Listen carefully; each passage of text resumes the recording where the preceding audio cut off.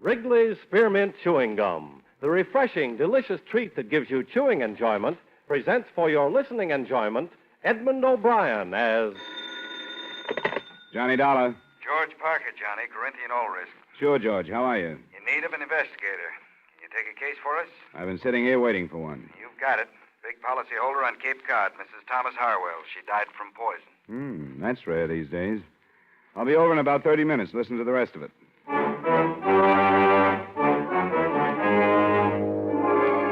The makers of Wrigley's Spearmint Chewing Gum bring you Edmund O'Brien in a transcribed adventure of the man with the action-packed expense account, America's fabulous freelance insurance investigator. Yours truly, Johnny Dollar.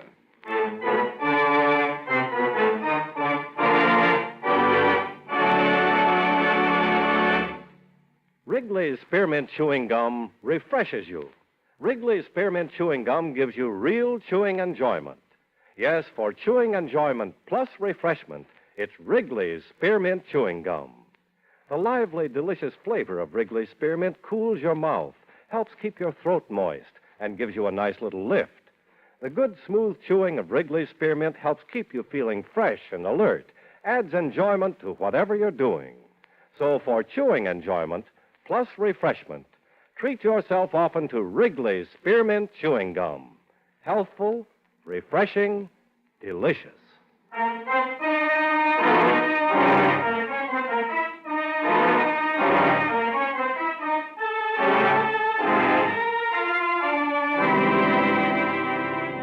Expense account submitted by Special Investigator Johnny Dollar to Home Office, Corinthian All Risk Insurance Company, Hartford, Connecticut.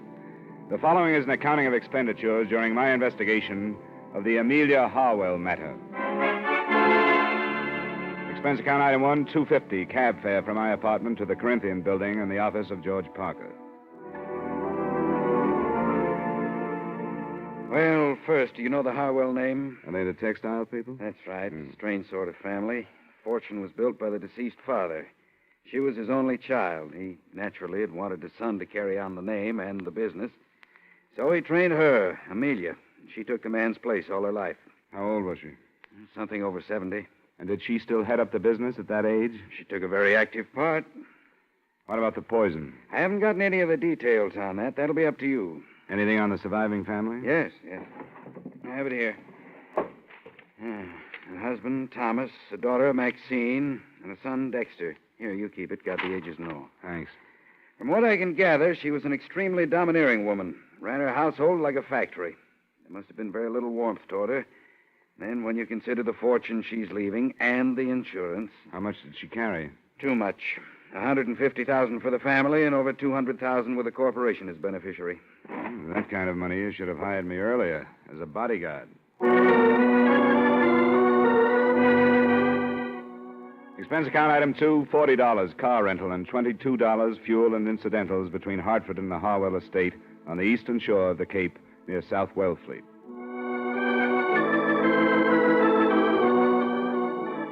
The mansion was as solid as the family's Dun and Bradstreet rating. Heavy brick construction with turrets, shuttered windows, and massive double doors that opened into a coldly formal entry hall. The widower, Thomas, as might have been expected, was the rabbit type.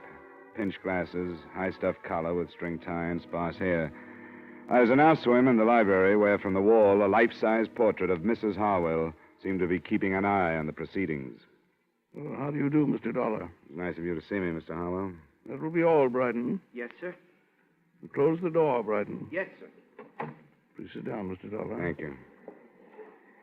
Well, these things are always hard to start, Mr. Harwell. I'm accustomed to bluntness, Mr. Dollar. Besides, I've talked about Mrs. Harwell for almost 50 years. I see no reason to hesitate now, because she's dead. She was poisoned, you know. Yes, I'd heard. But I don't think she minded. You don't think she minded? Mrs. Harwell was an invalid. She had a very short time to live. I didn't know that. Well, very few people did. She hardly admitted it to herself. Mrs. Harwell was a very strong woman, one who despised weakness, yet made everyone around her weak. Neither of these points have been released to the papers, the illness or the poison? No.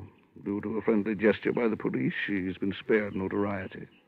She wouldn't like it to be known, so it isn't. Was she in pain, Mr. Harwell? She never told me. Do you think she could have taken the poison herself? I hardly think so. That would have been an admission of defeat. I see. Do you have any idea how she could have gotten the poison, then? You're asking me if I suspect the children, and you're finding it difficult to do so. Is that correct? It's hardly a pleasant thing to bring up. The time for delicacy is past. I'm afraid I don't approve of my daughter or my son at all. Oh? They're the worst sort of rich men's children, or rich woman's, I should say. I was never allowed to be their father. All they've had is a mother. They have no gumption, no ambition. They've been overly educated and have developed nothing but insatiable lusts for their mother's money. And it's too late to change them.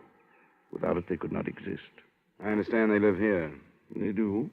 I shall have Bryden call them to the drawing room if you wish. That won't be necessary right now. What about the servants? Well, there are 8. Mrs. Harwell settled a small amount on each, but unfortunately they are above suspicion. They're common people, and as a result, good. Did Mrs. Harwell have a nurse? She wouldn't hear of it. Well, certainly a doctor, then. Yes, Dr. Stevens in the village. Thanks, Mr. Harwell. I won't take up any more of your time. You're welcome any time, Mr. Dollar. Please give Dr. Stevens my regards.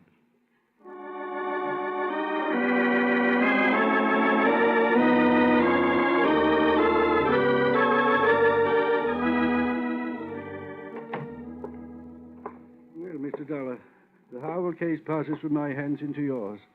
I wish you more success than I've had. Thanks, Doctor. Amelia was not only a hopeless cancer victim, but she was a stubborn old fool. I could have saved her life with surgery 3 years ago, but I made the mistake of advising her, and advice was something she could not accept. You've been friendly with them that long? I've tended them longer than that, but friendly is hardly the word.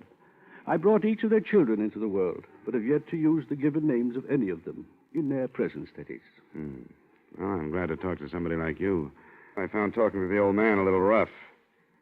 I'm used to survivors being sad about death or suspicious or something. I'm afraid that with Thomas, instead of a feeling of grief, it's something akin to passing from slavery into freedom. And the children, are they as worthless as he makes them out? I'd say so. Maxine, the oldest, is a bitter, frustrated old maid at 33. And Dexter, 32, is an alcoholic and has just entered into an unsuccessful marriage. Do you think either of them could have killed their mother? I'm in no position to accuse any of them, but there is the inheritance and your insurance. It's a fine household. How long would she have lived? It's hard to say. 2 months, possibly 3. Does the family know that? I've been honest with them. Then why kill for profit? I don't know. Could it have been a mercy killing? I've wondered. It doesn't sound like them to take a risk like that, but it's a possibility. What kind of poison was it? I don't know. I've been asked to attend the inquest this afternoon. If you'd like to call me at home this evening, I'd be glad to tell you what I've learned. Thanks, Doctor, I will. So far, except for lining the family up and accusing them one by one, I can't seem to map out a move. What about this marriage you mentioned? Dexter's? I don't know much about it. The girl's name is Gretchen Nielsen. She owns a small photographic studio just down the street. Small business, huh? It's below Harwell standards, isn't it? That is probably the cause of the trouble. I don't doubt that Amelia wouldn't let her in the house.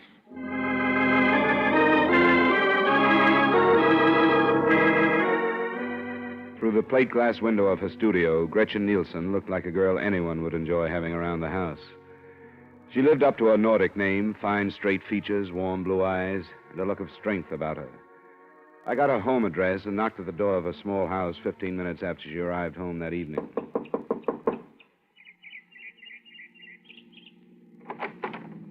Miss Nielsen? Yes? I guess I should have said Mrs. Harwell. My name is Dollar. I'm an insurance investigator working on the elder Mrs. Harwell's death. I'd like to talk with you.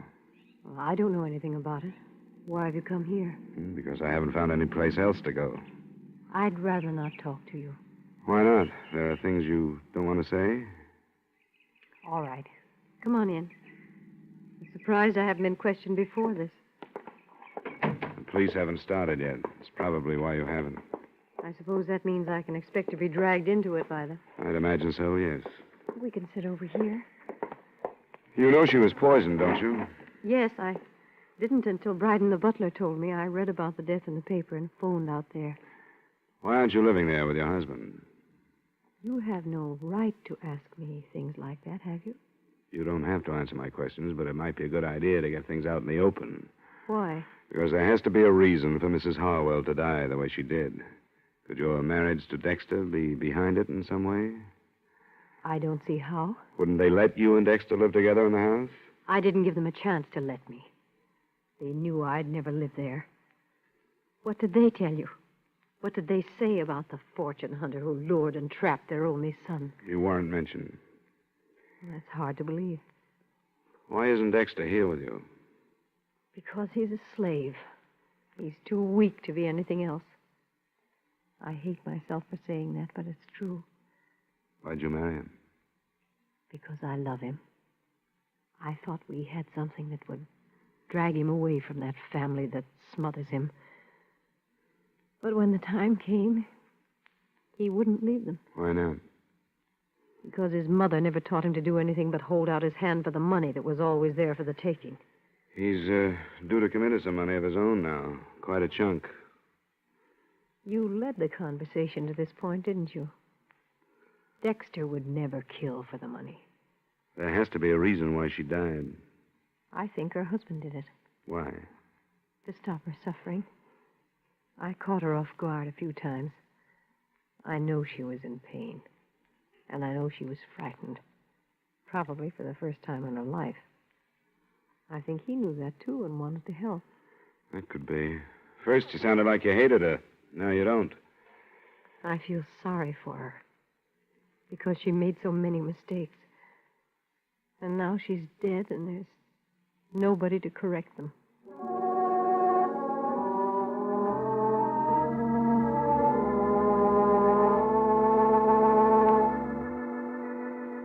I didn't string out my meeting with Gretchen Harwell and May Nielsen.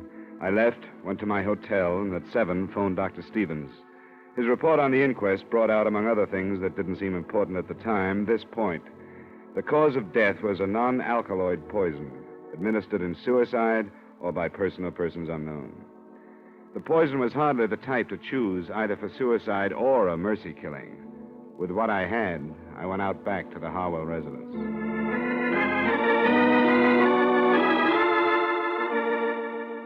I'm sorry, sir. Mr. Harwell has retired. Is the rest of the family up? Yes, sir. I wonder if you'd tell them that I'd like to see them. Very well, sir. If you'll wait in the library, I'll tell them you're here.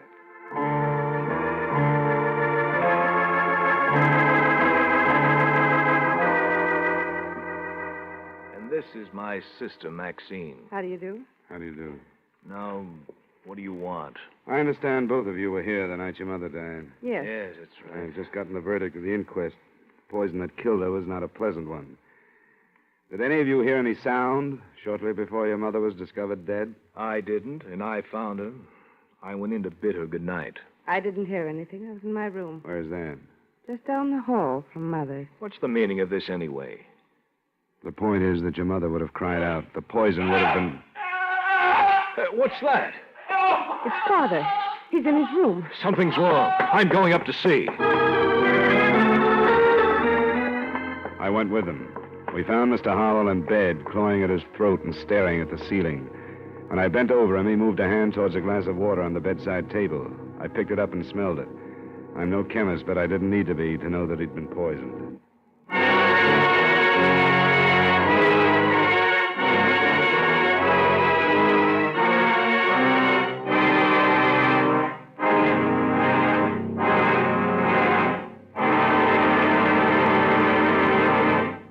Friends, wherever you are, whatever you're doing, you'll enjoy chewing Wrigley's Spearmint Gum.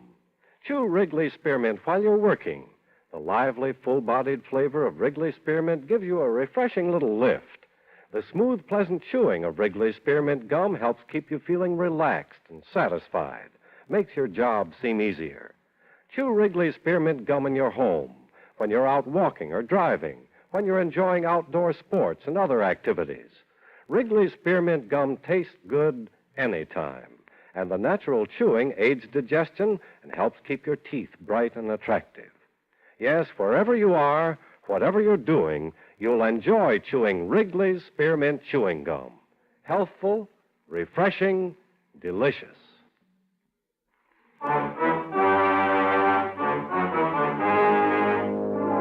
And now, with our star, Edmund O'Brien, we bring you the second act of yours truly, Johnny Dollar.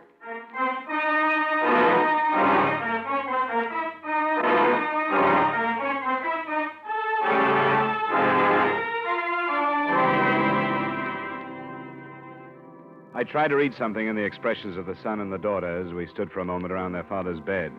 There wasn't much in them. No surprise, no fear, no satisfaction. Maxine looked a little embarrassed and left to phone Dr. Stevens. Dexter looked a little vague and said he thought he knew where a medical book was. And I was left alone with Thomas Harwell. I'm all right. I'm all right. Call them back, Mr. Dollar. I'm all right. I won't die. Of course you won't. I'm all right. How much water did you drink? Not very much. I was so thirsty, too. But I think I smelled it, and I only sipped. I felt a terrible burning in my throat. I could hardly breathe. Who would do this to me? I was hoping you could tell me, Mr. Harwell. We won't talk about it now. Dr. Stevens is coming out to have a look at you. I'm glad he's been called. He's my friend. Anything I can do for you in the meantime? No, thank you. I'm going to be all right. I'm not ready to follow Amelia. I'm not ready yet.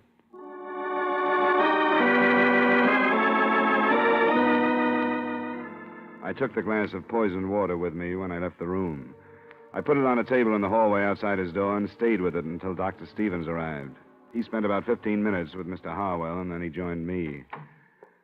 He's all right. Where's the family? I sent him downstairs. Good. You said you had the glass? Yeah, here it is. Smell it. There must be enough poison in this to kill 100 people. He's a very fortunate man. Can you tell if it's the same stuff that killed his wife? I'd say yes. Canadine or some such. What did he say to you? Very little. I'm only his doctor, you know.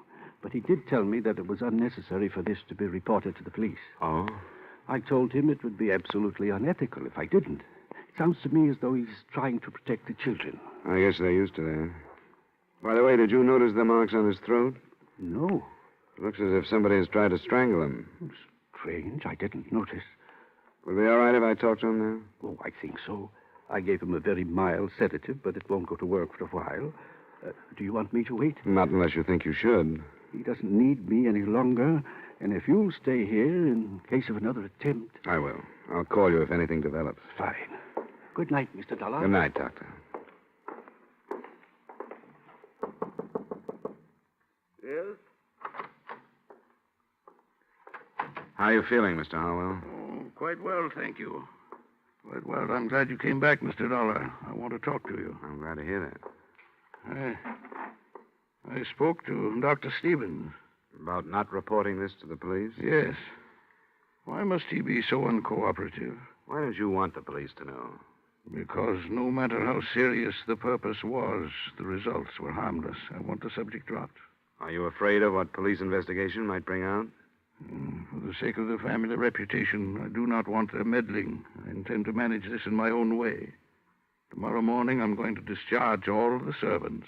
You told me earlier that they were all above suspicion. You remember? Until this attempt upon my life, I thought they were. It's hard to understand, Mr. Harwell. If you really think that one of the servants tried to poison you, you must realize that the same one killed your wife. Still, you want the matter dropped. I do. Amelia is gone, and I see no possibility that she will return because I bring about for myself and my family the unpleasantness of police interference. You may believe in your logic, but I'm sorry it won't work. It'll have to be reported. Then, young man, leave this house. I didn't want you here. You will never be allowed under this roof again. All right, Mr. Harwell. Good night.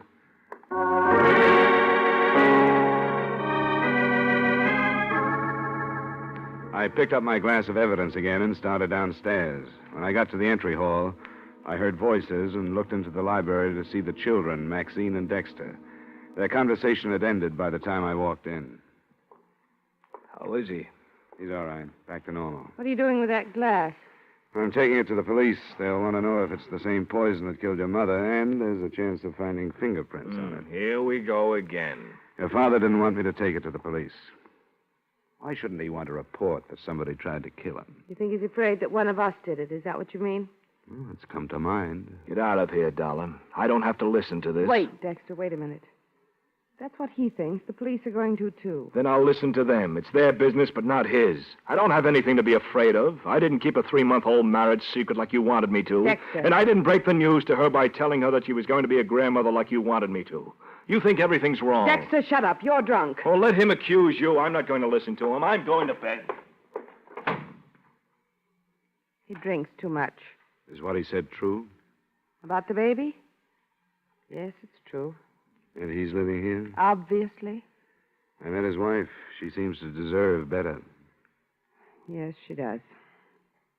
Dexter was here waiting for Mother to die because he knew she'd disinherit him if he moved out.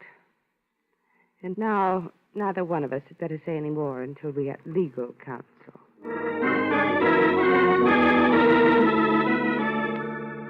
I took the poison to the police and made a statement. Then I went back to my hotel.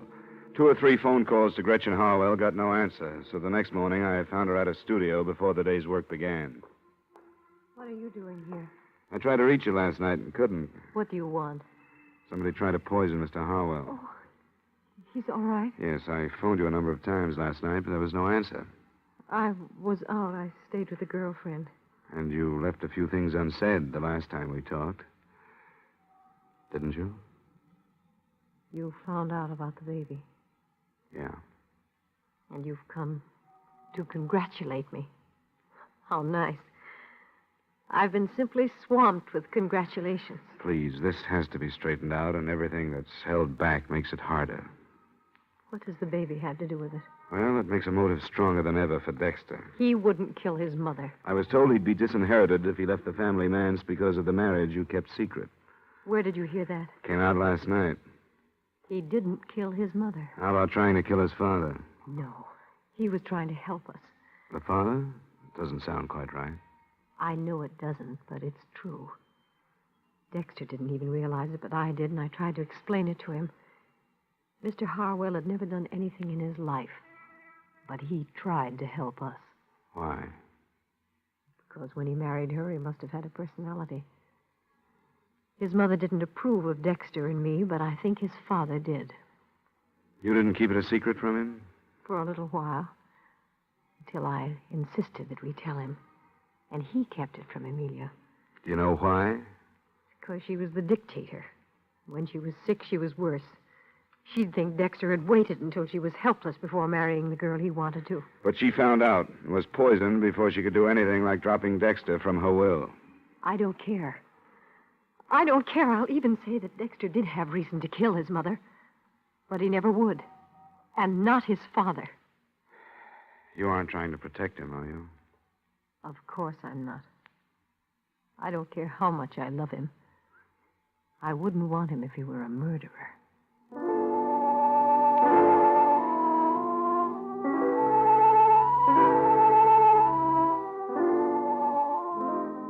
I did a lot of thinking after I left her. It would have been easy to be swayed by her, and I took that into consideration. In my hotel room, I tried to line up all the points that had come out. Only 2 of them added. By phone, I tried them on Dr. Stevens. He was more agreeable than I'd expected him to be. It was just before noon the next day when once more I walked through the Harwells' front door. In here, sir. They're waiting for lunch. Mr. Dollar. Well, that will be all, Bryden. Yes, sir. Mr. Dollar, I thought I told you not to enter this house again. You did, Mr. Harwell. But I thought the fact that I might save one of your children from a murder trial might make a difference. Which one, if I may ask? Dexter? I don't understand. I think we've had enough of this, Mr. Dollar. My family has been quite upset since you've arrived. I think we've had enough, too, Mr. Harwell. I wonder if I could talk to you in private. Who are you to ask that? No, Dexter, I think I agree with him. Please leave. But, Father, I You feel... too, Maxine. All right, Dad. Come on, Dexter. Sure. See if Dollar can tell him anything worse about me than he knows. Well, Mr. Dollar? You wouldn't like to see Dexter charged with the murder of your wife, would you? Of course I wouldn't. The police are ready to do it. And they've got a good case. You didn't think of that, did you? I beg your pardon? You didn't realize that you might set up a situation that would jeopardize your son. I don't think I understand. I think you do. You killed your wife, didn't you? I? You filled a glass of water last night to throw off suspicion and to get rid of the evidence at the same time. Mr. Dollar. If you didn't, Dexter is going to be brought to trial. I can promise you that. I saw the charges being drawn. They have everything against him, except 2 or 3 things. Oh, what are they? Something that was hidden behind those tall collars of yours. Scratches on your neck. Another thing that came out at the inquest. Bits of flesh under your wife's fingernails. And the fact that your children didn't hear anything the night she died. They all go together. You struggled to keep her quiet, and she scratched you. You're a very observing young man, aren't you? Not necessarily, but certain things add up. Am I right? I could hardly deny it now. Yes. It made such a little difference to Amelia, though I don't imagine the officials take that into consideration. They seldom do. But it made such a great difference in Gretchen's child. I've made many mistakes with my own children through deference to my wife. I'd hoped that I could help my grandchildren through strength. Strength enough to do what I have done.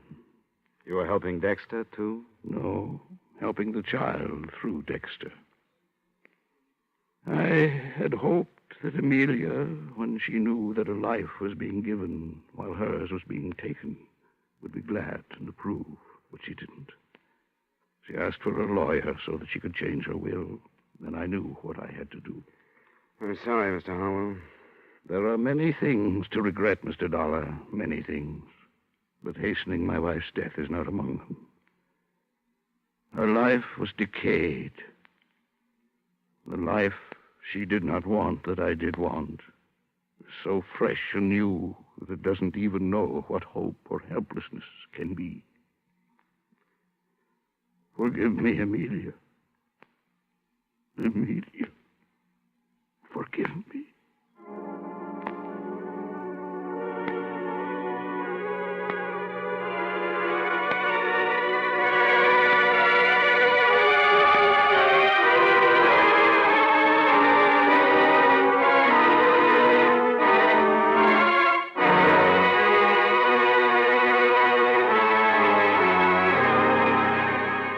Expense account item 3, miscellaneous, $35.85. Item 4, same as item 2, transportation back to Hartford.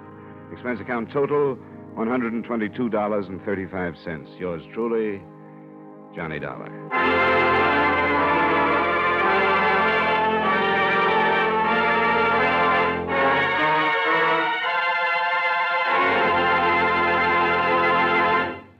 Remember, friends, Wrigley's Spearmint Chewing Gum refreshes you. Wrigley's Spearmint Chewing Gum gives you real chewing enjoyment. The lively, full-bodied flavor of Wrigley's Spearmint cools your mouth, freshens your taste, sweetens your breath.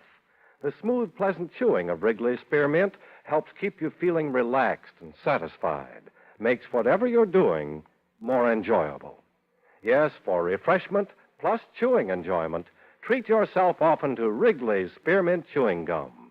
Millions enjoy it daily. Get a few packages and always keep some handy.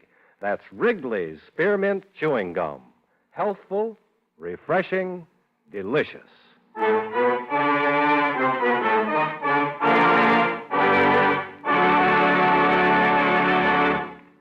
Yours truly, Johnny Dollar, brought to you by Wrigley's Spearmint Chewing Gum, stars Edmund O'Brien in the title role and is written by Gil Dowd with music by Eddie Dunstetter. Edmund O'Brien can soon be seen starring in the Paramount Pictures production, The Turning Point. Featured in tonight's cast were Victor Perrin, John McIntyre, Herb Butterfield, Jeanette Nolan, Virginia Gregg, and Peter Leeds. Yours truly, Johnny Dollar, is transcribed in Hollywood by Jaime Del Valle.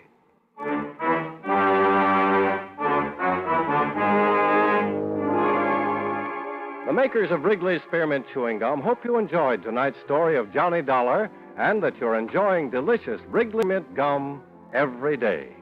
We invite you to join us next week at this same time when, from Hollywood, Edmund O'Brien returns as Yours truly, Johnny Dollar.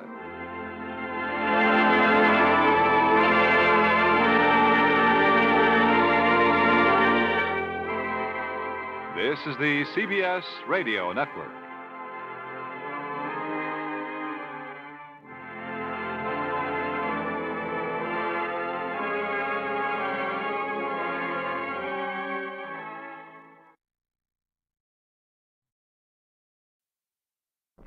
The encyclopedia says that the island of Haiti can be called San Domingo, Santo Domingo, or Hispaniola. Well, after my visit there, I could suggest a few more things they can call it, but they probably wouldn't get past the censors.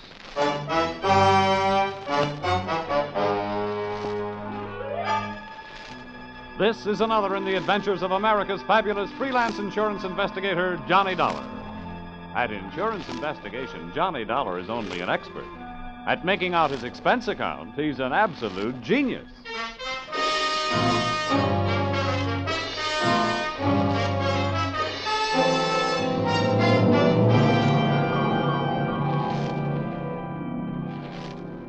Expense account submitted by Special Investigator Johnny Dollar. To Home Office, American Federated Life Insurance Company, Hartford, Connecticut. Attention, Harvard Huntington, General Manager. The following is an accounting of my expenditures during my assignment in Port-au-Prince, Haiti. Or, the nights may be black down there, but the magic is blacker. Expense account, item 1. $15 for a pair of tickets to see the show Detective Story at the Hudson Theater, New York, which I never got a chance to use since I was sitting in the living room of your Hartford home promptly at curtain time. I want to thank you for coming out here. Why, that's all right, sir. Sorry to break into your evening like this, but since I have, I'll get right to the point. Fine. Perhaps you've heard of the Gordon family here in Hartford. Well, what I see of the society page is while I'm flipping back to the sports section, but I've noticed the name. Diamond-studded, aren't they? Yeah, immensely wealthy. Pillars of society, and surprisingly, quite a proper family. Oh. It is all but one of the sons, Ralph. A heavy drinker, complete wastrel, ne'er-do-well. A blot on the old escutcheon, eh? Yes, continually getting into one scrape or another. Now he's done it again. I take it that you're not worried about Ralph the man, but about Ralph the policyholder. Well, to put it bluntly, yes. I don't think it's unethical for a company to protect its interests. In this case, the policy is in the amount of $150,000. Payable to his death to charity or to his wife if he's married. Oh, that's quite a piece of paper. Yes, to be quite candid, I rue the day it was issued. But the point is this. Ralph Gordon, at last report, is dying aboard his yacht at Port-au-Prince, Haiti. Oh, you don't need me, Mr. Huntington. You need the Mayo Clinic. Dollar, Yeah? I hesitate to even mention this in the presence of a sane man, but from everything we can learn, young Gordon is not dying from any known malady. He's dying as a result of a... Well, it's pure nonsense. He's supposed to be dying as the result of a voodoo curse. Now, anyone with any sense... Now, wait a minute. Where'd you get your information? From his older brother, Thomas. He's a doctor. He's down there in Haiti with Ralph. I want you to go down and debunk this thing, Dollar. Find out what's wrong. Why, any sane man knows there's no such... voodoo. You don't believe in it, do you? No. Not unless I see it working.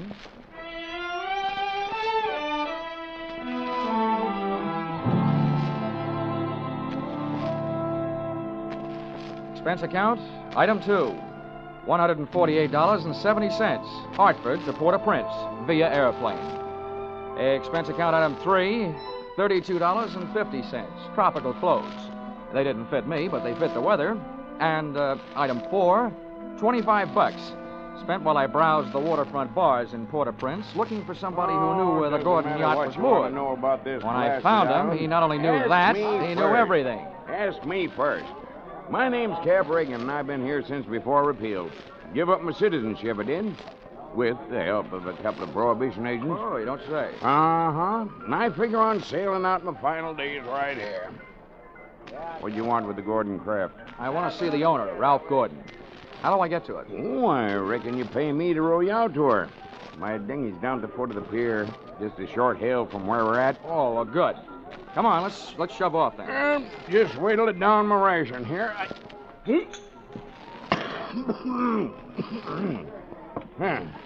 That'll put me shipshape. What'd you say you wanted with that schooner? You figuring on buying her? Thanks for the compliment, pal. Listen, if I bought a boat today, it would have to be a surplus life raft. Now, I told you I want to talk to Gordon. Friendly visit or other kind? I'm beginning to see how you know so much about this island. Well, never question, never learn. Remember that, Sonny? Yeah. Yeah, this way. Veer off to starboard.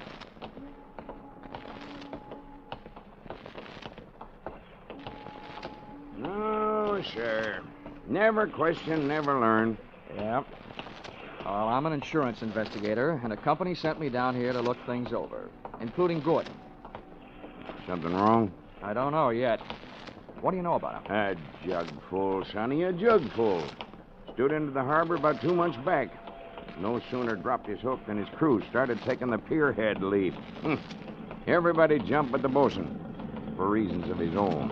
Why did they leave him? 'Cause he was half seas over all the time. You navigate with sextant, a compass, and parallel rulers, Sonny. Not with a double shot and a water chaser. You get the drift? They were afraid to sail with him, huh? Aye, that's the line of it. And if you had ever piled into a reef, you'd feel the same. Yeah, here we are. Oh. That's my dinghy down at the bottom of that ladder. There's Gordon's yacht out there. You see her? Oh, yeah. That tug's passing the stern of her now. Yeah, say. That's a lot of boat. Yeah. She carries a suit of sail like a grain clipper. Wait till you see her close up.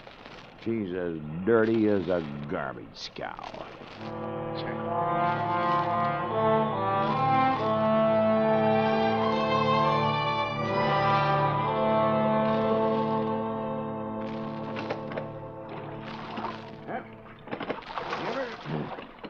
Give her a hail now, Sonny. They're close enough. Hey! Anybody aboard? Hey, aboard the yacht! Anybody home? Yes? What do you want?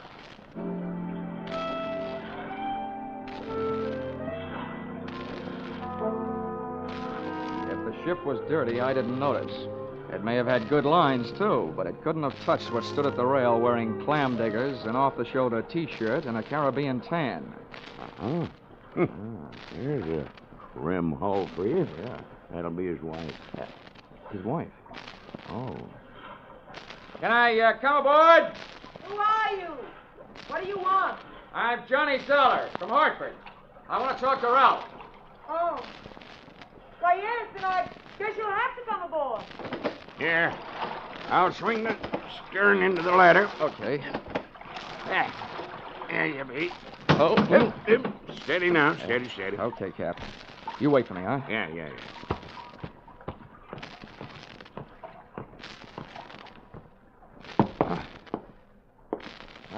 Well, how are things in Ralphie's old hometown? Cold. But not as cold as this reception. Don't let it throw you. What is this, a friendly drop-in? Business? Or just plain snooping? If it's the last, I'm Edwina. The wife they haven't heard about at home. Oh, congratulations. Now I know why you like to wear your shoulders bare. The better to keep a chip on them. If you're through being sharp, I'll let you hear what's left of my husband. Come on, through here. Okay.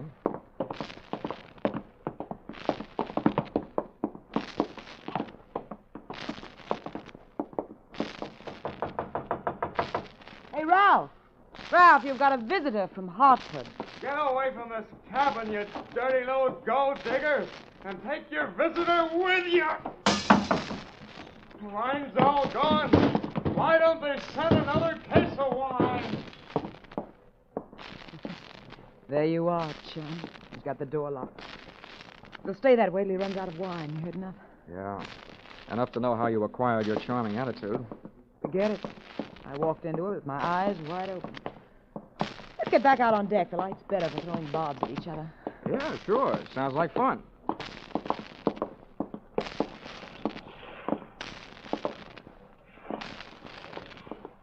Well, do I have to help you off the boat? Not until you help me by answering some questions.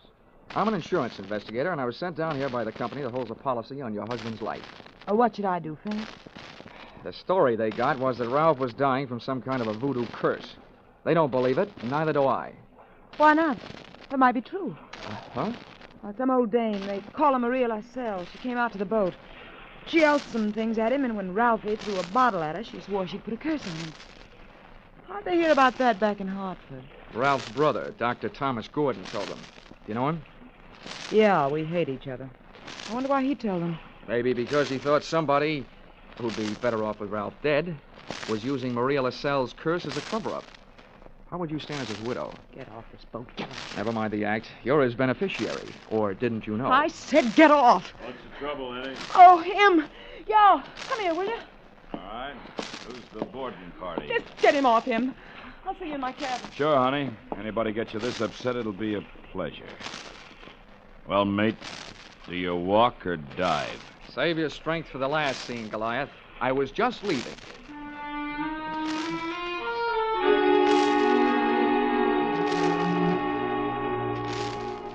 Expense account, item 5, $3. Paid to Cap Reagan as water taxi fare. Item 6, 80 cents. Land taxi fare to Hotel Francois. An up-at-the-heels hangout for not only the best in tourists, but also Brother Thomas Gordon, M.D.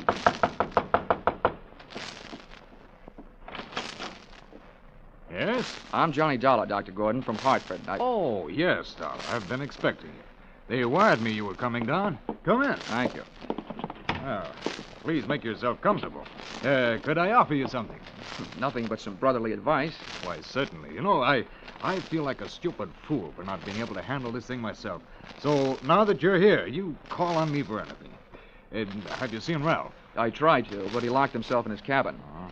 Tell me, as a medical man, how do you digest this voodoo curse story? Why, it's ridiculous. Good heavens, this is the 20th century. I do think that science doesn't know everything it would like to know about voodoo and black magic. There are stories supposedly true, but any victim would have to have a highly susceptible mind. Now, I know my brother, Mr. Dollar. His mind is susceptible only to his own whims and fancies. Well, then what's the matter with him? Well, that's it. I don't know. He's drawn within himself. He seems to be searching almost insanely for escape through alcohol.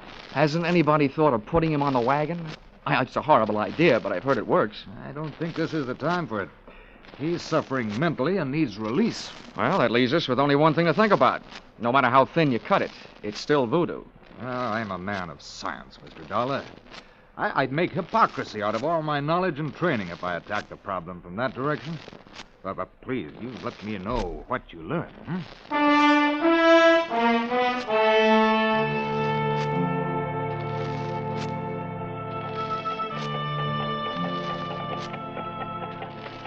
Expense account, item 7, $4. Rental of horse and cart in which my walking tourist guide, Cap Reagan, and I jolted out of town in search of Maria LaSalle. Something made me feel like I was riding my last mile in a tumbril en route to the guillotine. The moonlight was fighting a losing battle against an army of storm clouds that were sweeping in. And then to make it worse, I heard a drum. You there, Sonny? Yeah, sort of a tired Gene Krupa. Means we're getting close to Maria's headquarters. Is she the only one around here? Yep. None of the good Hougans performs in her territory. She's too mean. Oh, great. What's the matter? We're here. And that's the path. Over there by that gnarled old tree. From here on, you plot your own course. This is close enough for me. Oh, me too. Well, how do I know I can't put a curse on her? I've never tried. Smooth sailing, Sonny. The path ran along the edge of a field of sugarcane. On the other side was a solid wall of jungle. First, I smelled some feathers burning. Then I heard the chant. There was an opening in the wall of jungle that led to a small clearing, and just before the moon was smothered by another cloud, I saw a shack. Little clouds of smoke curled out through an open door, and I could see the glow of a fire on the floor inside. Maria, I want to talk to you. Who is it? Comes to the house of Maria. My name wouldn't mean a thing to you, but what I have to say will. Can I come in? Andre. What is this word of so great importance to stop Maria? All I know about voodoo is I don't believe it. Papa Legba. I've come to you because I haven't gotten any answers from anybody else. I want to know what's behind this so-called curse you put on Ralph Gordon. You don't believe? You let me make you believe, eh? Ralph Gordon, he died tonight in the wind and rain. And for you, I have magic now. Look, regard my fire. You will see, you will believe this war. Voila! Billy!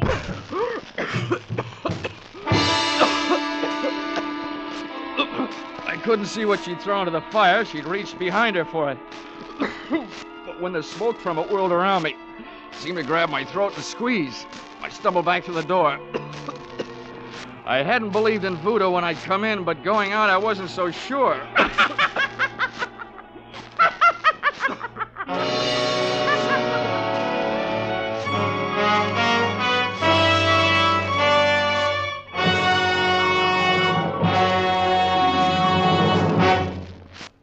In just a moment, we'll return to the second act of Johnny Dollar. But first, the two Orange Bowl teams, Santa Clara and Kentucky, will be honored by Vaughn Monroe and his CBS Caravan tonight. Vaughn and his great band will play favorite songs of the two Orange Bowl teams. Be sure to hear Vaughn Monroe's Caravan, followed by the Gene Autry Show on most of the same CBS stations tonight and every Saturday night. Now, with our star, Charles Russell, we return to the second act of Yours Truly, Johnny Dollar.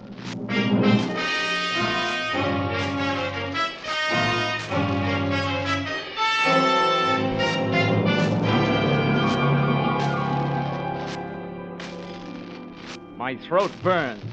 My eyes were looking at each other. My lungs felt like a pair of deflated footballs.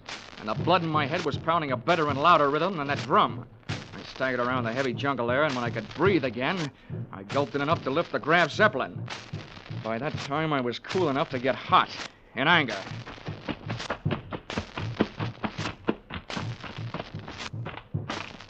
I got back to the shack. Maria had either disappeared into space or flown the coop. The atmosphere was not quite deadly. I crossed over to where she had been squatting. She hadn't left much of what she'd smoked me out with, but she left enough to swing things back from the world of black magic into the world of logic. A few shreds of photographic film on the dirt floor. And film, made of cellulose and nitrates, not only takes pictures, it puts out nitric oxide and nitrogen dioxide when it's burned. A combination that would live up to the demands of any gas chamber. The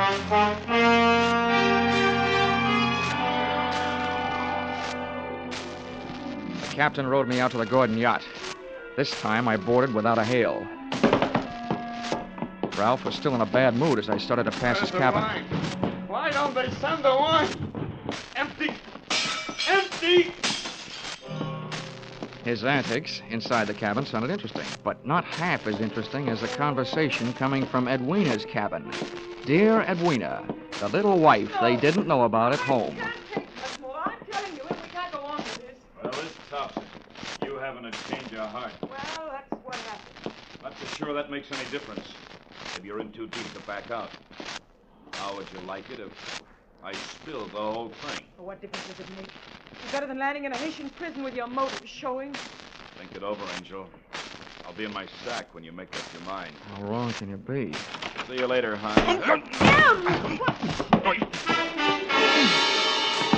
Since I've been on the receiving end of so many surprise sluggings, this was almost a pleasure. What are you doing on this ship? Get off. Oh, no. Not of that intriguing conversation I just heard. How much did you hear? If I added it to that gas assault Maria LaSalle threw at me, it'd be enough to nail you and Loverboy here for conspiracy to commit murder. Well, I don't know what you're talking about. Well, the point is, I know what you two were talking about. Oh, listen to me. You've got to believe me. I don't have to. Well, try me anyway. Well, I admit that him and I... Well, it was because Ralph turned into a wino after we were married. Well, this probably marks the first time in history that an icicle melted in Port-au-Prince. Please let me finish. When my marriage went to pieces, I had to do something or go crazy. See, Ralph drinking up all the champagne on the island was just more than I could take. I was going to divorce him and leave with him, but we weren't going to murder him. Chapter 1 has so many holes in it, it would have been printed by a punch press. You don't worry about landing in prison with your motives showing when all you're planning is divorce. Oh, yes, you do when people are waiting for your husband to die under mysterious circumstances. That's why I was trying to make him go away. If Ralph died, who'd look any farther than the erring wife? Can you lock this cabin from the outside? Yeah? What are you going to do? You're not going to lock me in? No, just your playmate. You're coming with me. Where? To Maria LaSalle's. I want to catch your reaction when she sees you. You don't believe me. No. With $150,000 at stake, I don't even believe myself.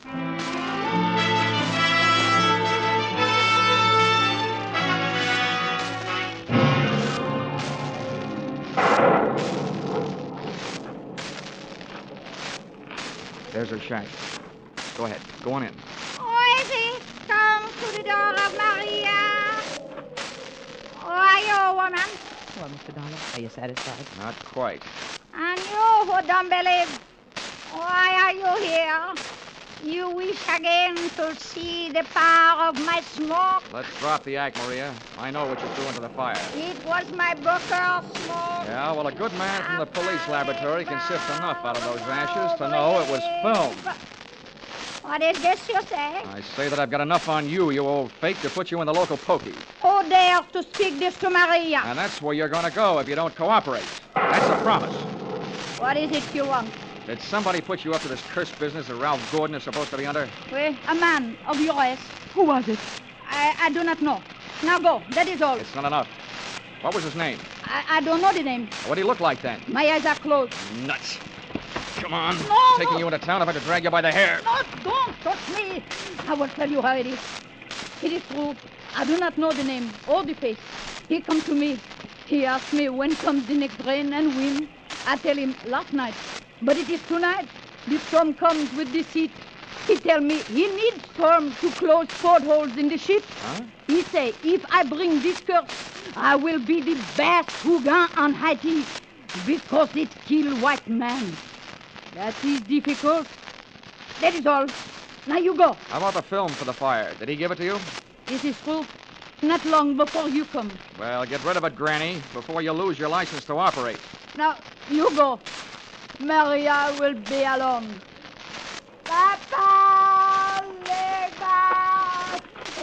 Okay, Mrs. Gordon. Let's not stay for the music. Did you make head or tail out of what she said? Hey, look. What goes into your husband's cabin? Nothing but food and wine. Mostly wine. Well, who fixes his meals? I do. Our cook left us. Well, what about the wine? Huh? Where does it come from? You said it was champagne, didn't you? Yeah, it always comes from the same place. Liquor shop in town, a case at a time. Oh, nothing makes any sense. What are you going to do? All I can do. Try every angle. But that's not all I'm going to try in that liquor shop.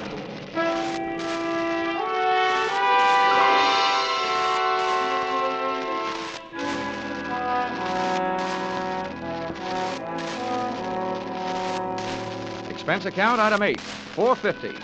2 quarts of rum, the purchase of which helped loosen the tongue of the proprietor who had been supplying Ralph Gordon's champagne. Much wine. A case at a time, packed in dry ice. There is And no the doubt. words that poured out weren't exactly intoxicating, but they sent me staggering to the nearest phone.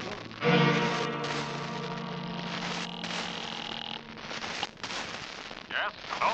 Hello, Dr. Gordon, this is Dollar. Good. Yes, Dollar, I've been wondering about you. What have you learned? First, tell me this.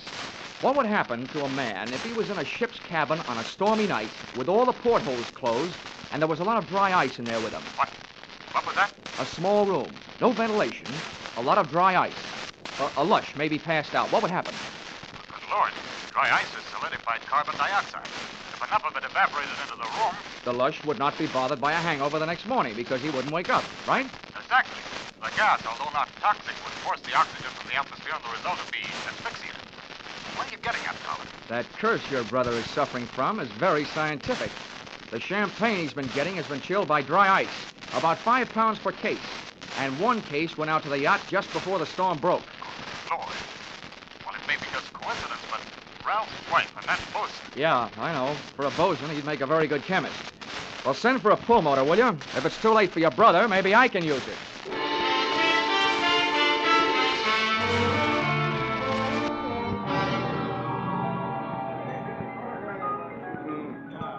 I'm a flying fish sailor. I hail from Hong Kong. Hey, Cap. Blow, Cap. blow. Come on, Cap. Ahoy, Sonny.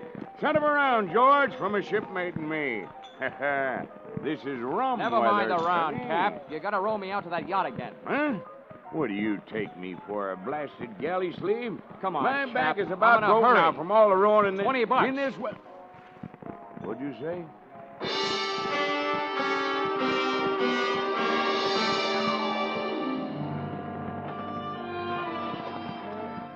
I didn't think it could rain any harder than it had, but it did. We would have been drier swimming. And the visibility was so bad, I would have had to have a seeing eye sealed to find the ship. But about 20 minutes out, Cap spotted her riding lights. Here she lies, Sonny. We were on target. But so was somebody else. A searchlight stabbed out at us. Hey. This sounds like Prohibition days. Who's giving us a broadside? Can't tell yet. I'll lay a pelican hood over his head if I get my hands on him. Hey, Cap, what's the matter? Got my left leg. Cap, get down to the bottom. I'm going over the side. To me, swimming is a pastime to be practiced only under ideal circumstances, in a pool, and preferably in the company of a well-filled bikini suit. But there was nothing to do but swim, so I swam. I tried to remember how many shots had been fired, and that's where I made my mistake. There was a lull in the shooting, which I took to mean the gun was empty. I put my head down in the best Weissmuller style and thrashed my way to the ladder. But when I got there, the first thing I saw after I'd shaken the water out of my eyes was the muzzle of a rifle. The face looking down the barrel at me belonged to Brother Thomas Gordon, M.D. Sorry, Dollar. Killing you wasn't in my plan. But now it'll have to be done. I wasn't surprised at that, but I was surprised at what happened. I was waiting for a bullet to come my way, but instead the doctor did. Are you all right, Dollar? Yeah, I am. Nothing wrong that a Turkish towel won't cure. I'll thank you later for spoiling his aim. Get a hook on the doctor. He's our prize fish. Don't let him get away. I grabbed a fire axe out of its case on my way to Ralph Gordon's cabin. If it needed ventilating, I knew one quick way to do it.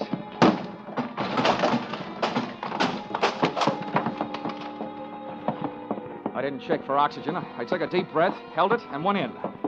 The cabin was littered with wine bottles, and in one corner, in an open case, was the dry ice that was in the process of cooling Gordon off for good. He was stretched out on his bunk. I hefted him to my shoulder, used the last of my breath getting him out of there.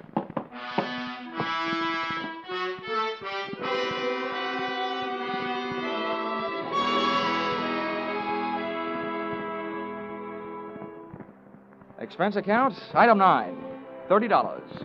Cover charge at a hospital where I put the revived Gordon under the care of a doctor, not his brother, who happened to be resting in a jail cell at the time.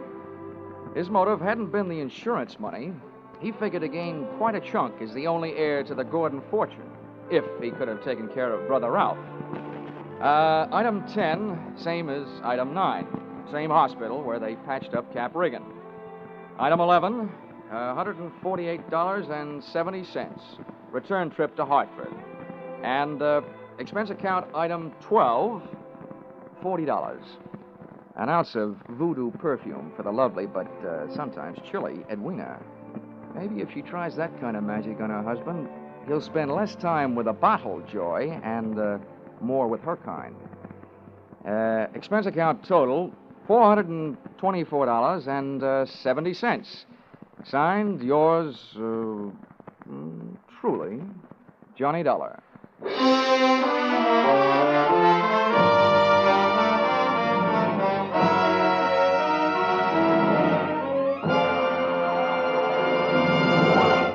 Yours truly, Johnny Dollar, stars Charles Russell. Tonight's script by Paul Dudley and Gil Dowd was produced and directed by Ralph Rose. Featured in the cast were Betty Lou Gerson, Sylvia Sims, Ben Wright, Ken Christie, Howard Culver, Dawes Butler, and Tim Graham. The special music is written and conducted by Leith Stevens.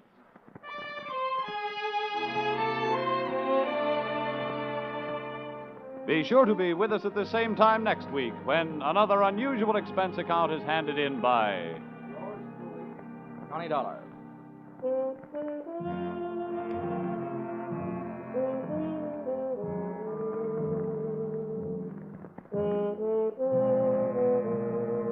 Were you right?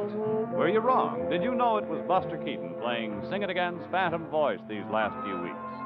Well, now there's a new Phantom riding the airways on Sing It Again. And for identifying him tonight, some CBS listener can win $50,000 in cash and prizes, radio's largest jackpot. Phone calls go out from coast to coast, so be ready for the new Phantom when Sing It Again comes your way over most of these same CBS stations later tonight. Now stay tuned for Vaughn Monroe's Caravan, which follows over most of these same CBS stations.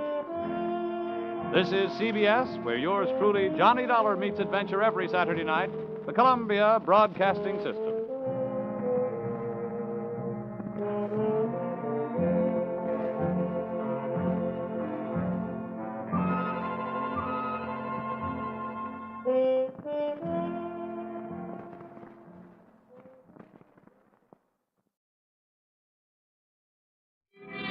Expense $1 to Homicide Bureau, Department of Police, City of Hartford, Connecticut.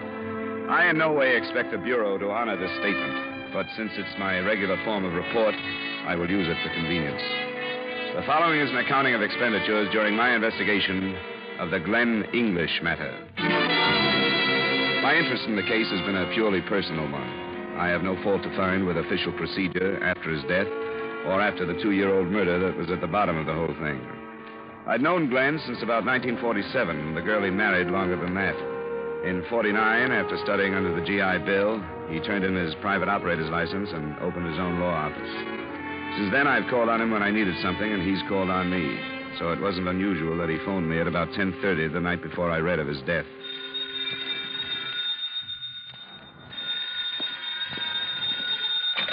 Johnny Dollar. Hi, Tin Star. Who's this? That champion of perjured testimony? Got any to sell? Nothing that you could afford. How are things, Glen? Okay. I'd like to ask a favor of you, Johnny. Sure, what is it? I've got some evidence that I want to protect, a statement. Could you get a photostated for me in the morning? Yeah, I'm free in the morning. This is pretty hot stuff. I'll tell you about it when I see you. In for the night? Yeah? Well, I may come over. If I don't see you tonight, I'll drop in on the way downtown in the morning. So you understand that the way it was put, there was no reason for me to think twice about the fact that he didn't show up that night. But the next morning, when I read about his death in the paper, naturally our conversation came back to me. I phoned his widow and went to see her a little after noon. Oh, I don't know. I just don't know what to think. I'm sorry, Donna. I haven't helped matters any. Maybe I shouldn't have thrown this at you. I thought of going to the police first. But I figured it would be better if I had something more definite. There's nothing in his briefcase. Oh, don't think of me, Johnny. Of course you should have come. But he didn't say anything about the case he was on. What did he say when he left last night? I wasn't here. He called me from his office about 5:30 to say he'd be late again. Asked me why I didn't go to a movie or something. So I did. So I didn't see him. Oh, John. Johnny, I don't know what I'm going to do. I know, honey, I know. And that part of it's up to you. Nobody can really help you with that. It did happen, didn't it, Johnny? I'm not going to open my eyes and see him next to me and everything all right again. Oh, I used to dream that way sometimes. Donna, please. But not this time. Now I wish I could never wake up. Is somebody going to be staying with you? I'm going to his mother's house. I can't stay here. You shouldn't try. I'll talk to his secretary and then go to the police. I'm not helping any, am I? Oh, it's all right. Are his things still downtown? His things? His clothes and so on. Yes. They wanted me to bring them, but I couldn't. They'll send them in a day or two. I'll try to help, Johnny. I'll try to think. But right now, I don't remember his saying anything. He did say, "Goodbye, darling," on the telephone. That's what I keep remembering.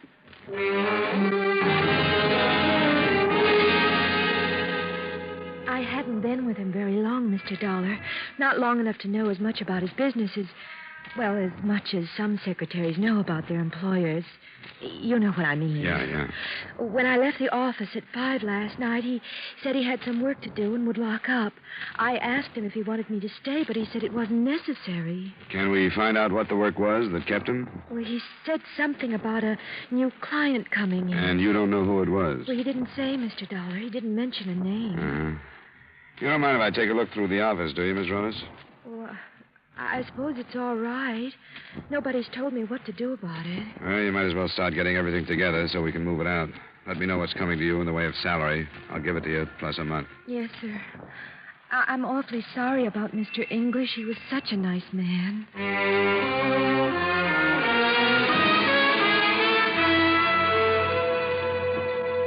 I didn't really expect to find anything of value in his files, and I was right. Most of his cases were unimportant civil suits.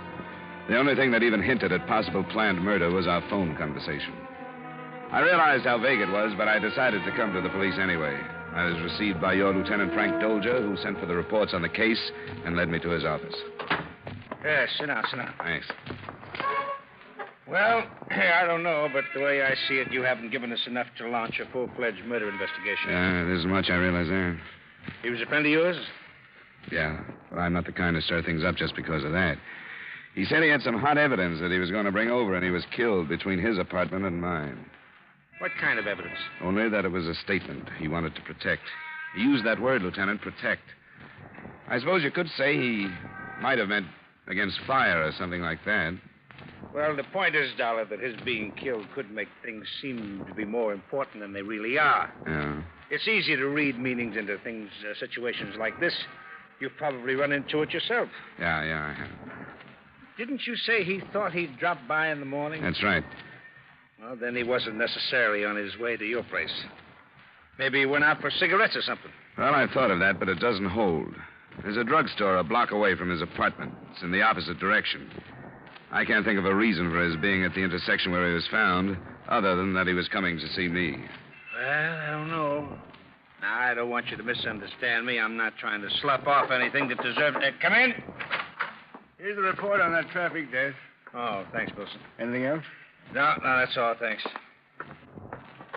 Well, we'll see what we have here. English, Glen. No, cause of death, multiple fracture of the skull. Internal injuries resulting in cerebral anoxia, possibly tendon. What does it say about his effects? Personal effects upon person. Overcoat, hat, brown two-piece suit. We can skip the clothing. Well, let's see then. Signet ring, left ring finger, checkbook on Plymouth Bank. Cigarettes, lighter, here. Wallet containing $38. Driver's license, personal business cards, membership cards to, Yeah, there's nothing there. Well, I'm afraid nothing that looks like this evidence you speak of, this statement. There we are again, Lieutenant. It could mean one of two things. That he didn't have it with him and his death was accidental. Or it could mean that it was taken from his body after he was killed. But everything so far is based on supposition. I know it is, Lieutenant. I know that you can't assign a squad of men every time some crank comes in with an idea. If you can bring us anything definite, Dollar. Yeah. Well, believe me, I do understand, Lieutenant. You suppose I could talk to the autopsy surgeon as long as I'm here? Sure. Certainly you can. It's, Dr. Ramsey. And you'll find him a very cooperative man.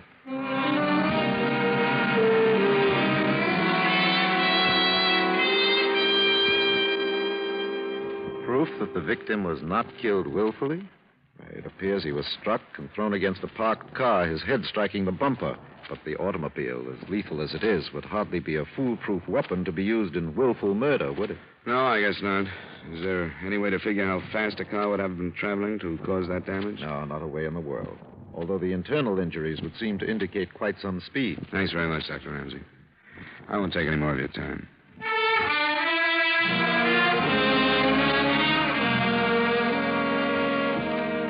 I want to repeat, I have no fault to find with the department. I got nothing but cooperation. The photographic lab showed me the pictures of the scene. The investigating officers gave me their reports. But since everybody's conclusions had already been drawn, I saw or heard nothing that didn't support the theory of hit and run. Everyone agreed it couldn't have been anything else. I turned down a case that afternoon because I couldn't get Glen out of my mind. I went to the corner where he was killed and poked around in the snow. I didn't know what I was looking for, and I didn't find anything. The people living near the corner had already been questioned by the police and repeated to me that they hadn't seen or heard anything the night before. And that evening, in spite of a promise made to myself that I'd leave her alone for a while, I went to see his wife again. It's all right, Johnny. Something happened to me after I got here and spent some time with his mother. She's so brave, I feel ashamed of myself. I'm okay now. What about you? Oh, I can't get any place, Donna. Can you talk with me about it? Sure I can. Yeah, it's driving me crazy. I saw his secretary, and she mentioned that he was going to meet a new client. When he called to tell you that he'd be late, did he say anything about that? About meeting somebody? No, he'd been working late quite a bit the past few weeks. He had a case coming up in the morning. I know. I went into that at the office. It's not what I'm after. What did he say? Can you remember? Word for word, if possible. Yes, I can. Because I said most of it. I was being a typical wife. I didn't like him working at night, and I lost my temper. I didn't give him a chance to explain anything. That's what I have to remember about the last time I talked to him. Never mind now. Come on. He didn't mention anybody. Just that he'd have to work late. Will you give me the key to your apartment? Yes. I'll have to go through his things, Donna. I didn't want to ask you to let me when I was there earlier, but now I've got to. I've covered every other angle I can think of.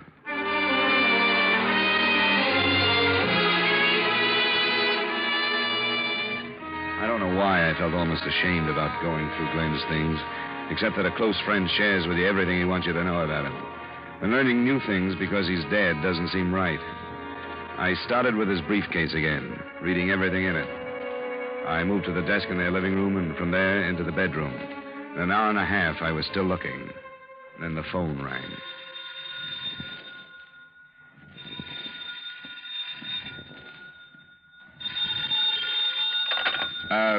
Hello? Is Mrs. English there?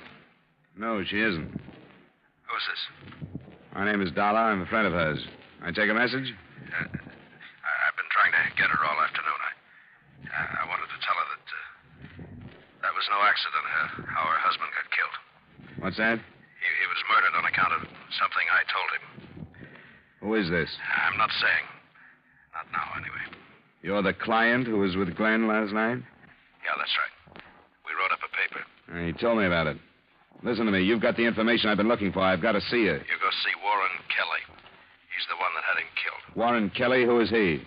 Why would he have Glen killed? Are you a lawyer, too? No, I'm a private detective.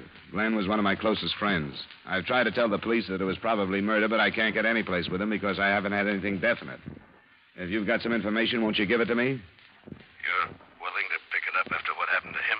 Where can I meet you? All right. If you're game, I am. I sure got nothing to lose. You'll have to come here. I'm being watched. Where are you? You know Caruso's Cafe on Front Street? I'll find it. Ask the bartender for Bruno. But you're sticking your neck out. You're liable to end up where your pal is. Just don't change your mind, Bruno. I'll get there as fast as I can.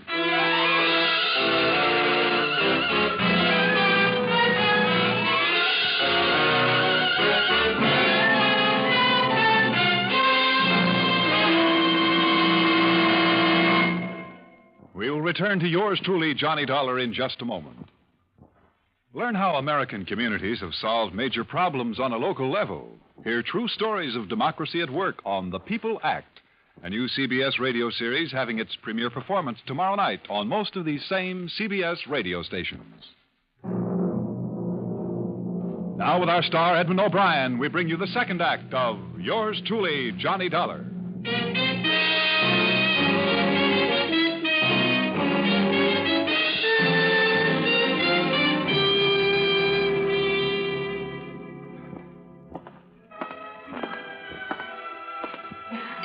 Good evening, sir. What do you have? I came to see Bruno. Said you could tell me how to find him. What's your name? Dollar. Listen, you buy one drink and look like a customer. Okay. Bourbon and soda, then. Right away.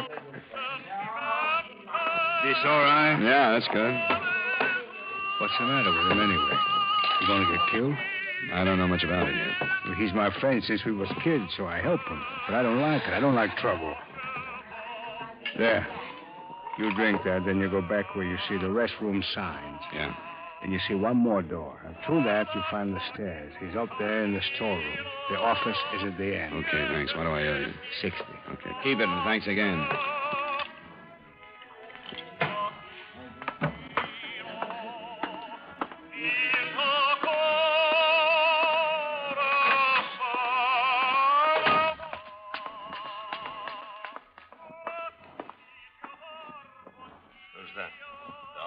Yeah. All right, I'll turn the light on. All right, come on in the office. Is it Mr. Bruno? Yeah, it's Bruno Vic. I'm sorry I got your pal killed. So am I. But he didn't have to take you as a client, I guess. What's it all about? How much did he tell you? Nothing except that he had a statement. He was going to meet me tonight with a notary, and then he said it would hold some water. What made it worth killing Glen over? What was in it? The names of the 3 men that killed him. They got the paper, I guess. They got it. Who are these 3 men? This Kelly you mentioned. That seems to ring a bell. Yeah, he's one of them, Warren Kelly. The other 2 are Nat Reiner and Alex Shaw. This is what happened. I didn't mean for it to ever go this way. I told you, pal, he was as hot as I was as long as he had that paper. He shouldn't have been out on the street. That part of it's past. What happened? Well, not many people know it, but Kelly is one of the big bosses of the syndicate around here. His front is a contracting firm. He got where he is because he got rid of the guy who was standing in his way. Maybe you remember Ed Waters. Yeah, vaguely. That was quite a while back. Yeah, 2 years. Kelly wasn't even questioned because nobody knew what happened to Waters. But I do. I was with Kelly when he killed him. I helped bury his body. I know where it is. And Kelly's had men hunting me for a year. This is what you put in that statement? Yeah, that's right. Glen was killed over a 2-year-old gang murder? I told him to be careful. I told him how I'd been hunted from here to California to the Mexican border, every place. I haven't had a day's rest since Kelly got so big he decided it wasn't safe to have me around. I told him all that. Maybe you forgot to tell him that you let Kelly know you were going to make a statement to a lawyer. No, I didn't do that. But I let him know that I was through running, that I was going to give myself up. The paper was addressed to the DA. Why'd you bother with a lawyer? Why didn't you go direct to the DA? You're hard to believe, Vic. Look, Dollar, I know how you feel losing a friend, but I went to him for advice on the best way to do it. It was his idea. He wanted to go to court with me. Mostly, I think he figured what a splash he'd make by breaking open that old case. How did they know enough to kill him? I don't know. If they followed me to his office, I didn't see him. And I had a lot of practice being followed. But I can get him for you. No, you don't. We'll do it the simple way. You come on down to police headquarters with me. Now, you don't want to walk out of this cafe with me? Now, let me douse the light and you come over to the window with me. Come on. Take a look. Yeah, right across the street. They're standing together near the bakery. Yeah. One on the left's Nat Reiner, the other's Alex Shaw. They're waiting for me. You're going to have a tough time proving anything about your pal, aren't you? Taking you in will put the police on it anyway.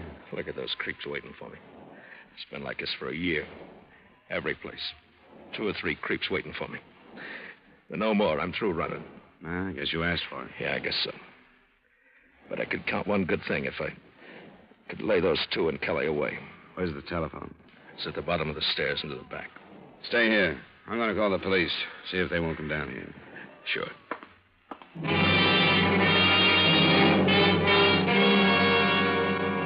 I realized that I still faced the same situation. I was phoning in about a material witness and 2 suspects in the death that the police had filed as accidental. Lieutenant Dolger was off duty, and the desk sergeant wouldn't give me his home number. I gave up in something less than 5 minutes, but during that time, Bruno Vic had come down the stairs and passed without my seeing him. The first inkling I had of what he was doing was a shout from the bartender. Bruno, where you going? Vic, come back. Where you going? He's got a gun. Vic, don't be a fool. Ryder, Shaw, you're waiting for me. What happened? What's going on? Vic. Is that Bruno? Bruno, is he dead? Yeah, he's dead.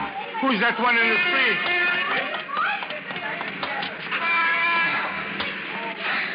Which one are you? You're Reiner, aren't you? Leave me alone. Leave me alone. Can't move the legs. Don't try it. The ambulance will be here in a little while.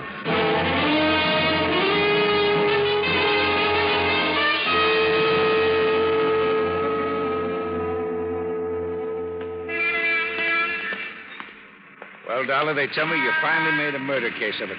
I finally have something like evidence that that's what it was from the beginning. This one is Bruno Vic. He's the one who made the statement Glen English was killed for. The other one over here is still alive. He's Nat Reiner. Well, how you feeling? Leave me alone. Tell the lieutenant about that hit and run last night, Reiner. Get away from me. Well, any more? No, Reiner was here by himself waiting for Vic to come out. He fired first before Vic saw him, and Vic just managed to get a shot off before he died. That's a lie. If you want to take the rap alone, Reiner, I'll lie all the way up to the Supreme Court to help you do it. Well, we'll have a little talk later on. Tell me how this happened, Dollar. Well, Vic was holed up on the second floor of the cafe. I was in the phone booth downstairs when he started out. From what he said to me, I think he came out knowing he was going to be killed. I don't quite understand. I'm not sure of this, but it seems to me that he realized how hard it would be to prove anything in Glen's death, so he sort of offered his own as something to nail them with. Lieutenant Dozier. Sergeant Wilson? Over here, sir. Oh, yeah. I seem to have something. This one, sir, Bruno Vic. He was carrying a letter addressed to the district attorney. As testimony in a court of formal law, I don't think Vic's unwitnessed letter would have been worth anything. But under the circumstances of the case, it was pretty strong police evidence. It obviously was as close as possible a duplicate of the statement given Glen English, in content at least. But it opened... In a way, you could call this a dying statement, because I'm not going to run anymore, and they're waiting for me. It went on to describe the 2-year-old killing of Ed Waters and concluded with this theory as to how Glen English was killed. It was detailed enough to keep Lieutenant Dozier on the case until 3 a.m., when Nat Reiner regained consciousness after a spinal operation. Well, Reiner, you know that you would have died if it hadn't been for the work of the police surgeon? That's one thing they forgot to tell me. Did they tell you what you said under the anesthetic? I didn't say anything. Truth serum or a lie detector is going to bring out the same things. Like what? Like where Alex Shaw is staying, 718 Harstock. I didn't say that. You don't remember what you said about Warren Kelly? I didn't say anything. You talked about last night, about catching up with that lawyer, Glen English. No. You named the street corner. No. I know you're bluffing. How did you know it was Highgrove and Clayton? That's what you said. I read it in the paper. Why should you read about that? It was on the front page. Why, semi-conscious, should you remember the intersection? I don't know. I don't believe you. Believe what? That I said we were there. You and Alex Shaw. We weren't there. Where were you? We've got more than you think, Reiner. You've got nothing on me. We've even got the truth about Ed Waters. We know where his body is buried. You want to get mixed up in that one, too? What do you want? Well, first you understand that these aren't police methods. Nothing you're saying can be taken in evidence against you. But you killed a friend of mine. And if I can make the lieutenant go out of the room, we'll get this settled in a hurry. What do you want? First, I want to hear about that hit and run last night. I didn't have any part in it. You were there. All right. I was there. I'm the one who followed Vic to that lawyer's office. His name was English. I followed him home, and we waited for him. When he came out, we followed him in the car, and at the corner, we pulled in front of him when he stepped off the curb, and then Shaw got out. Kelly wasn't there? No, he wasn't there. But he ordered it done. Yeah. He said we had to do it. What did he say you had to do? We made it look like a hit and run. He had Vic's paper in his pocket. Shaw took that, and then we made it look like a hit and run. Shaw slugged him first, and then we used the car. Enough, Lieutenant? Yeah, I think so. He'd better get some rest.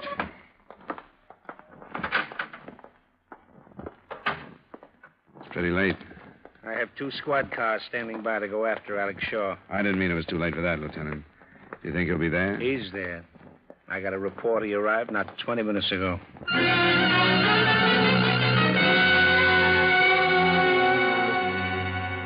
718 Harstock, as the department knows, is a building that should be burned out of Hartford.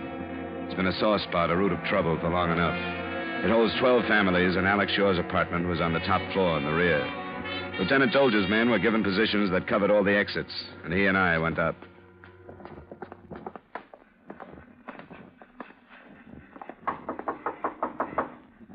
Yeah? Who is it? Police, Shaw. Let us in. What do you want? You were identified as being in that shooting scrape in front of the Caruso Cafe. Come on, let us in. Shaw, I do have a warrant. He's trying something. Let's go in. Okay. Try the panel.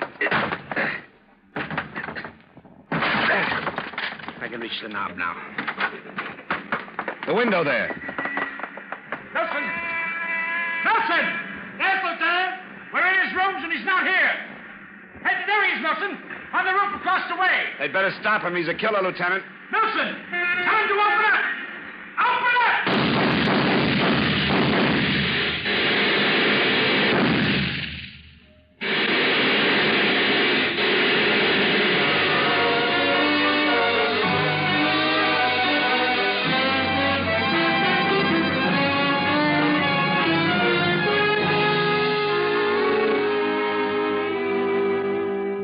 I won't bother with any final entry or any expense account total, since this statement will only be read by the police.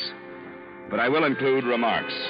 They tell me that almost every day murders are being passed off as natural or accidental deaths, only because people don't look at the circumstances closely enough. I'm proving nothing. If I'd been a better friend, I'd have walked halfway and met Glen English before he was killed. Yours truly, Johnny Dollar.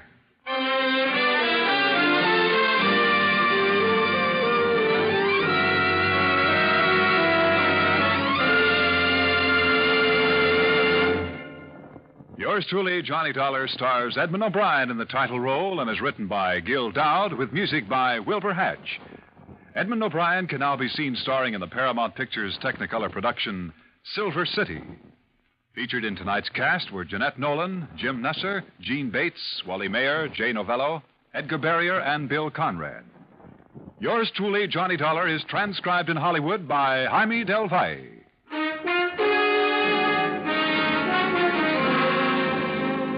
This is Dan Cubberly inviting you to join us next week at this time when Edmund O'Brien returns as... Yours truly, Johnny Dollar. Tom Lund as... Johnny Dollar. Get dressed, Johnny. How fast can you get to the airport?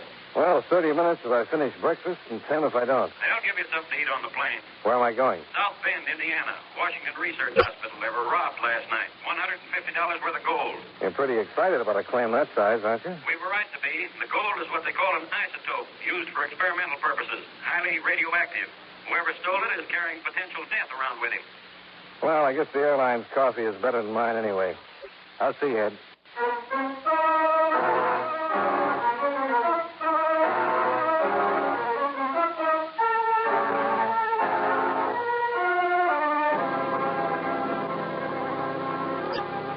Expense account submitted by Special Investigator Johnny Dollar to Home Office, Corinthian Insurance Company, Hartford, Connecticut. The following is an accounting of expenditures during my investigation of the radioactive gold matter. Expense account item 1, $52.75, airfare and incidentals between Hartford and South Bend, Indiana. Expense account item 2, $1.40, cab fare out to Washington Research Hospital. Dr. Reed McKinlock was in charge of the radiological laboratories. It's impossible to overemphasize the seriousness of the situation, Mr. Dollar. An extremely lethal weapon is loose somewhere in the city of South Bend. Would you mind explaining what this gold is, Doctor, and why it's so deadly? It's what we call a radioactive isotope. That means the gold's been exposed to an atomic pile until it becomes highly radioactive. We use it here as well as a number of other isotopes in the treatment of certain malignancies. Uh-huh. Now, what form does it come in, Doctor? Both gold leaf and needles, depending on whether we wish to employ solutions or a direct injection. Well, what kind of protection do you have against its radioactivity when it's not in use? Well, all our isotopes are kept in small glass vials, which are in turn kept in small lead boxes. When not in active use, we place them in a lead vault in our laboratory. Are the other isotopes missing? No, just the gold, which means there couldn't have been much of a profit motive in the theft. Why not, Doctor? Well, we only had 4 ounces of the gold. So as a metal, it wasn't worth too much. And as an isotope, others such as carbon-14 or iron-55 are 3 times as valuable. Uh-huh. Any other reason for anyone taking it? Outside of its value in research and healing, it's practically worthless. I can't possibly conceive of any reason for its theft. All my staff have been with me for some time. According to Dr. McKinlock, the radioactive gold had been used on a patient the day before, placed in the vault that night, and a laboratory technician had discovered its loss at 8 o'clock in the morning. Apparently, whoever had taken it was unaware of its lethal properties. The protective lead box had been left behind. Doris Floria, the lab technician, added one more bit of information. I can't help thinking it's all my fault, Mr. Dollar. I'm the one that's responsible. Well, why is that, Miss Florian? Well, one of my duties here is to check the vault each evening, make sure all the isotopes have been replaced, and then close and lock it. Well, didn't you do that last night? Oh, yes. At least I thought I did. You thought you did? But I came in this morning to unlock the vault. It was partially opened. Apparently, I hadn't locked it last night. Well, we all make mistakes, Miss Florian. Yes, but not as deadly as this one's liable to be.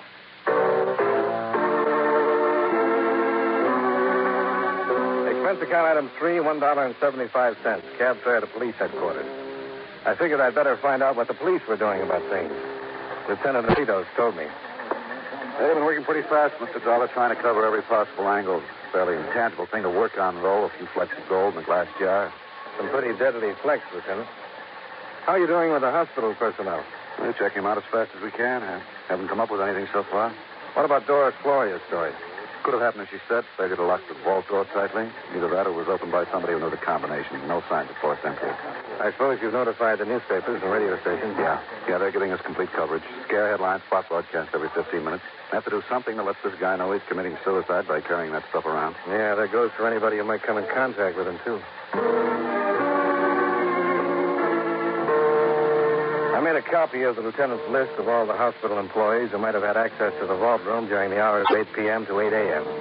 Then I started back for the hospital to recheck. I was still looking for a cab outside of police headquarters when Lieutenant Ritos came hurrying out of the building and changed my plan of action. Better forget the cab and come along with me, Dollar. Why, what happened, Lieutenant? We sent out a flyer to all the pawn shops, precious metal buyers in town. A fellow by the name of Gus Parker called in. Owns a Helpful Friend Collateral Company on South Water Street. He just caught one of the radio broadcasts, scared him to death. He bought that hot gold at 10:30 this morning.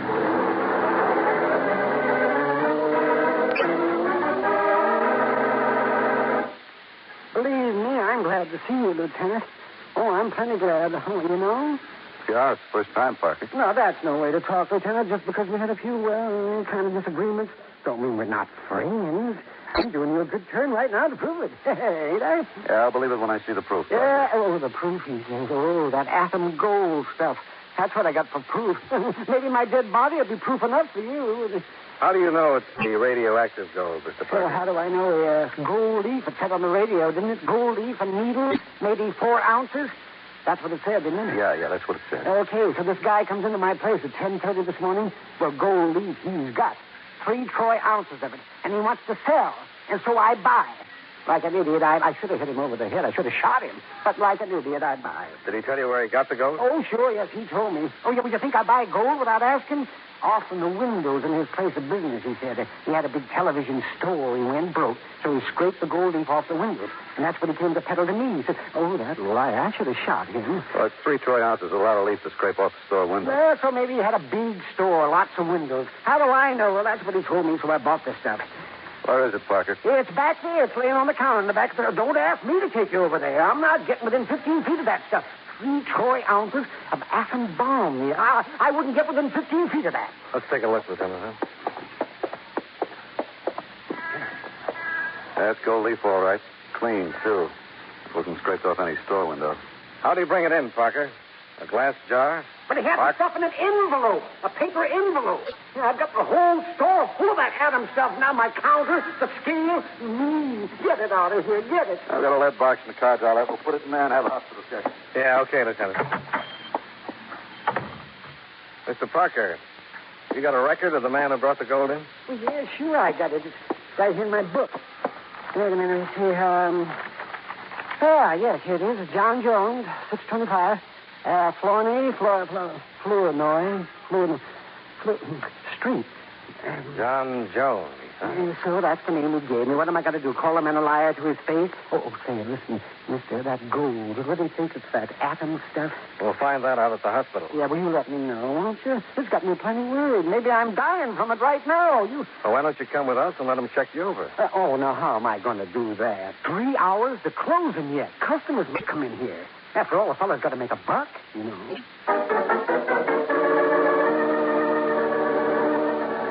We put the gold leaf into the lead box with the help of some sugar tongs that Parker had around, called the hospital to tell him we were on the way, and drove down. Dr. McKinlock was in one of the X-ray rooms taking some plates when we walked in. Okay, Steve, that'll do it. That's his whole picture, Doctor. That's it, Steve. You can put your shirt on now. Stop by tomorrow afternoon. We'll have the plates developed by then, and I'll let you know. You think everything be all right, Doctor? Nothing bad wrong. Everything be all right. It's my job to worry about these things, Steve, not yours. So run along, give that lovely bride of yours a kiss for me, will you? I know she likes that, Doctor. You wait till I tell her. Thank you.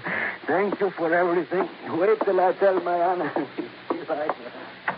Oh, sorry I had to keep you waiting. I wanted to be sure to get those plates on Steve Rojak today. Suspected malignancy. Do you think you have the gold? We're not sure, Doctor, but we've got some pure gold leaf. Well, let's check and see. I have a Geiger counter over here. And now, if you'll step back. Yeah, sure. Did you get the man who had this? Not yet. Well, if this is hot, don't waste any time getting him down here. There may be still a chance to save his life. I'll pass the counter over now. Any increase in the intensity of the clicking, and we've got it. If there's not, well, let's see.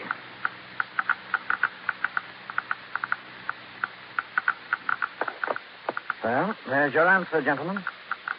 Yeah, looks like we start again from scratch. Progress came to a complete standstill.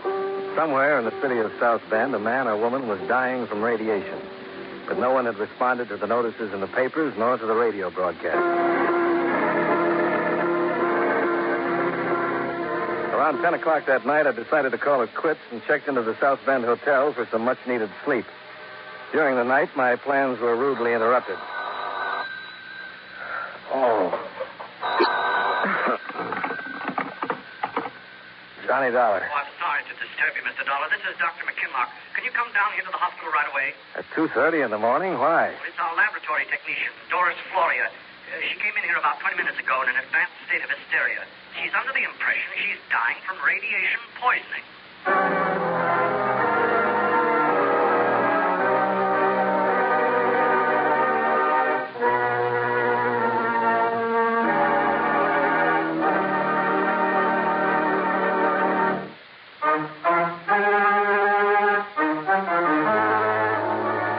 And now, with our star, John Lund, we bring you the second act of Yours Truly, Johnny Dollar.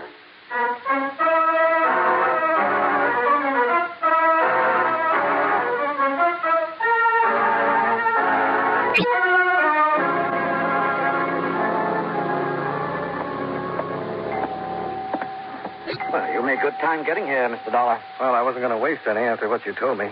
Where's Miss Floria? She's in one of the treatment rooms down this way. That's what happened, Doctor.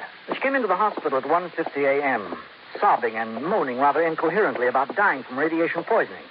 When the resident on duty called me, I came down, gave her a sedative, and put in the call to you. Uh-huh. This is the room, Mr. Dollar. I've already made a preliminary examination. Did you find anything? There's slight but very definite radioactivity spread generally over her body. Of course, the counter shows any contamination almost immediately, but the secondary symptoms usually take 8 to 14 days to make their appearance. Uh-huh. Okay, let's talk to her.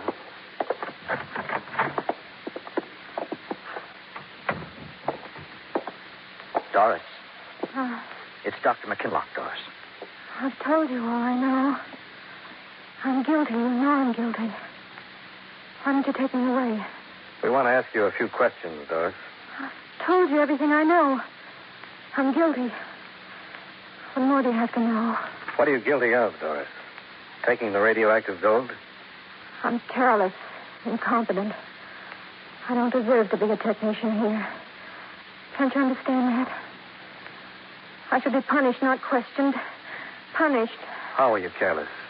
By exposing yourself to radiation? Yes. Yes. What do you think I've been telling you? Night after night, having to take all that time, using the shields, the tongs, to put the isotopes away, wasting time. Well, you've been shortcutting the safety procedures. Is that it, Doris? You haven't been following the safety rules? I just told you that, didn't I? Careless, incompetent. Now I'm dying, and I deserve to die. To be punished. Why, Doris? Did you take the gold? Take it? Take the gold? Yes, did you take the gold from the vault? No. No, I didn't take it. Who said I took it? I wouldn't steal. Well, then why are you guilty, Doris? What did you do? The vault. Night before. I did close it. Locked it tight. But the gold, What about the gold, Doris? it wasn't in the lab. I left it out on the treatment room. I forgot all about it. Left it out there. For anybody to take. Anybody. Why don't you punish me for that? I'm guilty. Why don't you punish me?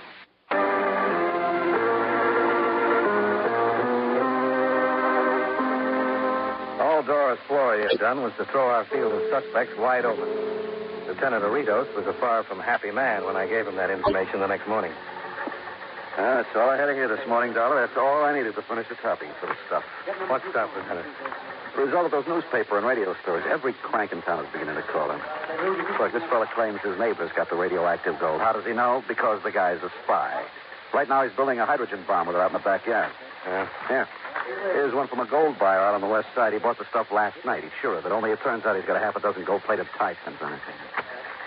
That's where it's been going, Dollar. We've got to check them out one by one. Yeah, policemen often tell me that a policeman's lot is not a happy one. I know an insurance investigator wasn't doing too well either. No comment, Lieutenant. Mm-hmm. Where are you going from here, Dollar? Out to the hospital. No place else to go. Maybe we missed something down the line there. I doubt it. Yeah, so do I, but I got to do something. 24 hours have gone by. Yeah. Haven't gotten very far, have we? The squad car gave me a lift back to the hospital, and I went into the questioning routine again. I was studying the very negative results of my handiwork when Dr. McKinlock brought me some interesting information. Remember that patient I had in here yesterday, Mr. Dollar, Steve Rojak? Rojak? I was giving him some X-ray tests when you and Lieutenant Doritos came in. Oh, yeah, the one you thought might have a malignancy. Well, we gave him a tracer dose of phosphorus 32 last night, and I was going to check him with this portable counter. But while I was carrying it down the corridor just now, the counter became activated. You mean there's some radioactivity out in the corridor right now? That's right. Well, where's it coming from, Doctor? I'll show you. Now, this is a pretty sensitive instrument. Don't let the volume of its activity concern you. I'll take your word for it. This is the maximum intensity right here. Well, there's nothing in the corridor to produce that. What's over there? A utility cabinet? That's right. Let's look inside. There it is. Yeah, a rubbish cart. The kinds your porters and orderlies push around. And it's contaminated. Could that have happened if somebody had carried a radioactive substance hidden inside? It could. Now all we have to do is figure out who used it. I'm afraid that's in your province rather than in mine, Mr. Dollar. While Dr. McKinlock prepared the cart for decontamination, I put a call through to Lieutenant Aritos and gave him the names and addresses of all hospital porters and orderlies who'd been on duty the night of the robbery. He had them all down at the hospital within an hour. Then Dr. McKinlock began to test each man for radioactive contamination with the Geiger counter. Just step up here, Brandon. That's right. Now, stand still. That's all, Brandon. Thank you. Hartley, will you step up, please? That's right. Now, stand still. Okay, Hartley, thank you. Schweigert, you're next. That's right. Now, stand right there, please. Okay, Schweigert, thank you.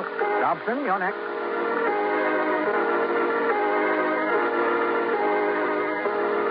The entire process took a little less than 20 minutes. Not once did that little black box with its flashing light and irregular clicking show the slightest interest in anyone it was introduced to. My bright idea turned out to be a complete flop.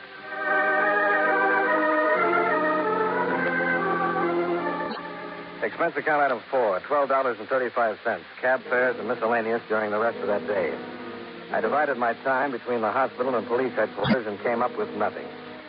At 7:30 that night, I was sitting at the hotel bar wondering whether to wire in my resignation right then or wait till I got back to Hartford when I got a phone call from Lieutenant Aritos. I'll pick you up outside in a couple of minutes, Dollar. Why, what's up? Might have our first victim of radiation poisoning from that gold. Yeah, who is it? An 8-year-old boy named Bobby Thatcher. His mother just brought him into the hospital. What makes you think he's been exposed? She found him playing with a little glass bottle with suspected gold at the bottom of it. The label said Washington Research Hospital.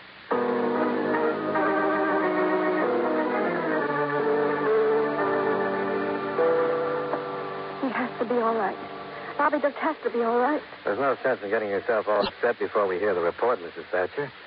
We're not sure that Bobby was exposed to any radiation. Oh, Mr. Dollar, you know better than that, and so do I. The radio broadcasts were clear enough. Bobby was exposed. I'm only praying that I caught it in time, that the radiation won't have caused too much damage. Suppose you tell us just what happened. Well, it was about 7 o'clock tonight. Bobby was playing out in the backyard after dinner. It was getting time for his bath, so I went out to bring him in. That's when I found him playing with the glass bottle. For a minute, I was stunned. I didn't know what to do. What did you do, Mrs. Thatcher?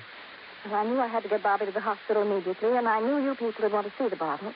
So I put the bottle in an old tin can. I wrapped the whole thing in newspaper, put it in the luggage compartment of the car, and drove Bobby right down. Do you have any idea where he got the bottle, Mrs. Thatcher? Where it came from? I asked him that on the way down. He said he found it in the neighbor's yard.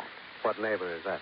Oh, there's an elderly couple lives next door to us. We don't have a fence between the two properties, and Bobby wandered over there. I guess he found the bottle and brought it back. What are the neighbors' names? Oh, Lieutenant, I don't want to get them in trouble.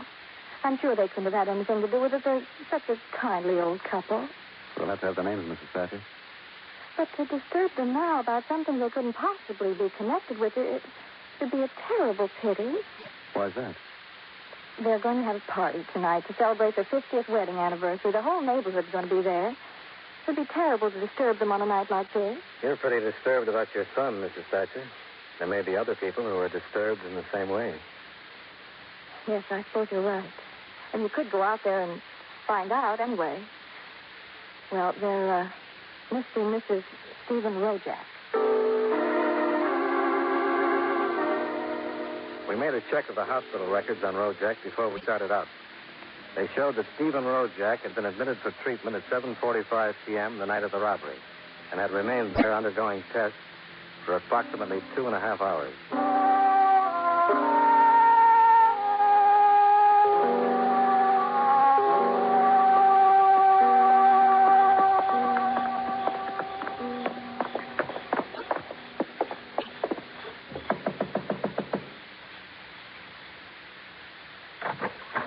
Good evening, gentlemen. Is there something I can do for you? You, Mr. Rojak? Yeah, that's right. Stephen Rojak. I'm Lieutenant Doritos. This is Mr. Dollar. We'd like to ask you a few questions. Lieutenant, you say? Then you are from police. That's right. It is too bad.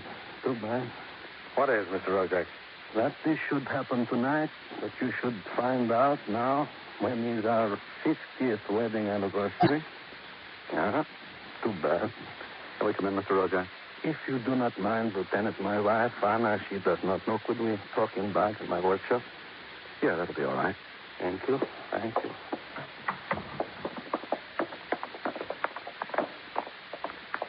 Do you know why we're here, Mr. Rojak?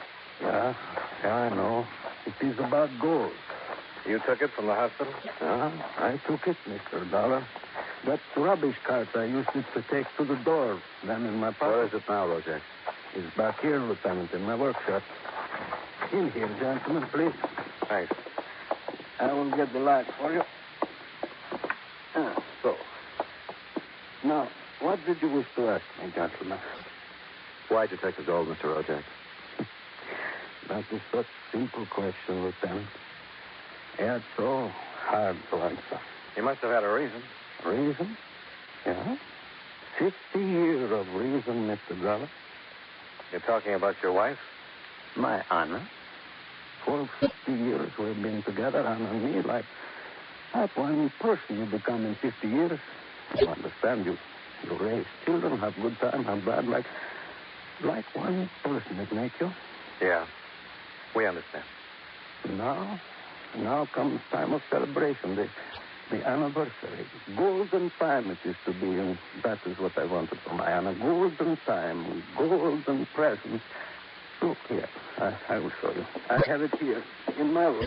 Don't touch it, Rojak. But why should I not? It's nothing but gold. I have been working with it almost constantly for 2 days now. There. You see, gentlemen, what I have made? 2 golden rings. 2 gold rings with design on them. A design which, when they are placed so, joins them both together. You made the rings out of the gold, huh? Oh? Golden present for Anna? And on a golden anniversary. I know it was the wrong thing to do with taking the gold, but when I saw it there in the hospital on the table, I knew what I had to do. To make rings for Anna. You've been working with that gold for 2 days? 2 days, right? Haven't you read any papers in that time? Listened to any radio broadcasts? Oh, I'm sorry. I do not read in English, and radio we do not have. Yeah, I see. I was going to pay back for the gold after my treatment. I was going to pay back. And I will pay. Yes, Mr. Rojak. You will.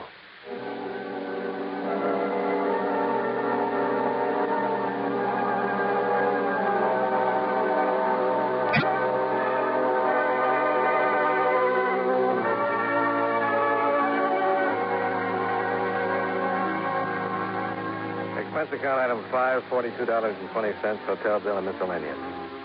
Expense account item 6, $55, airfare and incidentals back to Hartford. Expense account total, $165.45. Yours truly, Johnny Dollar.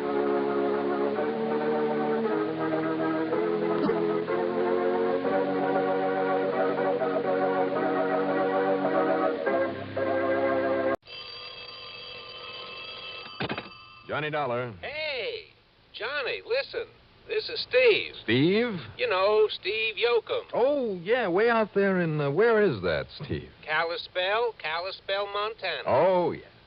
You know, Four State Mutual. Right. Well, what seems to be the trouble, Steve? Listen, can you fly on out here right away, Johnny? Sure, I guess so. What's up? One of my clients, John Turner Whitcomb. Rich old man. Got him insured for nearly $500,000. And? Well, if what it looks like has happened, the company's going to be out almost $1 million. You know, because of the double indemnity. For accidental death. Yeah. If, like I say, that is the way it's happened. I mean, if it's happened at all. Well, is he dead or isn't he? That's the trouble. I don't know. Not for sure. What do you mean? I mean, that's what you better get on out here and find out for us. All right. And if he is dead, whether it was accidental or it wasn't, but if he isn't dead, well, that we got to know about, too. But if he is... All right, Steve. I'll be out to see you. What I mean is... Oh, okay, Johnny. Right. Listen, if you can catch a plane tonight, you ought to get here sometime in the morning. I'll be waiting for you at the airport. Well, first I'd better check a schedule of... Hello? Hello? Okay, Rattlebrain, I'll be there.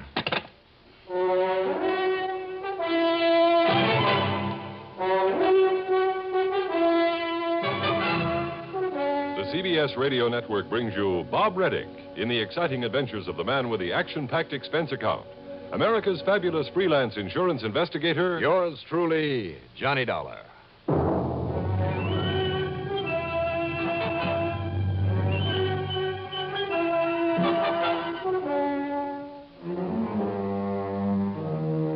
Expense account submitted by Special Investigator Johnny Dollar to the Four State Mutual Insurance Company office in Kalispell, Montana. Following is an account of expenses incurred during my investigation of the Yaak mystery matter.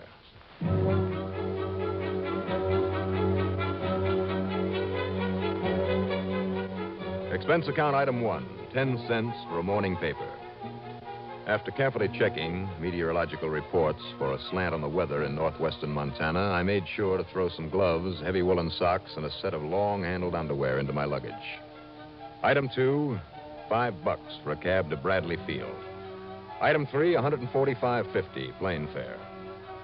It was almost 9:30 a.m. by the time we set down at the small but prosperous-looking city of Kalispell.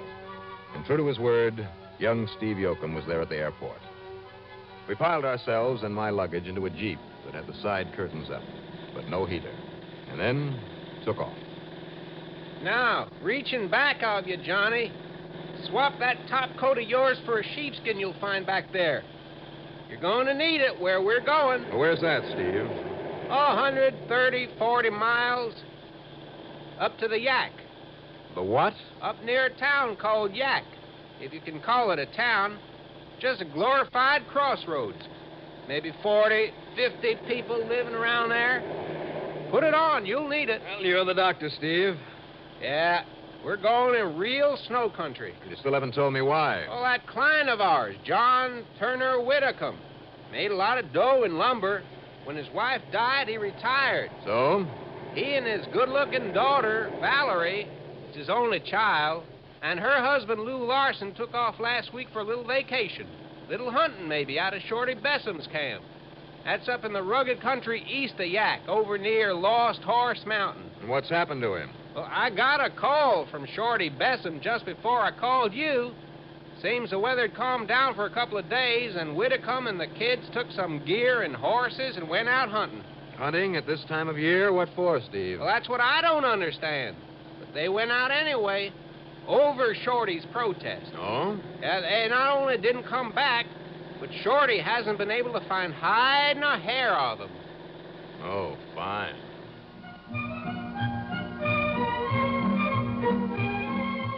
"90 miles out of Kalispell on Route 2, we stopped for lunch at the colorful sawmill town of Libby, a kind of headquarters and main supply point for the logging operations in that area.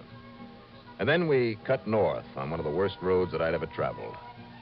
Yeah, the snow plows had been through, but that was all. And what's more, it clouded up. And then what started out as a cold drizzle turned into a heavy, wet snowfall in the middle of May yet. Steve had called it rugged country, and he wasn't kidding. Most of what we passed through was heavy forest land, spots almost impenetrable, except perhaps for the logging trails here and there, lots of big trees, jungle of heavy, tangled undergrowth. Not a good place to get lost. Mighty good hunting country, too, Johnny. I mean, when the weather's good. Lots of deer and bear and wolves, mountain lions, lots of things. At Yaak, we stopped long enough to fill up with gas. That's item 470. And then plunged into the deep forest, going eastward on, believe it or not, an even worse piece of road, following a vague sort of wagon path through the trees and the heavy snow. Only a four-wheel drive would ever have made it. It was after 5 p.m. by the time we finally got to Shorty Besson's camp.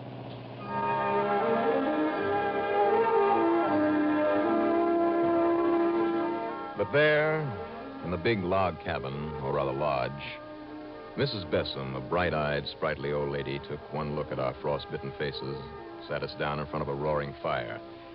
And that stone fireplace was big enough to walk into. Logs burning in it were over a foot thick.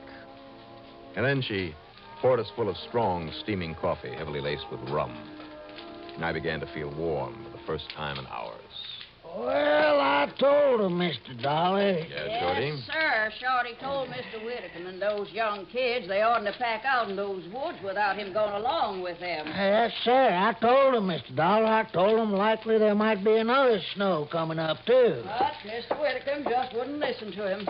Here, now, have some more of this. Oh, no, thanks, Mrs. Besson. Oh, name's Kate, and you know you need this.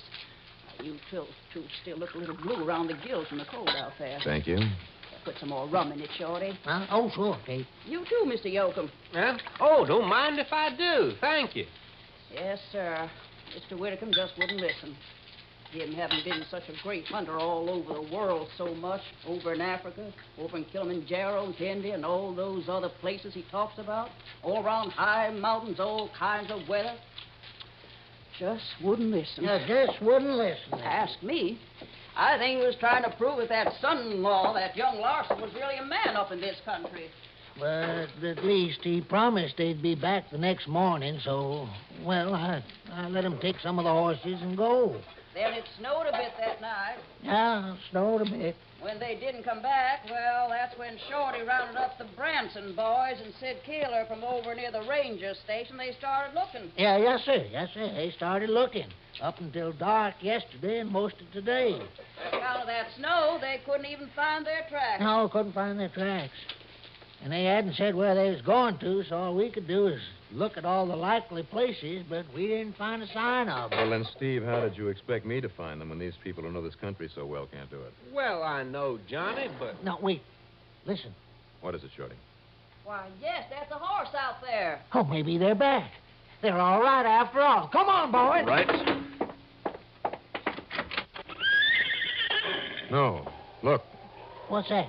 Johnny. Good Lord. Yeah.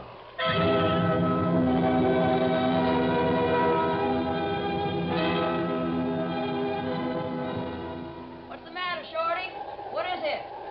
It's that son-in-law, young Larson, out there. Well, don't just stand around outside there talking about it. Get him in here. Yeah, but he's just laying there in the saddle like Come on. Let's see if he's still okay.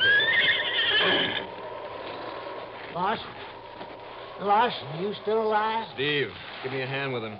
Help me get him out of that saddle. Sure, Johnny. Here now. He's still alive, Mr. Dollar? I don't know, Shorty. I don't know. Well, get him inside here where I can do him some good. Right, easy now, Steve. Easy with him. Yeah, Johnny. Yeah, I'll take care of the horse.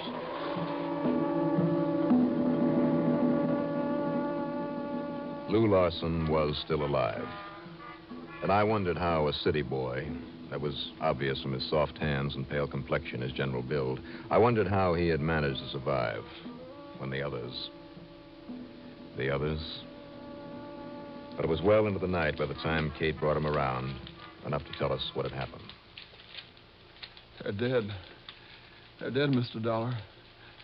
Mr. Whitcomb and my Valerie. Oh, that poor, lovely little girl. Where, Lou, and how did it happen? Somewhere on the south slope of Lost Horse Mountain. Yeah. At least, that's where Mr. Whitcomb said we were. Now, boy, you just get some more of this hot coffee inside of you. Yeah, boy. Get some hot coffee in you. Thanks. I'm feeling all right now, I think. Go on, Lou. What happened? When the snow came, he said we better make camp, not try to get back here. Now, that was wrong of him. He'd have known this country at all. I wondered about that, too, Kate. It was getting dark. He found a kind of shelter and built a fire. It was under some big rocks beside a real deep crevice. On the side of the Lost Horse Mountain? Yes. Oh, Lordy, that was Dead Man's Hole. It's very narrow. Very deep. Yeah, it's a death trap. That's all it is, a death trap. It's a death trap. That's what it is. Told me to go look around for some more wood while he and Val try to make camp. But a fire under the snow that piles up there? Dollar, if my horse hadn't followed me, we'd have died out there, too. Maybe it would have been better if I'd stayed with him, with Valerie, and died with her. Easy now. She was my wife, Mr. Dollar. I loved her very much. I know, Lou. Go on, please. I only got a couple of 100 feet away when I heard that terrible sound. Like thunder. An avalanche. That's what it was. And I looked back. And that's what's taken the lives of more people in that awful chasm. It's a death trap, I tell you. It's a death trap. Go on, Lou. All I could see was thousands of tons of snow and rocks falling down where I'd left them, rolling everything, even their horses, into that chasm. It was terrible. Terrible. All right. Now, son, you just take yourself another drink of this, and then you sleep a while. Thank you, Kate. I'm so tired. So tired. Sure you are. Here, you men help him into bed. Yeah, come on, Shorty, give me a hand. Yeah, sure, Mr. Dollar. We'll put him in what was Mr. Whitcomb's room. It'll be warmer there. That's a good idea. It'll also give me a chance to... What's the matter, sir? Come on. Let's get him to bed.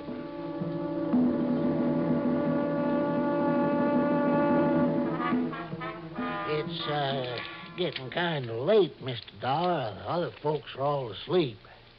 How far is it to that canyon, Shorty? Oh, a couple hours if you know the way. If you don't know the way, in this kind of weather, it could take a couple of days, like it did young Larson. Awful easy to get lost out there. Mm-hmm. But if you're thinking of going out and try and find them, Mr. Dollar, there's no point in it. Why do you say that? Well, like Kate said, they're not the first to have fell in Dead Man's Hole. But nobody's body's ever been drug out of it. Why not? It's too deep, too dangerous, too easy to start more rocks sliding down inside of it. Well, I'll take your word for it. Most anything would start a slide there. Build a fire under the snow overhang on top of that rock he was talking about, you'd start a snow avalanche. Really? Just fire a shot on some of the smaller rocks on the side, you'd start them tumbling down. Why, even a little animal walking around up there would do it. See my credentials? Oh, it's happened many times, Mr. Dollar. Read up in all the books that ever been wrote about this part of the country. Yeah. Well, now, Mr. Dollar, I don't know about you, but it's late and everybody else is to bed, so why don't you and me hit the sack too, huh? Nothing more we can do tonight anyhow. You go ahead. I'll be along shortly. I don't know what I was really looking for there in Lou Larson's room. And I had to be very quiet. But then, in one of his suitcases, under a pile of shirts, was a piece of a topographical map. A map of the area surrounding Lost Horse Mountain. At one point on the south side was a check mark to what was obviously a very deep, narrow canyon. And there was a book, too. The Legend of Lost Horse Mountain. All right? Reason for suspicion? Sure. But that was all. Or was it all? The next morning was surprisingly enough quite warm, though heavy storm clouds raced across the sky. You never know this time of year, Mr. Dollar. One day it'll be hot like this. Next it'll be freezing up again, or maybe snow. I knew now that I had to have a look down into Dead Man's Hole. And before another avalanche could fill it up some more. It happens 8, 10, 15 times a year. They'll never fill up that big chasm. Washes out in the summer floods, anyhow. Over his protest, Shorty and I set out on a couple of the horses, armed with pick and shovel and a pair of binoculars. As for Steve Yoakum, who'd struck me as being pretty useless in a situation like this, I left him behind to look after young Larson, still asleep in Whittecomb's bed.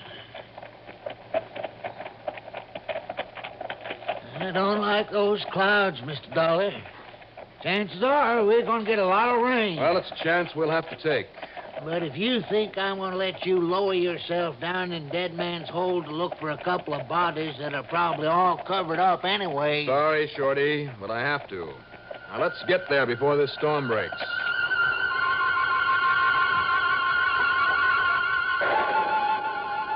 But we didn't. And when a storm hits that part of the country, it isn't fooling.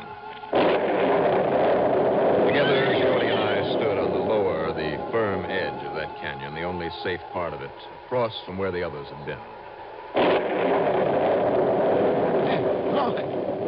Look. There they are, down there. I see them. The rain has melted away the snow that covered them up. But we'll never get to them. Let me have those field glasses. Oh, sure, here. Thanks.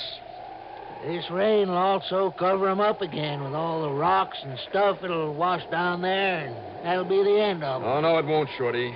Break out those ropes and help me down there. Now, don't you try it, Dollar. Come on. Help me rig a line. Now, I tell you, you're crazy.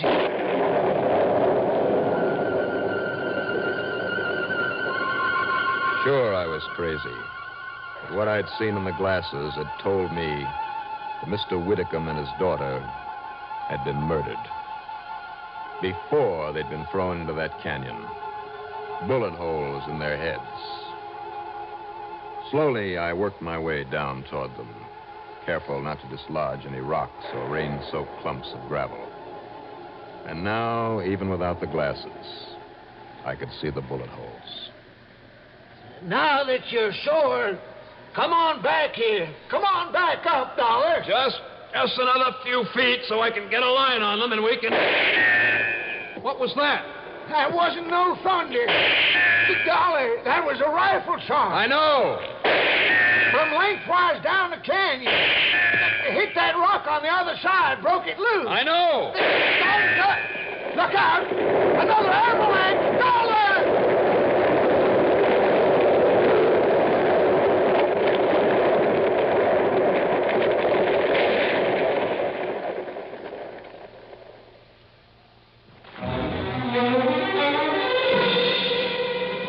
How Shorty Bessem ever managed to haul me up out of that pit of death with tons and tons of rock and mud pouring down all around me from the far side of the chasm, I'll never know.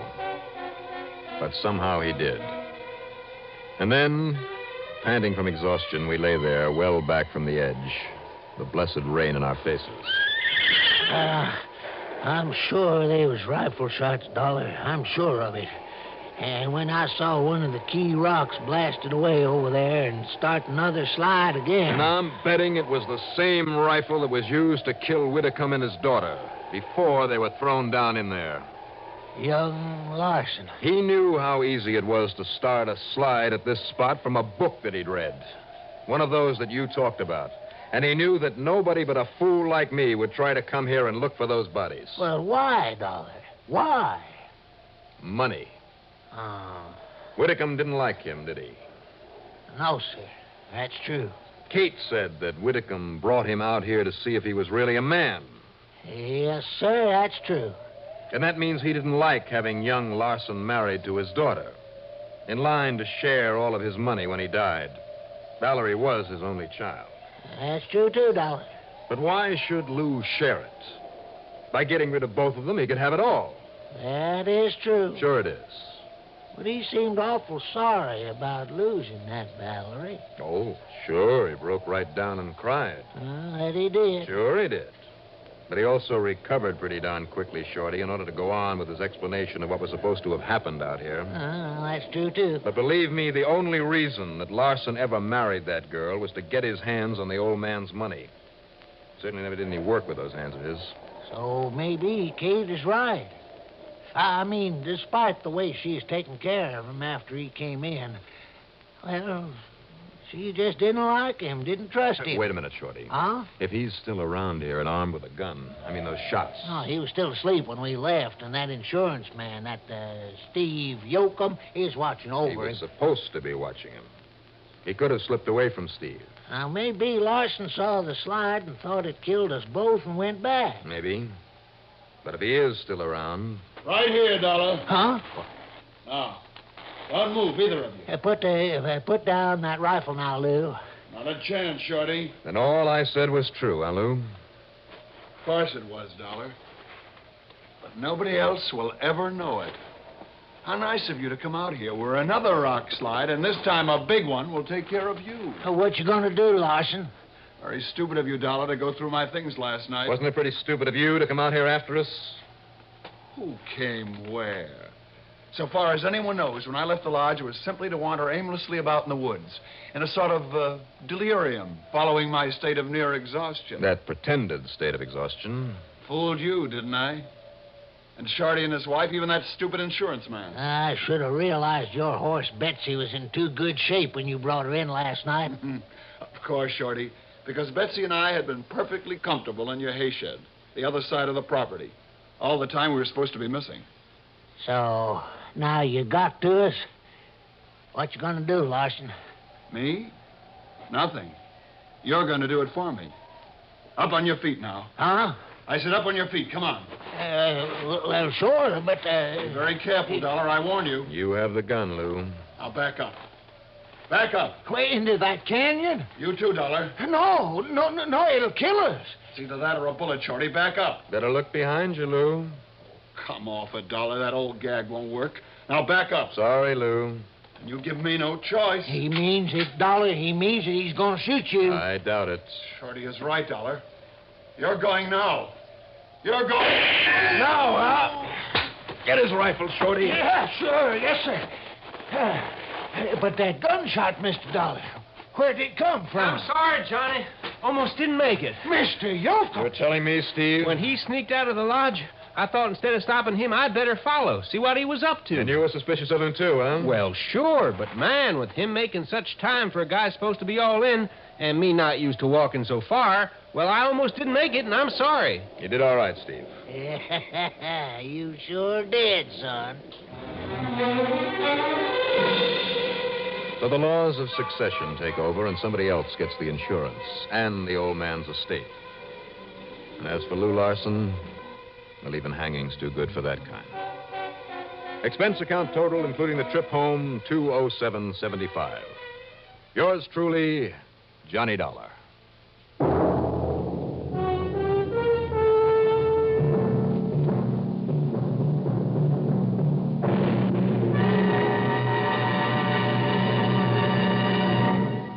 Now, here is our star with an important message and a few words about next week's story. The CBS radio network and this station are both very much a part of National Radio Month. But the figures show that you, the listener, are just as much a part of the celebration. You take part every month of every year with your purchases of new radio sets. Today, there's an all-time record number of radio sets in use. Today, there are more listeners than ever. And the number one network for the best sound around is, of course, CBS Radio. And now, next week, the stock in trade matter. And the stock I'm talking about is just exactly that, stock. Join us, won't you? Yours truly, Johnny Dollar.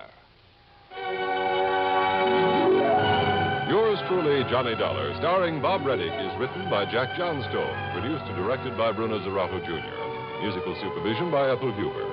Heard in our cast were Robert Dryden as Shorty, Bill Lipton as Steve, Athena Lord as Kate, and Alan Manson as Lou Larson.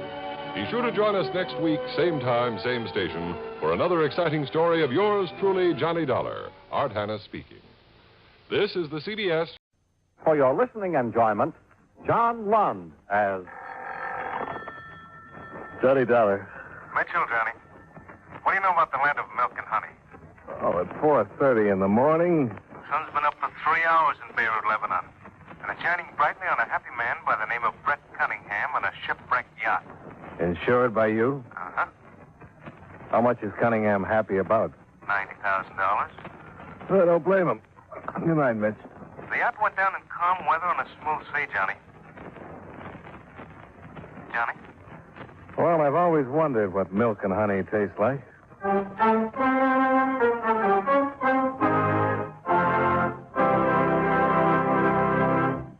We'll return to our program in a moment. But first, I'd like to talk to you about housekeeping. Recently, a woman was interviewing a prospective maid and asked her how she was on light housekeeping. Well, I'm sorry, ma'am, said the young lady. I never kept a lighthouse. I admit that's an old joke, but it generally gets a laugh. However, housekeeping is no joke. That's a job from which no one can escape, whether he lives in a house, an igloo, a military barracks, or a governmental building. Yes, housekeeping is a very important job, even in our government. Someone has to see that the plumbing doesn't leak, that electricity, oil, and coal aren't wasted, that the garden is kept in good shape, that the animals are fed, and that the people have a place outdoors in which to enjoy themselves. Actually, all these governmental household tasks are the work of the Department of the Interior, which at one time was called the Home Department. The biggest job of the department is conservation, the protection of the things that make our country a good place in which to live. The land, water, oil, coal, forests, minerals, fish, and wildlife. These are our natural resources. If it weren't for the conservation work of the Interior Department, before too long, all the farm and grazing lands would be washed or blown away, and all the wildlife would disappear from our fields and forests. Another important job of the department is the development of new natural resources and the caring for our national parks, where people are free to go sightseeing or set up camp. And during wartime, the Secretary of the Interior has a special job, namely, making sure that sufficient oil and other fuels are available to our armed forces and defense industries. Yes, our governmental housekeeper, the Department of the Interior, has a most important and vital job in maintaining the comfort and welfare of every citizen of the United States.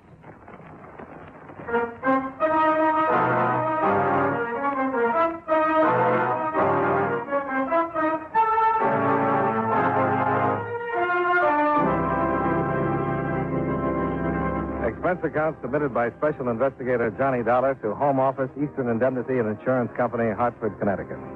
The following is an accounting of expenditures during my investigation of the milk and honey matter. Expense account item 1, $666.45. airfare and incidentals between Hartford and Beirut, Lebanon. Quite a fabulous land, this one of Lebanon, where ancient mosques and biblical ruins stand hand in hand with the most ultra of modern hotels. And quite a fabulous character, this Brett Cunningham. I located him exactly 35 minutes after checking in at the St. George Hotel. He was just where everyone I questioned said he'd be. At the Suaita, a swank gambling casino just outside of town on the Beirut-Damascus highway. Voilà, rouge et affaire. He was standing at one of the wheels, all 6'4" of him, face flushed and grinning, surrounded by stacks of chips and a young, svelte brunette who clung to him with one hand and a champagne cocktail with the other. Faites vos jeux, mesdames et messieurs. Faites vos jeux, s'il vous plaît. What do you say we try 13 again, huh? That would be real George, Fred. Real George. Okay, baby, 13 it is. Are you Brett Cunningham? Uh-huh. Okay, Charlie, let her spin. My name is Johnny Dollar. I'd like to talk to you for a minute, Cunningham. Some other time. It's pretty important. Well, don't spin her so hard the next time, Charlie. It takes too long to get action for my money. You are American, no, mister? That's right. Nadia thinks you are real George, Mr. American. Well, thanks a lot. It's about that yacht of yours, Cunningham. Insurance? Yeah. I figured. Très noir et affaire. Hey, how about that? Stack them up for me, Charlie. Oui, monsieur. It's going to be a big night, baby. A big night. Oh, oui, Brett, real George. Faites vos jeux, About that yacht. You got my check with you, Dollar? That comes later. What comes now? Some routine questions. Such as? Such as, how come your yacht went down in a smooth sea in calm weather? Oh, worried about a fraudulent claim? Are you? Hey, put these on double O, Charlie. Rien ne va plus. Rien ne va plus, mesdames et messieurs. Well, Mr. Cunningham? Oh, yeah. Well, she hit a derelict, dove in the bow, went down in less than 3 minutes. Just like that? Why not? I don't know. But maybe you'd like to find out, huh? Well, no harm trying. Oh, sure. You do that, Dollar. You'll find me right here when you're ready to pay off.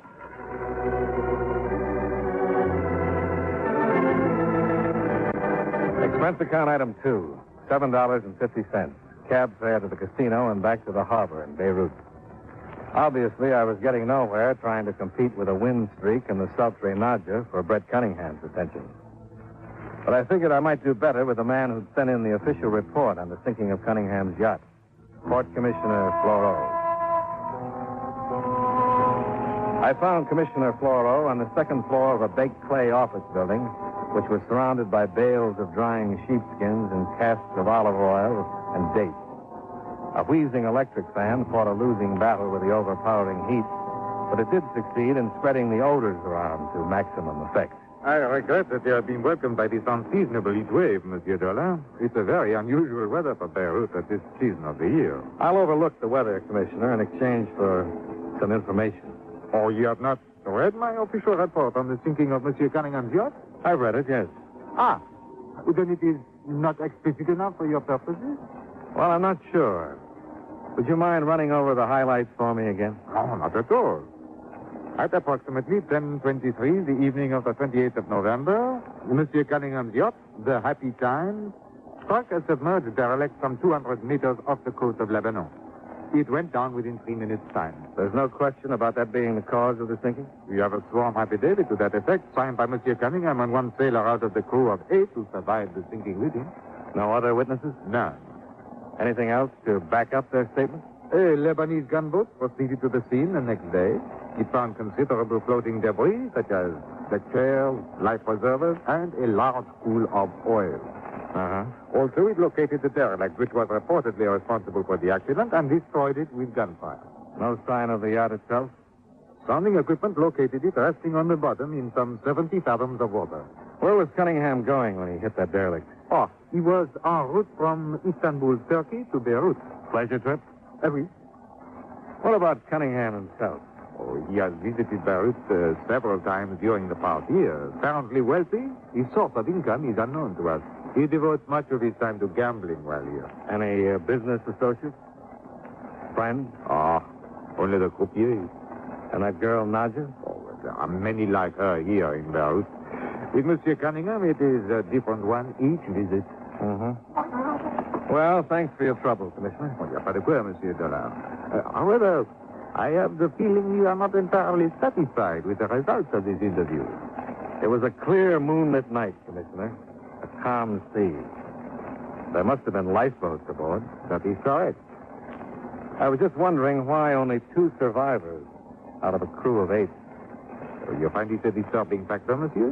Don't you? Yeah, my duty ends with the factual reporting of what has occurred, Monsieur Dollar. So does mine. Before I left him, Commissioner Floro gave me the name and the address of the sailor who survived the sinking. I found him deep in the native quarter behind the bazaars, on a narrow, twisting street black with shadows that was called El Ekbad.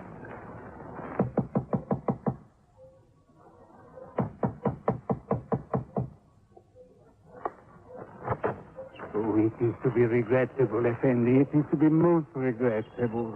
What is? My sweethearts, Effendi, they are so delicate, so sensitive. It is their feeding time. Interruptions disturb them. You understand. You're talking about those birds in there? My sweethearts, Effendi. My lovely feathered darlings. They are so sensitive. I cannot talk now. You understand. You will excuse, please. No, just a minute. You're Casimir Andescu? It is so, Effendi. My name is Dollar, insurance investigator. I'd like to ask you a few questions about the sinking of Brett Cunningham's yacht. But what is there that Casimir Andescu, a humble sailor, could tell you about that, Effendi? That's what I'd like to find out. Very well. Come in, if you please. Here, Effendi. Please to be seated on the chapeau, if it does not offend you by its humbleness. No, it'll do fine. Now, if you do not mind, I will feed the hearts of my heart while we talk. They are so hungry, poor things, and they're so sensitive. Oh, go right ahead. I have collected them from all over the world, Effendi. My favorites, such as Fatima here, I take with me on all my voyages. I'm interested in your last voyage. What happened? It was so unfortunate, Effendi. It was about 10 o'clock on the night on the 28th of November, some 200 meters off the shore of Lebanon. The yacht she struck a derelict and went down in less than 3 minutes. So unfortunate. Now tell me what really happened. Effendi, I've sworn to this information before the commissioner of the port. I read the report. I don't have to believe it. Dear Krishna, beloved of all beloveds, for you, my sweetest one. Well, Mr. Andescu? Effendi, I am but a poor man. How much?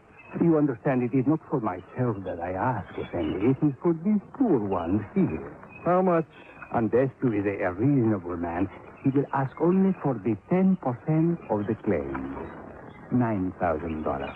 Oh, I couldn't ask anyone to be that reasonable. Is it 6,000, perhaps? 500. Effendi, my ancestors would show me in paradise. Well, that'd show pretty good taste. 500. Oh, it is most regrettable, Effendi, but Andescu can tell you nothing. Okay. It is not that I am mercenary, Effendi. So far as money is concerned, I would not ask 1 dinar for myself. You understand what I am saying, Effendi? Oh, sure. It's strictly for the birds. Expense account item 3, $27.50. A radiogram to Intelligence Division, Turkish Police in Istanbul. Expense account item 4, $3.50. Cab fare out to the Estuado Casino. The return trip being occasioned by a phone call just as I was climbing into bed for the night. Johnny Dollar. Brett Cunningham, Dollar. Oh, what's on your mind, Cunningham? That check for $90,000. Well, you sound anxious. Your win streak peter out? No, I'm still doing all right. But you've just hit all over the board. Being cryptic doesn't suit your personality. How about honesty? I'll be happy to read any character references in the morning. Wouldn't you rather read my signature on a quit claim to that insurance tonight? You don't sound as though you've been drinking. I haven't. Well, why the sudden change of attitude? Are you interested in analyzing me or in that quitclaim? Where are you? At the casino. I'll be right there.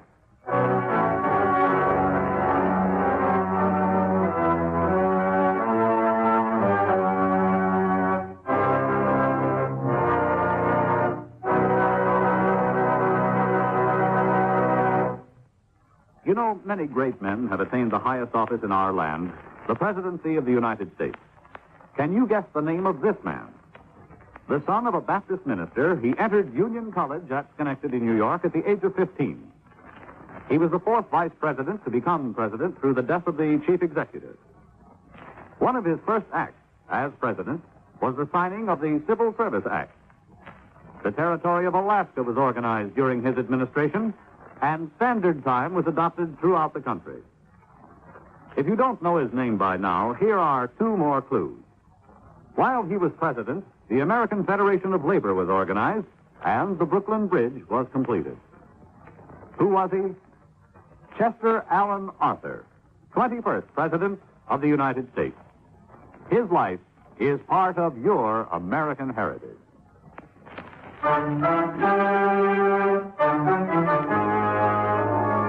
And now, with our star, John Lund, we bring you the second act of Yours Truly, Johnny Dollar.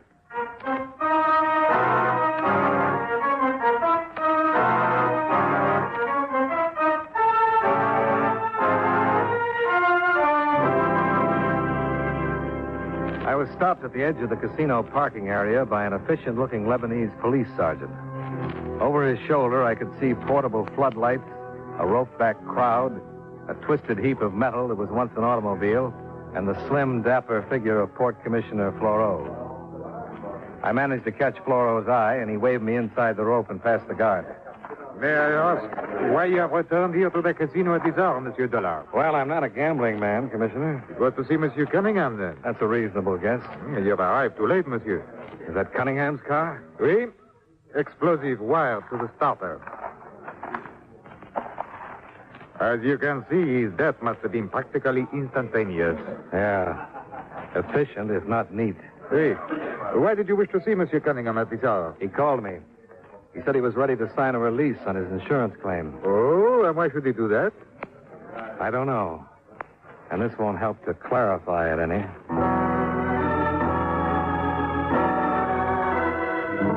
For the next 3/4 of an hour, Commissioner Floro conducted a crisp, thorough investigation and came up with nothing. One of the police sergeants drove me back to my hotel. Nadja was waiting for me in the lobby. Hello, Mr. Dollar. Well, hello, Nadja. I see you're not wearing mourning. You know you're real cute, Mr. Dollar. Nadia likes you. Nadja liked Brett Cunningham, too. Oh, sure. Brett, he was real yours. Only now Brett is real dead. So now Nadja liked Mr. Dollar. Oh, sure. Only Nadia likes something better than both of you. Well, now, that couldn't possibly be money, could it? You're so funny, Mr. Dollar. But of course it is money. $90,000. American. Did Cunningham promise you that insurance money? Oh, yes. Oh, you're too smart to have fallen for a line like that. And you must know that now, if the claim proves valid, it goes to Cunningham's heirs. Sure. That is where Nadia comes in. He named you in his will? No. He married me. Nadia is Mrs. Brett Cunningham. Is that not real crazy, Mr. Dollar? After Nadia dropped her little bombshell and took her giggling departure, I checked with Commissioner Floro, who in turn checked with the Public Records Administration. Brett Cunningham and Nadia had been married the evening before in the manager's office at the Essuito Casino. Expense account item 6, $17.25. Radio phone call to Istanbul, Turkey. I spoke with Chief Inspector Debrigi. 1,000 pardons, Mr. Dollar, for not having replied to your radiogram before this. But we have been having some difficulty in obtaining the information you request. Well, that happens, Inspector. What have you run into? We know that Mr. Cunningham's yacht, the Happy Time, sailed from Istanbul on the afternoon of the 24th November bound for Beirut. Our trouble has been with this motor schooner, the El Hussein. The El Hussein. What's that? Oh, a ship of Lebanese registry, 400 tons, launched in 1923. It was being towed by Mr. Cunningham's yacht. Who is the registered owner, Inspector? That is what has taken the time, Mr. Dollar. We have no record of him in our files. We've been unable to learn anything about him. His name is Casimir Andescu. A quick run over to the native quarter verified what I was already pretty sure of. Andescu had flown with his birds of a feather. Expense account item 6, $55 for the rental of a motor launch, equipped with skipper, hand winch, 100 fathoms of good steel chain, and a number of grappling hooks. We sailed out of Beirut Harbor and headed northward up the coast of Lebanon.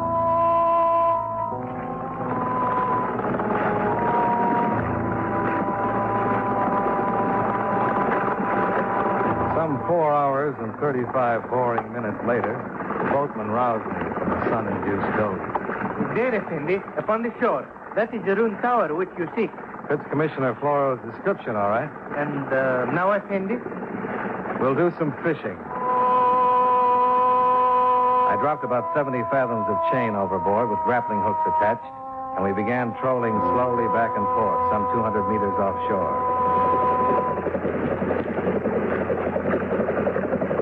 Approximately 2 hours before sundown, we got our first bite. We have hooked something, Effendi. Well, it's about time. Let's see what it is.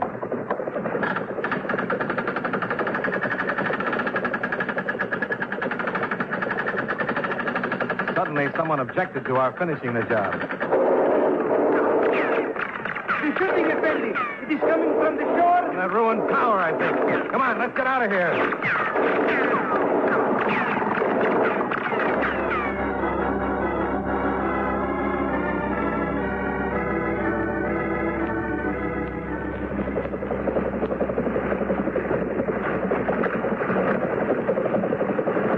Monsieur Dollar!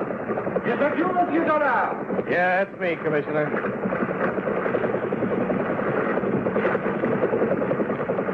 I have expected you back hours ago. I was beginning to be concerned that something had happened to you. It almost did. I will tie up, Effendi. Okay. Watch it.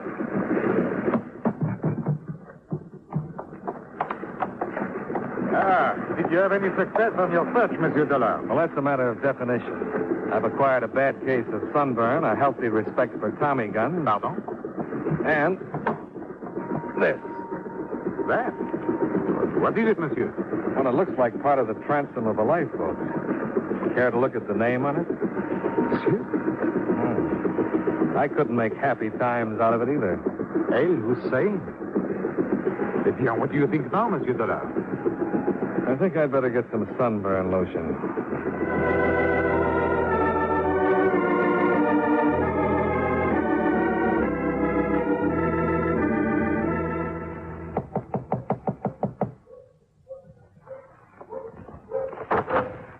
It is you, Mr. Dollar. Oh, what has happened to your face? It looks so funny. I was hoping you'd skip the compliments and invite me in. Oh, sure, Johnny. Thanks. You come here not to pay neither the check, Johnny? I'm going to do something better than that. You're real crazy, Johnny. Nadia likes you. How well do you like Casimir Andescu? Him? He's a nothing. Why do we talk about him? Well, if we don't, somebody might get the idea that you're guilty of fraud and murder. Johnny, now you're not being real crazy anymore. Nadia did not do these things you say. Somebody murdered her husband, Brett Cunningham. Oh, sure, but Nadia did not do this. And somebody tried to defraud an insurance company out of $90,000 by sinking an ancient wreck called the El Hussein instead of a yacht. Oh, Johnny. Then you know about this. And now Nadia will not get the money. That's the general idea. That is not nice, Johnny. Why should you tell anyone? If Nadia gets the money, she would give you half. That would be real yours, no? You're missing a point somewhere, Nadia. Or didn't you know that you can't spend money in prison? If Nadia tell you about Casimir Andescu, then she does not have to go? That depends on what she tells me. Oh. Nadia will tell you the truth. Oh, that'll be refreshing. You see, my Brett, he was gambling in Istanbul. He lose much money to Casimir Andescu, $15,000. and it cannot stay. Casimir does not like this. Well, I don't blame him. That's a lot of money for a sailor not to collect. Johnny, Casimir is no sailor. He's a big gambler, big smuggler, a real businessman. My apologies to Casimir. Anyway, for Brett to pay off, Casimir tell him what to do about the boat, and they will make the 50-50 on insurance. That was good sense, no? Let's not stop to discuss ethics at this point, shall we? Well, anyway, afterwards, Brett comes here. He gamble and win big. So he wants to pay Casimir back what he owes from Istanbul. Brett figured he could collect all the insurance himself then. Oui. It was smart of you, no? Oh, sure. But Casimir say no. And Brett get angry. And that's when he pulled his dog in the manger bit. What, Johnny? He told Casimir that if he couldn't have it all, he'd see that Casimir didn't have any.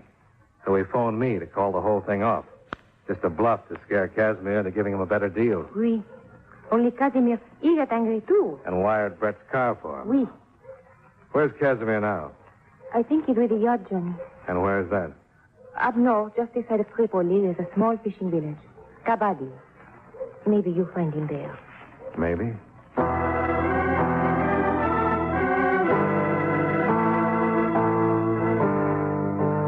It's some 80 kilometers up the coast road from Beirut to Kabadi. Commissioner Floro's car made it in slightly less than an hour. It took some 40 minutes longer to make a few discreet inquiries and to locate the yacht in a well-concealed inlet.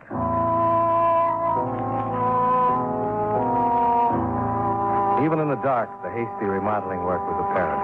A dummy stack, paint job, some false superstructure work. She couldn't have looked much like the prim yacht that had departed Istanbul a week or so ago. And even in the pitch dark below decks, it wasn't too tough to tell where Casimir Andescu was keeping himself. Please, Effendi, I regret, but that is enough. We want to talk with you, Andescu. That is so regrettable, Effendi. But it is night and sleep time for my sweetheart. They are so sensitive. To have their slumber disturbed would upset them for days. You weren't that considerate about Brett Cunningham. Oh, that one. A man of immoral stature, Effendi, without honesty or scruples. To such a one, the fate which befell him was most just. You pulled a few fast shuffles in your time, too. Effendi, you are attempting to approach with me? I should dislike very much to disturb my beloved with the sound of the firearms. You have no idea how objectionable the noise is to Fatima and the others. You weren't so particular about the noise you made with that Tommy gun. Yes. A regrettable incident. Unfortunately, the heat refraction upon the water disturbed my aim. Obviously, your fishing expedition was successful. Successful enough to provide ground for your arrest on charges of fraud and murder, Monsieur Andescu. Yeah. That is most regrettable, Effendi. I must ask you to drop whatever weapons you have and return to Beirut in my custody. Oh, but you must understand that I cannot do that, Effendi. I simply cannot do that. There would be no one left to care for my sweetheart. Watch it, Paul!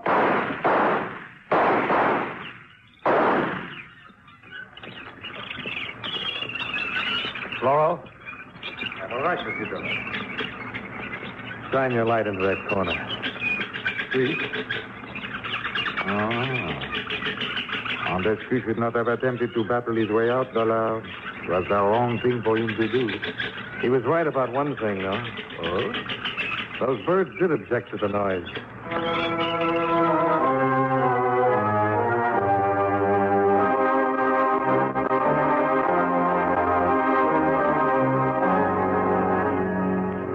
Expense account item 7, $703. Airfare and incidentals from Beirut, Lebanon, back to Hartford. Expense account total, $1,480.20. Incidental remarks, I'd still like to know what milk and honey taste like. Yours truly, Johnny Dollar.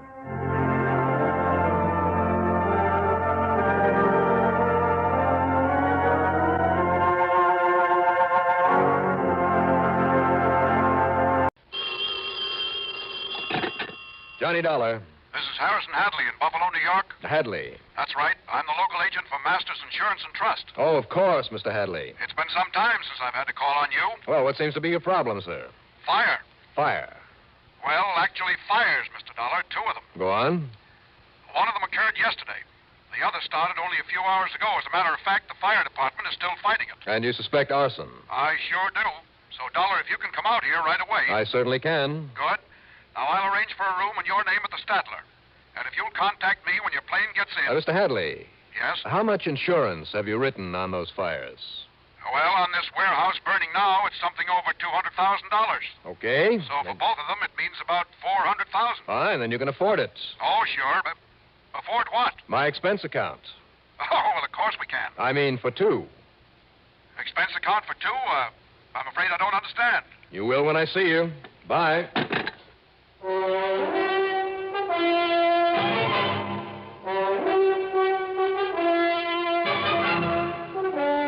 CBS Radio brings you Bob Reddick in the exciting adventures of the man with the action-packed expense account, America's fabulous freelance insurance investigator. Yours truly, Johnny Dollar.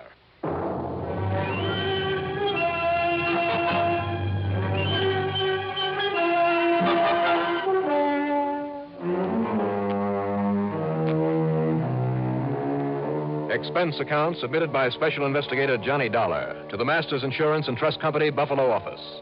Following is an account of expenses incurred during my investigation of the Wayward Fireman Matter.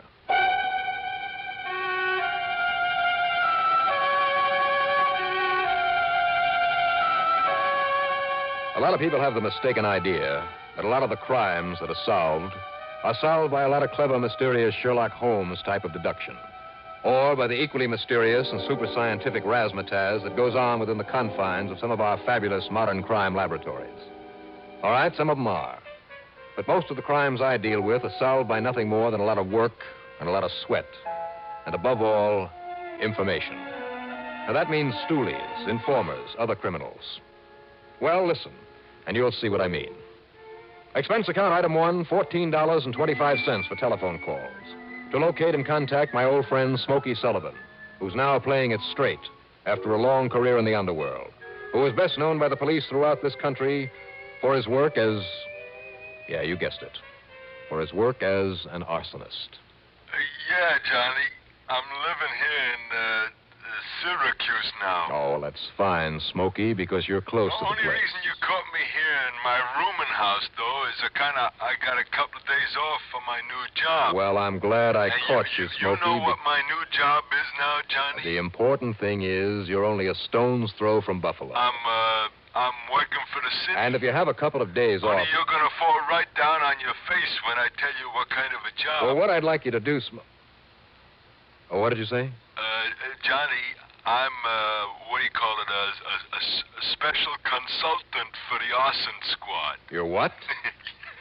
Johnny, for the arson squad. Well, that is a switch, but a good one. I'm glad you're staying on our side of the law. Yeah. And you know something, Johnny? No, what? With me here in Syracuse, every single firebug must have left town. And you know something, Smokey? No, what? With you on the job against them, I don't blame them. But now you say you have a couple of days off. Yeah. Well, then take a plane or a train or whatever you can get over to Buffalo. Buffalo? That's right. There'll be a room in my name at the Statler Hotel for the two of us. Go there and wait for me, and I'll be along as soon as I can. The big Morley warehouse fire that just come in over the wires, huh? Yeah, among other things. Uh-huh. So will you meet me there at the Statler? Yeah. Good. Yeah.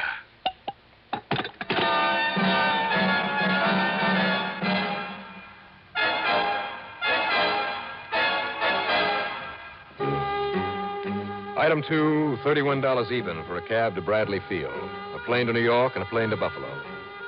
It was late in the afternoon by the time we circled the big, bustling city, with its huge steel plants and blast furnaces, its flour mills and chemical plants, grain elevators, railroad yards, and rubber factories, and its busy harbor at the northeastern end of Lake Erie. As soon as we sat down at the Greater Buffalo International Airport, I picked up my luggage and started to look for a taxi. Dollar! Dollar, over here. Are you on, Mr. Hadley? Yes, Harrison Hadley. Don't tell me it's been that long since you've been here. Or is it this slight paunch I've developed and a few prematurely gray hairs? How are you? I'm fine, Mr. Hadley. And for heaven's sakes, call me Harrison, or better still, Harry. Right. Well, now, come on. I got my car idling away in a no-parking zone. Unless I'm mistaken, that policeman doesn't like it. You're right, but here we are. All right, slide in. Throw your bag in the back. Right you are. Come on. That's all right, officer. Pulling out right now. Well, you better, mister, if you don't want a ticket.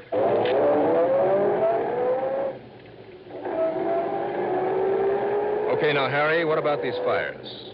Well, Johnny, first concerning the loss at a small department store yesterday, the police are absolutely sure it was arson.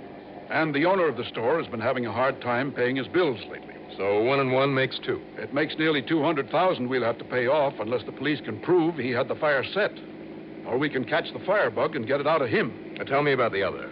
A warehouse for scrap rubber. And again, the owner, a man by the name of Morley, has been having financial troubles. So 2 and 2 makes 400,000. Right. And in the case of the warehouse, the police are sure the same incendiary method was used. Well, now, don't they keep a list of torchmen and their methods? Of course. But, Johnny, these 2 fires have them stopped. Now, apparently, it's some method they've never known to be used before. Well, I bet I know somebody who'll recognize it. Oh, really? Who? This friend of mine I mentioned over the phone. The one I've invited along to give me a hand. Well, who is he? Well, just get me into the Statler and I'll introduce you.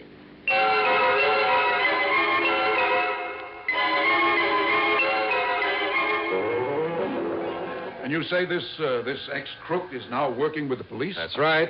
If I know Smokey, there'll be no arson there in Syracuse as long as he's around. Well, then they're probably wishing he hadn't come on over here to Buffalo to give you a hand for a couple of... here we are. Now, let's just hope he's already here so that we can... Smokey? I guess not. Hmm? What was that? Somebody banged down a window somewhere in the back of this... Wait a minute. Smokey? Smokey, are you up? Oh, no. What is it, Johnny? What's wrong? Smokey. Now, Smokey, listen to me. Looks to me like we got here too late. Smokey? Can you hear me, Smokey? It looks to me like he's dead.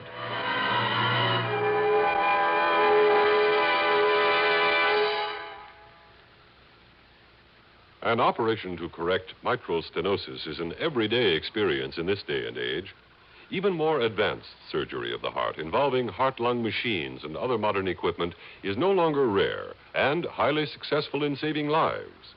Humanity owes a great deal for living at a time when many conditions involving the heart can be corrected through diet, through day-to-day care, through drugs, and, where necessary, through surgery. But we are a long way from conquering many of the causes of heart and artery sickness. Impressive as are the victories already won, the battles ahead for science and medicine are imposing. They can be won with massive support. This support can be given most effectively to your local Heart Association, this month seeking funds to continue the job. Help your heart fund. Help your heart. Be generous. The work is vital, and the diseases won't cure themselves.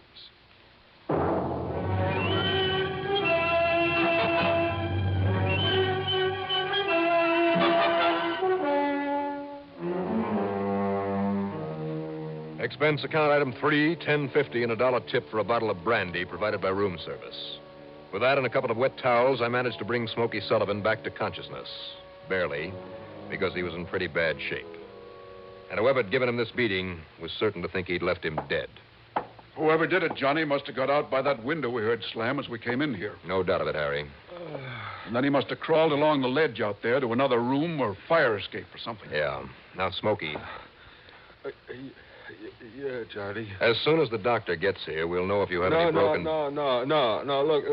Look, no doctor, Johnny. You think a little thing like that, a couple of slaps on the head. Think? I know it. I can see it. You're badly hurt. No, look, I'm going to be all right, Johnny. Oh, we'll see. And listen, after the doc gets through with you. Listen, Johnny. Yeah? It was Bottles. Bottles? Yeah, Bottles Burton. Bottles Burton did this to you? Yeah. Bottles Burton? That's a man's name? Yeah, because of his chemicals. His trick. Yeah? Trick with the bottles of chemicals to set a fire. Oh, I see. Look, give me a little more sip of that, huh? Yeah, sure. Here. Here you are. Yeah. He's a bad one, Johnny. And he must be crazy to have plowed into you like this. He's a pyromaniac. Pyromaniac? Yeah, it has been ever since a kid.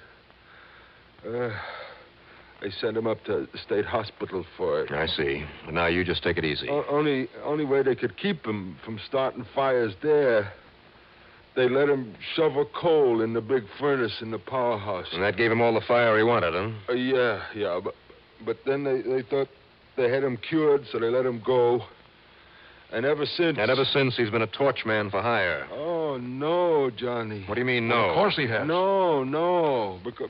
Because like I say, he's like a maniac. I mean, he would never set a fire for money, only for himself. You're sure of that? Yeah. Well, then, Harry, maybe your plant owners didn't hire him after all. No, not him. Well, nevertheless, Johnny, you've got to stop him now that you know who he is. Not only because it means a public service on the part of our company, but, well... Because if he isn't stopped, your company may have to pay off some more of these big claims. Exactly. And listen... Now, listen, are you sure that it isn't too much for you, Smokey, until the doc gets here? Yeah, Johnny, I'm sure. Because, listen... Yeah? Part of this maniac... Yeah? Always 3 fires in a row. 3 days in a row. Oh? That means he'll start another one tonight. So if you don't stop him, Johnny... And before he could get to you, Johnny... Well, as long as he doesn't know I'm in town, let's not worry about that. Well... But he must know. What? Yeah. Well, why do you think that? He was so surprised when he saw me open this door. Me thinking it was you that knocked. So he must have thought it was you here in this room. A room is in your name. Well, how could he possibly... Harry, did you tell anyone I was coming here? Well, knowing you'd want to work with them, as you always do, I did phone the police. And if there was a radio newsman, a reporter standing around, and there probably was... Oh, great. And now to make matters worse, Burton must know that Smokey's here to work with me. Oh, I'm sorry, Johnny. Only now he thinks I'm dead. Hmm? Yeah, that's true. Or if he doesn't, maybe we can... Yeah. Mm-hmm. What is it, Johnny? You have some idea for... Only if he does for sure know that you're here, Johnny, he... Are you listening, Johnny? Hmm? Oh, yes, sure. Go ahead. Well, I don't think he'd start that 3rd fire tonight, knowing you might tag him. I think he'd lay low. Well, that's fine. If nothing else, then, Johnny, that'll give you time. Maybe. Now, Smokey, tell me everything you can about him, about this Bottles Burton. His habits, the kind of friends he picks up, what sort of place he might find to live, anything. Well, he'd always get a job, Johnny. What kind? Like maybe a fireman. Fireman? Like in some powerhouse or maybe around some blast furnace or some place where there's fire. Oh, I see. Smokey, you've just given me a wild idea. Yeah? If I can get a mug shot of him, and there must be one around somewhere... Yeah? What is this idea, Johnny? It's worth a try. Now, Harry. Yes? Make whatever deal you have to with this hotel to have him play along with me. Then get it out to the radio and the press that Smokey here is dead as a result of this beating, that his body has been taken to the morgue. Oh? Only, of course, he'll stay right here. Well, I'm afraid I don't Now, you let that news out right away, okay? Whatever you say, Johnny. But why? Just wait and see.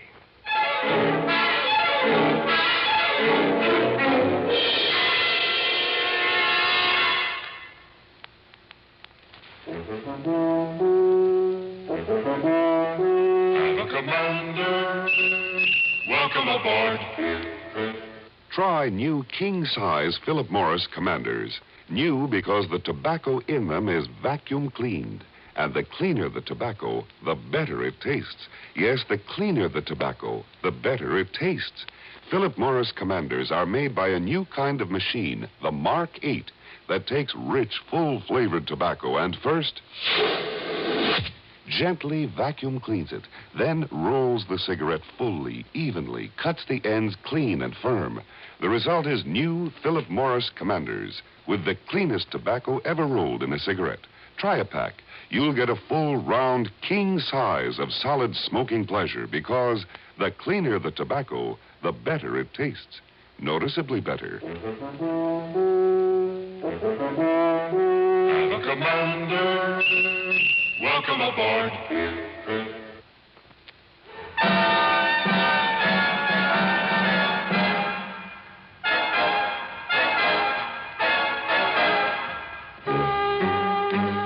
Expense account item 4, $1 even for a taxi to police headquarters. Yeah, they had a mug shot of Burton. They simply hadn't been able to connect his method with those fires. They gave me a copy, and of course they swore they'd do everything they could to flush him out if he was still around. And then I played my hunch. And item 5 is $18.70 in taxi fares, checking around a flock of fire department stations until, finally... Sure, Mr. Dollar.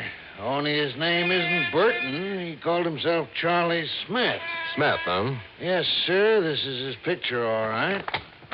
He's one of my boys, all right. Good, good. Now, just where can I... Or rather, he was. What do you mean by that, Chief?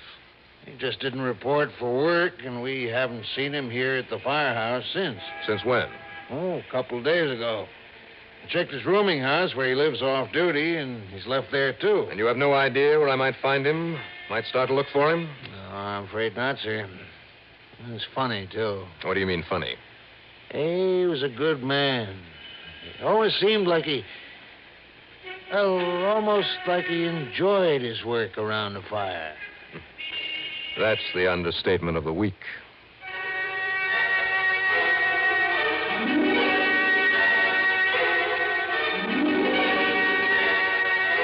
I walked on back to the hotel, and there, over his stormy protest, moved Smokey into the room next to mine, but left the connecting door ajar. After all, I didn't want him in any further danger. But as soon as I feel good again, Johnny, you gotta let me help you find him. Only if he set that wacky mind of his to start another fire tonight... You just stay quiet and rest that broken head of yours. If I find you trying to climb out of bed, I'll clout you one myself. Okay, Johnny. I'll be right here in the next room, so if you want anything, you holler, okay? Johnny. Yeah? Look, Burton may go nuts waiting for you to leave town. I mean, so he can set that third fire. And being a killer, too. Now, wait. Maybe you've given me the answer. Yeah? Yeah, Smokey. Yeah.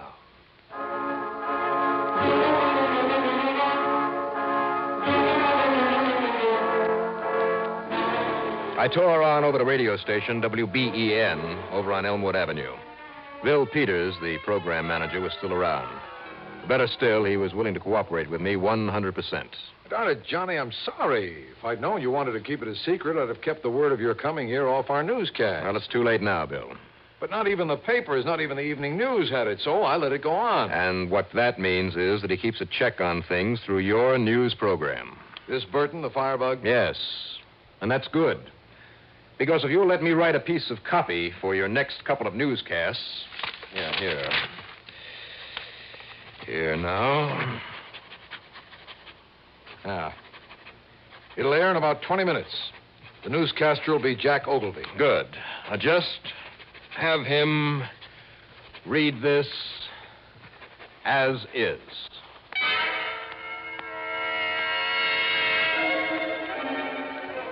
I got back to the Statler just in time to hear Jack Ogilvy's news on the little radio there in my room. Cold again tomorrow throughout this whole area.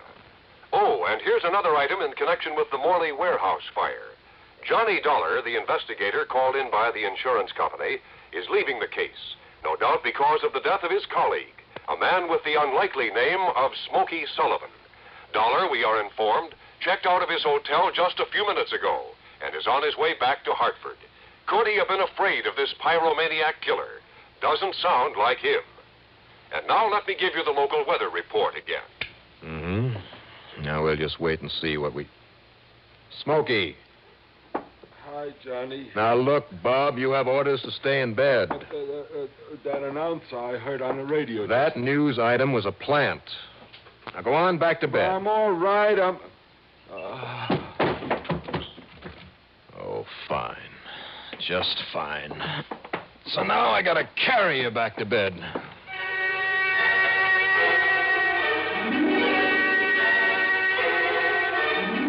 And then, sitting there alone in my room, I wondered. Smokey had said that Burton was clever in his own twisted way. Clever enough to fall for my trick? Well, there was only one thing to do. Wait and see. I didn't have to wait long. Yeah? Yeah, who is it? Mr. Dollar? That's right. Telegram, sir. Okay, coming. Hello, Burton. Oh, you know me, huh? Who else would have come in here waving a gun? Shut up. Keep your hands up, see? Now sit down. Sit up. There in that chair. The other side of that door. And keep faced away from me, you understand? See? Sure. But didn't you get the word that I'd left town? Oh, I knew that was a trick. That's why you came here, huh? Because I had to make sure. See? And you mean that you, a smart punk like you were afraid to set another blaze with me around town? Well, you won't be around. Not now, because I'm going to kill you. Because I got to set another fire. I just got to, you understand, you see? So I'm going to kill you, Dollar. Now, look, Burton. No, don't move. Keep your hands up. Now, here, let me... Yeah. See? I knew you had a gun. Because I know everything. Like I know. I gotta set that third fire. Like I know. I gotta kill you. Yeah, Dollar. Now. Smokey. I'm sorry I had to bust this chair on him, Johnny. It's okay, Smokey. You did okay coming through that connecting door. Son of a gun, I told you to stay in bed. Yeah, I guess I wasn't as strong as I... You want to help me, Johnny? You bet I do.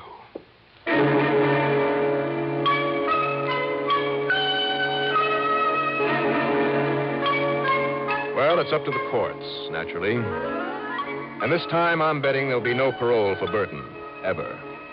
Not only because of the fires, but the murder attempt on Smokey. And come to think of it, on me.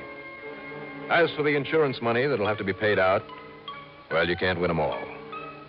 Expense account total, including room and board and Smokey's expenses, plus a little gratuity and to cover his doctor's bills, $227 even. Yours truly, Johnny Dollar.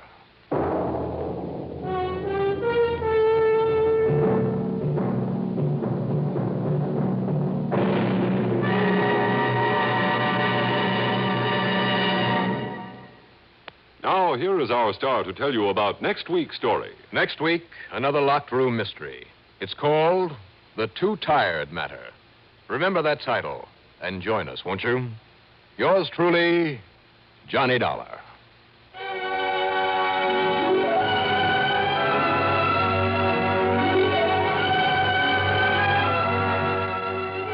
Yours truly, Johnny Dollar, starring Bob Reddick, is written by Jack Johnstone. Produced and directed by Bruno Zerato, Jr. Musical supervision by Ethel Huber. Heard in our cast were Nat Polan as Smokey Sullivan, Bill Smith as Harrison Hadley, Bernard Grant as Burton, George Petrie as Bill Peters, Robert Dryden as the Chief. Jack Ogilvy of WBEN played himself. Be sure to join us next week, same time and station, for another exciting story of yours truly, Johnny Dollar. This is Art Hanna speaking. Recently on CBS Radio Network's House Party, host Art Linkletter asked a 6-year-old Muppet on the kids' panel what he planned to be when he grows up. A policeman, the youngster replied. Art probed further, and how will you know the ones to arrest? How do bad people look? The short would-be lawman had a fast answer. Crooks have black and white stripes all over them. Regular listeners hear such laughable logic all the time from the kids on House Party, a regular feature on the show. Be listening for Art and his guests weekdays. Wrigley's Spearmint Chewing Gum, the refreshing, delicious treat that gives you chewing enjoyment, presents for your listening enjoyment John Lund as Johnny Dollar. Donald Maynard, Johnny. Oh, hello, Mr. Maynard. Haven't talked to you in a long time. Want to go to work? Sure. What is it? We insure a Miss Isabel James, Tulsa, Oklahoma. She's been killed. How? Murdered. Like you to leave as soon as you can, Johnny. Won't take me long. See you at your office in an hour, and you can fill me in on the details.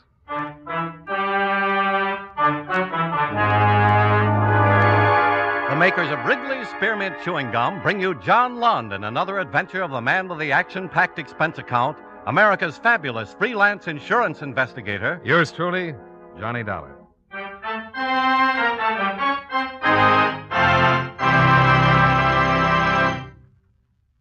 For refreshing taste plus chewing enjoyment, treat yourself to delicious Wrigley's Spearmint Gum. When your mouth and throat feel hot and dry, a stick of Wrigley's Spearmint gives you quick, long-lasting refreshment. The lively, full-bodied spearmint flavor cools your mouth and freshens your taste. The chewing itself helps keep your throat pleasantly moist. Best of all, you can chew and enjoy refreshing Wrigley's Spearmint Gum almost any time and any place. Keep a package handy right in your purse or pocket so you can chew a stick whenever you want it. For refreshing taste plus chewing enjoyment, treat yourself to delicious Wrigley's Spearmint Gum. Millions enjoy it, and you will too.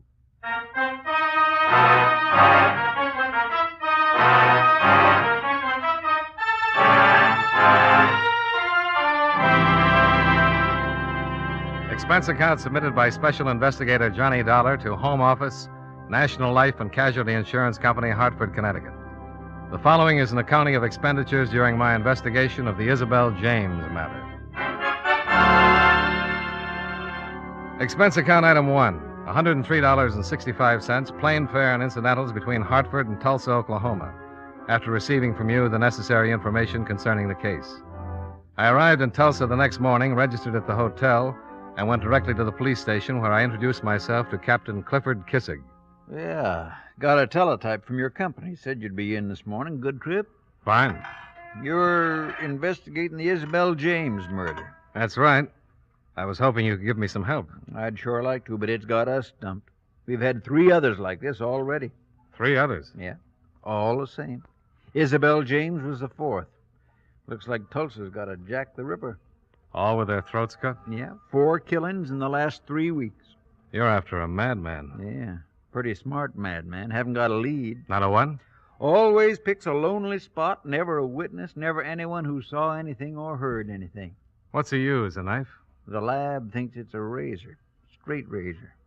Got the town a little jumpy. I can understand. But we'll get something. Sooner or later, the killer will make a slip, or somebody will tell us something. What happens in the meantime? We just gotta pray there ain't no more killing. How far is Dawson from Tulsa? Not very far. Going over to see the dead girl's uncle. Yeah, he's the beneficiary. Mm-hmm. I found the policy in her belongings. I was the one notified your company. You know the uncle? Had him come down and identify the body. How much does he get? $10,000. Well, he can use it. Just an old farmer. Well, I'm going to run over and see him. All right. How long are you going to be in town? Well, I'm being paid to investigate a murder. I guess I'll be around until somebody catches a killer.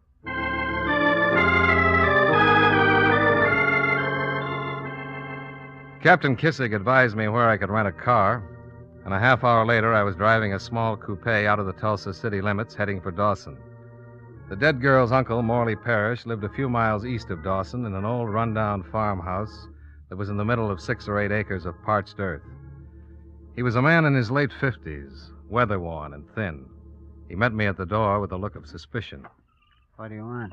Mr. Parrish? Yes? My name is Dollar. I represent the insurance company that covered your niece's life. I'd like to talk to you about it. About what? About your niece, her death. She's dead. What's there to talk about? You're the beneficiary. You get $10,000 from the insurance company. Come in. Sit down. I get, how much you say? $10,000. You want a drink? Well, I don't... I got a jug of whiskey. I've been saving it. You say your name's, Dollar. What company you work for? National Life and Casualty. I get $10,000. That's right. Yeah, have a swig.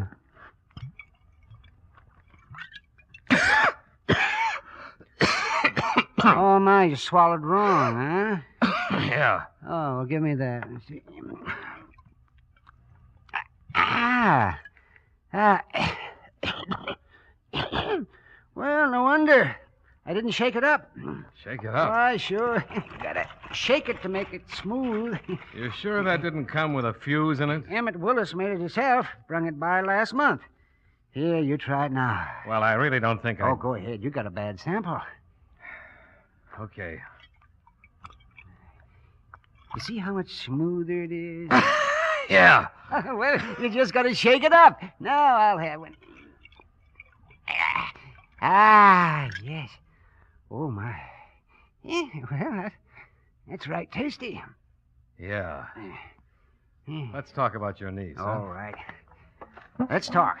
You know why anybody would want to kill her? No, it's that fella that's been killing all them other girls, ain't it? Yeah, I guess so.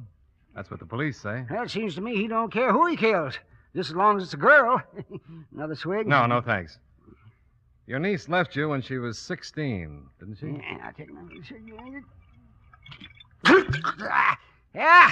Yeah, 17, I think. She ran off to Tulsa. You see her much after that? Well, not much. Maybe once, twice a year. When was the last time you saw her? The other day in the morgue. No, I mean before that. Oh, my. Well, that was about a month. She didn't write or... Oh, look, Mr. Police, they ask all them questions. I know it. And you got to ask them all over again, huh? If you want to get your $10,000. Well, okay. No, she didn't write. She never wrote. At least in the last 5 or 6 years, she never wrote. When she first got to Tulsa, she used to write now and then. Last time I seen her, she didn't say nothing about what she was doing or who she was seeing or anything, so I can't very well help you find out who killed her. Come on, have a swig. No, thanks. I'm in a rented car. Suit yourself. But once I open the jug, it gets finished. Then you better finish it. Naturally, I will. Oh, man. Delicious, huh? Oh, you bet.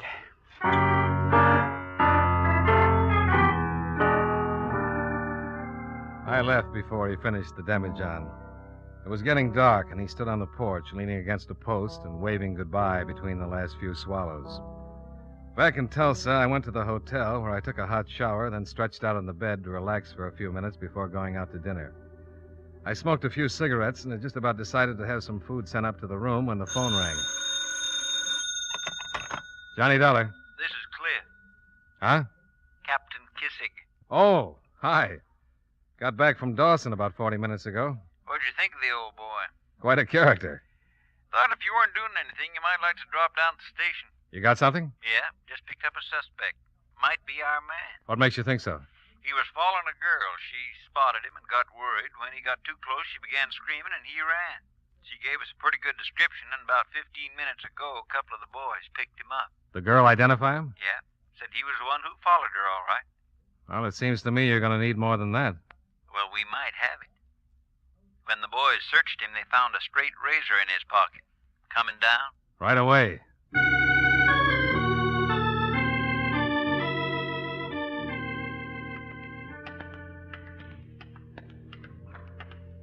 His name's Story.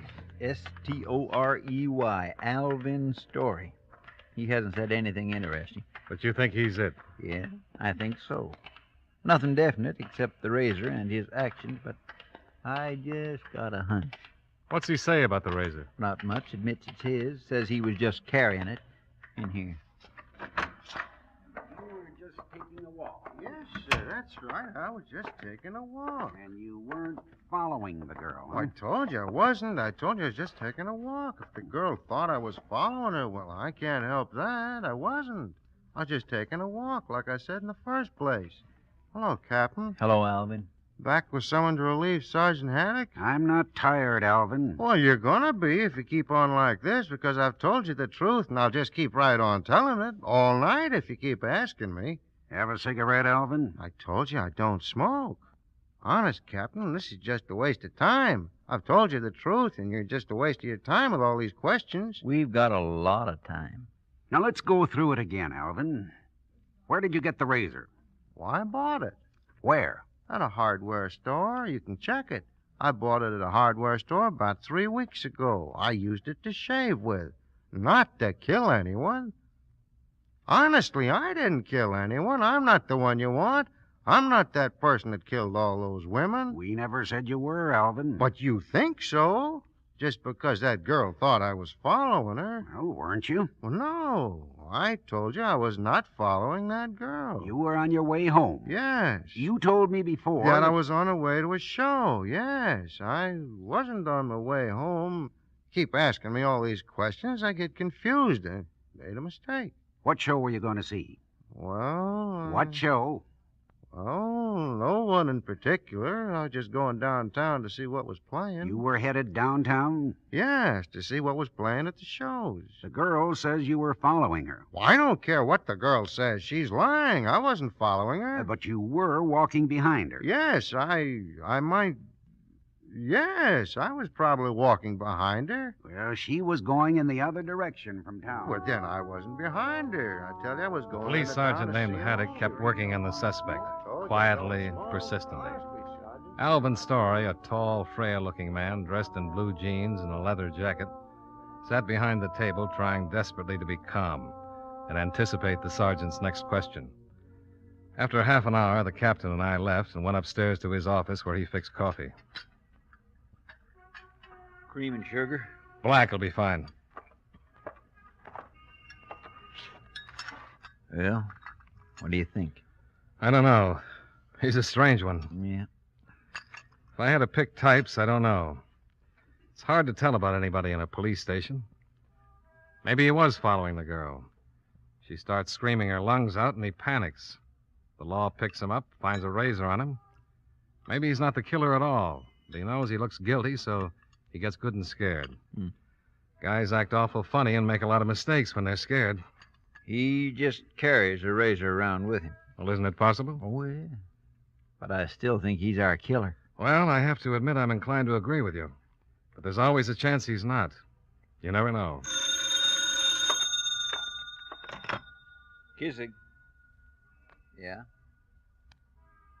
Okay. Well, we know now. Story? Yeah. He just confessed.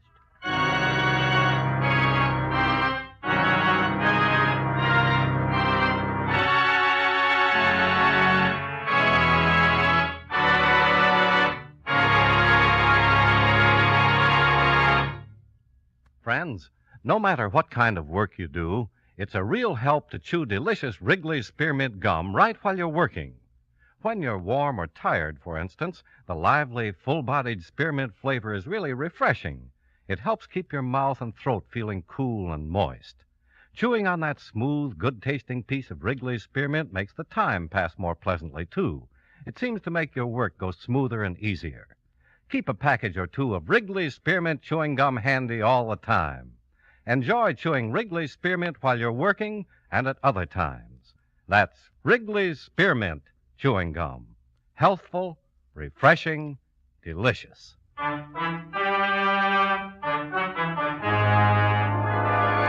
now, with our star, John Lund, we bring you the second act of Yours Truly, Johnny Dollar.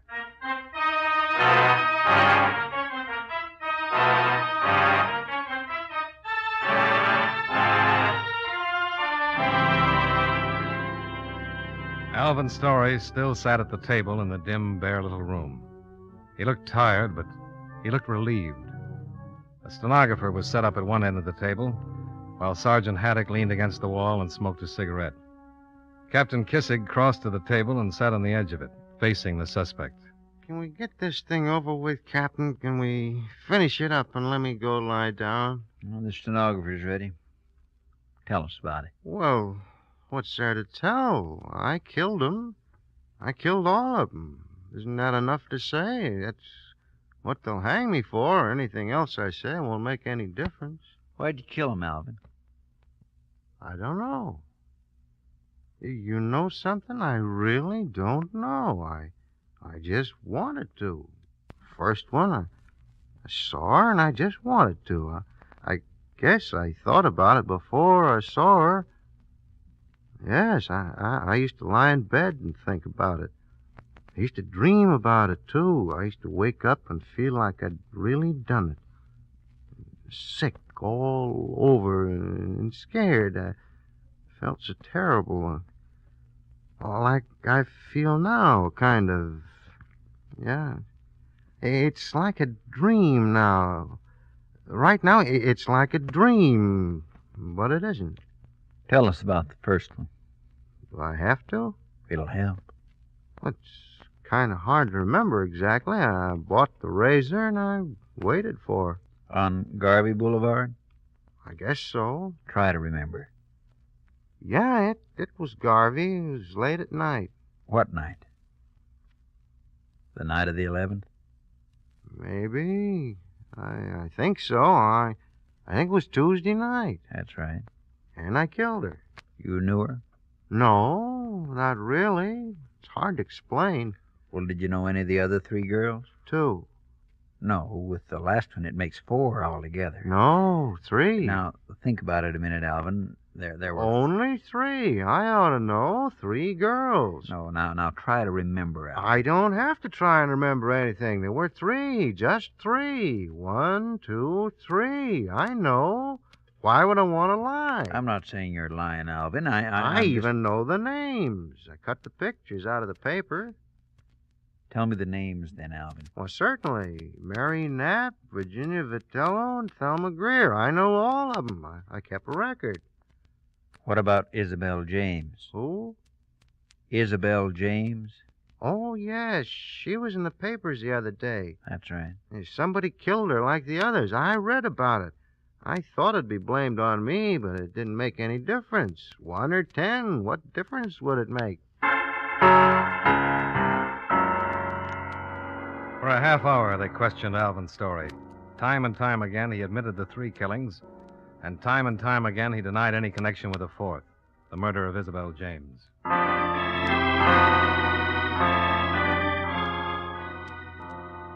Expense account item 2, $4.95, breakfast for Captain Kissig and myself, after which I returned to the hotel and crawled into bed.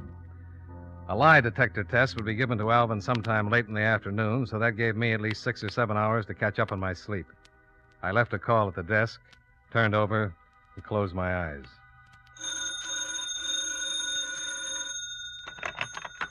Johnny Dollar. 3 o'clock, Mr. Dollar. Oh, thanks. And Mr. Parrish has been waiting in the lobby to see you. Parrish? Yes, sir. Mr. Morley Parrish. He's been waiting over an hour. Okay. Send him up. Yes, sir.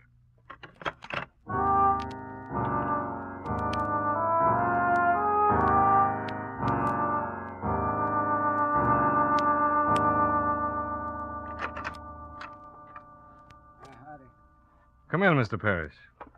Have a seat. Thank you. I've been waiting downstairs for over an hour. Oh, I'm sorry. But I was up all night. I told the desk not to disturb me until 3. Oh, gee, that's all right. I know you city fellas don't like to get to bed much before the sun comes up. I didn't mind waiting. I was with the police. Oh? I've been working with them on the death of your niece. Oh, is that right? Well, that's the reason I come to Tulsa to see you. I was wondering when I was going to get the money. Well... See, I got a chance to get me a right smart section of land. Trading the place I got now, plus 8,000. It's a real good buy. Oh? Well, Mr. Parrish, it might be some time before you get the money. Oh, how come? Oh, there's a routine that has to be followed. I have to finish my investigation. You're still investigating? Oh, sure. You see, your niece's death is still unsolved. Well, it's that fella that's killing all them other girls. It certainly looks that way. You mean you got to catch him before you can pay me? No, but I've got to make sure that he's the one who killed your niece. You think maybe he isn't? Well, to tell you the truth, Mr. Parrish... Well, she got killed just like all them other girls. Not exactly. Huh? I said not exactly. You see, the razor that killed your niece and the razor that killed the other girls aren't the same. Well, how do you know that? The police laboratory report. They can tell if it was a different razor? Oh, no, come on, Mr. Dollar. Maybe I ain't the brightest It's fellow a fact, in the world. Mr. Parrish. How do you think they knew it was a razor in the first place? Not just a very sharp knife. Oh, they can tell, all right. Well, maybe the killer ain't using the same razor. Yeah, we've considered that, but we can't tell. He hasn't killed again. Maybe he never will. You mean I might never get my money? Well, now, Mr. Parrish, it's not quite that bad. I want to see you get your money. You've certainly got it coming. But I can't honestly recommend payment to my company until the case is solved. What do you mean until you catch the killer? That, or until we're certain the same man that killed the others killed your niece. Well, it seems to me you gotta catch him to prove that. Yeah, unless he kills again, with the same razor he used on your niece. Then we can be pretty sure that he's changed razors. Well, maybe he's got 2 different ones. Maybe. Well... You have to go? Yeah, I gotta be getting back. As long as I ain't gonna get the money right away, there's no sense in hanging around. Don't be discouraged, Mr. Parrish. Just as soon as I'm convinced the killer's changed razors, you'll get your money.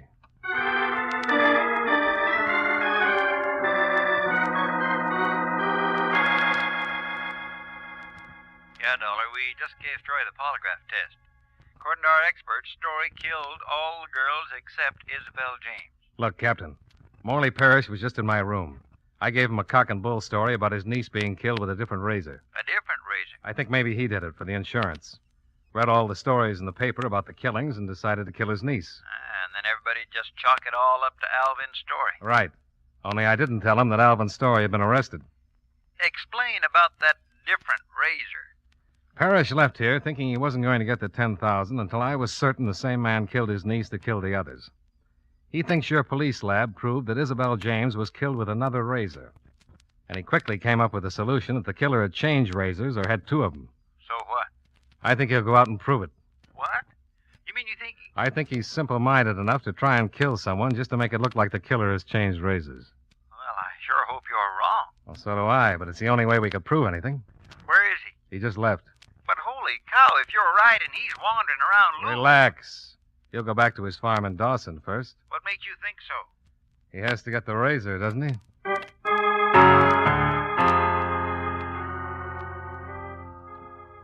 10 minutes later, Captain Kissig picked me up in his car, and we drove well over the speed limit getting to Dawson. Just west of old Morley's farm, we pulled off the road and turned off our lights.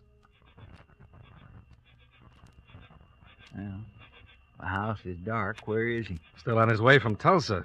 We got here pretty fast, Captain. Yeah, we did, didn't we? Come on. Let's walk down to the house.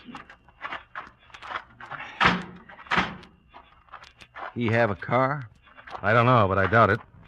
I didn't see one the last time I was here. Dollar? Hmm? What if you're wrong? What if you've guessed wrong? What if he did have the razor on him? Well? That's a pretty good question.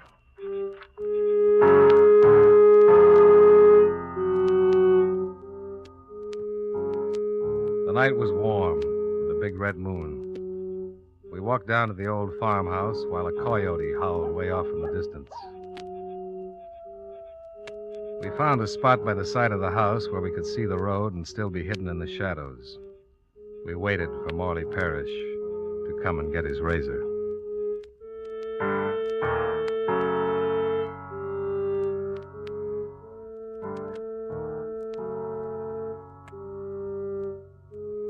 About an hour later, the old man came walking down the road and went into the house. After a few moments, a light flared in the back room. We could hear him moving around. Then the light went out.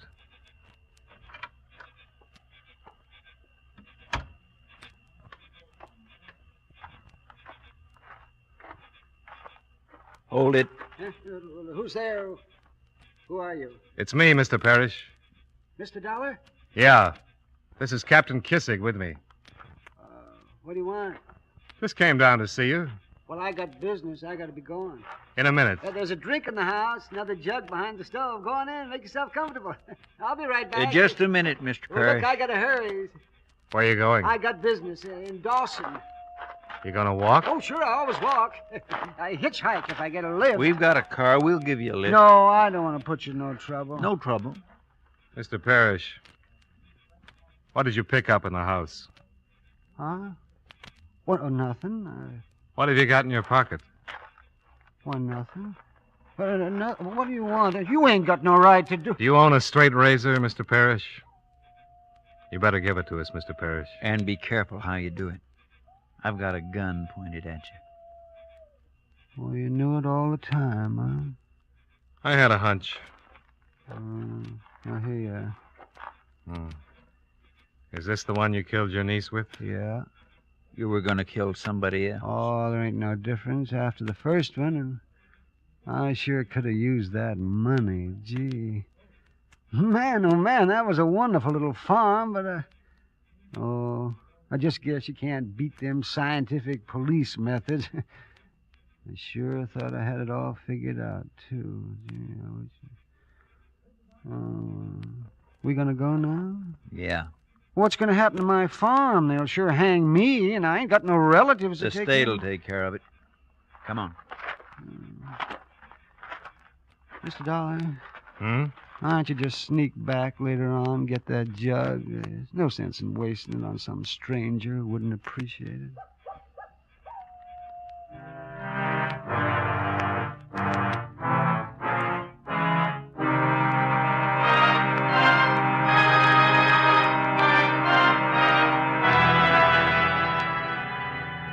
We took old Morley Parrish back to the station where he gave us a complete confession.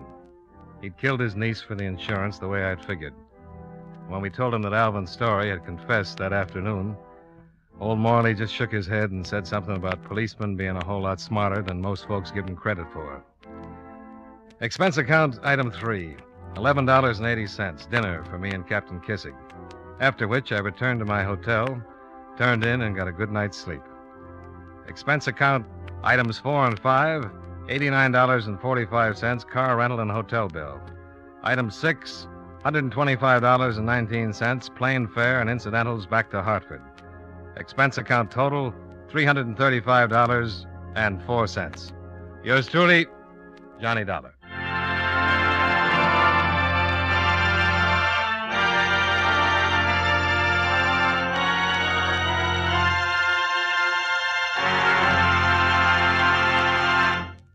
Remember, friends, for refreshing taste plus chewing enjoyment, treat yourself to delicious Wrigley's Spearmint Chewing Gum. The taste of fresh spearmint is cooling and delightful, and there's lots of it in every stick of Wrigley's Spearmint Gum. It freshens your mouth, helps keep your throat moist, and sweetens your breath besides. You'll enjoy the good chewing, too, because Wrigley's Spearmint is so smooth and pleasant to chew on. There's nothing else quite like it. Next time you're at the store, stop at your friendly merchant's display of chewing gum and get a few packages of good-tasting Wrigley's Spearmint Gum. Always keep some handy for refreshing taste plus chewing enjoyment. That's Wrigley's Spearmint Chewing Gum.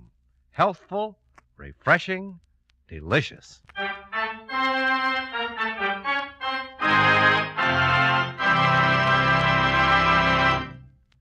Yours truly, Johnny Dollar, brought to you by Wrigley's Spearmint Chewing Gum, stars John Lund in the title role and was written by Blake Edwards with music by Eddie Dunstetter. Featured in tonight's cast were Joe Duvall, Parley Bear, Howard McNear, and Clayton Post. Yours truly, Johnny Dollar, is produced and directed by Jaime Del Valle.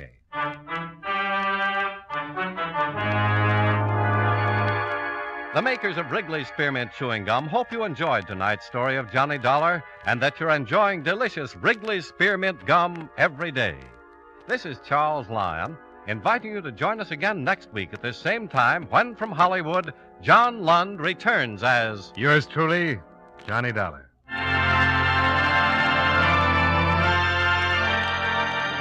This is the CBS Radio Network.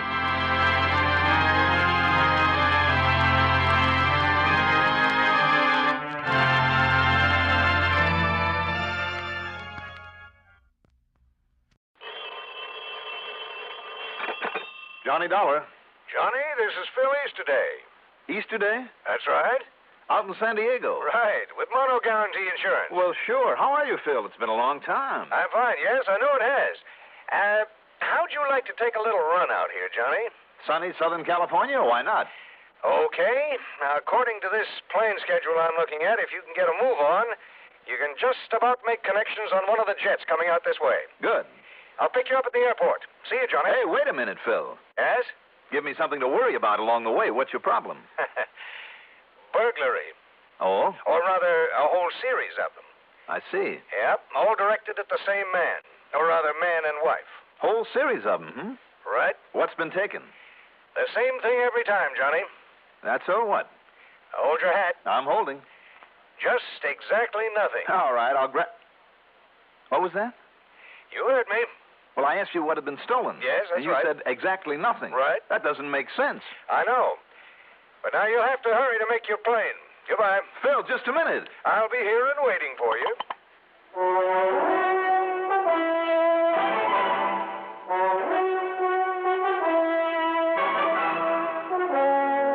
The CBS Radio Network brings you Mandel Kramer in the exciting adventures of the man with the action-packed expense account.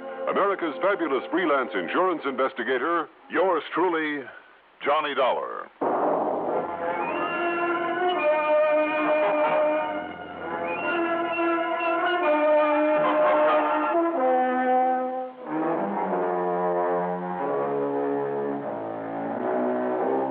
Expense account submitted by Special Investigator Johnny Dollar to the Mono Guarantee Insurance Company office in San Diego, California.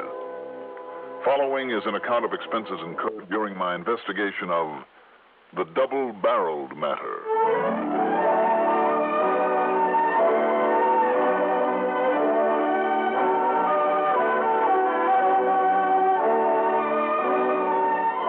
Expense account item 1.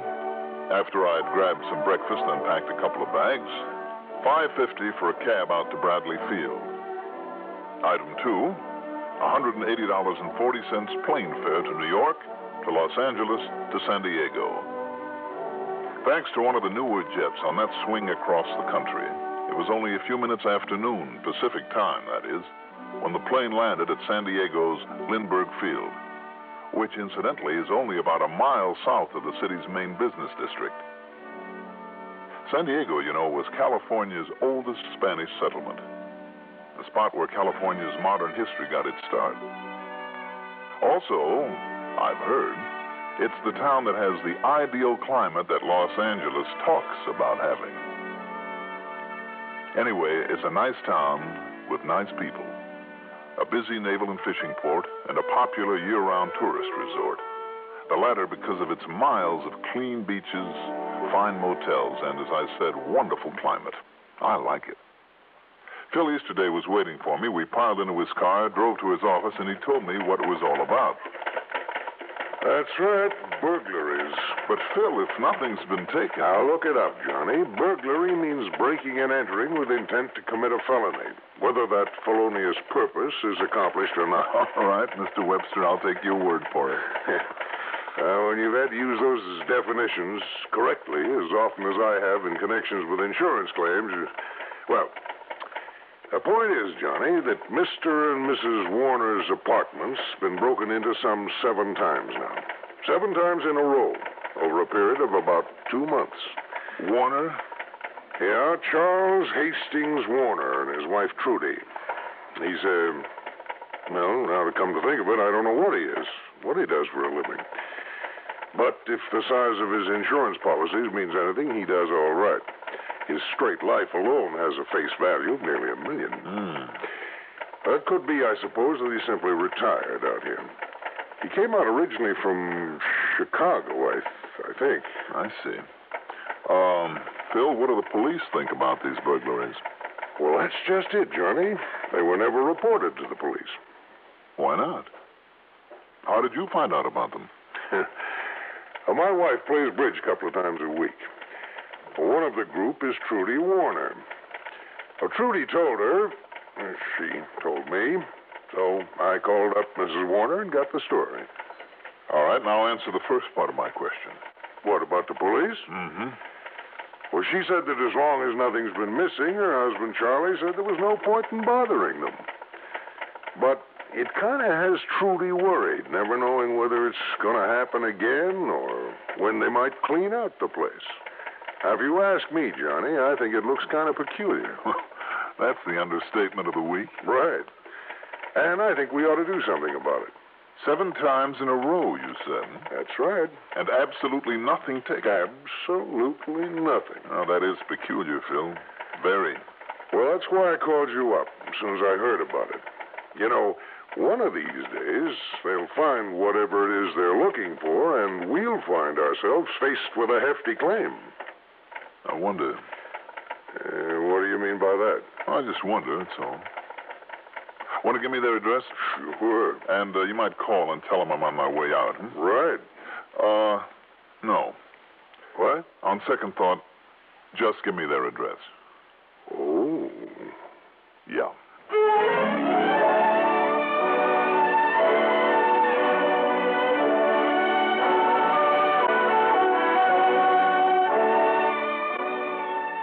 Expense account item 3, $50 deposit on a rental car.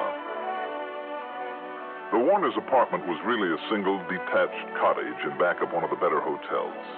Very nice, very exclusive, very expensive. Rather than go into all the details later, let me tell you right now that it was expensively furnished, too. Thick wall-to-wall carpeting, fine furniture, everything very modern but in good taste, obviously the work of a high-priced decorator. As for Mrs. Trudy Warner, well, she was 25 or 26, tall, statuesque and blonde, with just enough makeup to enhance her natural beauty. She had a rather distinguished look, a quiet sort of dignity in her bearing.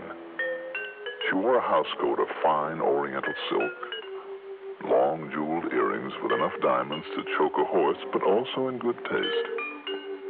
A couple of bracelets and the gold band of her watch were set in gems, and I'm sure that the huge stone in one of her well-chosen rings was a genuine ruby.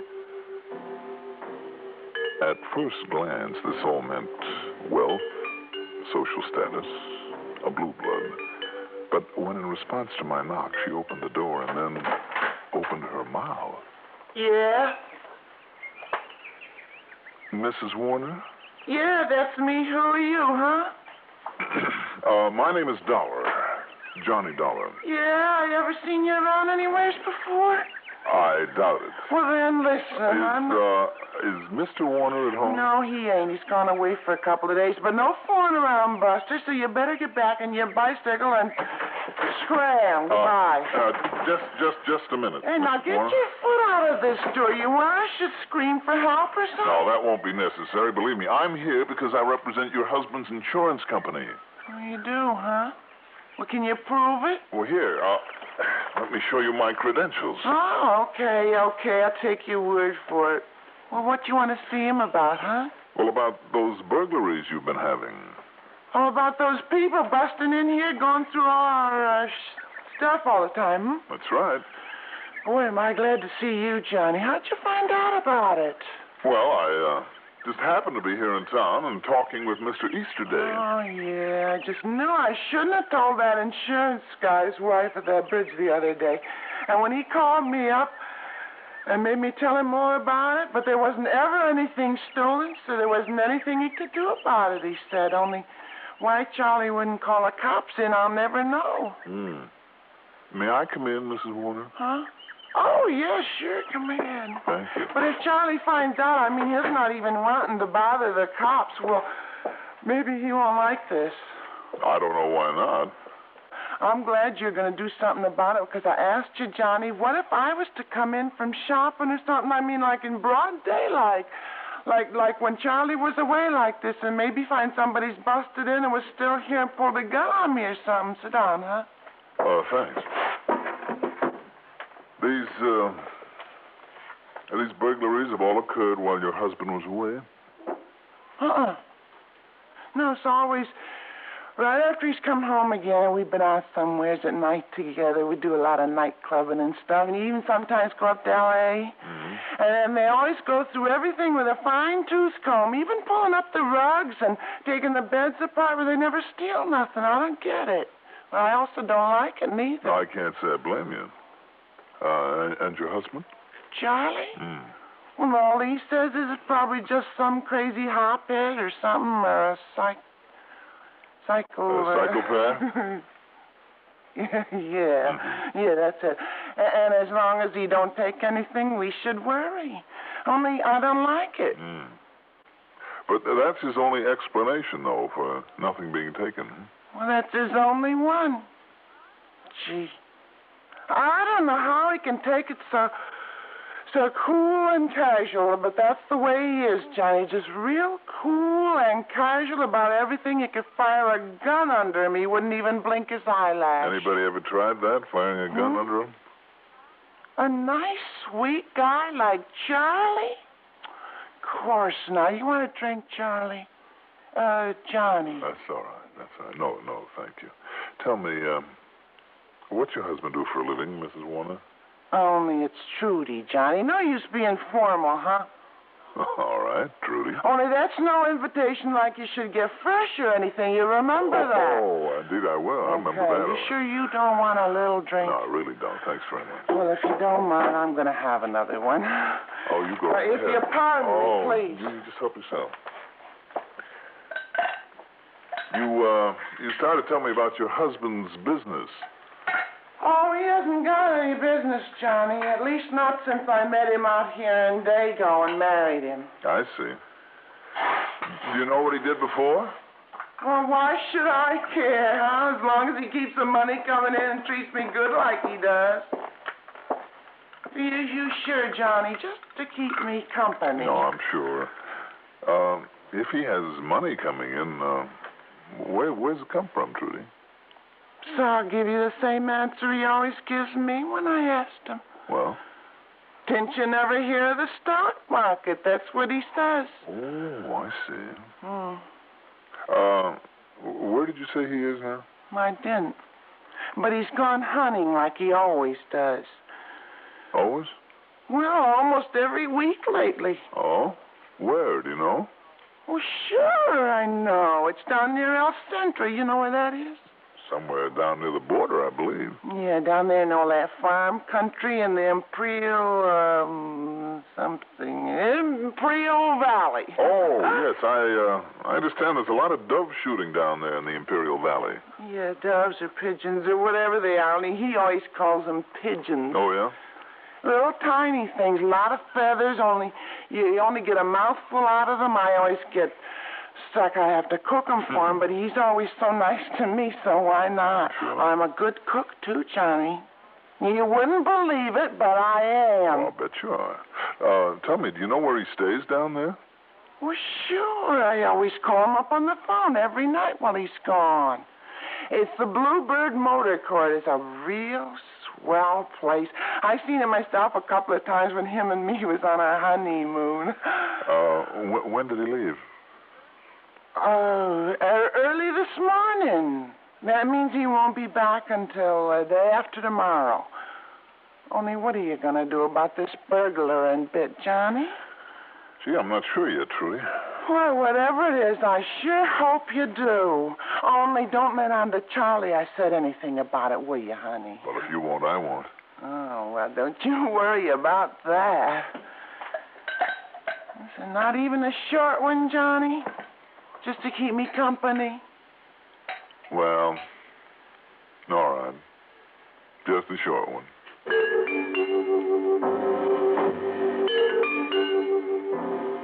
More conversation, but no more information of any consequence. After the second short one, and just to keep her company, believe me, I left and drove to the nearest shopping section, picked up a handful of change, dove into a phone booth, and spent item 4, 80 cents, on calls to all the stockbrokers in town. Not one of them had ever heard of Mr. Charles Hastings Warner. Okay. Item 5, $3.90 for a call to an old friend of mine in Chicago, Pete Fuller, a feature writer for the Chicago Sun-Times. Charles Hastings Warner? Are you kidding, Johnny? You don't know who Chicky Warner is? Or rather, was when he was operating here in Chi? And you in the private eye business? Well, brother, leave me pour you an earful. And I hope you got plenty of dimes to feed that slot machine you're talking through. I can only tell you this. By the time Pete Fuller got through giving me a rundown on Chick Warner, it suddenly began to look as though I'd got myself involved in one of the most important and possibly one of the most dangerous cases in my whole career.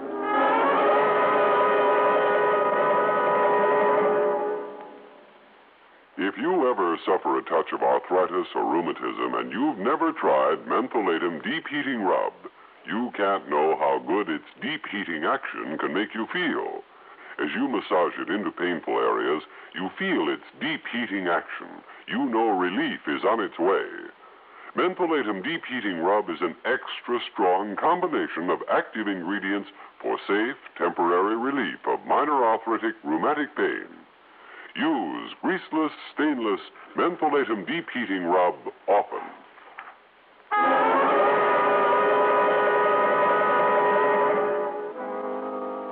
With Chick Warner due back in San Diego in less than 2 days, I decided that I'd better act fast. Act on a hunch? That's all it was, but for once I felt there was plenty of reason for it, and not because of the circumstances, the burglaries, but the character of the man I now knew I'd be dealing with. I spent item 6 in one of the local sporting goods stores. For a total of $314.61, I came out with some lightweight hunting clothes, a pair of bird shooter boots, a good quality double-barrel 12-gauge shotgun, and 3 boxes of shells loaded with number 9 birdshot. I also bought a hunting license. I piled the stuff into my rental car and headed east on Highway 80, making time now because it was getting dark. A little over 100 miles later, near a place called Coyote Wells, I pulled off the road and gave the hunting clothes a little age and character by the simple expedient of driving the car over them a couple of times. When I got to El Centro, I took a room at the Bluebird Motor Court. Quite a place. Not only 20 or 30 nice modern motel cottages, but a big fancy dining room with a bar attached. And it was in the bar that I met Mr. Charles Hastings Warner.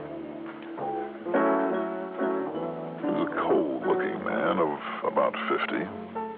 Tall, lean, gray, and with gray eyes. Kind of a prominent aquiline nose and almost prim sort of mouth with thin lips.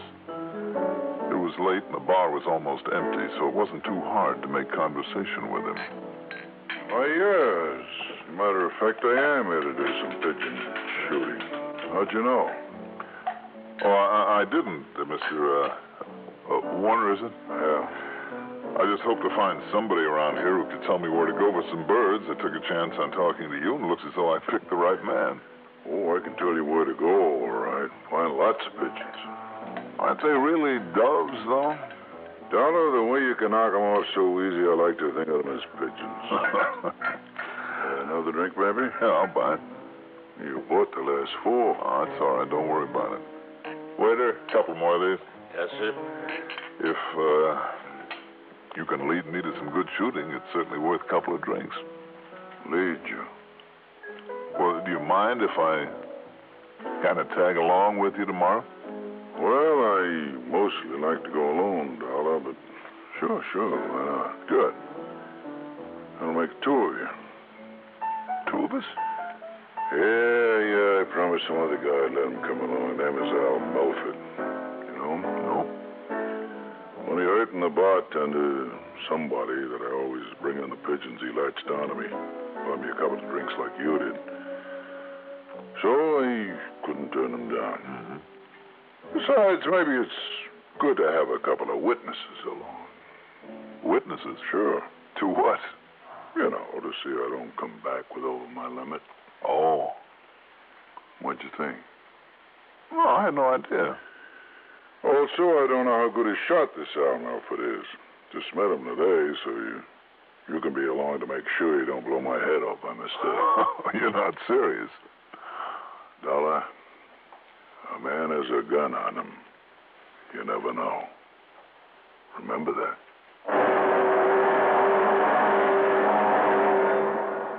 Early the next morning, far too early for my money, was long before sunrise. The 3 of us, Chick Warner, Al Milford, and I, set out in Warner's car. We headed south across the flat desert and farmland, to and through Kilocycles.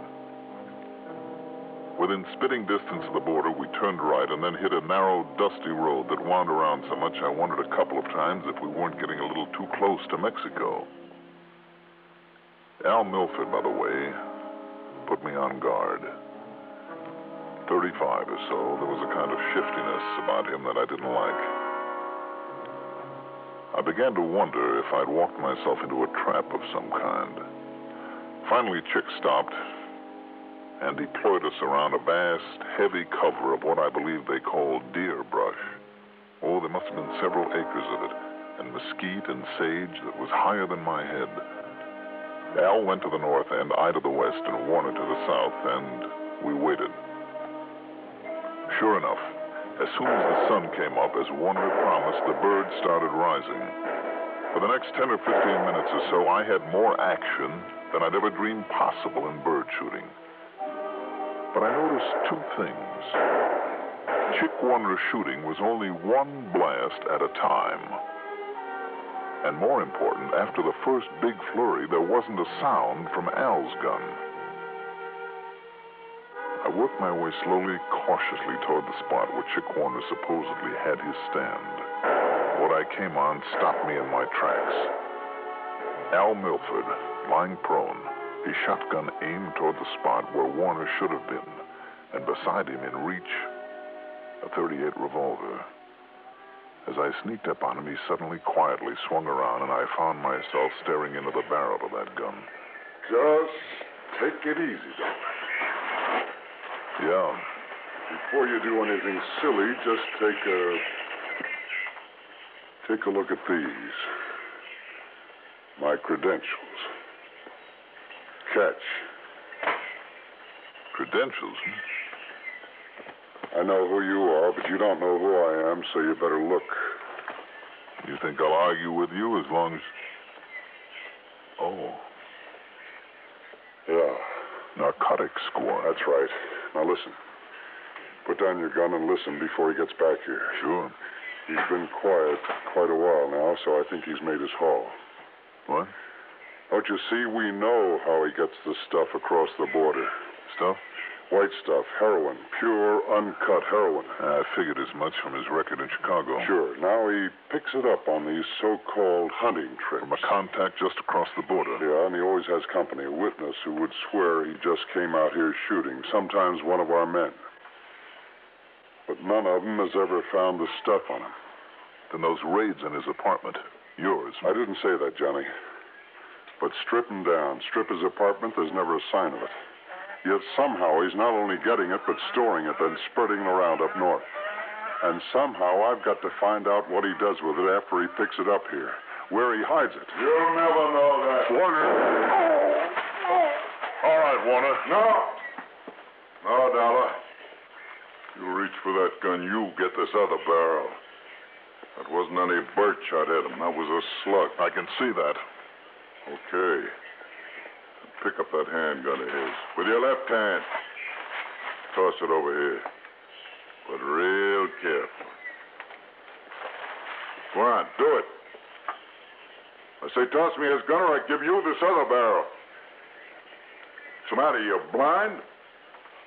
They only use one shot on him. This gun's a double. Can't you see that? Sure, Warner. Do like I tell you. You want this other barrel? Yes, Warner, I think I do. Stay back or you'll get it. Stay back. Stay back! Clever, Warner. Clever hiding place when you took the stuff home. Get back. Not even the experts could find it. They're at your cottage. Get back, I tell you. And out here, after birds, only one shot at a time. That's what gave you away. You hear me? I'll pull this trigger. And let the hammer fall on the barrel full of the white stuff that it's loaded with? Why bother, Warner?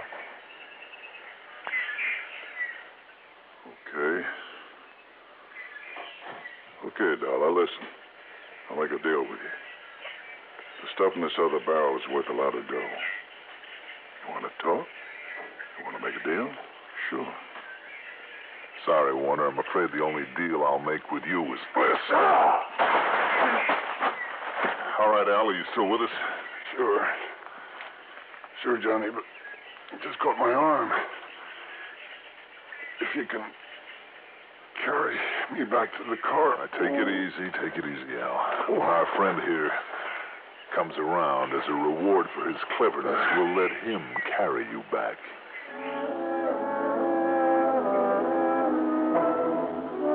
That one shotgun barrel loaded with heroin, Sure, it was only a guess, but thank heaven it was the right one. You know, for a second there, I was afraid he might have a shell in it. Expense account total, including the trip on back to Hartford. Call it $760 even, and cheap at half the price. Yours truly, Johnny Dollar.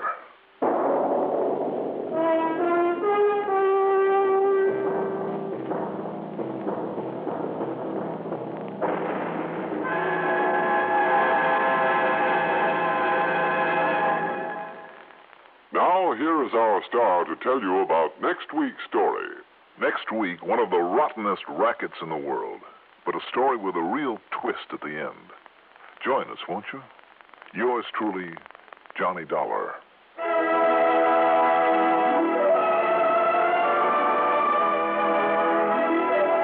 Yours truly, Johnny Dollar, is written by Jack Johnstone, produced and directed by Bruno Zerato Jr., musical supervision by Ethel Huber. Johnny Dollar is played by Mandel Kramer. Also featured in our cast were Santos Ortega as Charles Warner, Elizabeth Lawrence as Trudy, Court Benson as Phil Easterday, Carl Frank as Al Milford, and Robert Dryden as Pete. Be sure to join us next week, same time, same station, for another exciting story of Yours truly, Johnny Dollar. This is Art Hanna speaking. There are a handful of talents newly come up on the show business scene who seem to be headed straight for the big time. There's that ukulele player, a red-headed fellow named Arthur Godfrey. Then there's this crew-cut chap who calls himself Gary Moore.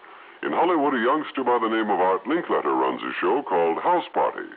Also on the coast, there are two youthful hopefuls called Bing Crosby and Rosemary Clooney.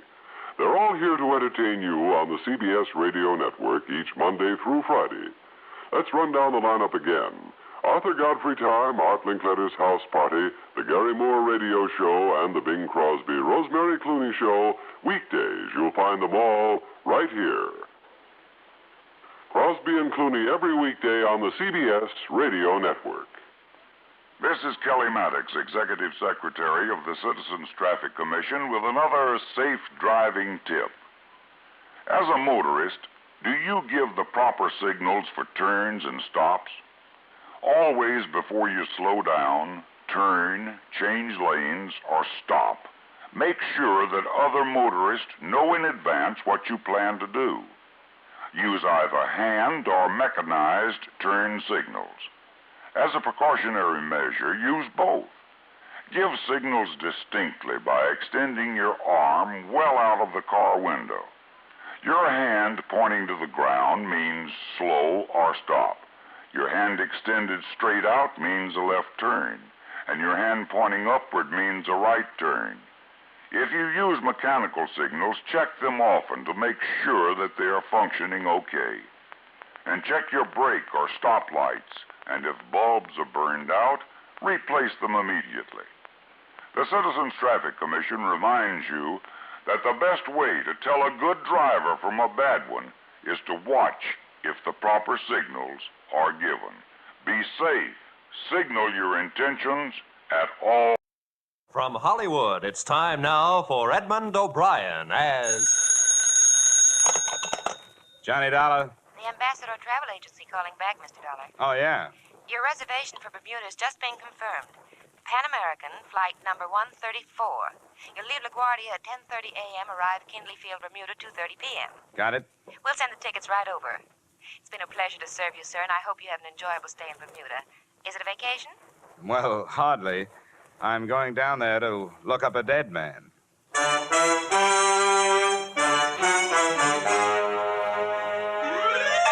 Edmund O'Brien in another transcribed adventure of the man with the action-packed expense account. America's fabulous freelance insurance investigator. Yours truly, Johnny Dollar.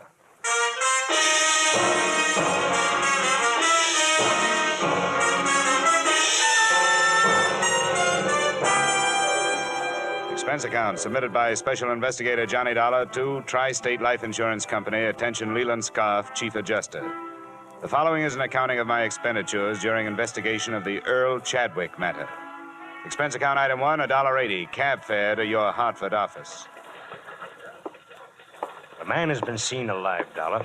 I never was satisfied that he was dead. His boat, a small cruiser, was found wrecked, you know, but never a body. How long ago was that? A little over 4 years ago, 1945. He was declared dead in 1947 in appellate court, and we were forced to meet the claim of his widow, or his wife and accomplice, as it might seem now. Go ahead. Here's the lady that saw and spoke to him. Mrs. Marshall, this is Mr. Dollar. How do you do? Mrs. Marshall? Now, I want you to tell Mr. Dollar what you told me, Mrs. Marshall, if you will. Well, my husband and I had been in Bermuda for 3 days. Mrs. Marshall, explain that you knew Earl Chadwick before. Oh, yes, we knew him. Not too well, thank heaven, but well enough to be pointed out as friends of that embezzler. You know how people are. Embezzler, Mrs. Marshall? Oh, yes, there was attendant theft. He worked at the Monticello Loan Company in New York City. $30,000 disappeared at the same time he did. Police theory was that he wrecked his boat while attempting to leave with the money. Now, Mrs. Marshall, how you happened to see him? We'd been there 3 days, and that night we went to this nightclub in Hamilton, slumming, so to speak. It's called the Port of Castile on the waterfront.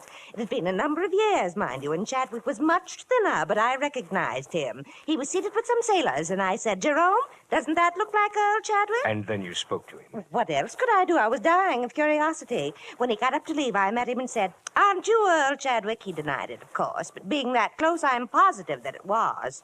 What did he say? Did he give you a name? No, but I found out. I felt I was quite within my rights in asking a few questions. The name he's using is George Brewster. Well, Dollar? What about Chadwick's wife? What happened to her? She remarried one of his business associates, Harold Anderson. Yeah. I had the girls draw up a complete record on the case. Photographs, police reports, everything you'll need. The wife's address is there in Queens, I think. All right, Mr. Scarf. I'll do what I can.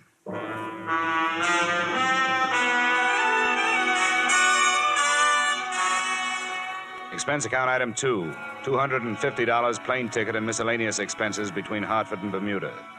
I drew an aisle seat and one of the worst hazards of air travel or any other kind of travel. I'll tell you something. It pays to study these places before you go to them. I've been out there before. Nothing teaches like experience.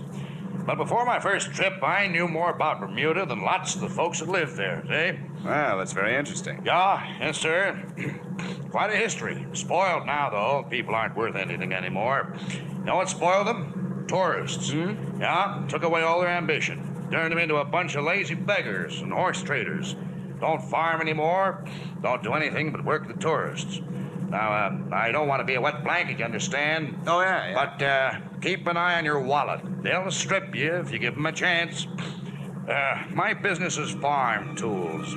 What's yours?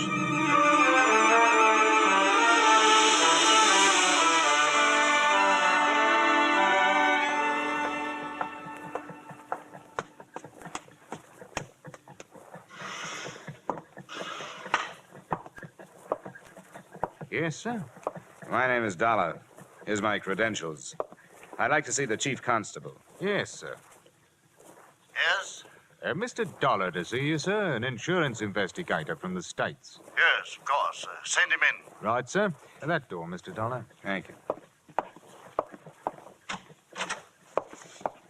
Pleasure, Mr. Dollar. Your company cabled that you were coming. Sit down. Thank you. Well, now, you're here to look into the affairs of one George Brewster. What's he been up to? I'm not sure he's been up to anything yet. According to a witness, he answers the description of a man who disappeared from New York a few years ago with $30,000. He was declared dead, and the company that hired me paid off an $80,000 insurance claim to his wife. I see. Quite a valuable chap. Yeah, if he is the chap. What about this Brewster? Do you people know him? We acquainted ourselves with him after the cable arrived. Nothing against him. Lives a rather rum life. Doesn't seem to have much. Are his papers in order? Passport? Visas? I trust that he wouldn't be here if they were not. Like any other paradise, Mr. Dollar, Bermuda is forced to accept the existence of a certain percentage of misplaced or lost persons on its outskirts. That's what they are. They? Here's the address. Thank you. At the lower end of King George Road. Do you wish transportation? No, don't bother. The walk will do me good.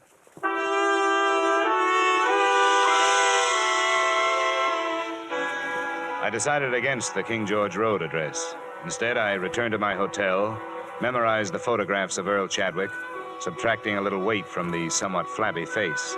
And that night, I found myself a table near the door at the port of Castile. I sat there nursing a minimum of foul drinks. It was 10 o'clock before he came in and found standing space at the bar. George Brewster?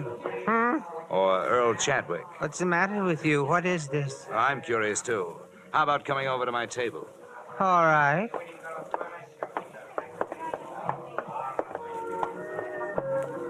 You act like a cop. Just 50% cop, no badge. I'm working for Tri-State Life Insurance Company. What does that mean? They insured a man and paid off to his wife. Now they are unsure he's dead.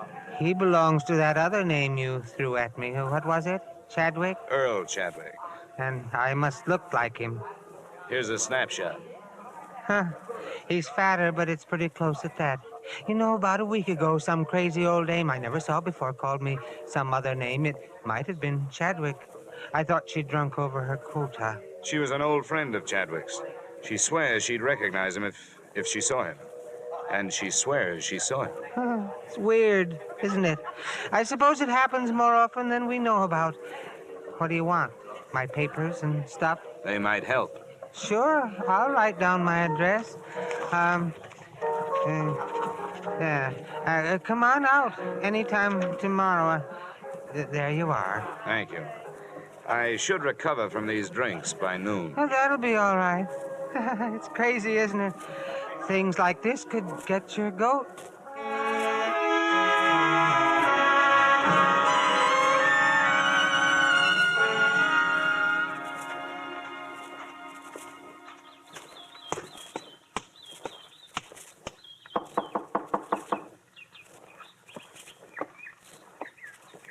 You the guy George was talking about last night? Probably. I'm Johnny Dollar. Is George here? No, he had to leave. But he said you could come in. He said you could look at this stuff. Here's his passport and cards and things. How long have you known him? Oh, 2 years last month. Do you know where he came from? Never asked me where I came from. This guy, he looks like. He had a wife? Yeah. I want to take some of his personal things into town to check his prints against this passport. Shaving brush if he uses one, tubes, jars, anything. You think he's the guy? I'll have to find out. Never mind. You told me you were going. The prints would check against the passport, but it wouldn't make any difference. Now that it's started, why stretch it out? Why not make it easy? George? No, Earl. I'd almost forgotten. Earl. Where can we talk? I've got a hotel room. The statement he made filled in most of the blanks in the case. 1, his wife was to have met him in Mexico City, but hadn't. 2, most of the stolen funds had gone to his wife to keep her going until she collected the insurance. So she got married. I didn't know that. She told me to wait, and I did. Grace married. We can leave for the States Grace anytime and you're ready. Harold. Huh? Oh, I can be ready anytime you say. All I have to do is pack a few things and say goodbye to Fran.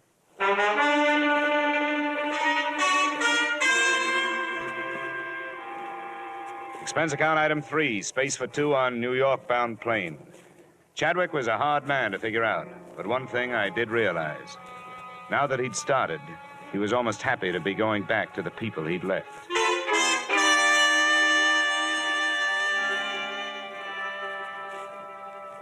We arrived in the evening, and the next morning, I was told when I telephoned that Mrs. Grace Chadwick Anderson and her husband were at home and would receive me. Oh, good morning. Hello, Grace. Harold. I beg your pardon? Oh, I understand, Harold. This must be the man that Mrs. Marshall phoned about. You know, the one in Bermuda. Oh, come now, Grace. That's no good. Who are you, anyway? Mr. Dollar, for what purpose did you and this man come here? I brought him here so you could identify him as your missing husband. That's idiotic. There is the faintest resemblance, yes, but that's all. What do you have in mind, Mr. Dollar? Now, no crude extortion attempt like this will get you anything but arrest. I knew Earl Chadwick, and I'll swear under oath that this man is not he. I should think you would, Harold. Who are you, and where did you learn my name? Get him out of here. Why? Why not talk over old times, Grace? Wait a minute. All right, Mrs. Anderson, Mr. Anderson. I'm sorry I've taken up your time. Come on. Dollar, what's the matter? You too? Come on. I'm sorry, dear. I know it's been unpleasant for you. Who do you think I am? I ask you, who do you think I am? That doesn't count. You're legally dead. What about your parents? They're dead. But I have friends or people that knew me. They're no good. If your wife won't identify you, they're no good. You worked for a loan company. They must have your prints. I took them from the files and destroyed them when I left. How are your teeth? What? Teeth. Who was your dentist here in town? Dr. Field. It's been so long. Dr. Homer Field. Drake, Professional Building, Manhattan. He'll still have your x-rays on file. They're as good as fingerprints. Go there this morning. Don't use your name. Give him your other name, George Brewster. Have a new set of x-rays taken. I'll do the rest. All right. Hold it. And look, I don't have to hire somebody to follow you, do I? No. Oh, no. Not after I've seen them. You don't have to worry about my going anyplace.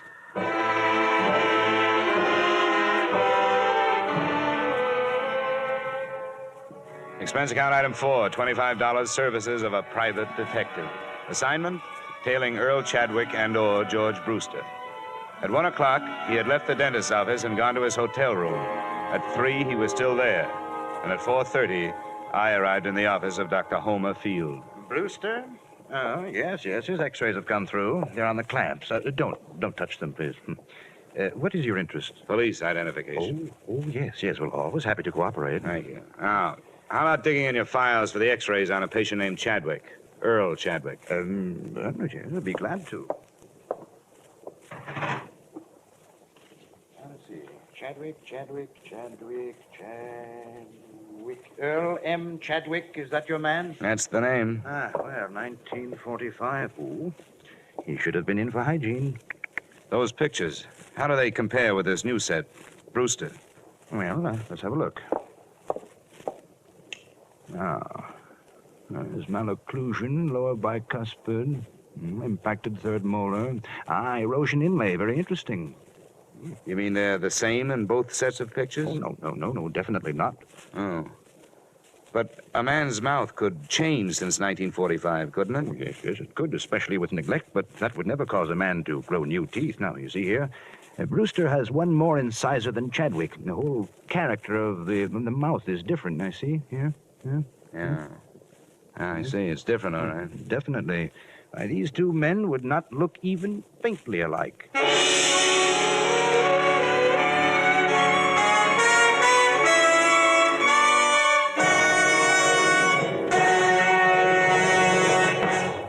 In just a moment, we will return to the second act of yours truly, Johnny Dollar. But first, down the old Ox Road, learn to croon straight from the shoulder. Milestones in popular American music. Milestones in the career of one of America's favorite troubadours, Bing Crosby. This Wednesday night, over most of these same CBS stations, you're invited to hear The Bing Crosby Show. Bing Crosby with the music of John Scott Trotter, with the Rhythmaires, with Ken Carpenter. Here's the show designed for the whole family. A pleasant and diverting mixture of music and merriment, guided by the one and only Bing Crosby. Plan now to hear The Bing Crosby Show this Wednesday night on CBS. And now with our star, Edmund O'Brien, we return to the second act of yours truly, Johnny Dollar.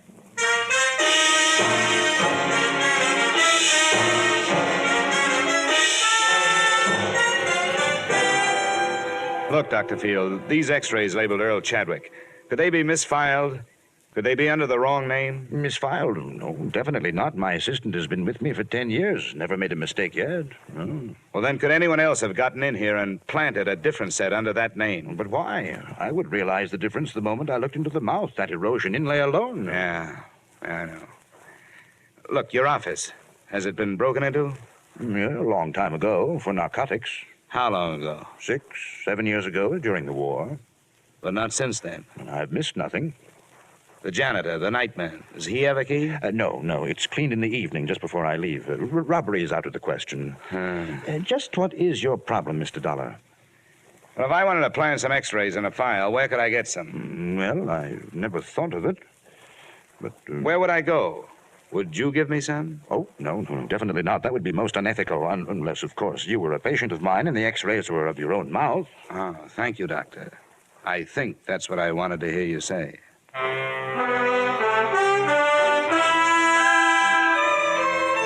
Before dark, I made 2 more stops, searching for something to help me prove that Earl Chadwick was alive, if he was.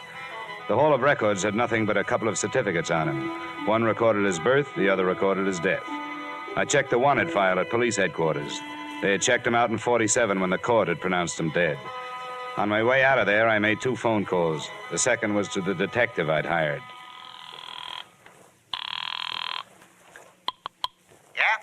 Landro, what are you doing in your office? Did you lose him or get tired? He was on to me, Dollar. He got into the crowds at Macy's. I put the houseman at his hotel on it. He's watching his door. I just phoned his room. He's not there. What's he been up to? He left the hotel at 318 and took a cab over to 3rd Avenue. What address? A pawn shop, Johnny. He bought a gun. Nice going, Landro. If you decide to change over to stopping traffic at school crossings, use me as a reference.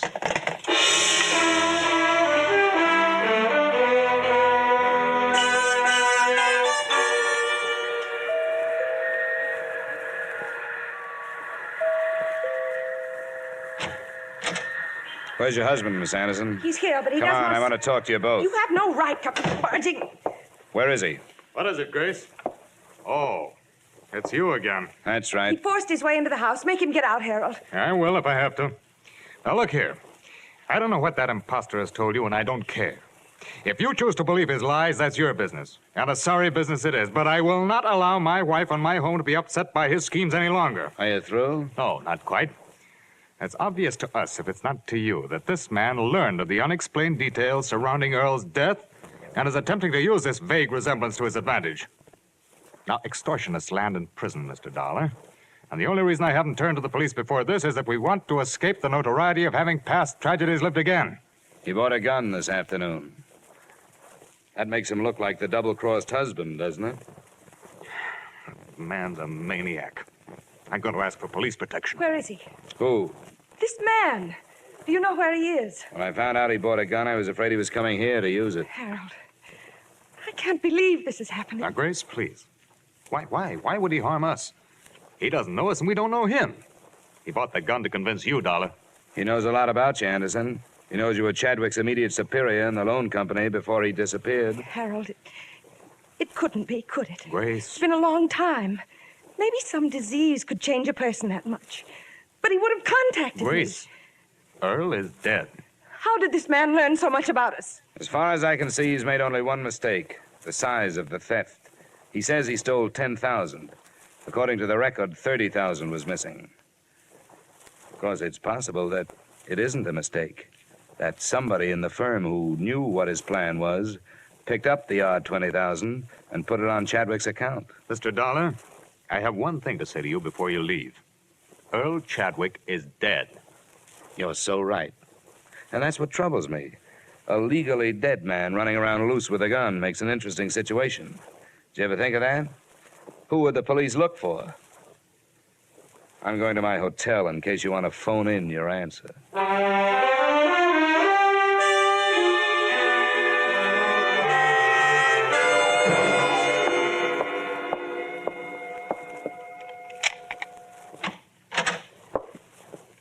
Where have you been, Chadwick?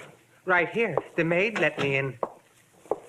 What's the idea? I was scared somebody was following me. I got the feeling they hired somebody to get rid of me. No. Why not? I haven't thought of that yet. Give me the gun. I need it. Come on, where is it? Never mind. Get away from me. Come on, where are you carrying it? Hey, you... How did you know I had it? What were you going to do with it? I told you I was scared. You thought I was going to kill them?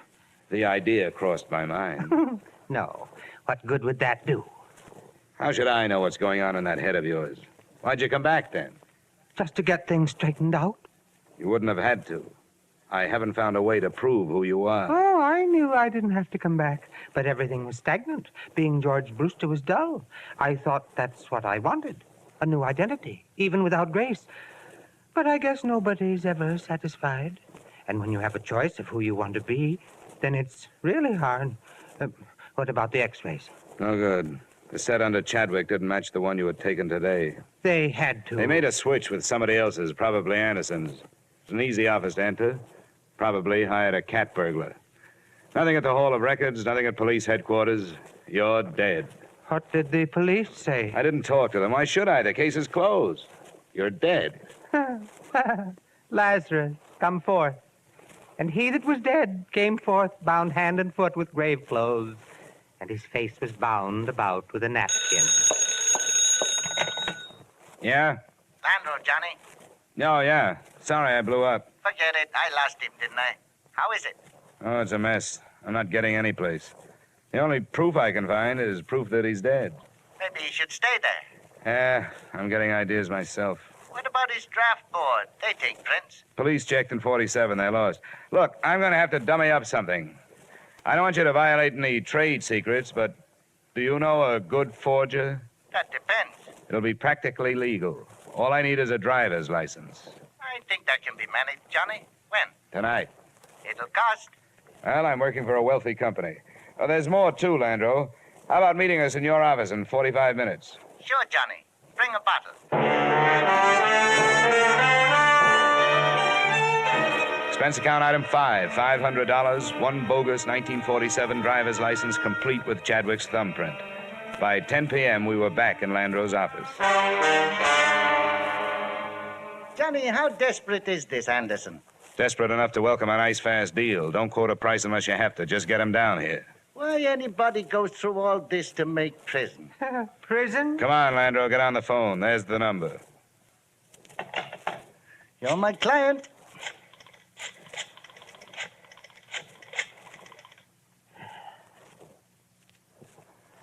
Mr. Harold Anderson? I'll be blunt. This is blackmail. I'm calling in the interests of Earl Chadwick. No, he isn't. He's alive. But I do have proof. A driver's license he took out just before he disappeared, as a sort of a double check on the past. You'll believe it when you see it. It's for sale. He doesn't want to go to prison any more than you do, but he needs money. I said you'd believe it when you saw it. I think it'll be worth a trip over here. We'll talk price then. We meet here. Number 465 Tide Building, 7th Avenue. It's no bluff. Nobody knows about it. I'll be alone. He doesn't believe it. When'll he be here? He said 45 minutes. Good. Now, don't make the price too high. Set up a meeting with him tomorrow, and we'll have the police here. Well, step forth, Lazarus. Empty the ashtrays, Landro. Looks like 3 men have been here. He arrived at 11:30. Chadwick and I, in an adjoining room with the door cracked, watched his wary entrance. Who are you? The name is on the door. Landro. You work under a license issued by the state of New York. Sometimes, but the license isn't important tonight. You won't make any trouble. Sit down. Well, Landro? Here it is. Just look. Name, a serial number, a date, a signature, and a thumbprint. Where is he? He'll phone me in the morning. Well, where's the man from the insurance company? Looking for Chadwick. He doesn't know about this yet. Why? Why has he waited this long? He didn't know everything that had happened. You and his wife. The money you made on it. What's the price? Well, as he put it to me, it ought to be figured from the 20 grand you took and the advance you've made in the company the last few years. How much? He'd like to start at 15,000. It would take a while. 5,000 tomorrow, say around noon. The other 10 within a week. That's when you get the license. Well, it would have to be later than noon tomorrow, but I brought 1,500 with me. That's a deal. All right. I'll give it to you. Hey, watch it. Don't do it. Anderson. Wait, Dollar. Landro, down. Landro. I'm all right. Chadwick! Chadwick! Chadwick. Pulse. Pull his collar down. Nothing? Nothing.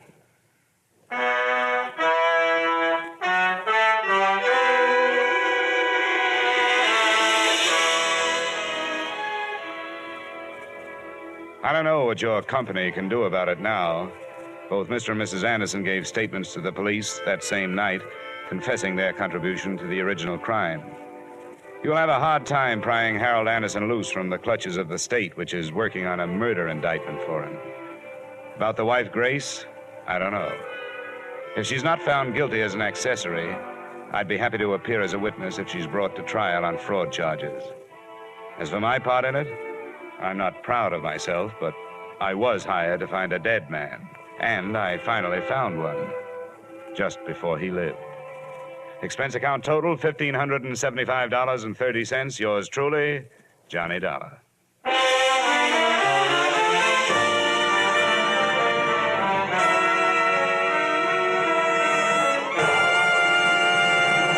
Yours truly, Johnny Dollar, stars Edmund O'Brien in the title role and is written by Gil Dowd and David Ellis, with music composed and conducted by Leith Stevens. Edmund O'Brien can soon be seen starring in the Columbia Pictures production, The Los Angeles Story. Featured in tonight's cast were Lillian Bayef, Walter Burke, Virginia Gregg, John Daner, Ben Wright, Tudor Owen, and Ted Osborne. Yours truly, Johnny Dollar, is produced and directed by Jaime Del Valle. Join us again next week at this same time when, from Hollywood, Edmund O'Brien returns in another transcribed adventure of... Yours truly, Johnny Dollar.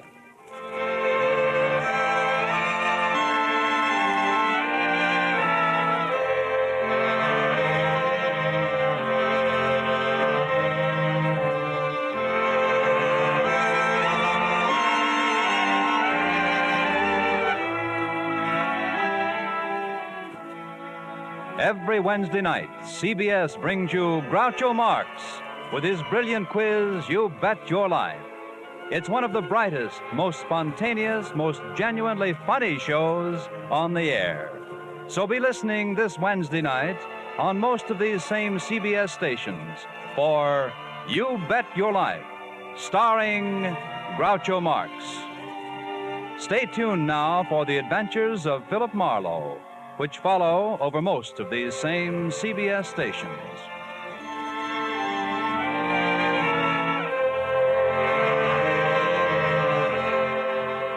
This is CBS, the Columbia Broadcasting System.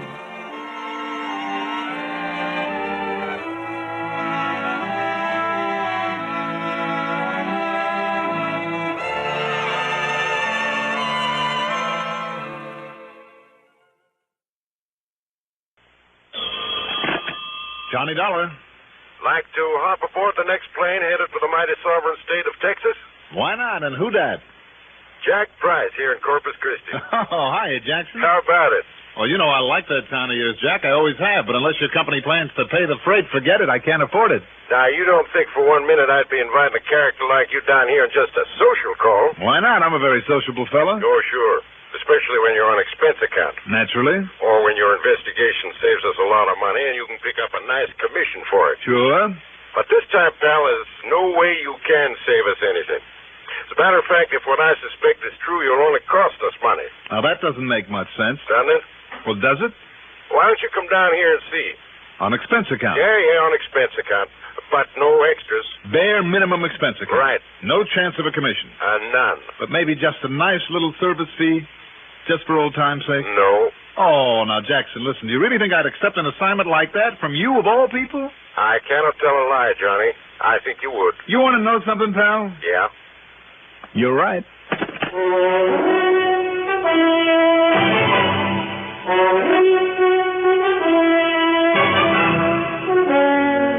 The CBS Radio Network brings you Mandel Kramer in the exciting adventures of the man with the action-packed expense account, America's fabulous freelance insurance investigator, yours truly, Johnny Dollar.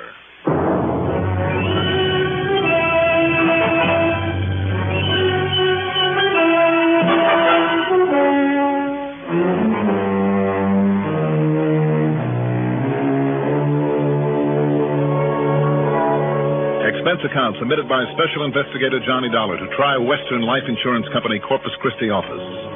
Following is an account of expenses incurred during my investigation of the Ike and Mike Matter.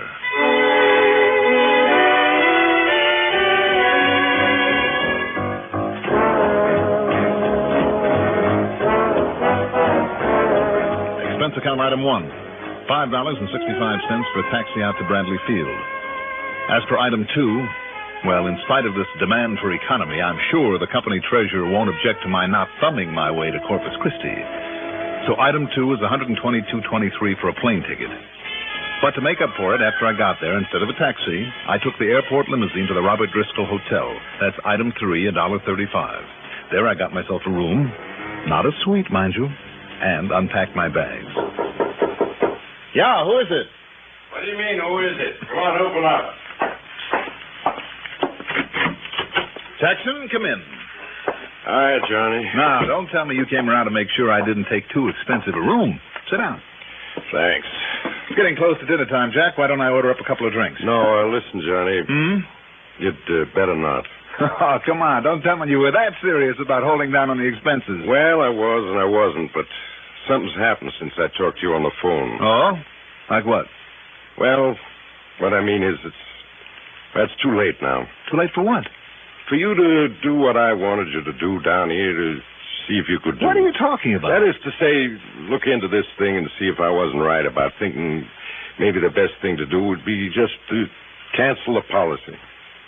What policy? I mean because of what happened just a few hours ago after I called you. Look, Jackson, this bush you're beating around is getting pretty big. What policy? To whom and for how much? And what's the matter with it? Okay. Straight life, Johnny. $25,000, and with the standard double indemnity clause. Yes, I know, for accidental death. Yes, darn it. Well, who's the insured? Well, Johnny, do you remember a character by the name of Lou Livercombe? No, I can't say that. Wait a minute. Little Louie Livercombe, that slippery old stock promoter I chased all over the country a couple of years ago? Yes. And finally caught up with, only to have a fast-talking mouthpiece get him off scot-free? The same. Oh, Jackson, don't tell me you issued a policy to a crook like little Louie. No, I didn't. At least give me credit for some sense. But one of the boys in the office, a new kid, sold this policy to a Mr. Isaac Prellinger, better known around the local pool halls as Smarty Yaak. And that nickname is a pretty good description of him. No visible means of support, just a smart, fast-talking bum recently in from San Antone. $25,000 policy, Yeah. When I found out about it, I didn't like it, but, well, I let it go through. Then, this morning, in a routine checkup, I found out who he named as beneficiary. Livercombe? Livercombe. No kidding. No kidding. And when the wheels began to turn in this so-called brain of mine, I mean, the fact that Ike bought a policy that big, though he apparently didn't have much dough. So maybe Livercombe put up the money for it on condition that he be named beneficiary with the idea of having him knocked off. Yes. And it wouldn't be the first time a crook like Louie tried to caper like that. But until I could be sure it's the same Livercombe, and the address we have for him is out in Eugene, Oregon. Oregon? Yeah. Boy, then he did clear out of where he'd been working when I caught up with him. Well, anyhow, that's why I called you. I figured if it is the same Livercombe, if you could find some evidence that he was paying for Ike's policy and planning to pull a fast one on us. And on Ike Prellinger. You're right. Then I'd have sufficient reason to cancel out the policy. Okay, Jackson. Let me get some dinner and a good night's sleep. No, Johnny. And I'll run out there to Oregon. Did you say no? It's too late. The dumpy little shack over on West Maple Street where he lived alone. Yeah, what about it? Just a few hours ago. Burned to the ground. Oh? And Ike Prellinger was in it. Oh. Yeah. They're sure? Fireman, authorities, they're sure it was Prellinger's body they found there in the remains of the fire? No question of it, Johnny. Who identified it, Jack? I did. And I checked against the description on his policy. Oh, well, that's a pretty complete description.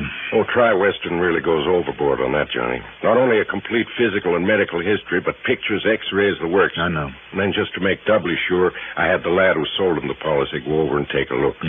So there's no question of it. The man who died in that fire was Ike Prellinger.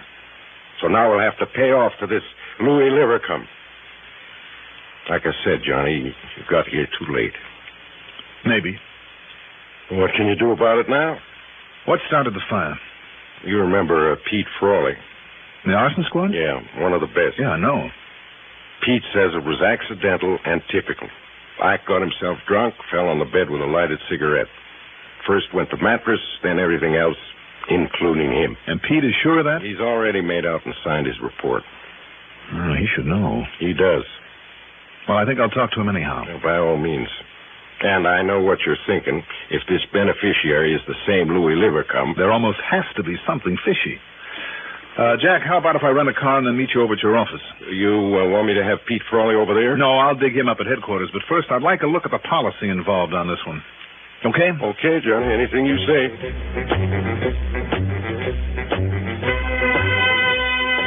Item 4, $1.85 for a quick bite in the Robert Driscoll coffee shop. Item 5, $50 deposit on a rental car. Then over at Jack's office, despite the late hour, I took a long, careful look at the policy on Ike Prellinger, especially at the description of him. Jack was right. Tri-Western does do a thorough job. Pete Frawley, the arson squad, had gone home for the night, but didn't hesitate a minute to get out of his robe and slippers, put on his shoes, and meet me at headquarters. We paid a visit to the morgue. Well, there you are, Dollar.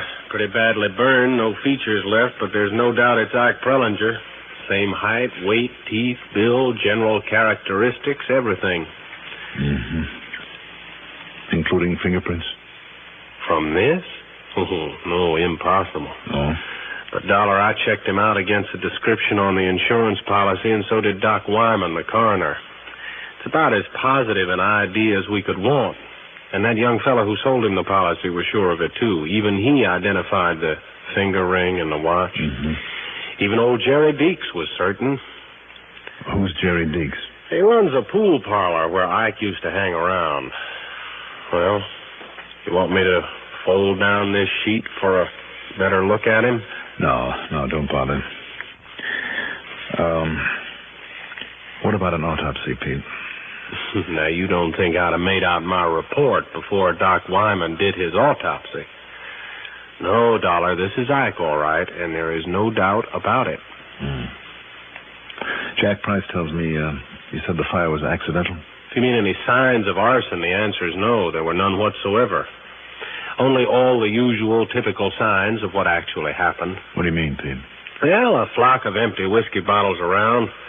One of them that dropped out of his hand when he lay down on his bed, same as I've seen it 100 times. Mm-hmm. Oh, and I was even able to isolate the ashes from the cigarette he'd had in his hand that set off the mattress at the point the fire actually originated. Now, wait a minute, Pete. Yeah, what? I have reason to suspect that somebody might have wanted to kill him, to collect his insurance, and tried to use the fire as a cover-up. Yeah, I thought of that, too. But Doc Wyman found absolutely no sign of injury nor any poison in his system. What's more, Dollar, he wasn't killed before the fire because there were signs of smoke in the lungs. And I mean plenty. Of course, Pete, Yeah? What is it, Dollar? Well, I mean, if somebody smothered him, with a pillow or something, that would leave no marks. Before the fire? Yeah. Well, did you miss my point? Then there wouldn't have been smoke in the lungs. Now, wait a minute. He would have passed out before he stopped breathing entirely, wouldn't he? Yeah, possibly. In other words, a killer could have smothered him just enough to make him unconscious, then started the fire, let him get his lungs full, and, well, then the fire would have finished the job. Aren't you reaching a little bit, Dollar? Maybe so, maybe no. Well, I mean, unless you can somehow turn up some evidence that he was murdered. No, it's just a hunch, but a potent one. Well, I know that neither Doc Wyman nor I could find anything to indicate it, and believe me, Dollar, I tried. I mean, I have just as suspicious a mind as you have. Okay, Pete. So, you want to look at the autopsy report? I'm sure Doc wouldn't mind. You want me to ask him? No, don't bother. But why? Well, I mean, why this powerful hunch? Oh, because of a man I chased halfway across the country a couple of years ago, who now lives in Oregon. I don't get it. He is the beneficiary of Ike's policy. I still don't get it.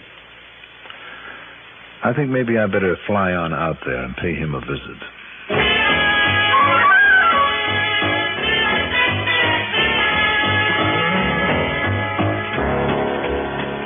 First, though, I drove around to Jerry Deek's pool room. Just why, I'm not sure now that I stop to think about it. But you know something? It was Jerry Deeks who convinced me beyond the shadow of a doubt that my hunch was right. 100%.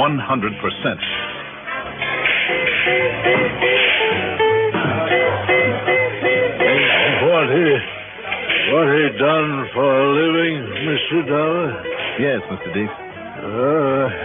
Anything Ike Perlinger made, he made right here, sir. Yes, sir. You mean with a pool cue? One of the steadiest shots I ever see. Mm-hmm. Most consistent, too. Yes, sir. In spite of the way he liked his liquor? Ike, liquor never would touch it. You sure of that? No, sir. Never touched it, sir, and I know. Well, how do you know? Well, I tried to give him some once, like a sort of present for the way that he's brought a lot of customers in here. Said no, he did. Said such stuff was nothing but poison. Thank you, Mr. Deeks. Thank you very much. Yes, sir. For what? You may not know it, but you've said one word to me loud and clear. Now, what's that, sir? Murder.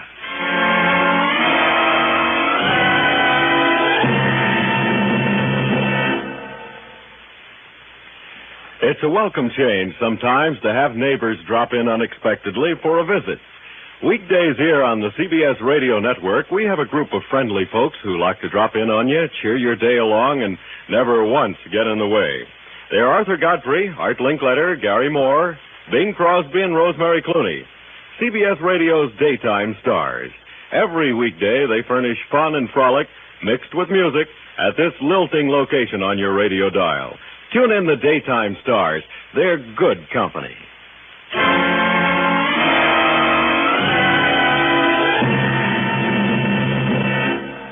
Although it was now quite late, item 6 is 10 cents for a phone call to Jack Price at his home. What?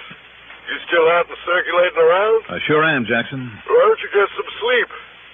Hey, what's up? As soon as I can, I'm heading out to Eugene, Oregon. To check up on that beneficiary? Yep, among other things. What do you mean, other things? In the first place, I'm sure now that we have a murder case on our hands. Ike was murdered, then? Oh, I didn't say that. What do you mean? Just got me a wild idea, Jackson. You remember that old saying, Ike and Mike, they look alike? Well, sure, but...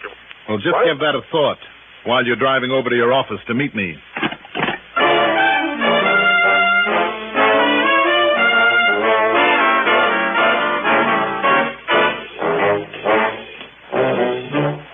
Minutes later, in Jack's office, I took another look at Ike Pellinger's policy. I also went over the original application for it, and particularly the medical report and the x-rays.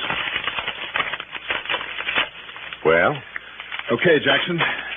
Now, if you don't mind, I'll use this phone. Sure, go ahead, Johnny. Help yourself. But you still haven't told me what you meant by the Ike and Mike bit. Just a hunch. But if it's a right one, there's a lot more to this case than meets the eye. Well, like what, for instance? Like the possibility, for instance... Hello? Hello? Johnny Dollar, Pete. Oh, what? Don't tell me you got on out there to Oregon already. No, but listen, I'll call you from there sometime in the morning. In the meantime... And you still think it was murder, huh? Now I'm sure of it. You found some bottles in the remains of that fire, and that made you think Ike had got drunk and made that typical mistake of setting off his mattress with a lighted cigarette. Well, I still think that's what happened. In spite of the fact he never touched the stuff? Yes, sir, in spite of the... What did you say? You heard me. Listen, I've just looked over the x-rays on Ike Pellinger. First thing in the morning, at the crack of dawn, get your Doc Wyman to do a further autopsy on that stiff. A further? Yes. Have him look for marks from an old fracture of the first metatarsal on the right foot. Oh, why? If he doesn't find any, then you get busy and phone a complete description of Ike to the Missing Persons Bureau up in San Antonio. That's where Ike lived one time before he came here. You think they might be looking for him? For him? No. Then I don't get it. But if that description ties in with somebody who is missing from up there... listen, Pete. Yeah? If it doesn't, then you'll have to try every other town in Texas if necessary until somebody does recognize that description.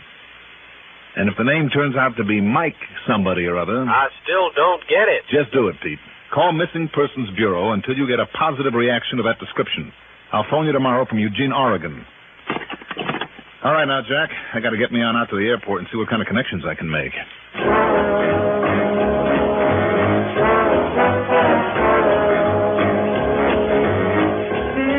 The connections I could make were anything but good. Item 7 is $199.75, and my routing took me to Houston, to Los Angeles, to Portland, and then finally Eugene. Because of the stopover at every point, it was well into the next morning by the time I got there. Item 8, $12.50 for a cab to Lou Livercomb's place off Deming Road, out beyond the Fern Ridge Reservoir. It was the kind of modest, well-kept sort of home you'd expect a retired country gentleman to live in, rather than a crook. The reason for that high taxi charge is because I asked the cabbie to wait for me. Remember that.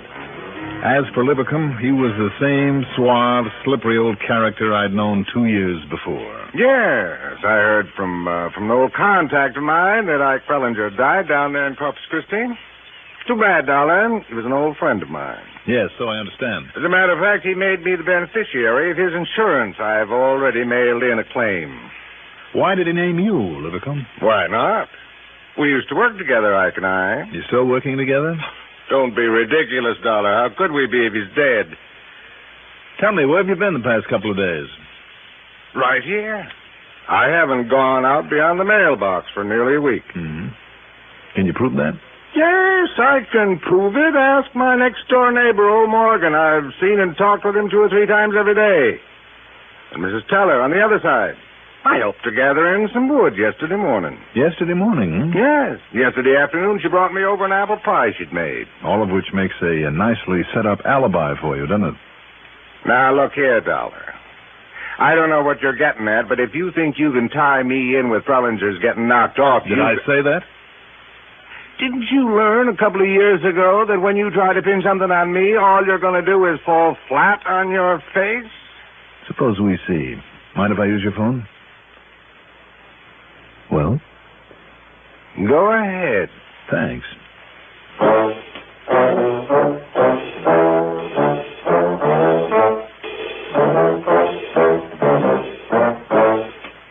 The call was to Pete Frawley at police headquarters back in Corpus Christi. And the result of Dr. Wyman's further autopsy and Pete's call to San Antonio? Dollar, I don't know how you do it. Yeah, Pete. No broken bone in the foot of that stiff, so your hunch was right. It wasn't Ike Prellinger at all. It was somebody who was a dead ringer for him. Taken there, planted there by Ike? Well, that we can't be sure of. Anyway, not yet. I'm sure of it. But now listen. Like you suggested, I called the MPB in San Antone. Now, the missing man on their list fitted Ike's description perfectly. His name was Mike Ringler. So how you figured that one, I'll never know. All right. Now, do you see what it means, Pete? No, you tell me. When Ike found that he had a double there in San Antonio, it gave him an idea. So he moved down to Corpus to carry it out. What was it? He got in touch with and made a deal with his old colleague in crime, Lou Livercombe, out here in Eugene. If Lou would pay the premium on a nice hunk of insurance, then when he supposedly died, they could split it. In this case, with double indemnity, a total of $50,000. Well, I'm a son of a gun. It's an old one, but it's worked more than once. Now, wait. We still have to round up Ike Prellinger. Don't give that a second thought, Pete. I'll simply make the most of Lou's hospitality here in his home for a while. You'll what? For just as long as necessary. Oh, yeah, I see. Then when Ike arrives to pick up his cut of the insurance money, he thinks, well, Pete, I'll be right here and ready and waiting. Okay, buddy. Hang it up. Hang it up, I said. Johnny? You hear me? You see this? I'll, talk to you later, Pete. Well, Ike Prellinger, That's right. Who are you? Who is he, Lou? Don't you know him? That's Johnny Dollar, the insurance detective. Oh, it is, huh? Well, Dollar, you won't be talking to anybody. Not later, not any time. You see this? Haven't you made enough mistakes already, Ike? Plug him, Ike. Let him have it. All right, Lou. That's exactly what I'm going to do. Now, listen, mister. Cabby! Hey, out of my way. Hey, what's going on? Look out, Cabby. Watch him. Oh, no, you do. Oh, yes, I do. Oh, Ike! And now you, Lou. Holy mother. Wow. Thanks, Cabby, for barging in the door that way and throwing him off balance. Wowee. What you done to him? Say, what goes, anyhow? Plenty. I'll tell you all about it while we drive these babies into police headquarters.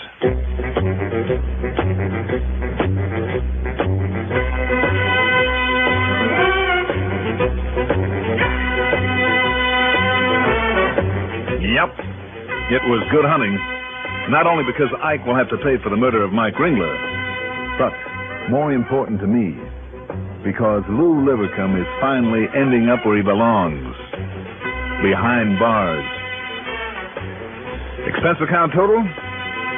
Oh, why don't you figure it up, Jackson? And don't forget my commission on the insurance that won't have to be paid out. Yours truly, Johnny Dollar.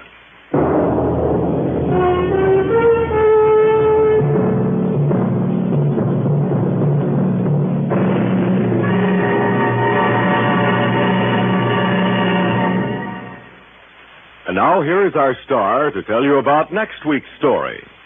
Next week, only the shadow of a doubt locks up the case for me. Join us, won't you? Yours truly, Johnny Dollar.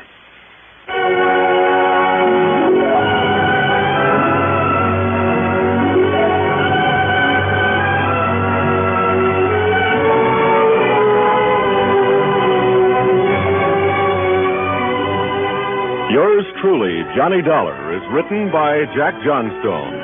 Produced and directed by Bruno Zerato, Jr. Music supervision by Ethel Huber.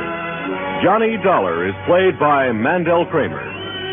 Also featured in our cast were William Redfield as Pete Frawley, Maurice Tarplin as Jack Price, Reynold Osborne as Louis Livercombe, Lawson Zerby as Deeks, Ralph Bell as Ike Prellinger, and Bill Lipton as the cab driver. Be sure to join us next week, same time, same station, for another exciting story of yours truly, Johnny Dollar. This is Bill Gillian speaking. If someone you know has had an accident or an operation, the chances are he was given blood or blood plasma to prevent shock or to replace lost blood. Or perhaps one of your children came down with the measles and was given a shot of gamma globulin. That required blood for its manufacture. Whenever emergency arises in accidents, operations, or disasters, blood is urgently needed. And there's no time to get it after the emergency arises. It must be there, always ready for immediate use. The agency that collects the blood for our military and civilian hospitals and keeps blood banks all over the country well stocked is the Red Cross. This is only one of the countless invaluable services performed by this wonderful organization. One of the ways in which you can help the Red Cross is by giving blood regularly. There are many other ways you can help, too, doing various kinds of other useful volunteer jobs.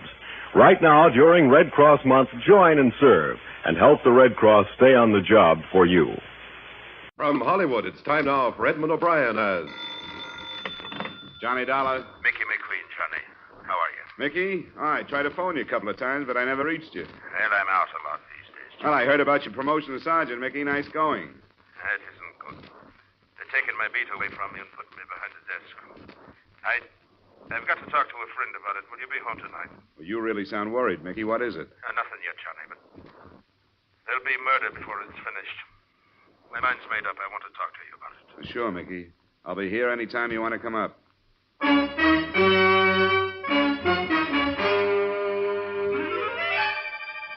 Edmund O'Brien in a transcribed adventure of the man with the action-packed expense account, America's fabulous freelance insurance investigator. Yours truly, Johnny Dollar.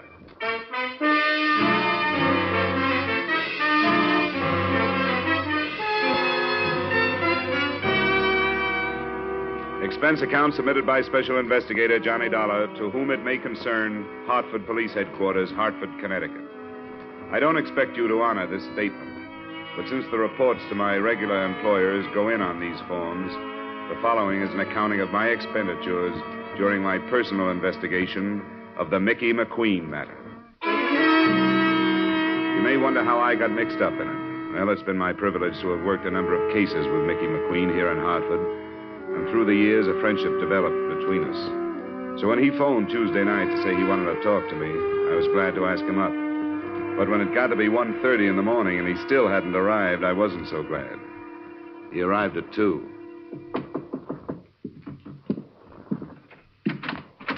I'm sorry I'm late, Johnny. Yeah, what held you up? I was about to drop off. I had to think, Johnny. You're in uniform, Mickey. What about your beat? Yeah, my beat won't miss me. After 20 years of walking it from dark till dawn, checking its doors and passing the time of night with its people drunk and sober. Is it too late for a drink, Mickey?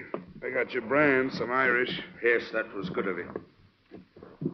I've been a good policeman, Johnny. I can say that without sounding like I'm stuck on myself, can't I now? Oh, I've never heard anybody else say anything else, Mickey.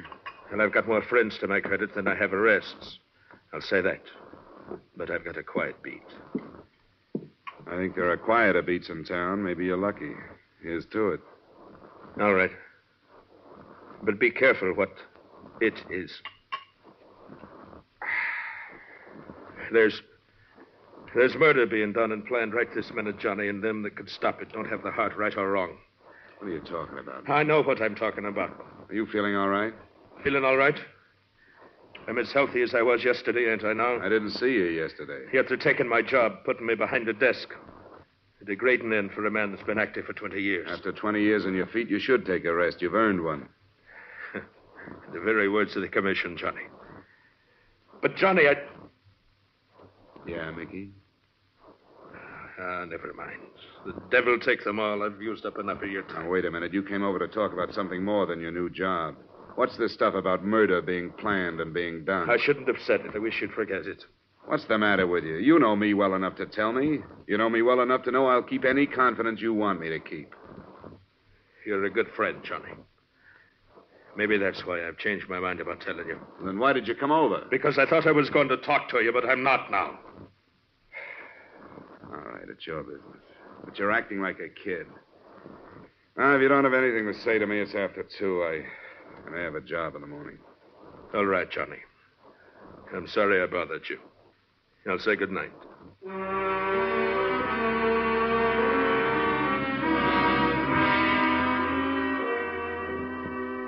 I didn't sleep very well for the rest of the night. In sort of a half doze, parts of Mickey's conversation kept coming back to me. And the more sleep I lost over it, the more I wished I had been less grumpy and more sympathetic. There wasn't a job for me the next day, and right afternoon I decided to drop by his apartment and find out his mood when he was off duty.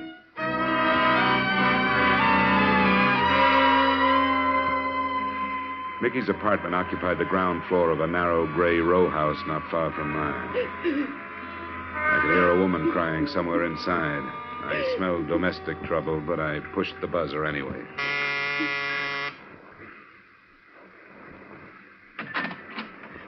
Are you the... I'm Johnny Dollar, a friend of Mr. McQueen's. Oh, yeah, Johnny Dollar. He said to phone you if I ever needed. Is he home? In there. She pointed in the direction of a door smaller than the outside door, the door to either a bathroom or a closet.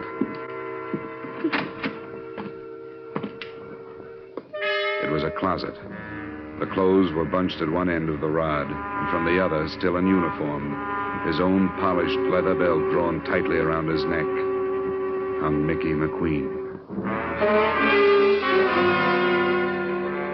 I walked back into the lace-curtained living room. The woman who had let me in was in her middle 30s. She wore too much makeup, and her white blonde hair was anything but natural. She had stopped crying, and she acted as if she were waiting for me to start something. Well, what about it? Do you explain yourself, or do I get 3 guesses? Never mind that look. I only live here. Oh? I didn't know Mickey had a wife. Oh, maybe he was ashamed of me. My name is Thelma. Sorry, Thelma. You're an old friend of Mickey's? Yeah, but he never told me about you. Had you seen him lately? Yeah, last night. First he phoned me, then he came by to talk to me. What did he say? I'm not sure. He was pretty handy with double talk. Maybe I was supposed to understand it, but I didn't. What was it about? About his job, change he was making, and something about murders being planned and done, and nobody doing anything to stop them. Then he didn't tell you What? that I was leaving him. He's never mentioned you. Why were you leaving him? Oh, because it was all wrong. I never should have married him in the first place. Why did you? Because he was the kindest, most wonderful man that ever lived. Does that answer your question? Not quite. Is there more? Did you know his first wife? Yeah. Well, then I guess you know he took her death pretty hard. He'd been married 10 years. I met him after she died. He was lonely, and so was I. Well, he was pretty wonderful to me. I thought I could help him. It wasn't because of him I was leaving. It was me. But I never thought he'd do this. I don't think he did. What do you mean? I think he was murdered. Why? When did you find him? Oh, I came home about a half hour before you got here. Have you phoned the police? Not yet. I didn't know what to do. Where had you been? I told you I was leaving him. I've been living in a hotel. Does it matter? Well, why'd you come back? Oh, just to get some things I'd left. Why are you asking me these things? When it's murder, there's bound to be a lot of questions. I don't think it was. Everybody loved him. He didn't have an enemy in the world. Why would anybody want to kill a man like Mickey McQueen? For the rest of the day, I tried to talk myself into leaving the matter in the hands of the police where it belonged, but I couldn't do it. That night, I started making the rounds of Mickey's beat. I talked to a corner magazine vendor who had sold him a mystery, a woman in a cigar store who had talked with him, and a cabbie who had borrowed $5 from him. None of them gave me anything helpful. My next stop was the Cedric Hotel, where I looked up the house detective, Ned Martin. Oh, poor old Mickey. I'll miss him. So will I. Did you see him last night? Yeah, he dropped in. He always did, once or twice a night, just to shoot the breeze, you know. Why'd he do it? Did he leave a note or anything? I think he was murdered. What makes you say that? Came over to see me about 2:30 this morning. There was something on his mind. He wanted to talk about it, but he wouldn't. Yeah, that figures. What do you mean? I noticed something about him last night. He was real low. I asked him what was the matter. He said it was because it was his last night on his beat. He was supposed to check into his new job today. But that didn't sound right to me. Did you know he had a wife? Yeah, I heard about it. Then I hounded him till he showed me a picture of her. Bleached blonde? Yeah, she looks it. I didn't want to embarrass him by asking, but I wondered about her. What makes you think it was murder, Dollar? Now, do you think Mickey was the type to kill himself? Well, no, but how can you tell? I guess you can't. All you can do is try to find out. Well, if you don't have anything more, I'll be on my way. Wait a minute. Huh? I guess it was a dirty trick, and I wish I hadn't done it, but I snooped that marriage. I found out who she was. Her name was Thelma Weaver. She did a couple of years at Joliet. Where'd you get that? Things like that don't stay hidden. I'd drop it if I were you. I really would. What are you holding out on me? It's for your own good, Johnny. I'll shake it out of you if I have to. Okay, hero. You know Fred Cool, the Calcutta Club over in Bartlett? I know of him. He's a police informer, isn't he? Part-time. Uh-huh. If you won't take my advice and forget it, go talk to him. And don't tell him who sent you.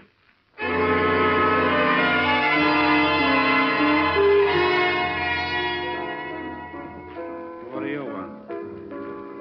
I want to talk to you about Mickey McQueen. Do you have an office? You a cop, too? Only a private one. I was a friend of Mickey's. Oh, sure. Roy. Yes? I'm in my office for a little while. If there's any trouble, buzz me. Roger, Fred. Come on, this way.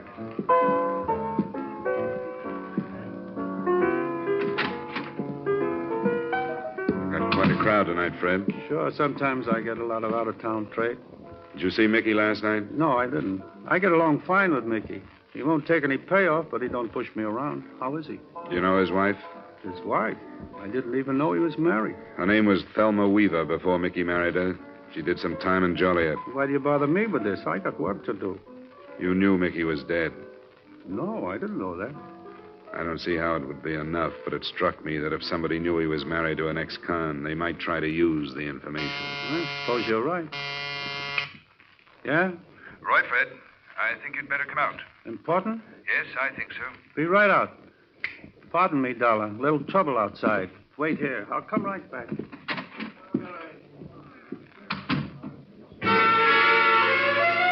I waited, and while I did, I took a quick look around the office for another way out in case I might need it. There wasn't any unless the steel door in one of the walls was it. But before I could try it, the other door opened. I wasn't expecting Fred Koo to return so quickly, and neither was I expecting who did come in. I didn't expect to find you here, Mr. Dollar. Likewise, Mrs. McQueen. I was looking for Mr. Koo. What for? Well, I thought I might help if I could. Mickey kept this notebook, you see, where he wrote down all the places he stopped when he made his rounds. This place was one of them. I thought if I could talk to this Mr. Koo. Did you know Fred Koo? Oh, I know. You know anybody named Weaver? Thelma Weaver? All right, mister. That's enough. Reach. Don't be crazy. What good would that do? Stay where you are. Don't try anything. I really mean it. She looked like she really meant it. It was a small revolver, Colt 25. I didn't know whether she had come in meaning to use it on Fred Koo or me, but it didn't make much difference at the moment. She had it pointed at my midsection. I couldn't figure her. She held her little revolver as if she was used to the feel of it, but there had been something actressy about the way she said reach. I couldn't figure her, but I decided not to take a chance. I grabbed up the inkwell from the desk and threw not it, but the contents at her. Hey, what's it? Okay, drop it. Drop it. Drop it. Now sit down. All right. What do you want? That depends on what you want. I told you. I want to find out who killed Mickey. At the apartment earlier today, you didn't think anybody had. What about it? All right, Johnny. How much do you know? That your name was Thelma Weaver, that you spent 2 years in Joliet. That's right. And after 2 years in that place, I didn't want to go back to the life and start all over again. I gave the bunch in Chicago the slip and came here. I was hanging around trying to pick up enough to pay my way to Florida or someplace, and that's how I met Mickey. He arrested me. Vagrancy. What a laugh. He showed in court the next morning and got me released in his custody. Oh, he treated me like a daughter. He loaned me some money, offered to get me a job, and I really felt for the first time like I could start life all over again. Oh, I know it sounds corny, but... But good. You make it sound real good. You don't believe me, do you? Sure. I believe you as far as you've gone. I even believe the part about starting a new life. You saw that Mickey had a heart as big as the city, and you didn't lose any time moving into it. That was smart. It was about the safest hiding place you could have found. For you, but not for Mickey. How did I know about Fred Koo? Somebody spotted me and told him. And he didn't waste any time getting in touch with Chicago. Those men out there, they all from Chicago? Well, most of them. Did you spot the tall one? He talks with an English accent. Yeah, I remember him. Roy? That's him. He came first. He checked the possibilities on Mickey's beat, and then he found out about Mickey being moved over to a new job. Where was he being moved? Some desk job. Where? At the police arsenal. The arsenal. How did Roy find that out? I told him. I had to. He made me tell him. What are Roy's plans, do you know? Yeah, the Marquardt building. The one that has all the wholesale jewelers. No, that's no good. Mickey was supposed to help them with a job of that size, or they'd reveal that he was married to an ex-con. That's not enough. They must have more than that on you or him. Oh, I might as well tell you. Can't hurt me now any more than I've been hurt. His name is Roy Weaver. I'm married to him. He threatened to bring bigamy charges unless Mickey helped him. That would do it. With your record, bigamy would be a long stretch. Yeah, 5 years. Mickey would do almost anything rather than cause me that. Who killed him? Roy did. I wasn't there. I swear I wasn't. But they met him after he got through work at 5:30 this morning. Why did they kill him? Mickey was all ready for his new job, and he had the keys to the arsenal.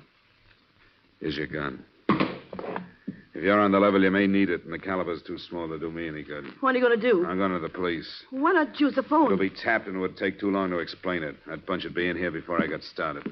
I wouldn't try it if I were you. Where are you going, Dollar? I'm going home. I was waiting for Fred Koo, but I guess he decided not to bother. Fred had to leave. Did Mrs. Weaver entertain you with her sordid story? Yeah, it was very pleasant. She's a charming girl. You were going home to think about it. Well, if you don't mind, get out of my way. Carl, Benson. I'm afraid I do mind. I couldn't chance having Fred interrupted at the arsenal. Get out of my way! Hey, where you gone? Come on! That's enough! Ah, that's fine, Carl. Now, shall we go back to the office and wait? Bring him along, Carl. It's a pity you became involved in this, Dollar. I'd hoped there wouldn't have to be any more violence. You did stop him. Yes. Thanks for the buzz, darling. Oh, it was a pleasure. Look what the skunk did to my dress. Did Fred get started all right? He's well on his way. Should be back within the hour. Hey, Mr. Weaver, what do we do with this guy? Oh, keep him out of the way. Put him in there. And see that he stays quiet. Sure. Hey, you. Turn around.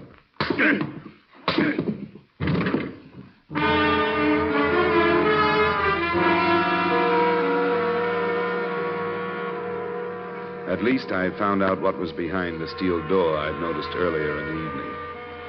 When my eyes opened and I got accustomed to the light from a single dust-covered bulb, I realized that I was in a sort of wine cellar. There were some bottles, but most of the storage space was taken up by a large and varied assortment of birdless tools. There were a few weapons, too, but I knew they were nothing compared to what Fred would bring back if the raid on the arsenal was successful. I glanced at my watch at 11:15, and right after that, I heard the heavy latch on the door being turned. I got back into my position on the floor, closed my eyes, and listened. Don't forget the bars, Carl. We'll need them for the inside doors. I got you. Hey, Benson, you take these. I'll bring the rest. You want the guns in there, Mr. Weaver? We won't need them. We won't need them. Crocker. Yeah? Listen closely now. We're behind schedule. Both cars are in back. In the Buick, you'll find the things from the arsenal. Yeah. I want you to move half of them over into the Cadillac. What about the grenades, Roy? They're in a case marked CN-DM, irritant gas M6. I got it. Open the case and put half in the Buick. The most important is the cordite powder for the vaults. There are 2 boxes. Put one in the trunk of each car. Right. Be careful. It's very touchy stuff. Yeah, I know. I've handled it before. All right, get along then, and hurry. It won't take long. Now, Fred will be in charge of one car. I'll be in the other. It's all right. We're agreed that we'll meet at the north entrance at midnight, both to approach the building from the east on Lincoln. You will have dropped 2 men to guard the south entrance. 2 of my men will subdue the guard at the north. Yeah, they better. They'll spring the alarm in a big hurry. You can trust me. They'll use Thompson's. Thelma! Yes, Lord? Where are you going? Oh, don't be so snoopy. I'm going to powder my nose. You're coming with us. Sure, Roy, if you want me to. I don't need you, but I don't think I should feel safe without you with me. Don't be long. I'll be right back. Think everything is ready from in here, Mr. Weaver. Good. Go to the cars then, Carl. What about the Seamus there? Oh, lock him up again. We'll decide what to do when we come back. I guess he can't cause no harm in there.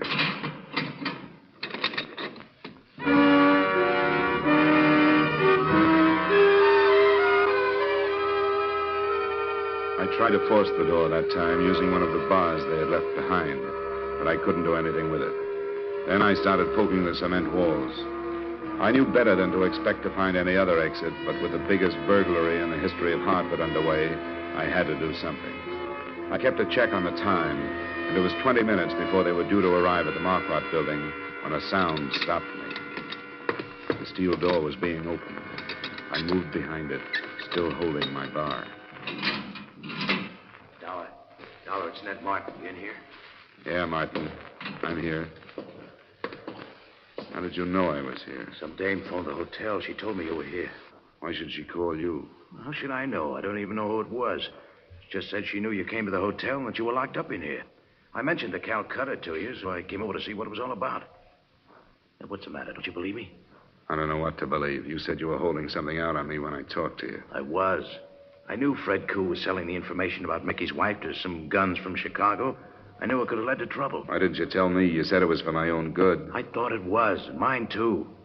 I didn't want you to know so much you'd have to tell where you learned it, to prove how smart you were. I don't like this kind of stuff. You got a car?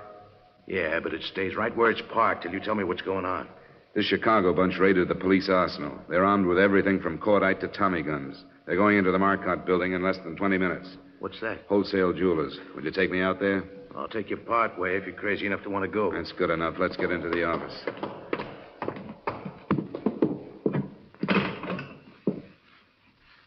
It's dead.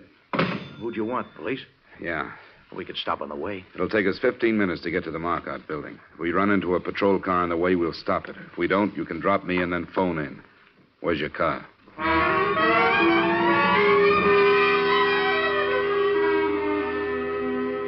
At the speed we traveled, we should have at least picked up a traffic cop, but we didn't.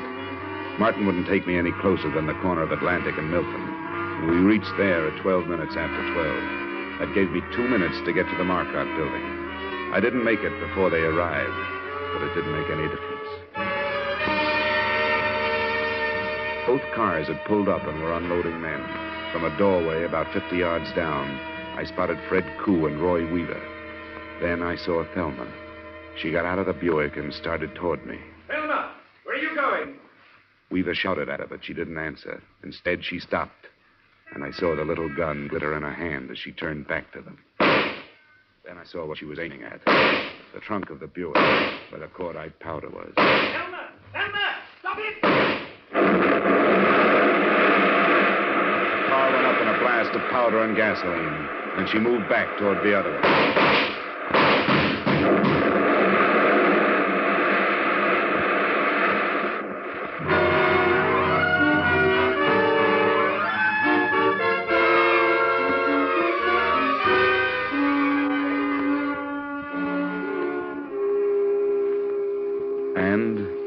That was it. Thelma Weaver McQueen, as the department knows, was DOA at Emergency Hospital. None of the mob got out alive except Roy Weaver, who lived long enough to sign a confession to Mickey McQueen's murder. I want you to know that I may have lost a good friend, but you have lost a better policeman. I hope to see those early news accounts that called him a suicide corrected. Expense account total, no dollars and no cents. Yours truly, Johnny Dollar.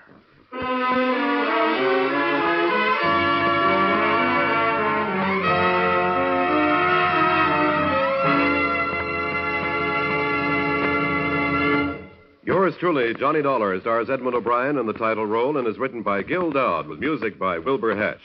Edmund O'Brien's latest picture is the Paramount Pictures production, The Redhead and the Cowboy.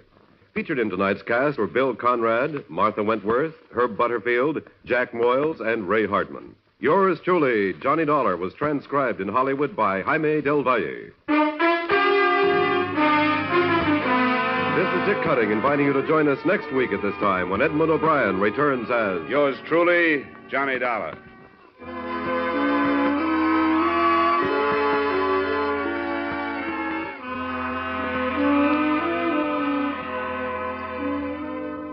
There'll be fast-moving, true police adventure on CBS tonight when Gangbusters comes your way again on most of these same stations. This evening, Gangbusters presents The Case of the Stranger in the Hall.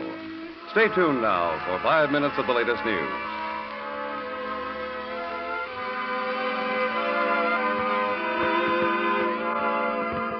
This is CBS, where you laugh at Jack Benny every Sunday night, the Columbia Broadcasting System.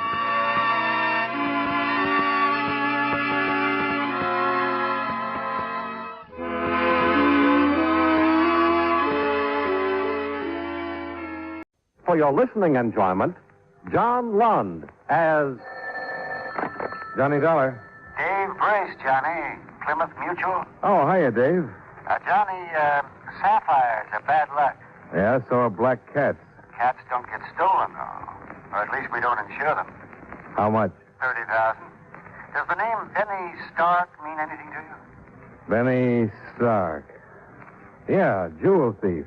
Couple of convictions. I haven't heard of him lately. Well, you're hearing now. He called us from Rockport, outside of Chicago. Wants to talk a deal. He apparently has the sapphire necklace. Who's your client, Dave? A girl named Ellen Beauregard. Big wheel in Rockport society. I've already made your plane and hotel reservations and gave Benny your name.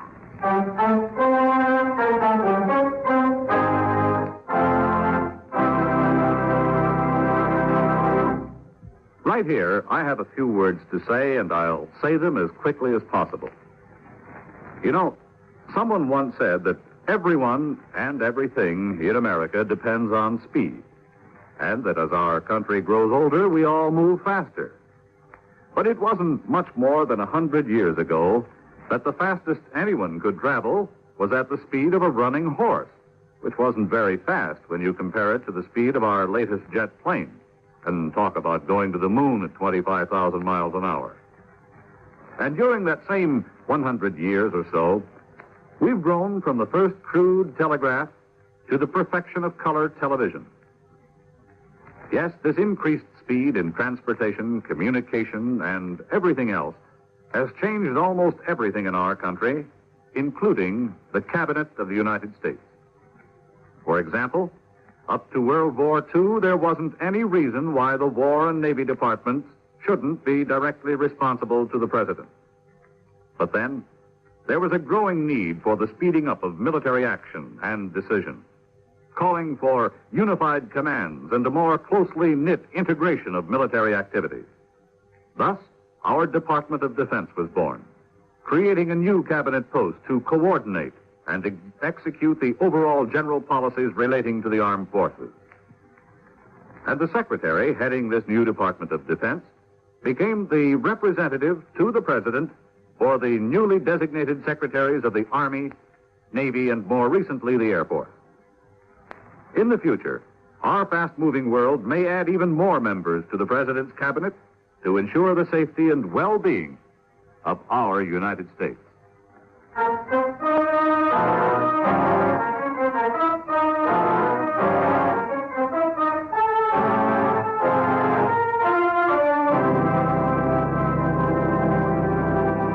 Expense account submitted by Special Investigator Johnny Dollar to Home Office, Plymouth Mutual Insurance Company, Hartford, Connecticut. The following is an accounting of expenditures during my investigation of the Beauregard matter. Expense account item 1, $58.40. Airfare and incidentals to Rockport, Illinois.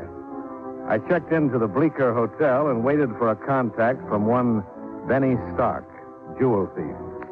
I planned to see the Beauregards later, but instead the Beauregards came to see me. Or anyway, one of them did. I'm Jared Beauregard, Mr. Dollar. It was my niece, Ellen, from whom the necklace was stolen. May I... Oh, sure. Come in, Mr. Beauregard. Have a seat. Thank you, sir. This is a little unexpected. I just got in town. Well, Mr. Brace of the insurance company wired us you were coming. I wanted to talk to you before you saw Ellen. Oh, I see. My niece is a remarkable girl, Mr. Dollar. A trifle headstrong at times, though, and not always inclined to use the best judgment. Well, I guess that could apply to most of us. Yes, yes, of course.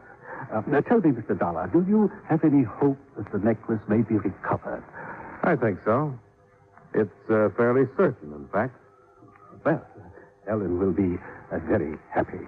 It was an engagement gift, you understand, from Phil Avery, her fiancé. She was quite broken up when it was stolen. Yes, I imagine. $30,000 is quite a loss. Well, it's more the sentiment attached than the beauty of it. You've seen the necklace, Mr. Dollar? No, but I have photographs of it. Oh, yes, from the insurance company. Well... How about your niece, Mr. Beauregard? Just what was it you wanted to tell me? Well, excuse me. Johnny Dollar. This is Benny, Mr. Dollar. Oh, okay, shoot. You know where the Pink Pigeon is? No, but I'll find it. Well, it's south of town. I'll meet you there at 9 o'clock tonight. Back booth behind the bar. Make it? Yeah, sure. Have you, got the item? I got more than that. I got information that'll blow the lid off. I've been double-crossed, Dollar, and I'm going to get even. What do you mean, double-cross? First, we make a deal. See you tonight. I've got to run along, Mr. Dollar. I didn't really have anything in particular, just that, well, Ellen is too impulsive sometimes, but she never means any harm by it. I'm sure you understand.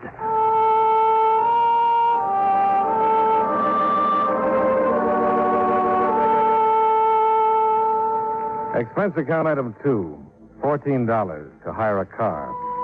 Benny was on ice until 9 o'clock, so I decided to call on Ellen Beauregard, the girl who was too headstrong and impulsive, but didn't mean any harm by it.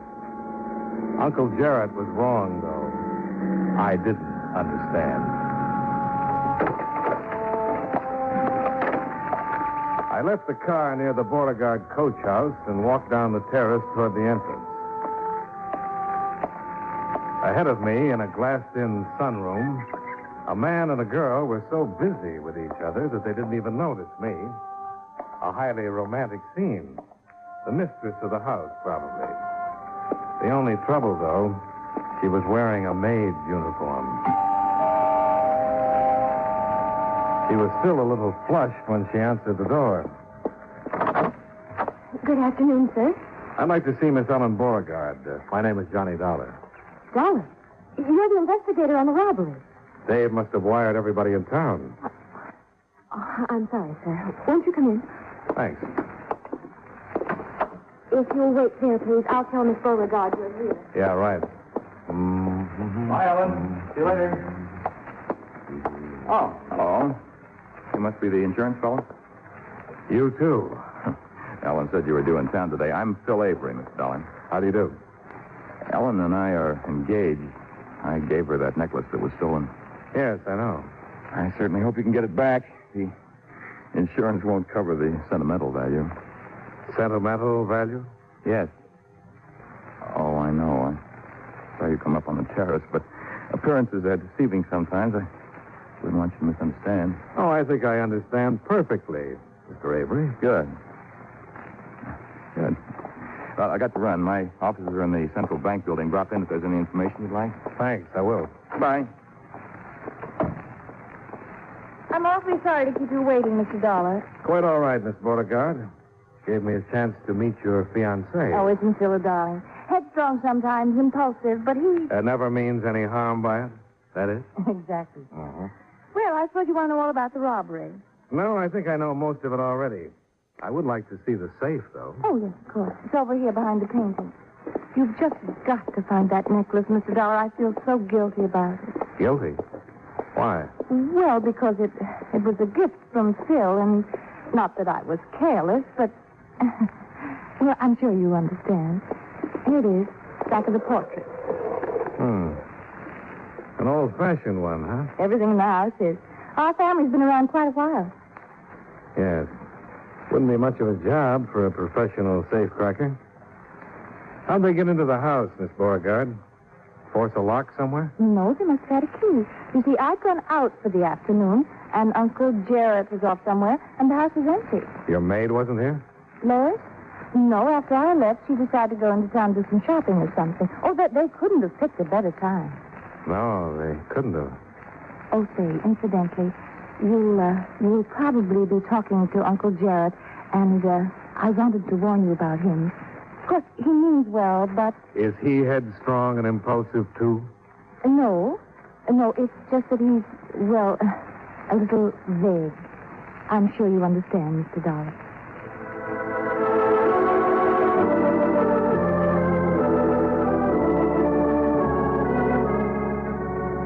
It was nearly dark when I left, filled with understanding and with a lot of questions about the Beauregard establishment that still needed answering.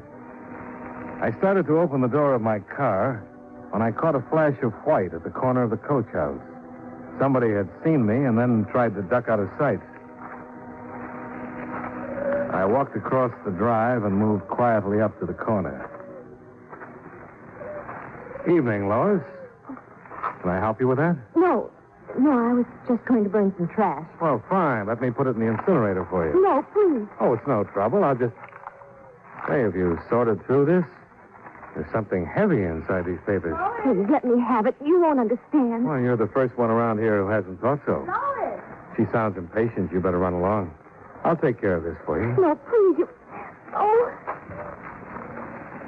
I knew what it was already. And in a moment, I had it unwrapped. A .32 caliber revolver. And one chamber had been fired recently. Mr. Dollar? I slipped the gun in my pocket and shoved the papers into the incinerator. Mr. Dollar? Right here, Miss Beauregard. Oh, I saw your car was still in the driveway, and I... Just checking the layout of the grounds. I'm leaving now. Oh. Lois just came in from somewhere in this direction. Oh? Was she talking to you by any chance?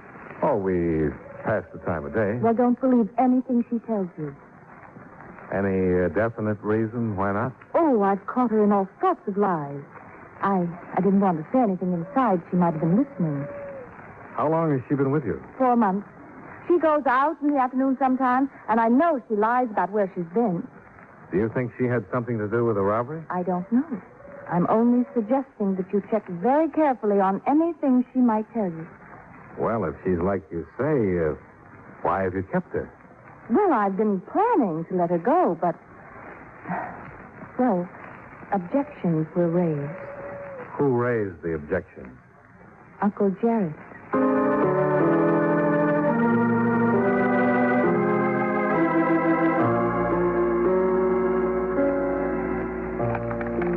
When I got back to the hotel and went to my room, I had another surprise waiting for me. Come right in, son. Have a seat. Oh, thanks. I could be in the wrong room, of course. Not if you're Mr. Dollar. You know a fellow named Benny Stark? Not exactly. I'm looking forward to meeting him, though. I see. You got business with him? I might. Do I have any with you? My name's Cotton, Mr. Dollar. I'm the chief of police here. Oh, I see. How did you get on to me? Found your name where Stark had written it down. Had your room number here at the hotel. He a friend of yours? Well, I guess we might as well work together, Chief. I'm an insurance investigator, checking on that Beauregard robbery. Ah, so that's it. Stark is a jewel thief. He phoned the company and offered to talk a deal. I've got an appointment with him at 9 tonight. Yeah, I don't reckon you're going to be able to keep it. Why not? Because this Stark fella got himself shot a few hours ago. Real shot. Dead, in fact. Murdered? Yep. Found him in a rooming house over across town. You wouldn't know anything about it, would you, Mr. Dollar? I might. What kind of a gun was it? 32 revolver, according to the lab. Well, this might be the gun.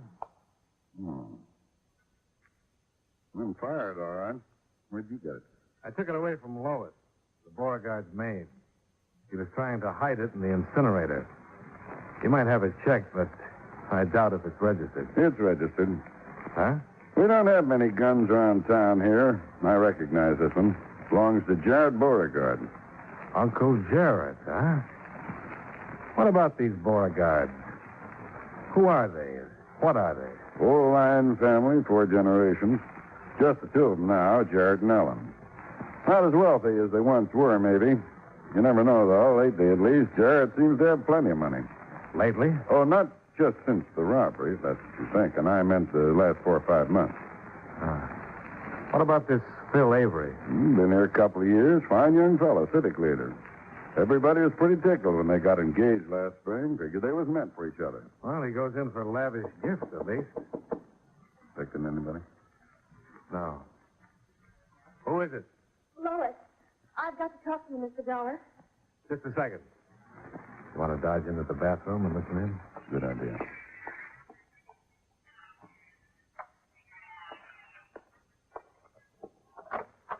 Come in, Lois. Thank you. I've got to have it back, Mr. Dollar. What? The gun. Oh, please, Mr. Dollar, it's not the way it looks. Somebody's trying to get me in trouble. I found the gun. Where? Hidden under the mattress of my bed. I got scared. I was trying to get rid of it when you stopped me. Tonight in the paper, it says a man's been shot. Did you know him? No. You know whose gun this is? No, I don't know anything about it. Give it to me, please. I'd like to, Lois, but I'm afraid it's not that simple. All right, Chief.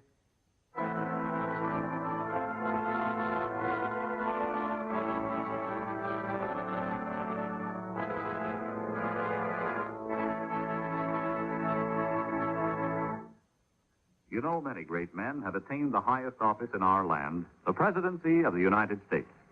Can you guess the name of this man? As a boy, his general health was bad. But as a man, he was a dynamo of energy. He was only 42 when he became president, the youngest man ever to hold that position.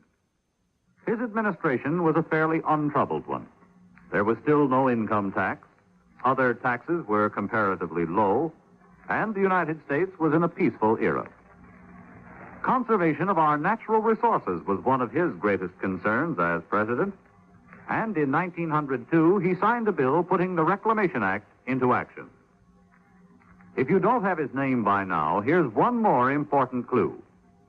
During his administration, work was begun on the Panama Canal. Who was he? Theodore Roosevelt, 26th President of the United States. His life is part of your American heritage.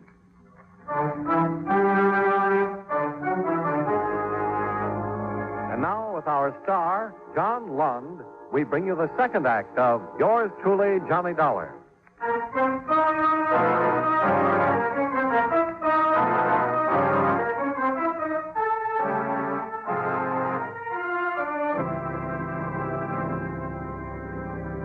Expense account item 3, $2.90.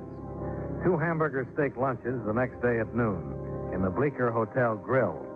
Apparently a favorite daytime eating place for the president of the Central City Bank. Hey, listen, all right. I say, you mind passing me that Tabasco sauce, Mr. Dollar? Oh, here you are. Oh, I love it on hamburger. I love hamburger, for that matter. Just a proletarian at heart, I guess. Maybe so, but you've got some pretty aristocratic clients, haven't you? Well, that's a bank for you. Guess you mean the Beauregard. Well, here, try some of the sauce. Thanks. Nice. Oh, they're aristocratic enough as far as the family background is concerned. A social position, that sort of thing, but when it comes to money, that's another story. When you want to know about a man's economic status, just ask his banker. That's exactly what I'm doing. Oh, yeah, so you are. Now, you understand, Mr. Dollar, that I wouldn't ordinarily let this information out. Yes, The fact is, though the town figures they're rolling in it, the Beauregards are broke. Near flat broke. They have been for a couple of years. What about that house? The estate? No, it's mortgaged to the hilt. Like a few other properties, they've still managed to hang on to. But cash, no, they haven't got it. You going to eat that butter, Mr. Dollar? Huh? Oh, no. Go ahead. Thank you. Yeah. Except the last 3 or 4 months. You know, it's a funny thing. Old Jarrett seems to be going around with a pocket full of money. Probably borrowing it from his prospective son-in-law. Bill Avery, huh? How is he fixed financially? Oh, how is he fixed? A man who can afford a $30,000 engagement gift? I've never looked through his account, but I'd say that if he doesn't have it, he soon will have. Oh, my, that boy's a go-getter. Pretty well thought of, huh? Elected him to the board of directors of the bank last month. You're not going to eat that roll? Oh, thank you. I don't know how he finds time for it, that boy. He's got a half a dozen jobs already. He had to postpone his wedding, even. They were supposed to get married 3 weeks ago. Oh, I see. Lois, the Beauregard maid, wouldn't have anything to do with that, would she? Oh, gossip. Oh, it gets around, that gossip. Well, she's a pretty little thing, you know. And a man who's about to tie himself down for life, well, you know how that is. Huh? Yeah, sure. Yeah, it'd be just too bad the felon found out about it, though. This town would be in for some real excitement if she found... Oh, would you pass that sauce again, Mr. Dollar?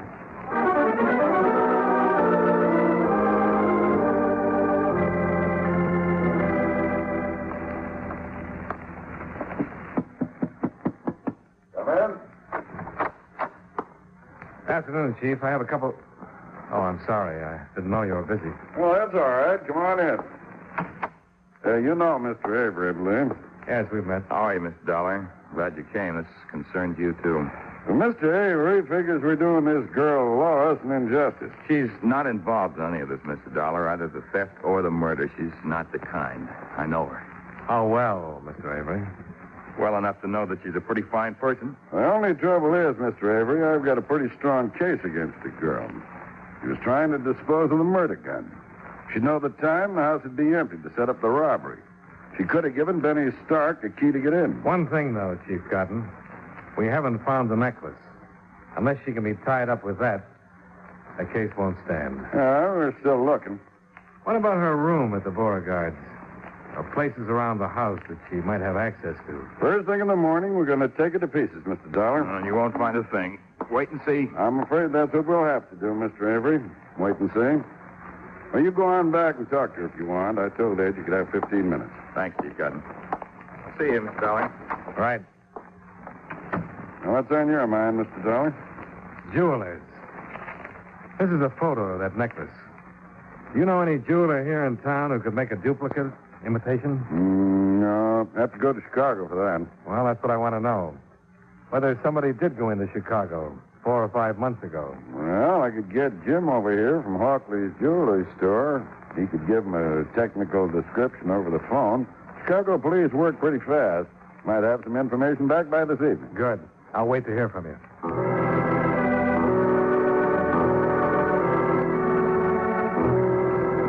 There was nothing more I could do until I heard from the Chicago police, so I went to my hotel room to wait it out. Johnny Dollar. Ellen Beauregard, Mr. Dollar. Oh, yes, Miss Beauregard. We wondered if you'd come out to dinner tonight. Well, that's awfully nice. Yes, I'd like to. Good. Just the family. 7 o'clock, all right? Fine. See you then.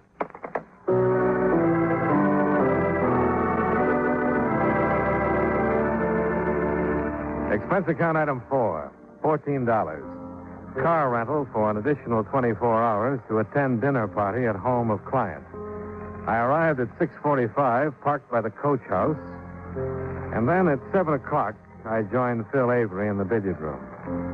We were about to start a game when the phone call I'd been hoping for came through. I took it on the extension in the entry hall.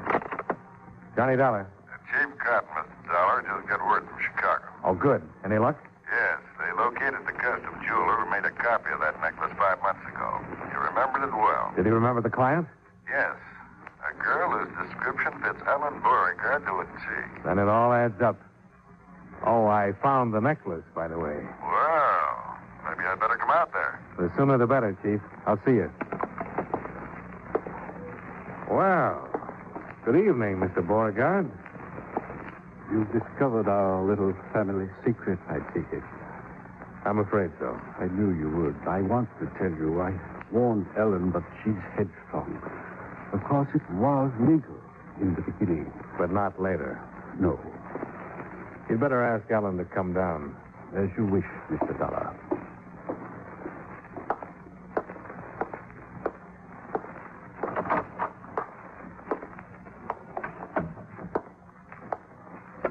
Well, shall we start the game, Mr. Avery? Right. Go ahead and break them. Let's make it straight pool, huh? Okay.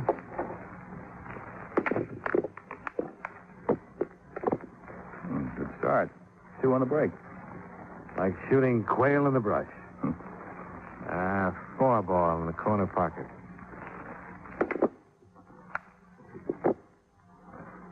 By the way, Mr. Avery, you were right about Lois. She isn't guilty. She was being framed. I told you so. She's not involved in any of this except as an innocent bystander. Even though I found the necklace a little while ago hidden in her room. You found it? Oh, good. The Beauregards, though, are not quite so innocent. Hmm? A 7 ball in the side pocket. What do you mean? The Beauregards needed money. They were still keeping up a front, but they were broke. And when you started getting interested in Ellen, they figured you were their answer. You make her sound pretty cold-blooded. Oh, I don't think there was much love lost on either side. You were playing the same game. Now, wait a minute. It was a natural the way you saw it. Ellen, the last of an old line family, prominent, wealthy. Why, she was the key to open any door in town. So you gambled your stake on a $30,000 gift to show her that you weren't a fortune hunter. Mr. Dollar, I don't like this. 12 ball in the far corner.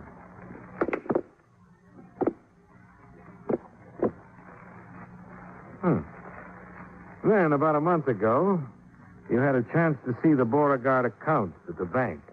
Why, they were broker than you were. I wasn't marrying Ellen for money. Only trouble was you couldn't stand losing that 30-grand necklace. So you brought Benny Stark in, and he stole it for you. But when he gave it to you, he told you it was phony, and you thought he was double-crossing you. He got sore and decided to try for a deal with the insurance company. And that's why you killed him. You're accusing me of murder, Mr. Dollar? Let's see now, the 8 ball in the end pocket.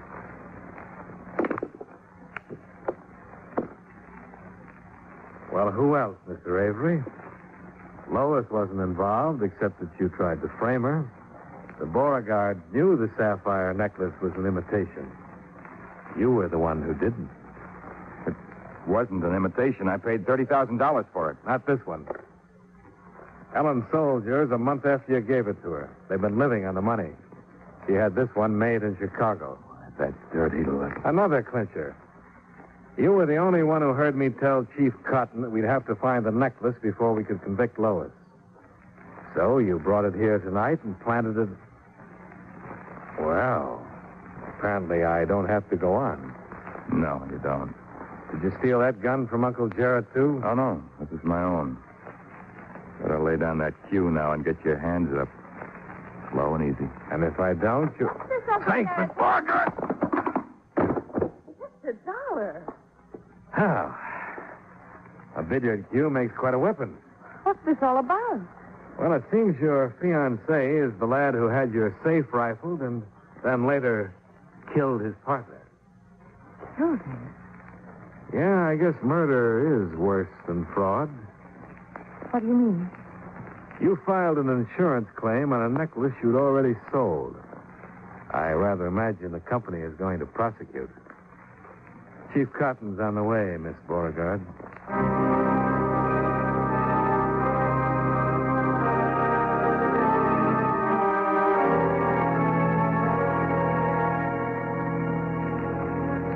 Expense account item 5, $114.10. Hotel, incidentals, and transportation back to Hartford. Expense account total, $203.40. Yours truly, Johnny Dollar.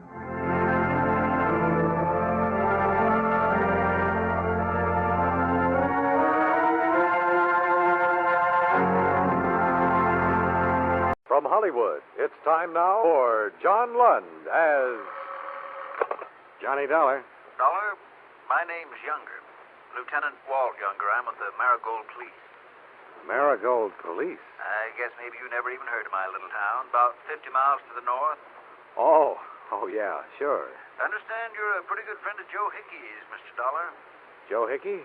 Yeah, I know Joe. Used to do a little work for me now and then. That all? Well, yeah.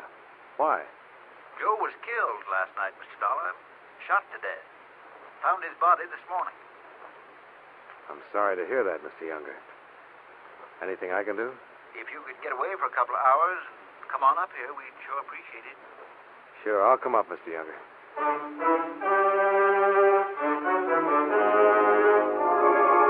John Lund in a transcribed adventure of the man with the action-packed expense account. America's fabulous freelance insurance investigator. Yours truly, Johnny Dollar.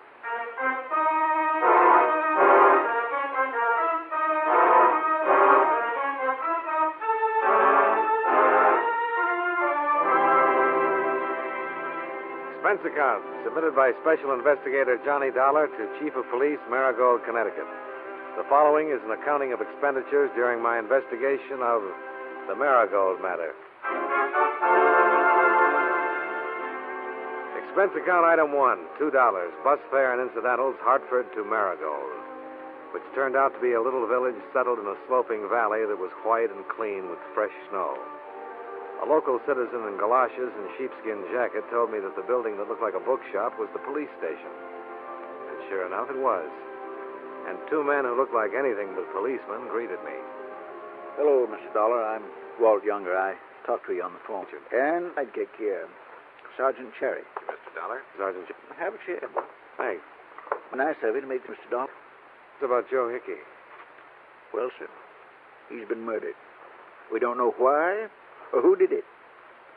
How well did you know him, Mr. Dollar? Oh, he did some legwork for me when he lived in Hartford. I see. Here. This was on him. It's for you. What? We found it on his body. Go ahead, open it.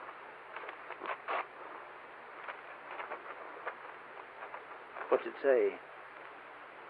Hi, Johnny. How are you? Good, I hope. I'm in the loan business up here now.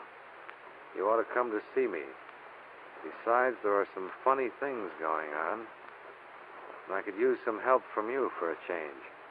Could you come up and give me a hand? Regards, Joe Hickey. Dated yesterday. Guess he never got to mail it. Yeah. When'd you hear from him last? Oh, it must be 2 years anyway. Any idea why anybody would kill him? No, none at all, Sergeant.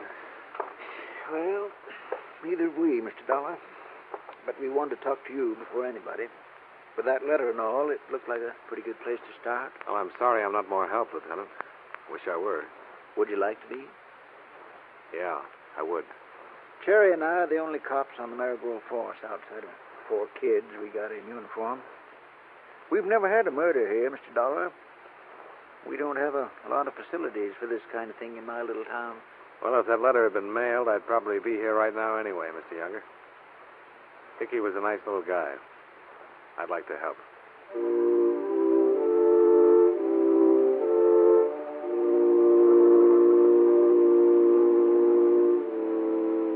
Sergeant Cherry stayed at the station while Lieutenant Younger and I drove out in the cold, crisp day to the scene of the murder. A bend in the road about a mile out of town.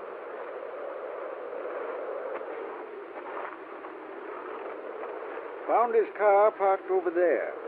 Passerby saw it and reported it. Uh-huh. I figure he drove out with whoever killed him. Could he have met the killer here? Well, no prints in that snow over there. Of course, snow's awful dry and the wind blowing. Tracks could be covered, too. Wind enough to cover a gunshot, you think?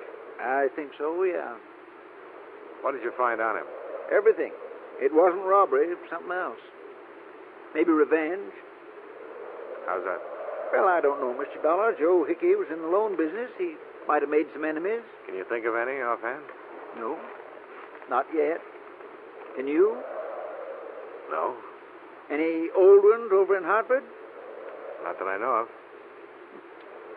Bullets came in at close range. He must have trusted whoever did it. Where's the body? The morgue. Waiting for an autopsy.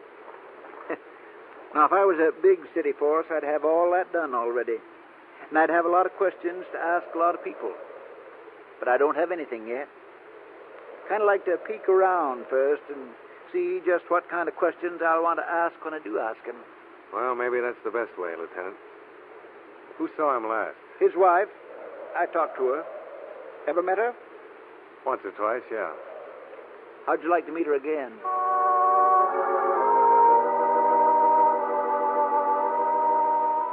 I didn't want to particularly, but I had a feeling that old Walt Younger wanted me to.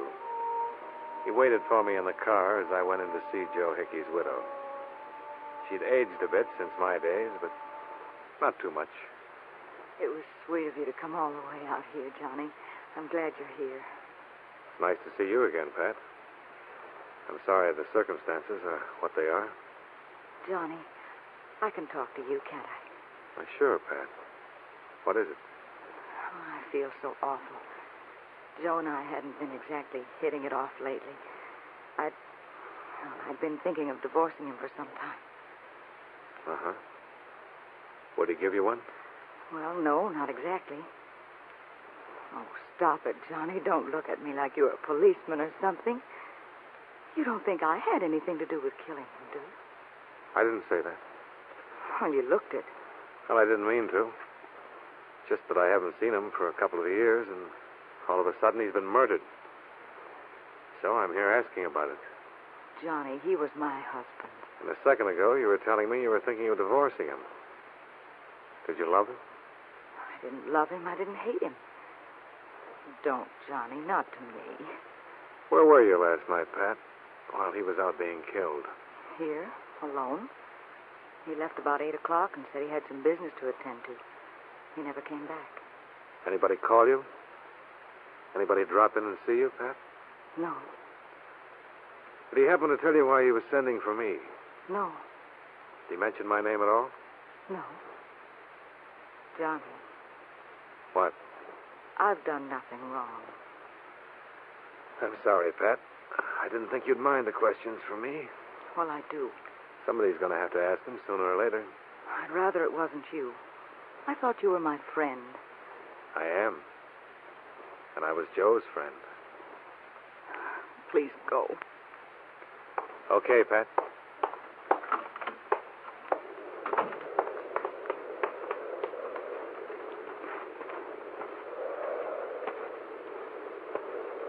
Well, that didn't take long. Not very pleasant, huh? No. Murder never is. Come on, get in. Am I doing your dirty work for you, Lieutenant? Well, now it all depends on how you look at it. For me, or for him, either one. This stuff's got to be done. Only so many people in this town, and one of them killed him. Left him there in the cold snow. I'd like to know who 'tis. Yeah, so would I. Well, what now? You just talked to the nearest of kin, and last one to see him alive. I was hoping you'd map out the next move. Who do you work with? He had a girl helping him in the office. Maybe she can help us. Maybe she can.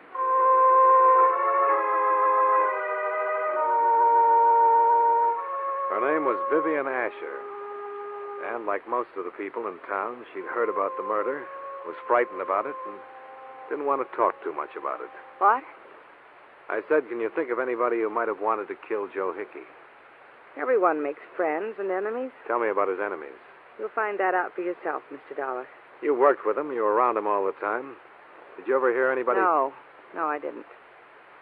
Did you know that he was worried about some situation here and that he'd written to me? No. Did you like him yourself? Yes. Anything else?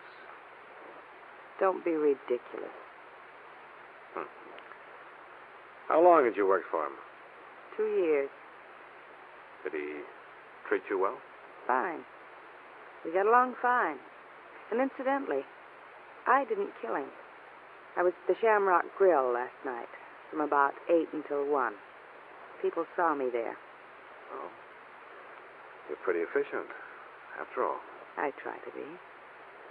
I wish you'd loosen up on those people in town he didn't get along with. It'd help a lot. All right. What? I'll go through his files. Anyone there I can recall him arguing with or not getting along with, I'll make a note. Fair enough? Fair enough. I can't guarantee it'll be a complete list. I'd appreciate anything. Well, give me an hour.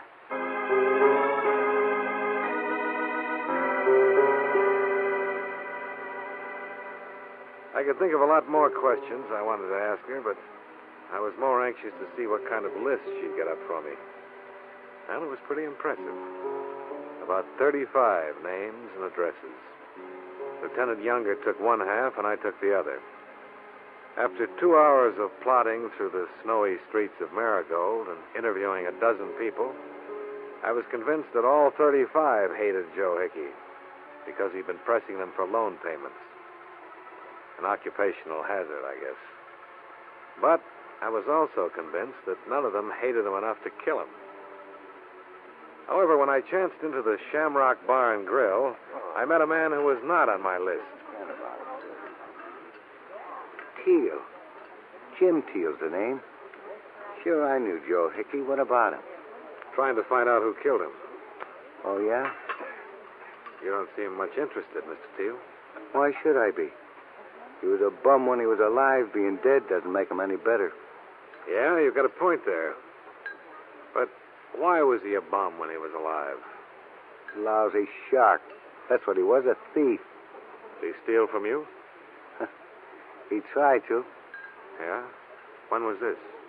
Why, just last week. He came to me with a paper and said that I owed him $235 on my car. He said I had to pay it or he'd take my car away from me. I told him he was crazy. Well, if you owed him the money, he wasn't stealing. You don't get it, fella. I didn't owe him any money, not a dime. What? I paid off that loan months ago. He was just trying to pull something, that's all. Other people tell you the same thing. I've talked to quite a few others. None of them have told me anything like this. Then you haven't talked to enough people.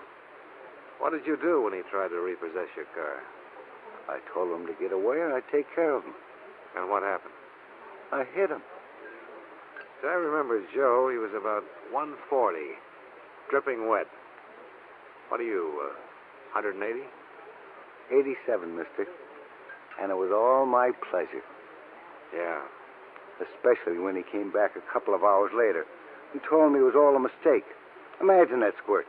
Doing his best to beat me out of some money, then coming back and apologizing for it when he couldn't get away with it. Ever occurred to you that he had made a mistake?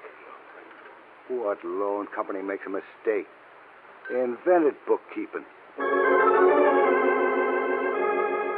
Mr. Teal glowered a few long seconds, shoot on a toothpick and let me know more of what he thought of Joe Hickey as a person. I'm afraid I wasn't listening too closely to what he had to say because I was still thinking of what he'd already said about the matter of bookkeeping. I decided I'd like to talk to Vivian Asher once more. Oh, yeah. I remember. Mr. Hickey did argue with him. He wasn't on the list you gave me. Well, I told you it wouldn't be complete. I'm sorry. Okay. Did you think of any others? No. Would it be possible for me to see the file on Jim Teal? Why? I'd like to know what it was all about. I can tell you. Well, tell me then. I made a mistake. And Mr. Hickey thought it was a collection. That's all. When he came back to the office, I told him about it. Doesn't it seem reasonable that such a thing could happen? Yeah. Or doesn't that policeman's mind of yours think that people can be human beings? I'm no policeman, Vivian. You're acting like one. Funny. Second person who's told me that since I've been here. I'll have to see those files. Do you have a search warrant? I suppose I can get one. Well, why don't you do that, Mr. Dollar? Yeah. Why don't I?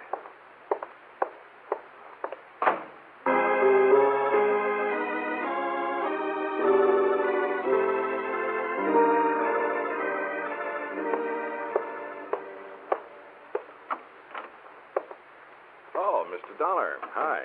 Hello, Sergeant Cherry. Is Lieutenant Younger back yet? Not just yet. Can I help you? Yeah. Can you get me a search warrant for Hickey's Loan Company? You run across something, Mr. Dollar? Maybe. Well, I'll have to call Frank Pretorius. He's the county attorney. Might take till tomorrow morning. Oh. We're not incorporated here, you know. Not very fast. Yeah. Well, never mind.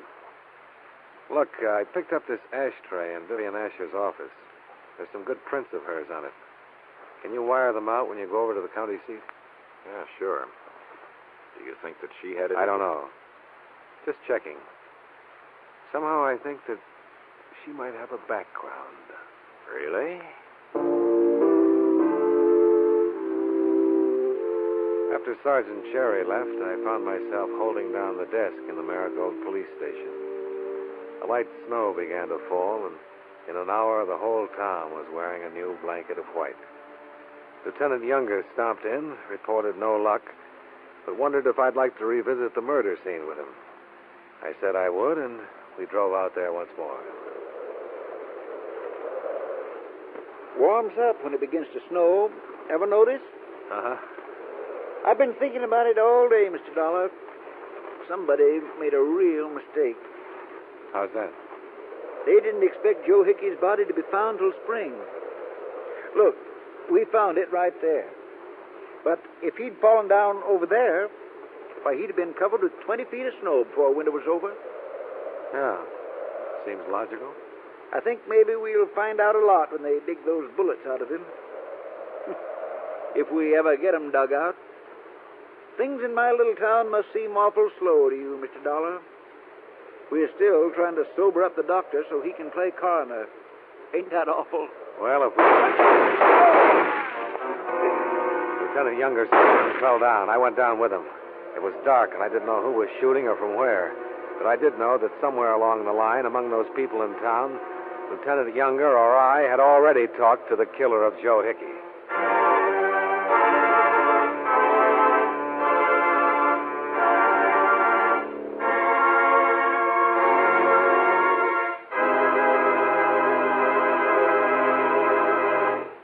We'll return to yours truly, Johnny Dollar, in just a moment.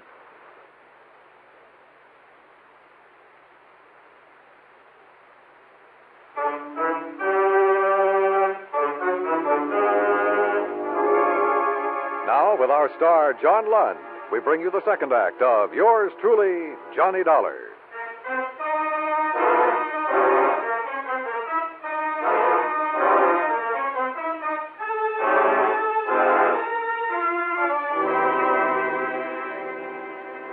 Whoever fired at us did it from the road that ran above the small ledge we were standing on.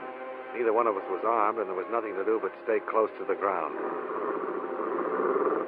When I heard a car sliding away down the road, I figured it was safe to get up. Lieutenant Younger was crumpled in the snow, his blood staining it. But he was still alive. I got one in the leg and one in the shoulder. Yeah. I better get a tourniquet on that leg. Take my belt. Oh, yeah, my tie will do. This isn't a very safe part of the country to be in, is it? No, not very. There. Now, how's that? Fine as a fiddle. You think you can make it back to the car? Give me a little help. One good thing about this, What's that? Exhibit A is in my leg. I half carried him up the path to the road and put him in the car. He didn't talk much the whole 50 miles to Hartford, where I turned him over to the medics in the emergency ward. After that, I returned to Marigold. There was one place I wanted to look at, search warrant or not. I didn't have too much trouble getting inside with a ring of passkeys. However, I didn't find much in the files that seemed important. When I jimmied open a locked drawer in Vivian Asher's desk, I came upon a good reason why she refused to let me look around. I dropped by her house to see her. What do you want at this hour? I know it's a hardship, Vivian, but it's a hard case. May I come in? All right. I've been floundering around here for almost 2 days, not knowing what I was doing or where I was going. Well, I can see. Somebody tried to kill Lieutenant Younger tonight. They nearly made the grade, and they came awful close to killing me. He's out of the picture for the moment. I'm going to do things my way. As a matter of fact, I already have. Let's start with Teal. You forgot to tell me about him, didn't you? I'm not a walking file cabinet. Did you forget on purpose? Take a look at these. You were in my desk. Yeah, I sure was. What right did you have? Why are you after me this way? I'm after some truth. This is about $8,000 worth of delinquent loans, all recommended by you. What do they have to do with Hickey's death? Nothing. Absolutely nothing that I know of. Then why did you hide him? Because I don't know who killed Mr. Hickey. I don't know what delinquent loans have to do with it. All I know is I got scared and hid all the loans that I recommended. Go on. Mr. Hickey started letting me write loans last year, and I guess I made some mistakes. Yeah, I guess you did. What do you want me to say? No matter what it is, you'll make something terrible out of it. Will I? You're all alike. You want to chase people and frighten them and make them lie just to get away from you. You're standing here with a handful of papers that make me look stupid. My boss has been murdered, and the police can make anything out of those papers. So that's why you had him locked up? That's why. You can believe it or not. Well? I'll let you know what I believe later on. Why don't you get out of here? Why don't you get out of here and leave me alone?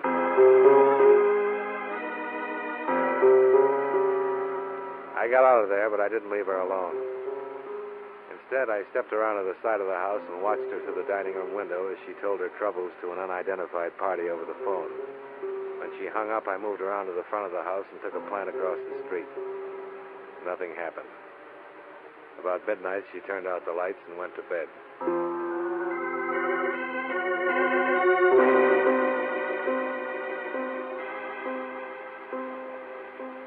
The next morning, I began to interview names at random from the loan applications I'd taken from her desk. After 4 interviews, I quit, because all 4 parties involved vehemently denied being delinquent and furnished receipts to prove it. I spent an hour walking, talking to myself. Then I went back to the station with even fewer ideas as to how and why Joe Hickey had been killed. Gosh, where you been, Mr. Dollar? Oh, well, getting some things done. What's that? Just came in. Vivian Asher. Oh? How's it look? Not good. She's from Kansas City. Let's see here. 1940 and 41, 6 arrests. Conviction in 42 for car theft. 2 years. Another conviction in 45 for shoplifting. 6 months. And then this. She's still wanted. What for? Grand larceny. Denver police. Pretty hard to believe, huh? She's lived here at least 2 years, well-liked, straight as an arrow. Well, not exactly straight. You find something? Yeah. She's been writing loans delinquent and pocketing the payments for a long time now. Do you suppose Hickey caught her and she shot him? Yeah, probably that's it. Well, guess there's nothing else to do but pick her up. Guess not. You mind holding it down here? I'd like to go with you, Cherry. Okay, Mr. Dollar.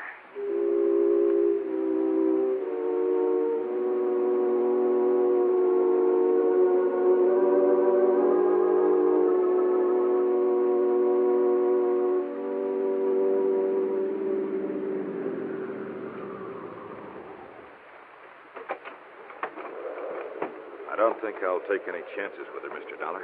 No, I wouldn't. No, sir. She's been acting up quite a bit. Hickey dead, Walt all shot up.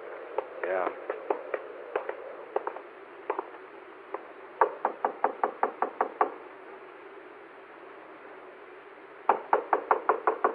Maybe she's out. No, she's home. How do you know? Car's in the garage. There. Oh.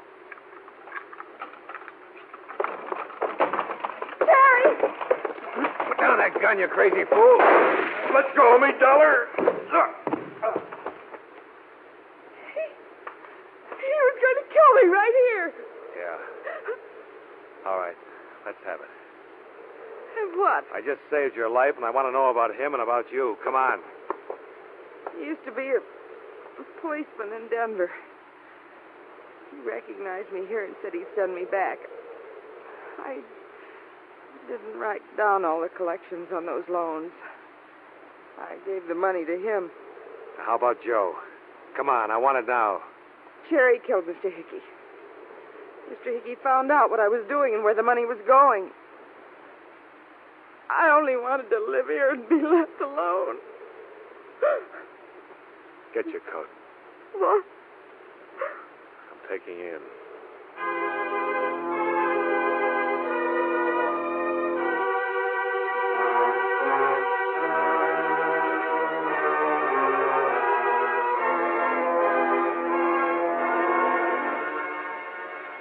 A check with the Denver police revealed that Cherry had been on the force there for a short time, then been discharged for conduct unbecoming an officer.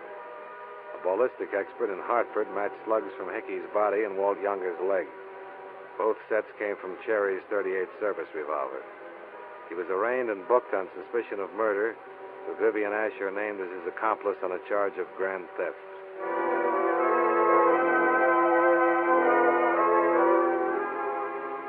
Expense account item 2, same as item 1. Fare back to Hartford. Total, $4, even. Yours truly, Johnny Dollar.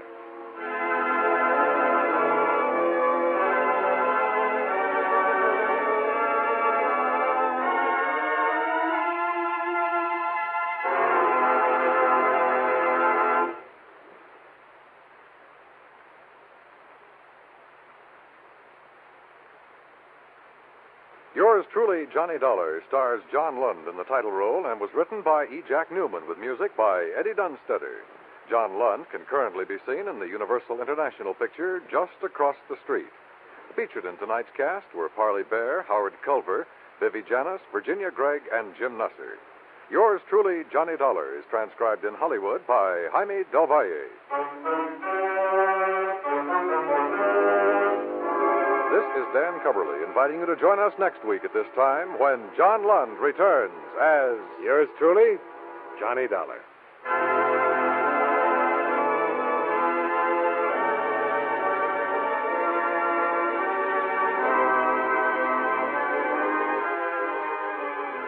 If you like your thrills to be real, your adventures to be true to life, Gangbusters is the show for you. Every Saturday night, most of these same CBS radio stations bring you this enthralling drama that names names, places, and dates in the nation's battle against crime. Oftentimes, the police official originally involved in the case narrates the story. Full of action, bravery, and realistic excitement, Gangbusters brings you new thrills straight out of life every Saturday night on CBS Radio.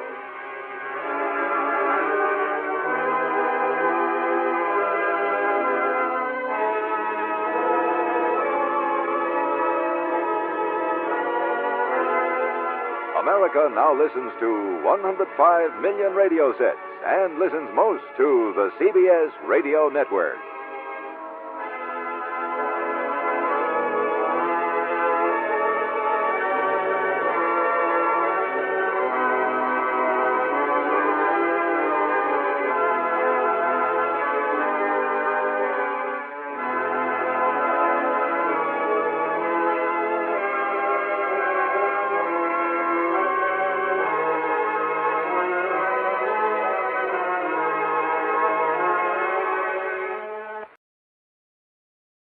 From Hollywood, it's time now for John Lund as Johnny Dollar. My name's Elgin, Mr. Dollar. Claims Division, Delaware Mutual Life. What can I do for you, Mr. Elgin? Would you be free to work on a case for us? Well, I might be. What kind of a case is it? It involves a man named Patterson and a claim we paid off to the tune of $40,000. Uh-huh. You see, Patterson died in 1947. All the routine procedures were followed. There was no reason for not honoring the policy at the time. And there's reason now, Mr. Elgin? That's for you to find out, Mr. Dollar. A lifelong friend of the deceased swears he's still alive and kicking. I'll take the case, Mr. Elgin.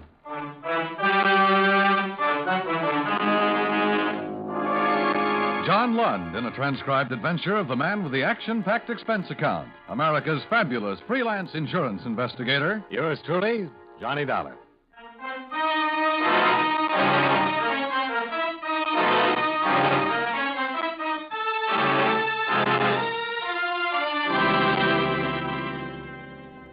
Expense account submitted by Special Investigator Johnny Dollar, Hartford, Connecticut. To Controller's Office, Delaware Mutual Life Insurance Company, Wilmington, Delaware. The following is an accounting of expenditures during my investigation of the Walter Patterson matter. Expense account item 1, $78.14, fare and incidentals between Hartford and Wilmington. I arrived at 2:30 in the afternoon, found a room at the Chesapeake Hotel, stowed my luggage, and went directly to your headquarters, Mr. Elgin. Of course, reports like this cross my desk ever so often. If I ran them all down, I'd get nothing else done. And 10 times out of 10, the report's wrong. Yes, I know that, but this report bears investigation. I can remember 3 years after my father's death, I saw a man on a subway train in New York who, well, he looked exactly as I remembered my dad. I finally walked up and asked him his name. The minute he spoke, I lost the impression altogether. I think a lot of people have had that same kind of experience at one time or another, don't you? Yes, I suppose so. We all have a double somewhere, they say. An old friend saw this man, Patterson? Yes, in Tucson, Arizona. Her name's Virginia Collier.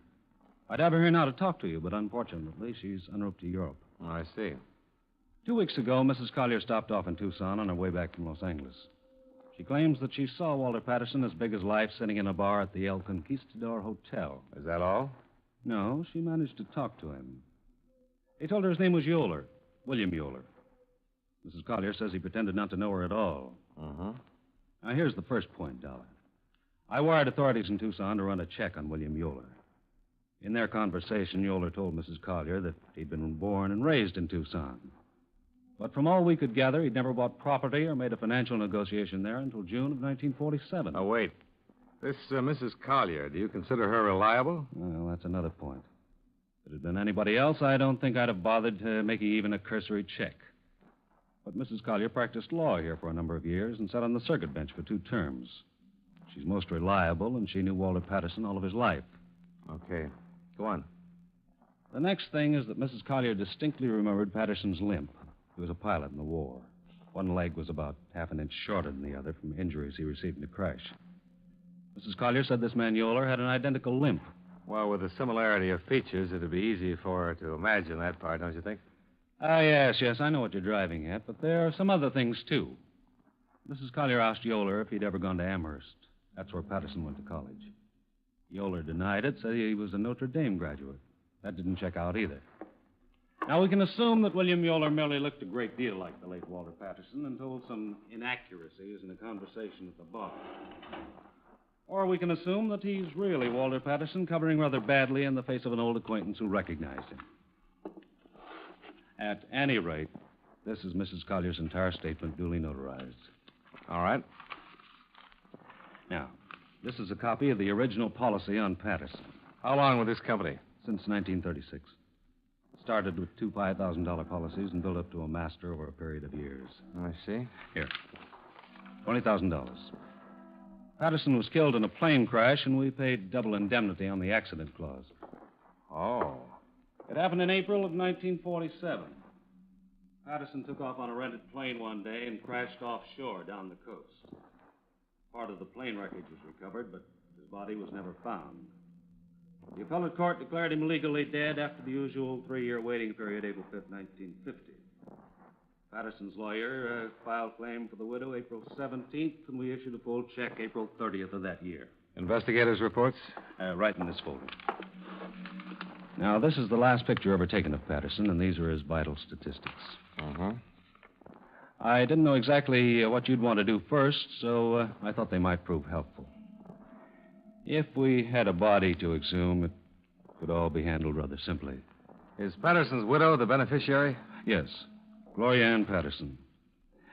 Incidentally, she knows nothing about this report yet. Oh? Well, where'd these things come from? Pictures and fingerprints aren't stock material in insurance files. Mr. Brennan, Patterson's lawyer, gathered them for me. He's been very helpful. Oh. Has Patterson's widow been checked? As far as the money goes, she simply banked it in a savings account. Hasn't been touched at all. Well, on the face of it, that would eliminate the probability of any fraud on her part Yes, for the moment. it would. Well, I want to look this all over. Sure. You'll keep in touch with me, won't you? You bet.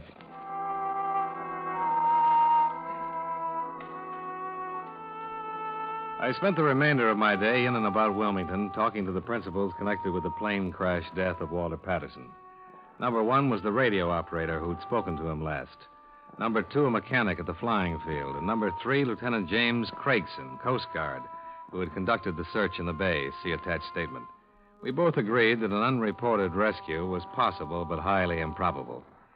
And when I left for Tucson that night, I was more or less convinced that all I'd find there would be a lot of desert sunshine.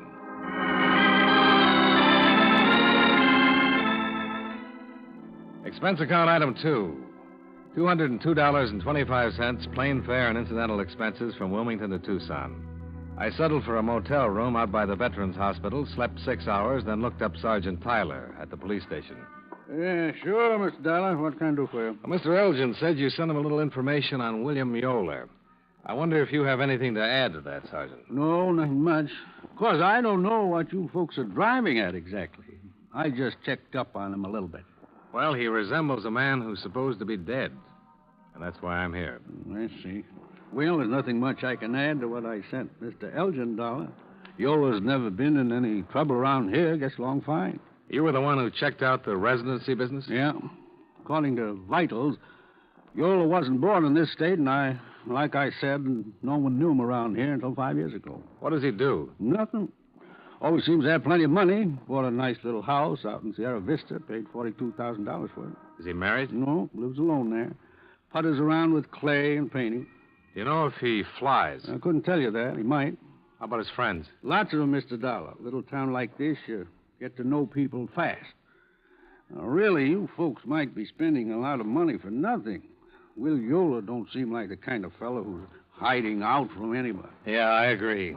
But I'll have to talk to him anyhow. Yeah. Here's his address. Sure a pretty day, isn't it?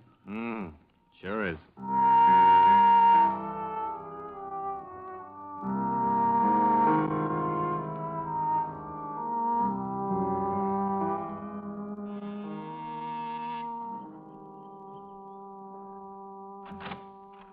Mr. Yoler? Yeah. Who are you? My name's Dollar. I'm an insurance investigator. Oh? Well, come on in. Oh, thanks. Take a chair. Anywhere. Now, what's on your mind? Oh, I'm just making a routine check, Mr. Yoler. I thought perhaps you could help me. No, what about? Well, I'm running down a report in the home office. Tell me, do you happen to remember a few days ago when you were out at the El Conquistador Hotel? I'm out there all the time. What about it? I steal something? No, you met a woman named Collier. Did I? Yes, it was at the bar. You had a drink with her. I might have. I still don't understand. Well, I know it seems confusing. Maybe this will help. Take a look at this. Well, you'll admit you look a great deal like the man in the picture. Yeah, I suppose I do. I'll be darned. I do at that. Well, that's why I'm here. You see, the company I represent insured the man in this picture for quite an amount of money. He was lost in a plane crash 5 years ago. The Mrs. Collier, who saw you here, thought you were him. Mm-hmm. Well, I'm not. Oh, I wasn't in the Army. You want to smoke? Oh, thanks. Yeah. She was a lifelong friend of the man, Mr. Yoler. I have her sworn statement about the identity. Well? What years did you go to Notre Dame? I didn't go to Notre Dame. What is this? Well, that's what you told Mrs. Collier. Oh. Oh, now I remember that woman. Well, that was on Sunday. Yeah, well, I might have told her anything, Mr. Dollar. You know, she was one of those inquisitive kind. I never could make out what was on her mind. Oh, now I get it. She thought that I was this man. Yeah. That's funny. Did you go to college? Yeah, Tulane. I got out in 36. You haven't lived in Arizona all your life. Where else have you lived? Mr. Dollar, I don't want to be unpleasant, but do you have any right to ask me questions like this? Well, no, I don't. But you'll help me a lot if you'll answer them, Mr. Yoler. All right, why not? Well, I've lived in Cincinnati, Buffalo, around the country. I came here a few years ago for my health. I got a little asthma that bothers me. Ever been married? Yeah, once, 1944. It didn't last very long. Anything else you want to know? Well, are you in a hurry? I can come back later. Oh, no, not exactly. I've got to go downtown today, that's all. Look, you seem like a nice enough guy, but it makes me uncomfortable answering these questions of yours. Well, and I appreciate the time you've given me already, Mr. Yoler. Please understand, it's just a matter of identity. Well, you know who I am. I just told you. That's true. I don't like this business much. Is there any way that we can eliminate it? I have a birth certificate and some other papers. You can have them. Make photostats if you like. Well, that's very kind of you, Mr. Yoler. Well, they're in my safety deposit box down at the bank. I'll get them for you this afternoon. Okay. My job is to check them. Sure, it's okay by me. Well, how do you like Tucson? Well, it's a lot different from Connecticut. Yeah, I'll bet. The birth certificate and whatever else you have will help a lot, but wonder if I could ask another favor. Sure, what is it? The most positive identification would be fingerprints. Oh? Mr. Yoler, I'm not so much interested in who you are, but simply in proving that you're not Walter Patterson. If you volunteered a set of prints, it'd save me a great deal of digging around. Could you drop in at the police station? Certainly, Mr. Dollar. Why not? Well, that'll be fine. That's all right. Nice meeting you. Same here.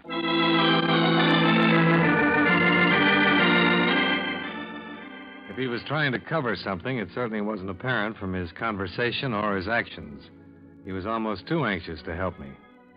By 5 o'clock, I'd made reservations to return to Wilmington because the set of fingerprints, see attached, which Mr. Yoler made at the Tucson police station later that day, in no way matched the right thumb and index prints recorded in your file for Walter Patterson. In short, the report seemed erroneous. William Yoler might not have been William Yoler, but he certainly was not Walter Patterson. Johnny Dollar. Will Yoler, Mr. Dollar. Oh, yeah. Thanks for the prints. Dollar, I've got to talk to you. Something wrong? Plenty. Do you know how to get to the Arizona Inn? Well, I can find it. All right, I'll be there in 20 minutes. In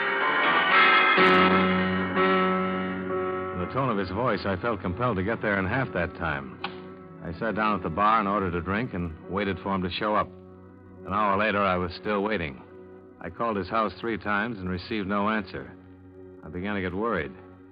Finally, I left word with the bartender and took a cab out to his house.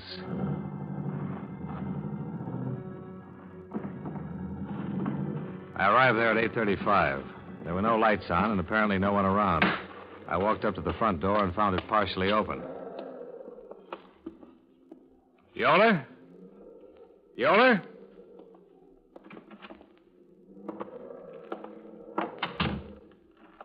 Mr. Yoler?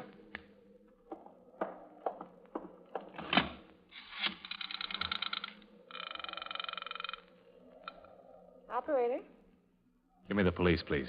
one moment.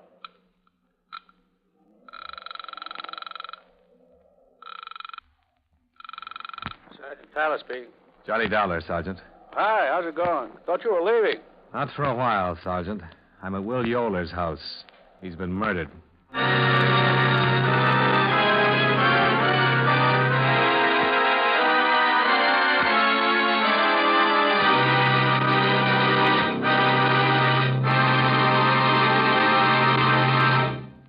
We'll return to yours truly, Johnny Dollar, in just a moment. Every Saturday on CBS Radio, Theater of Today brings you fresh, gripping drama, well-acted stories of human relations. Sometimes it's comedy, sometimes serious. Always, Theater of Today strikes a chord of response in listeners who readily identify the stories with their own experience, past or present. Remember to hear Theater of Today every Saturday in the daytime on most of these same CBS radio stations.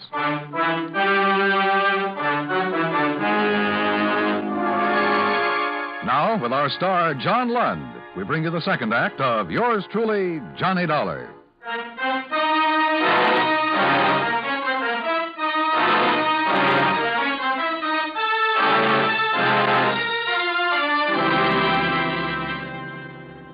Turned out to be a long night.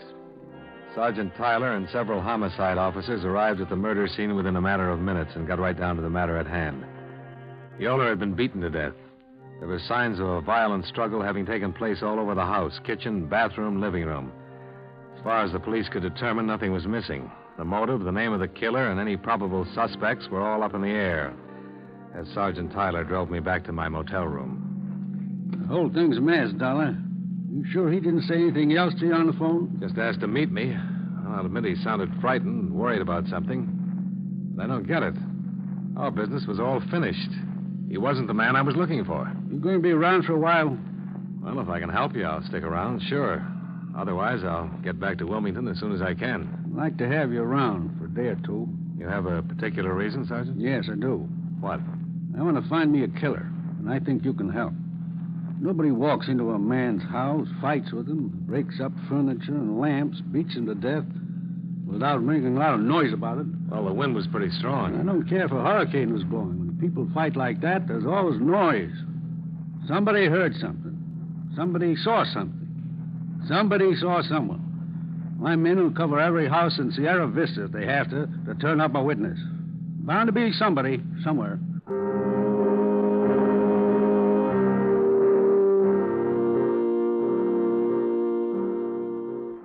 The dogged Sergeant Tyler turned out to be 100% correct. In fact, 300% correct. For by 11 o'clock the following morning, his men had located 3 different people who had information about the brutal murder of William Yoler. One of them, a Mrs. Lucas, gave us what turned out to be our best lead. I take a walk every evening after dinner. It's the nicest part of the day. And you were out walking last night, Mrs. Lucas? Yes. I told the officers everything. Would you tell us, please, Mrs. Lucas? I walked past Mr. Yoler's house on my way down the arroyo. What time was that, Mrs. Lucas? Between 7:30 and 8. And I saw Mr. Yoler standing in front of the house talking to this man. I spoke to him, and he spoke to me. Can you describe the man he was talking to? Yes, I saw him very well. He was a very large man, bigger than Mr. Yoler, and Mr. Yoler always struck me as a big man. Go on. Well, this man was a good 2 inches taller. He had on a top coat, a tweed one, and he had his hat in his hand. His hair was red. How old would you say? Not over 40. Have you ever seen him before? No. I noticed him when I walked by on my way down the arroyo, as I said.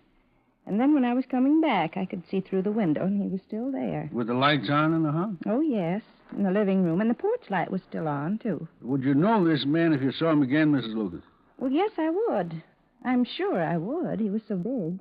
Was there a car out in front of Mr. Yoler's house? I didn't notice one. That could have been. Was there a bus service that runs up Oh, there? no. Everyone who lives in the arroyo has to have a car. No buses up there at all. Sergeant Tyler issued an all-points bulletin according to the description given by the witnesses. In the meantime, his men checked the local cab companies and found out that one of the drivers had carried a fare to William Yoler's house at 6:30 the previous evening. The cab driver verified Mrs. Lucas's description of the suspect and the important information that he had picked up the suspect at the airport. When that was checked, it was found the man had arrived on a plane from the east at 5:45 in the afternoon. He had used the name Roger Bales. But except for a strong case against him, the whole thing was still very confusing from our point of view. Expense account item 3, $6.50. Long-distance telephone charges to your office. Well, I'll be darned. You have to stay there? Well, they've asked me to, Mr. Elgin. Well, as far as the insurance company's concerned, it's really none of our business, is it? That's right, Mr. Elgin. If I'm going to... Dollar. Oh, hold on. Yeah? Answer from Washington on your wire. Oh, yeah? Here.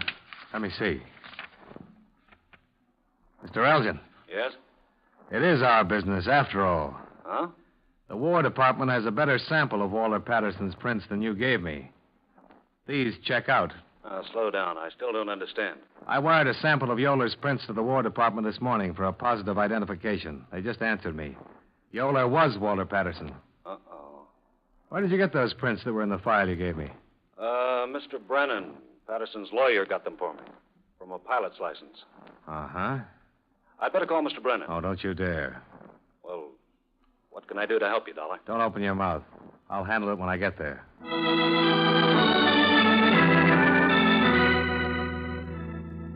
Expense account item 4, $42.85. Expenses while in Tucson. And item 5, same as item 2, traveling expenses from Tucson to Wilmington. I arrived at 10:15 in the evening, called you, obtained lawyer Brennan's home address, and went directly there. The house was English, conservative, expensive. And the fire in the living room looked cheerful when the door opened. Yes? Good evening. I'd like to see Mr. Brennan, please. It's rather important. My name is Dollar. Bob's been ill for the last 2 or 3 days, Mr. Dollar. He's up in his room reading now. If you're sure it's important, I'll disturb you. It is, Mrs. Brennan, very important. I'm not Mrs. Brennan. I'm Mrs. Patterson. What? Is there something wrong? Oh, no, Mrs. Patterson. Come Nothing in, at all. Mr. Dollar. You'll excuse me, please. I'll see if he can see you. I watched Walter Patterson's widow disappear up a column stairway. I hadn't been ready to meet this attractive, well-groomed woman. But after I had met her and seen her for that brief moment, I was partially prepared to meet Robert Brennan, attorney at law. Mr. Dollar, Bob. Oh, hello, Mr. Dollar. You're a late caller. Yes, I'm sorry about that. Bob, I'll run along. It's almost 7. All right, dear. Good night, Mr. Dollar. Good night, Mrs. Patterson. Brennan, I just flew in from Tucson, Arizona. I'm an insurance investigator. Oh. Well, good night. Gloria, you'll be interested in what Mr. Dollar has to say. What? I don't understand, Bob. Let's go into the living room. Come on, dear. Are you sure you want Mrs. Patterson here? Yeah. Gloria, I didn't get these bruises falling down a flight of stairs. I got them in a fight. What? I flew to Tucson the day before yesterday to see Walter. Why? Yes, Walter's been alive all this time. Bob. This is only for her benefit, Dollar. I'll tell it just once. When you get me in court, it'll be different. How'd it happen, Brennan? Gloria, Walt didn't die in that crash. He was picked up in the bay by a fishing boat on its way to Florida. The first port they came into was Charleston. He phoned me long distance from there and told me all about it. This was 10 days after we all thought he was dead.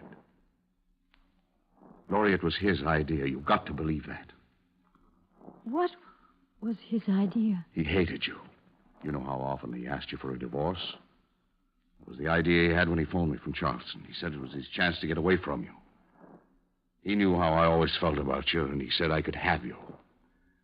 For a price. You've been supporting him wherever he's been since then? $25,000 a year, regular monthly payments. I could afford it.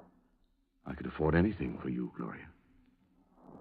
Did he tell you he hated me? Did he? He just wanted to be away from you, from everything. The war changed him that way. About the day before yesterday. The man at the insurance company called up making inquiries. I didn't know if he'd sent an investigator out there or not, but I gave him a lot of information and material that, well, it should have helped throw you off. It threw me off, all right, especially the fingerprints. Mr. Dollar can tell you, Gloria, how Walt didn't want to be here with you. Isn't that right, Dollar? Didn't he do everything he could to make you think his name was Yoler? Uh-huh. You see, Gloria? Where is he now? He's dead, Mrs. Patterson. Truly dead now. Oh, That's all I have to say, Dollar. you've fought with Walter. You killed him. It was him or me, Gloria. He phoned me 2 days ago and said that the police had been checking on him. I told him what it was all about, not to get scared, but he was scared, and I got a plane the first chance I had. What did you argue about? Apparently you'd been there that morning. He was going to tell you the truth and claim he had amnesia. He said he had a date to meet you. You didn't answer my question.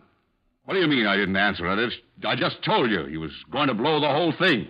Oh, Bob. All I wanted out of this was you, Gloria. He didn't want you. I did. Last week you said you decided to marry me. It took you 5 years to decide that.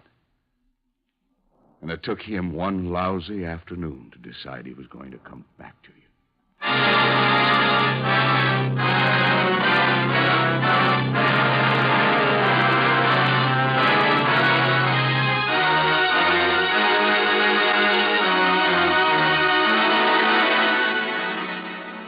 I realize that the confusion as set down in this report is worthless as evidence both to the police and your insurance company.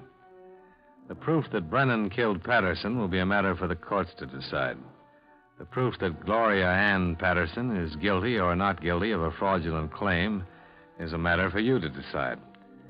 At any rate, she is a widow now. And I personally am convinced that she had no complicity in the matter of claims, murder, or collusion.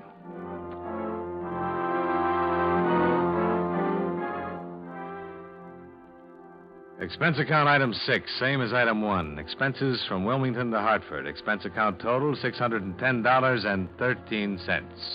Yours truly, Johnny Dollar.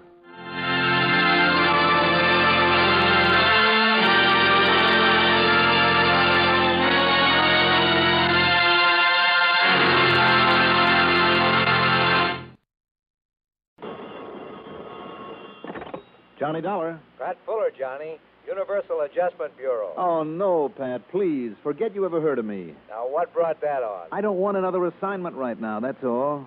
Oh, you don't? I've been going too hard lately, Pat. I'm tired, and I need to get away for a few days for a good, solid rest. Well, who said anything about an assignment? Now, don't tell me you're wasting company time and money just to call up and pass the time of day. No, I called to read you a telegram or a cable or whatever it is. Oh? And, brother, what a message. It'll make your eyes pop. Who's it from? A fellow by the name of Emmett Gowan. Did you ever hear of him? Are you kidding? That man knows more about fishing than you and I could know in 1,000 years. Right. Also, Emmett and I got to be real pals after he helped me solve a rather important case back in 58, I think it was. I remember that one. But it's been a couple of years since I've heard from him. Where is he? What's he doing? You better let me read this wire. Yeah, go ahead. It says, this spot is the closest thing to heaven a fisherman could possibly find. Oh? Sailfish, dolphin, amberjack, snappers, bonefish, tarpon, just about anything you can think of. Makes my mouth water, Pat, but keep reading. If you don't come on down here and be my guest, and right away it says I'll never forgive you. I mean it. This is really urgent. And it's signed Emmett Gowan. Well? What do you mean, well? Well, are you going, you lucky dog? Well, me? Only thing I don't understand is why he sends a wire like that to a lousy fisherman like you. Oh, especially when he knows me. That's just the point, Johnny. What's just the point? Well, the wire was sent in care of this office, all right, but it's addressed to you. Oh? Yeah. Oh. Sure. So if you're so anxious to get away, why don't you take him up on it? Well, sure. What else? And what's the address? Where is he? Pat? Pat, you still there? Sure, I am. Well, give me his address. Why don't you come on over here, and I will. Can't you give it to me over the phone? I could, but I won't. Why not? Well, put it this way. If you will come on over here, maybe we'll pay your expenses. Ah, I get it. You do have an assignment for me, and that telegram's a phony. Oh, it's a McCoy, Johnny, I swear Instead of a rest, a fishing trip, all I'm in for is some more work and headaches. No, really, Johnny. Then give me Emmett's address. Sure. Over here in my office. Pat? Okay. You think I'm kidding about the wire? Yes. Well, there's one way you can find out. Well? Okay. I'm on my way.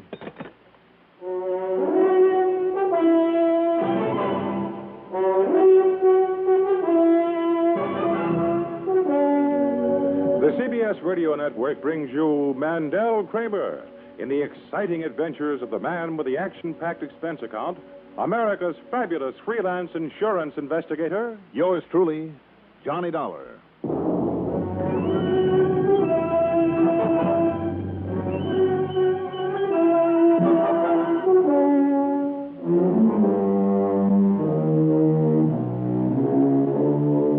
Expense account submitted by Special Investigator Johnny Dollar to Universal Adjustment Bureau, Home Office, Hartford, Connecticut.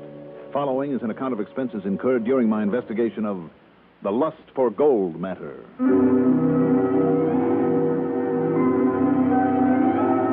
Expense account item 1, $1.20 for a cab into Pat Fuller's office. Much to my surprise, he hadn't been kidding. I mean about the wire from Emmett Gowan inviting me to enjoy what he claimed to be the greatest fishing in the world. And where? On the little island of Cozumel off the coast of Mexico. Yeah, and if anyone can show you where and how to land the big ones, Emmett Gowan sure can. You couldn't be more right, Pat. So if I were you, I'd pack up my duds and head for the island of Cozumel, and I mean right now. And you know something, Pat? I'll do it. And I just happen to have your plane reservations all set up and waiting for you. Oh, Patrick, you're a doll. Yeah. Now, you fly from here to New York to New Orleans, then across the Gulf of Mexico to Merida. Now, that's the capital of Yucatan. Now, wait a minute. And from there, it's only about an hour's flight to Cozumel. Pat. By this time tomorrow, you'll be fighting bonefish or wahoo or tarpon or whatever. At company expense, did you say? Yeah. Why? Oh, don't worry about it. Until after you've got in some fishing. And then? Come on, Pat. What's the hitch? No hitch, really, Johnny. No, it's just that, well, after you've had a few days rest and fishing, well, maybe you'd like to fly on over to our Mexico City office. Why? Oh, some client's been reported missing. A man by the name of Juano Ansana. Mm-hmm. His wife wants somebody on it, and, well, as long as you're going to be down that way, I thought maybe you might look into it. After the rest and the fishing. That's the deal. Pat, I still think there's a hitch in here somewhere. Oh, now, Johnny. But Cozumel, here I come.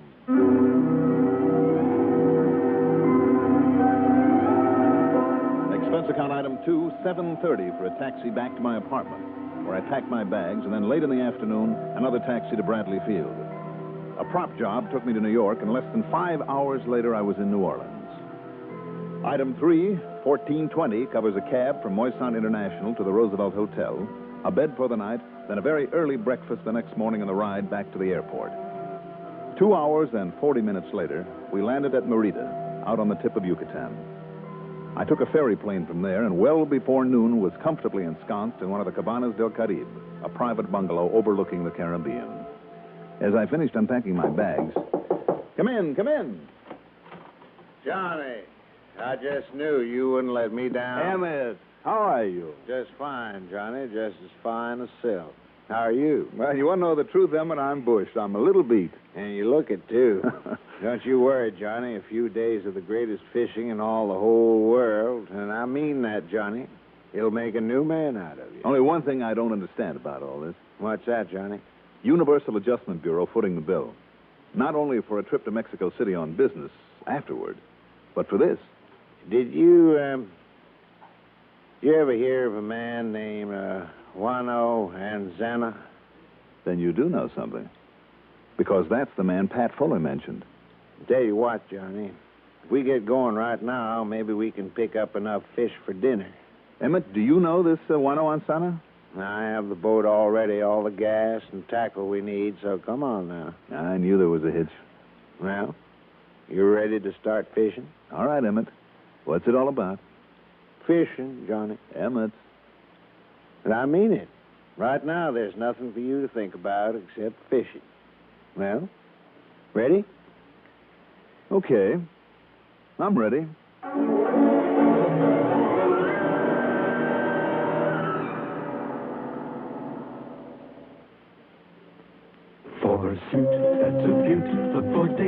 on the label, 'cause Dacron is a man's best friend. A man looks his best in a suit that is able to stay wrinkle-free and neat. In summer rain and summer heat, in coats and slacks, you can relax when you know there is Dacron in the blend. There's just no denying in the clothes he'll be buying, Dacron is a man's best friend.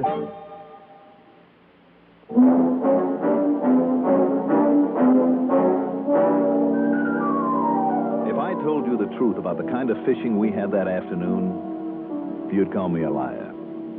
So I'll tell you anyhow.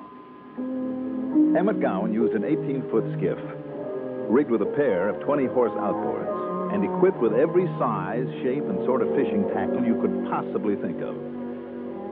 We cruised southward around the edge of the little island of Cozumel to a big sort of lagoon with a mangrove island on one side and a palm-lined beach on the other. There, at Emmett's direction, I made my first cast. The result? A fighting mad tarpon that nearly tore my arm from the socket before I could finally work him alongside the boat and release him. On the second cast, a hefty snook made my reel scream. The third got me a moon-eyed snapper. The fourth, a log barracuda. Those fish, all of them, were simply begging to be taken on for a scrap. Then when I tied into 3 tarpon in a row, I said it and I meant it. The fishing down there is almost unbelievable. By the time the afternoon was over, I was completely but happily exhausted. Felt better than I had in months. And by the time I lay my weary body on the bed that night, I'd completely forgotten all about the insurance investigation business. And that's something. Early the next morning, about the time the sun came up, Emmett made a careful appraisal of the weather. We climbed into his boat again and set out across the 18-mile strait between Cozumel and the Yucatan mainland. Yes, sir, Johnny. You look better already. Emmett, I feel great. Where are we heading for today? Over toward my Boca Pala fishing camp on the other side, or rather a little north of it, up towards Matanceros. Matanceros? Haven't I heard that name before? An old sunken ship there, Johnny, an old Spanish galleon. Oh, sure, I remember now. A lot of treasure hunters have worked it over. Yeah, including Senor Juano Anzana. That name again. That is, until he found another wreck the other day, a smaller one. Who is he, Emmett? Why all the mystery? What have you and Pat Fuller cooked up for me down here? Well, let's put it this way, Johnny. It's the Piñana, that other sunken vessel we're heading for. Yeah? And the Piñana is where maybe we'll use this scuba, this skin diving equipment I brought along this morning. Yeah, I see it here. But, no spears? Well, let's say that now the weather's calmed down enough, we're just going to explore it. This, Juano Anzana found the wreck? Yeah. When I brought him over here for some spear fishing. But he's the one that... Johnny, he's the most unlikable man I ever did meet. I wouldn't trust him any more than I would a hungry shark. Emmett. But I had him as a customer, so I had to put up with it. Point is, he's the one who disappeared from Mexico City. Point is, Johnny, that he not only found some fish around the wreck of the Piñana, but he found something else. Some old Spanish treasure? He wouldn't say. He wouldn't say a thing about it, Johnny. But I've seen too many of these treasure hunters, and I just knew from the looks of him that he'd found something down there. Well, Emmett, didn't you come back later and see for yourself? Johnny, let me put it this way. Yeah? After all those years of fighting for the almighty dollar up north, for the first time in my life, I'm completely contented. I fish a lot, I ride a little, do some guiding. Gives me everything I need to be perfectly happy. I see what you mean. So why should I spoil it all by trying to find, then trying to hide, and then trying to spend the thing that causes other folks so much misery? Pretty unusual attitude, Emmett. Maybe so. But I guess it has its points. Johnny, I don't want anything, not anything, to interfere with this paradise I've found for both myself and my wife, Claire. That's why I didn't come back here to the wreck of the Piñana, because I was afraid that I might find some treasure in it. But you think that Juano Anzana did come back, huh? Well, that unholy gleam in his eye, Johnny, I felt sure he would. So that's it. So when I got a phone call from his wife in Mexico City that he hadn't come home, and the radio message from your Mr. Pat Fuller at the insurance company yesterday... Then your wire to me was the put-up job, Emmett, between you and Pat. No, in a way, I guess. But he did make me promise to get you a good rest and a lot of fishing. Now, I suppose the first thing to do is examine the wreck and see if we can tell if Ansana has come back to it. And, of course, Johnny, if he's there and working on it, well... Sure. That'll explain his disappearance from home. Emmett. Yeah? You surely don't think he'd be foolish enough to come out and dive alone? Johnny, where treasure is concerned, a man can sometimes get mighty foolish. Yeah, I guess you're right. And a man like him, Johnny... Yeah? Could also be mighty dangerous.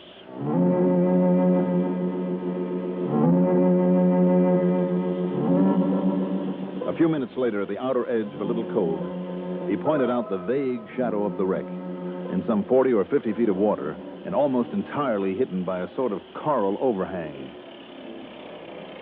Emmett cut the motors, and we drifted into the beach. As we slid the boat up on it... Now, there we are.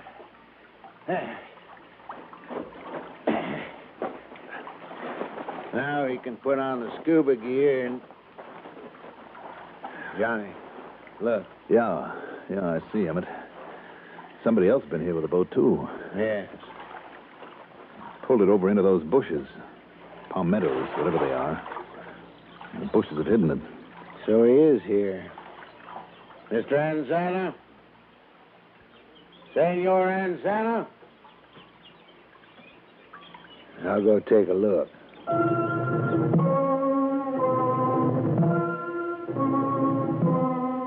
There was a well-hidden boat in the brush, but no sign of Juano Anzana.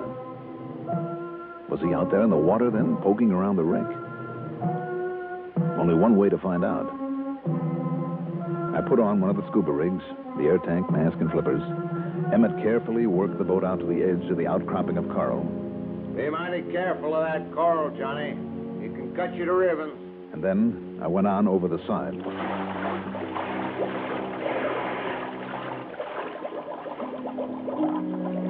I was amazed at how clean and clear the water was down there. Once my eyes got used to the pale green light, I could see for literally hundreds of feet in all directions. The water was warm and comfortable, too. Myriad tiny fishes with all the colors of a rainbow dashed in and out of holes in the coral.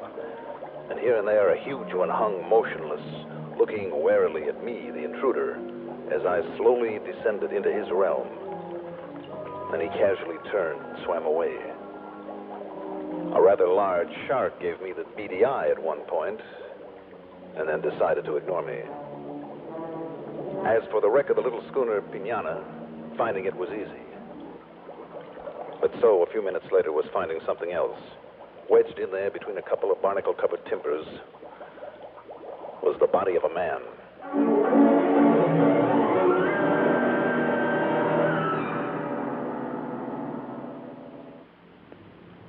Have you tried the mild, kind taste of Kent? You should, because... You'll feel better about smoking with the taste of Kent. With the micronite filter. Refines away harsh flavor. Refines away hot taste. It makes the taste of a cigarette mild as a balmy day in the month of May. Kent is the best for the flavor you like. Kent is the best for the flavor you like. Yes, Kent is the best for a mild, kind taste. Smoke a carton of Kent without switching. Discover the kind taste of Kent's blend of the world's finest quality tobaccos. Then try your old brand. What a difference in taste. Kent with the micronite. Kent with the micronite. Kent with the micronite filter. Refines away harsh flavor. Refines away hot taste. You'll enjoy the mild, kind taste of Kent with the micronite filter.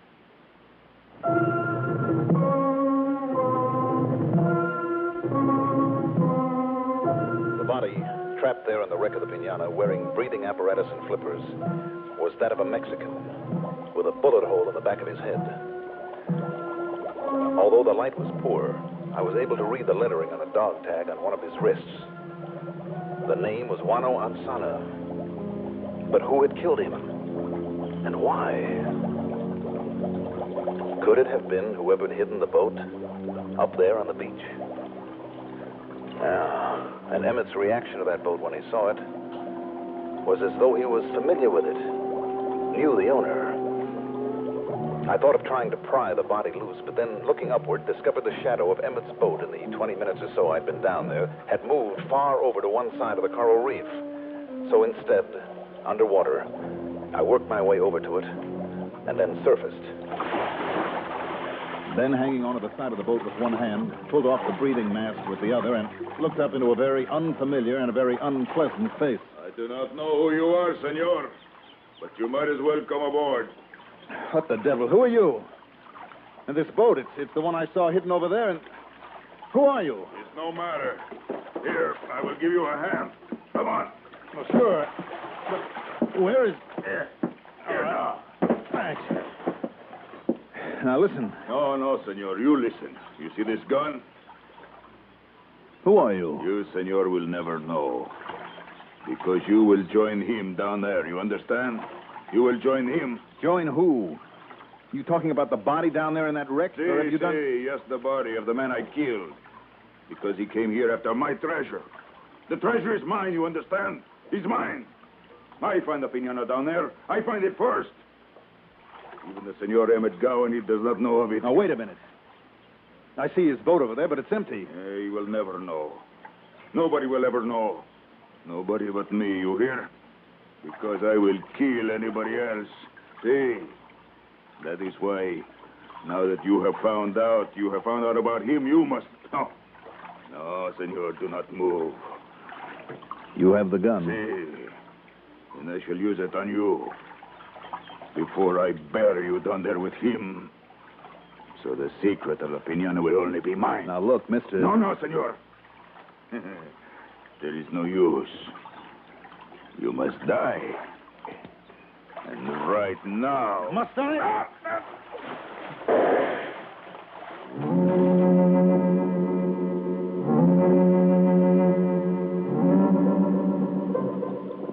After capsizing his boat, I suddenly found that in my struggle with him under the water, I was not alone. From somewhere over near the wreck, Emmett Gowan appeared in his scuba rig. Subduing our unfriendly companion was easy, and when we finally hauled him up onto the beach, completely tamed, out cold, as a matter of fact... Well, it's this way, Johnny. Like I said, he'd had a bad gleam in his eye, and it was more than just from a lust for treasure. It was like you'd think of madness. You're talking about Juano Ansana, down there in the wreck. In the wreck? Yes. I found his body down there, Emmett. A dog tag on his wrist. No, Johnny. This one's Ansana. What? Yes, sir. This one.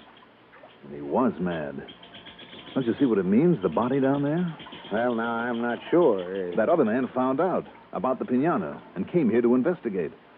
Ansana found him here and killed him. But why put his dog tag on him? So that when Ansana, found the treasure, he could just disappear with it. What little was left of the body by then, if it was ever found, more likely just a skeleton, would be identified as his because of the dog tag. Oh, I see. He'd be free and have the treasure, and nobody would ever know that he'd murdered over it. Johnny, I think you're right. Oh, wait a minute, Emmett. Yeah? How come you so conveniently appeared there underwater after I capsized his boat? And when I really needed your help? Well, Johnny, I knew that hidden boat was his. Yeah? But he wasn't anywhere about. And also, Johnny, there wasn't any sign of bubbles out there to show he was diving. Oh, you're so right. I never thought of that. So, he had to be hiding somewhere and watching us. Of course. So I took my boat around the other side of the reef, put on my scuba, then went on under, where he wouldn't know where I was. At least, that wouldn't make both of us sitting ducks for him. That's darn good thinking, Emmett. And then when I came up real slow and quiet under the flaring bow of his boat and heard what was going on, when I saw you starting to capsize it, Ah, sort of helped. No wonder it flipped so fast and easily. Thanks, Emmett. My pleasure, Johnny. Well, shall we get him back to Cozumel? Why not? I imagine the police might like to see him.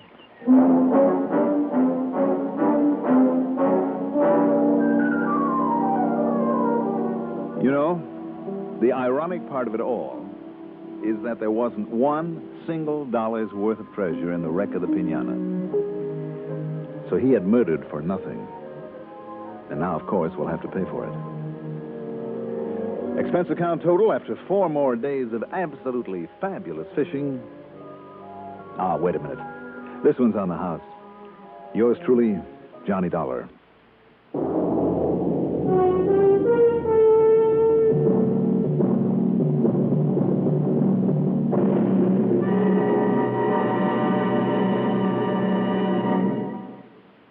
Now, here's our star to tell you about next week's story.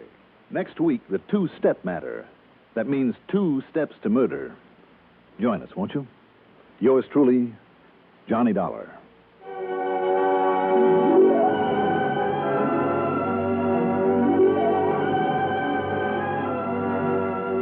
Yours truly, Johnny Dollar, is written by Jack Johnstone, produced and directed by Bruno Zerato Jr., music supervision by Ethel Huber, sound patterns by Walter Otto and Don Creed.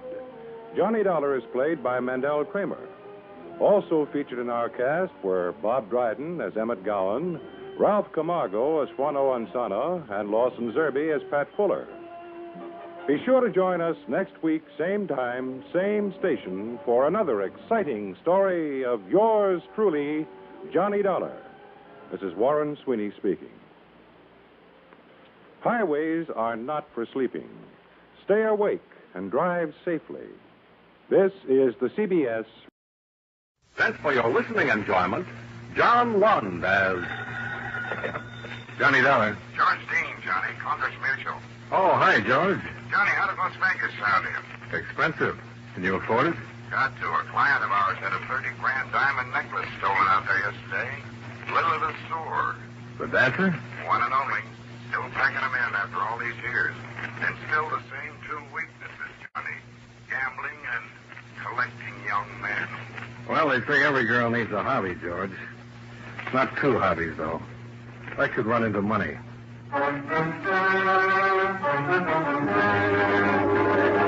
The makers of Wrigley's Spearmint Chewing Gum bring you John Lund and another adventure of the man with the action-packed expense account, America's fabulous freelance insurance investigator. Yours truly, Johnny Dollar.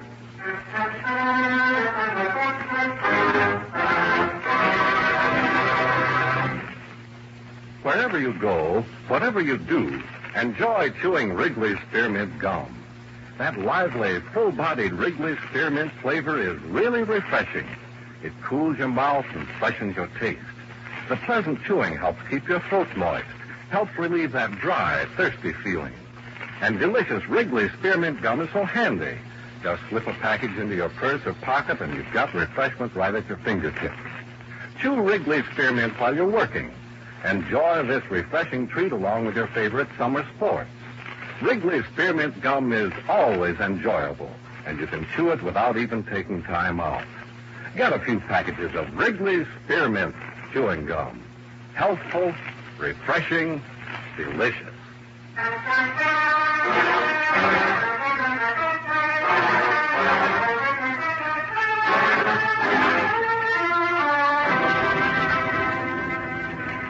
Expense account submitted by Special Investigator Johnny Dollar to Home Office, Concourse Mutual Assurance Company, Hartford, Connecticut.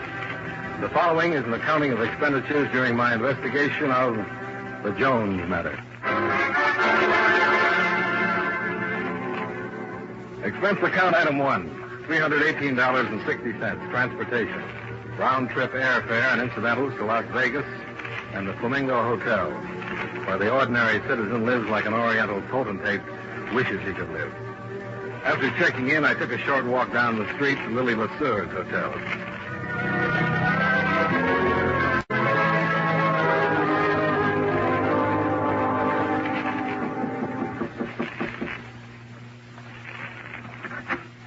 Yes? Miss Lesueur? I'm Johnny Dollar, special investigator for your insurance company. Oh, well, that's very nice, I'm sure, but... Oh, of course, the necklace. That's why you're here. That's why I'm here. Mind if I come in? Oh, please do, Mr. Dollar. This is Eddie Lawson, Mr. Dollar, my very dear friend. Just a doll, really. Hello. How are you? I think it's awfully droll and nice of the insurance company to take such an interest in my poor little affairs. I imagine they regard $30,000 as more of a rich, big affair. Oh, dear. And then I suppose you'll go around prying into all my most intimate secrets and asking such embarrassing questions that I'll just... Oh, I think having jewelry stolen is always such a bore. Yes, the insurance company feels the same way, Miss LeSueur. Now, if you just... good heavens, look at the time. I've got to fly. Lily, you remember what I told you? Now, Eddie, don't start being a child. Don't you think these Western outfits are just adorable, Mr. Dollar? Well, they do a lot to point up a girl's personality, all right? Well, maybe this investigation won't be such a chore after all. Oh, dear, I'm late. Buck and Devastator are going to be just furious. Oh, well, tell him all about it, Eddie. That's my show tonight, Johnny. 10 o'clock at the $1 Billion Club. Join me for a snack afterwards. Here by the pool. That's where it all happened. Toodle-oo. Buck and Devastator. Buck Bartlett, he's the riding instructor at the Lazy J Stables. Devastator is the horse. It's a better name for Lily. I'm going to marry Lily, Mr. Dollar. Oh, congratulations. Now, what about this necklace? What happened? It disappeared.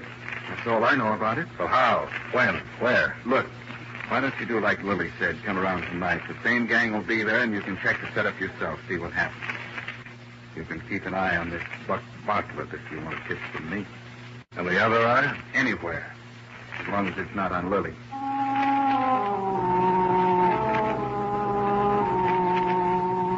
Expense account item 2, $2.50. Lunch at the hotel. And $12 for a hired car to the Lazy J Stables. Horses for hire. English or Western style saddles. Instructor available. A Western style instructor, as was soon painfully obvious.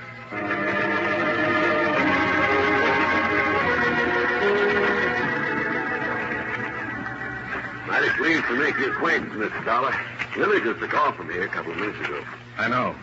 You, Eastern friend of hers? Well, I'm not exactly a friend. I'm a special investigator. Checking into those diamonds she lost the other evening. Oh, I see. I understand you were there. Might know something about it. No, sir. Beats me. There we was, sitting on that fancy terrace kind of thing they got there, hoisting a little poison and chawing on some beefsteaks, you know. And the next thing you know, Miss Lily lets out a yap and says, "My rock! Somebody up and took my rock." Well, I didn't even know she had any jewelry out there with her. Did anybody know she had? Well, not unless it was Miss Jo. Miss Jo? Well, the gal I brung, Miss Joan Drake. I was thinking she might have known because she ambled down to Miss Lily's room with us so they could change their glad rags and put on their bathing suits, you know. She'd been pestering me for a week to meet Miss LeSueur, but she sure wouldn't take nothing that didn't belong to her. Buck, I wonder if there was a diamond necklace on the terrace. Well, you ain't able to say Miss Lily lied about it, are you? Well, that little woman is true blue, mister. Matter of fact, Mr. Dollar, I wouldn't want this to get around, but I'm sort of aiming to... Well... Let me guess, Buck. You're aiming to marry her. Yeah. I reckon it just sticks out all over it. Don't Miss Dollar.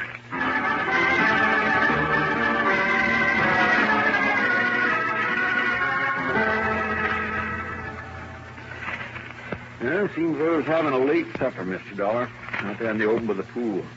It was after Miss LeSueur's last show, so the four of them had the place pretty much for themselves. And who were the four, Marshal?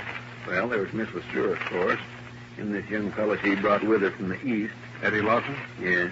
Don't know much about him, except she's dang near old enough to be his mother. You'll have to admit she doesn't look it, though. She sure don't. Well, the other young fellow's the one you talked to, Buck Bartlett, he calls himself. Oh, yeah, the Texan. Yeah, he's about as Texan as you are, Mr. Dollar. Came here from Los Angeles. He just puts on that talk because the Easterners like it, especially the Eastern women. That Texas drawl comes in handy, huh? Then the other one's a girl named Joan Drake. Yeah, she was there with Buck. Yeah, she's kind of a funny. Young, pretty, smart as a whip. Came out from the east a while back. She's floor manager of the casino at the $1 Billion Club. Talk to her. See what you think. I can't figure it out. All right. I'll see if I can. Yeah, come talk to me again after you look around a little. Fine, I will. Huh. You know, I've seen these slot machines all over town. The last place I'd look for one is in the marshal's office. Well, that's kind of very special. Guess I might as well take the jackpot with me.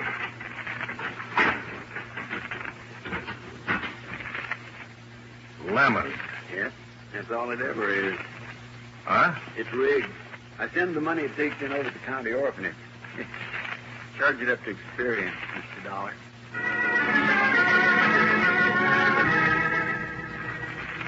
Expense account item 3, $1 for experience and information from the marshal's office. And $17 miscellaneous expenses at the $1 Billion Club, where miscellaneous covers a lot of different items. One item is the roulette wheel.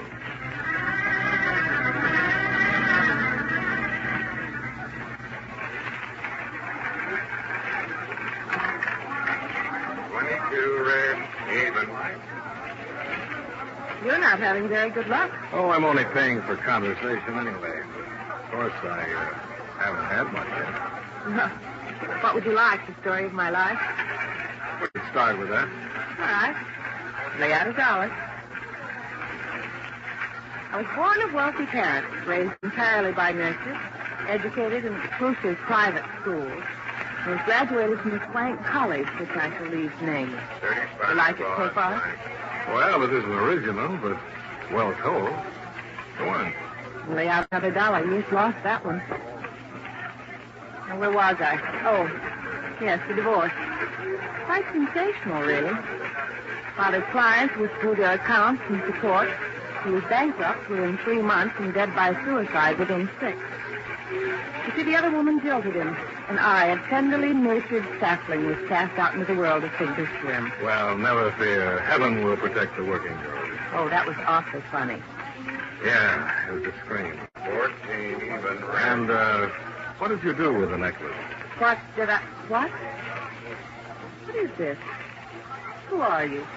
Johnny Dollar, insurance investigator. And you're Joan Drake, who wanted badly to meet Miss LeSueur. She changed clothes in her room with her, who was the only one who knew she had the diamonds out at the pool. Who works here for about, $50 a day and could probably use $30,000. 22 even. And I asked you what you did with the necklace. I think that ought to cover the what is this? Mr. Dollar, if you'd like to play roulette, by all means, stay around. But I'm afraid I don't have any more conversation. Not at these prices. I thought I was overcharged for what I got. And this will kill you. The whole story was true. And with all that background, running a casino is the best you could do? The best for me. With glitter and glamour and sparkle. And that's what I was brought up to expect. The diamonds sparkle a lot, too, Joan.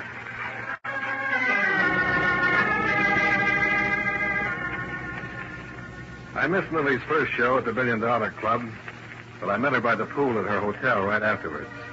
It was a warm night. The stars blazed against the desert sky, and Lily and her guests scintillated back from the terrace below. Except me. I didn't scintillate. So far, I wasn't any closer to that necklace than I'd been when I got off the plane. I had the feeling I'd learned a few things, and at the same time hadn't learned anything. And Lily didn't help much.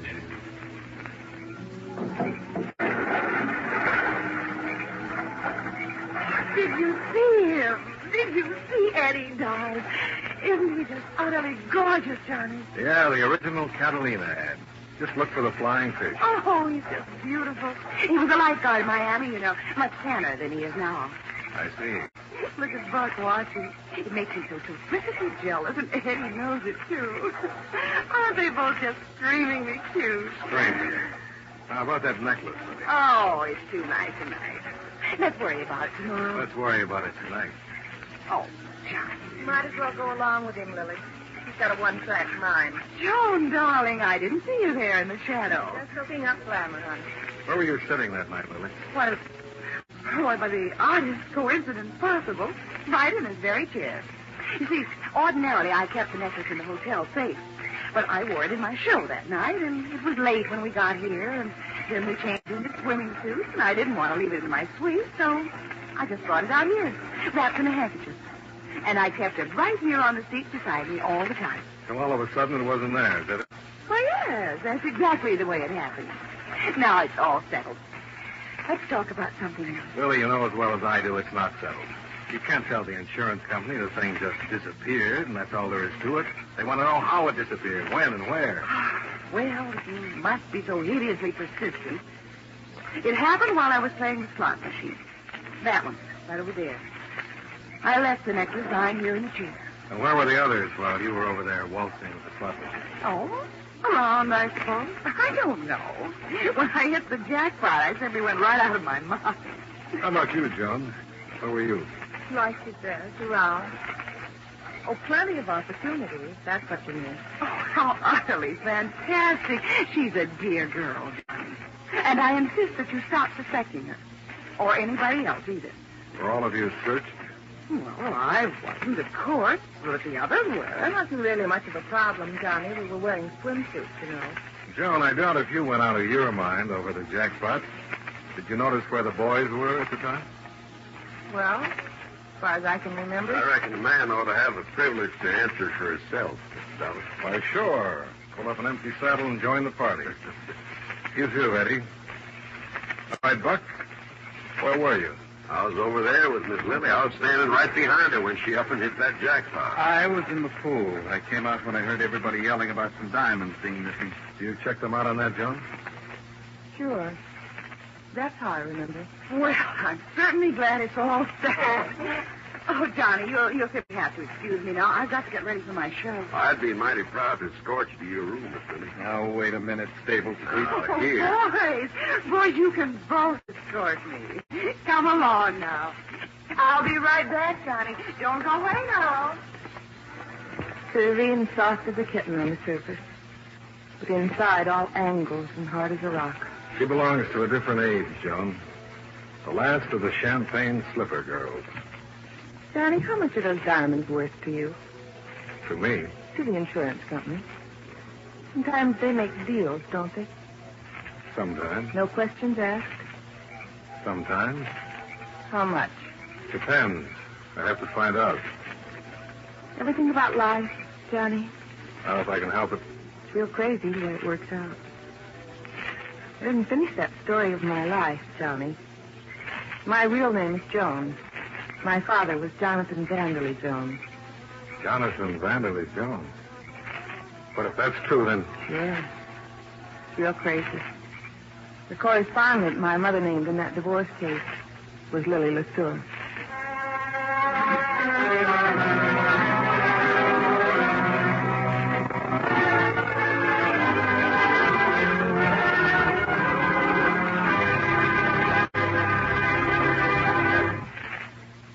Friends, you know Wrigley's Spearmint Gum is a delicious treat that millions enjoy all year round. It's good to chew almost any time and any place. In warm weather, you'll enjoy especially the refreshment that Wrigley's Spearmint Gum gives you. When your mouth feels hot and dry, or when you're feeling warm and tired, chewing Wrigley's Spearmint Gum gives you a pleasant little lift. It cools your mouth, moistens your throat, and refreshes your taste. Besides, chewing on a good, smooth piece of Wrigley's Spearmint Gum seems to add enjoyment to whatever else you're doing. So always keep some Wrigley's Spearmint Chewing Gum handy. Enjoy it at home, at work, wherever you are. Remember, that's Wrigley's Spearmint Chewing Gum.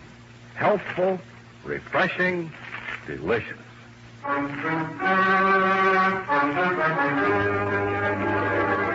And now, with our star, John Lund, we bring you the second act of yours truly, Johnny Dollar.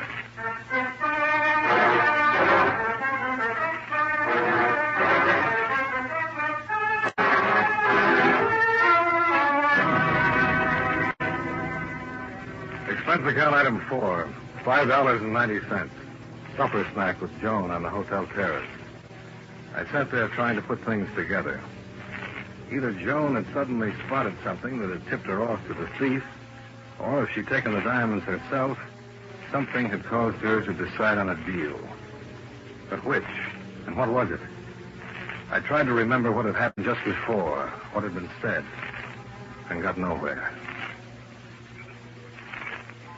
You know, Johnny, it's funny. I've always been the innocent bystander. Up until now. Maybe that's what you ought to go on being. Unless you stole it yourself. Would the daughter of Jonathan Vanderley Jones turn out to be a thief? She might, for money and other valuable considerations. Like, for instance? Like a chance to hit back at the woman who ruined her father. Oh, you're heading up a dead-end street. Maybe you are, too. Well, I guess we're expected at the $1 Million Club. Not I. Little Jones got work to do. So is little Johnny. Maybe we'll meet in the same playpen. Somehow I don't think so. Bye-bye now.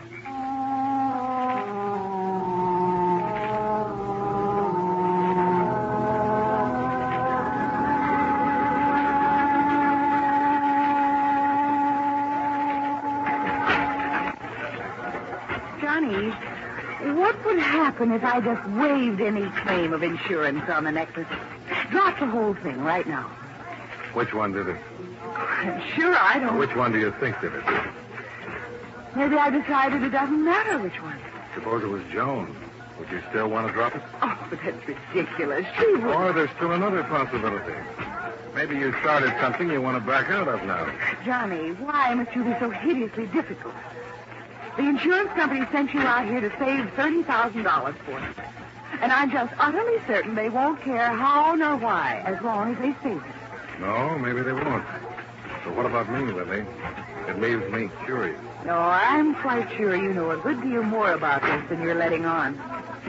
Well, I've got to run again. It's time for my show. Bye, sweetie.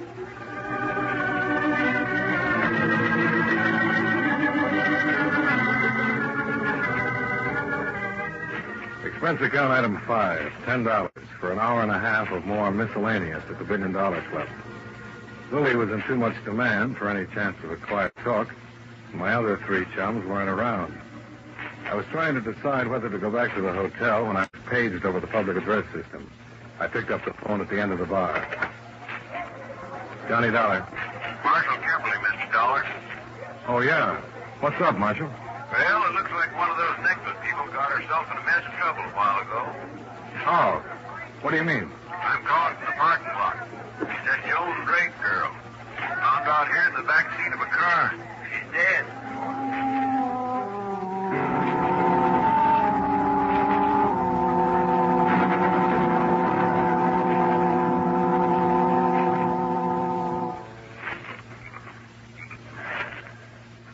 I guess you can cover her up now, Marshal. Poor kid never knew what hit her. She the one you thought might make a deal, Mr. Dollar? Yeah. Well, somebody made sure she didn't. Hit her 3 or 4 times with something heavy. I'd been arranged, judging by the marks. A wrench, huh? Did you find it? Nope. Did you notice her hands? Yeah. Apparently she'd had them around something greasy, rusty. I wonder if... Wait a second. Radiator's still warm. She may not have been killed here at the club.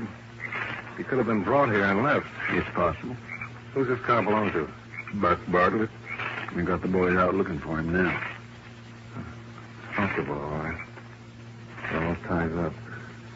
Do you want to let me in on it, Mr. Dollar? Let me check first. I'm doing a lot of guessing. Joan brought up this deal while we were all at Lily's hotel this evening. I think she just figured out how the necklace was stolen. I think she was killed trying to get it. And I think I've figured it out, too. But let me check first, Marshal. I'll talk to you later.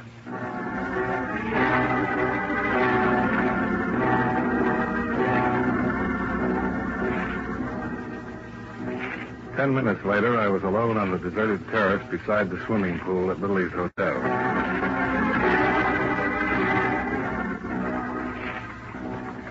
I knelt on the edge and looked down into the water. Crystal clear, lighted by an underwater bulb sunk in the concrete wall. The pumping system was running as usual, drawing the water from a drain pipe in the deep end, circulating it through the filter tanks in the pump room, and returning it to the shallow end. I took my handkerchief, waited with my room key, picked the spot carefully, and dropped it into the water. I watched it sink down toward the drain. Down, down. Then suddenly it was caught by the current and sucked into the drain. So far, so good. The next step was the pump room.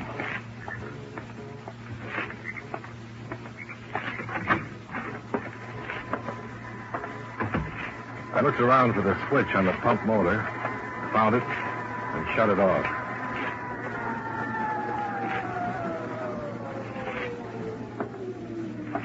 There was a crescent wrench laying on the window ledge. It was shiny and clean. No use worrying about fingerprints. I picked it up and started to work on the rusty cover bolts on the strainer tank. Probably the same way Joan had started. Not if you're clever, she said. Well, she was clever. Well, not clever enough. Inside the strainer tank, laying in the wire basket, was my handkerchief and room key. And beside it was Lily's diamond necklace.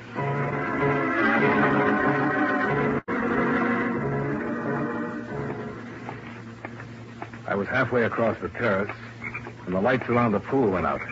Somebody had pulled the main switch. I stopped and listened, waiting. But when it came, I was caught off guard. Somebody hit me and knocked me into the water.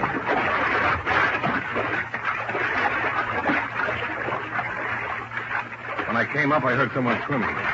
Whoever it was had come into the pool after me. I made the side, grabbed hold of the ledge with my left hand, drew back the wrench in my right. As the splashing came close, I lifted it and swung. Hey, what's going on over there? Marshal! Marshal! Over here with that flashlight. What happened to the light? Switch was pulled. Here, help me get him out of the water. Yeah.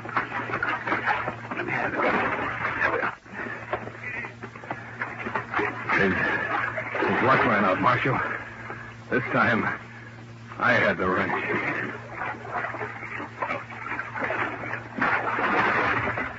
That swimmer fella, huh? Eddie Lawson. Yeah. I found the necklace in the strainer of the filler system, where it's been all the time. He was lying when he said he was in a pool when Willie hit the jackpot. He went in right afterward. During the excitement, took the diamonds with him. Joan knew he was lying, and she figured out what he'd done. He was a smart kid. Too smart.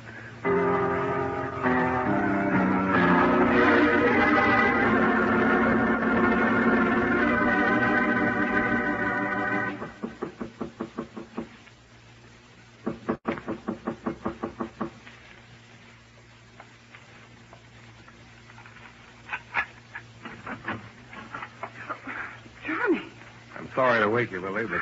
Good heavens, wait, let me put on some makeup. I must look a positive fright. I got your diamonds back, Lily. Oh, you did? Here. Thank you. Which one of your boyfriends? Why don't you give up, Lily? Time moves along. The years add up. I'm not harming anyone. Aren't you? Joan is dead. Eddie killed her over these diamonds of yours. Dead? She's dead? It's all right, though, as long as you're not harming anyone. But how could I know? I didn't mean any harm to that poor girl. Eddie could have had the diamonds if I'd known. They didn't matter, Johnny. Just a gift a long time ago. I don't even remember who it was. JVJ? Those are the initials on the clasp. That's who it was. Jones. Some fool named Jonathan Vanderley Jones. They didn't mean a thing to me.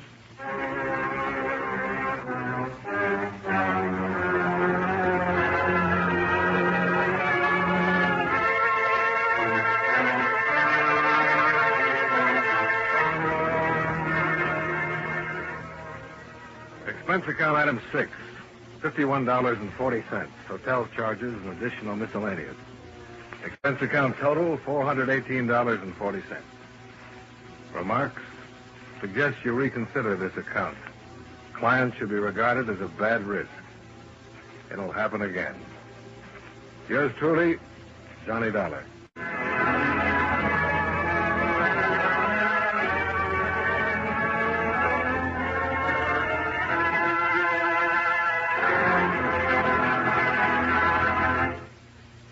Remember, friends, wherever you are, whatever you do, enjoy chewing Wrigley's Spearmint Gum. That lively, full-bodied Wrigley Spearmint flavor is really refreshing. It cools your mouth, moistens your throat, helps keep you feeling fresh, comfortable. The smooth, pleasant chewing helps keep you feeling relaxed, too. So you naturally feel better, work better, get more fun out of doing things. Remember, too, Wrigley's Spearmint Chewing Gum is a refreshing treat you can enjoy almost any time and any place. Just slip a stick into your mouth whenever you want it. Do as millions do. Keep Wrigley's Spearmint Chewing Gum handy and enjoy it often every day. That's Wrigley's Spearmint Chewing Gum. Healthful, refreshing, delicious.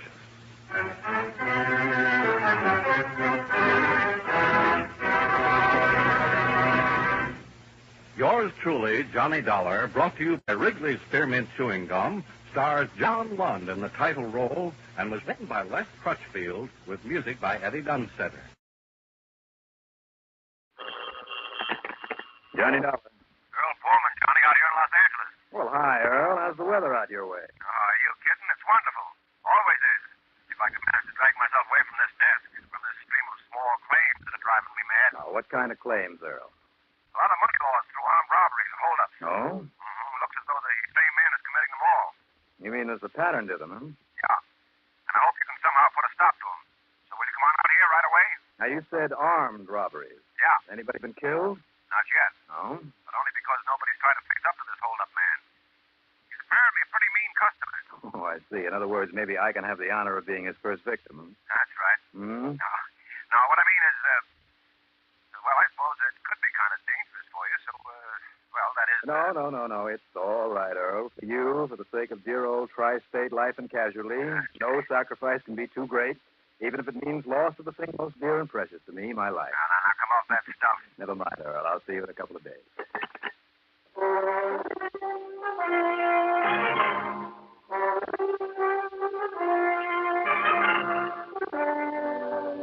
CBS Radio brings you Bob Reddick in the exciting adventures of the man with the action-packed expense account. America's fabulous freelance insurance investigator. Yours truly, Johnny Dollar.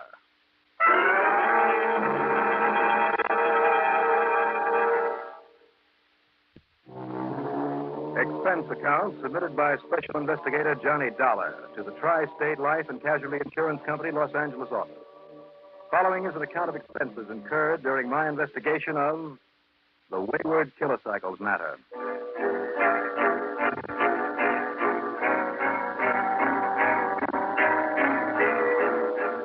Expense account item 1, $170.40, plane fare. It was after 7 p.m. Hartford time when Earl called me, and the next good flight I could make was shortly after dawn the next morning. It got me there about 9 a.m. Pacific time. Item 2 was $6 for a cab to Earl Foreman's office in Westwood.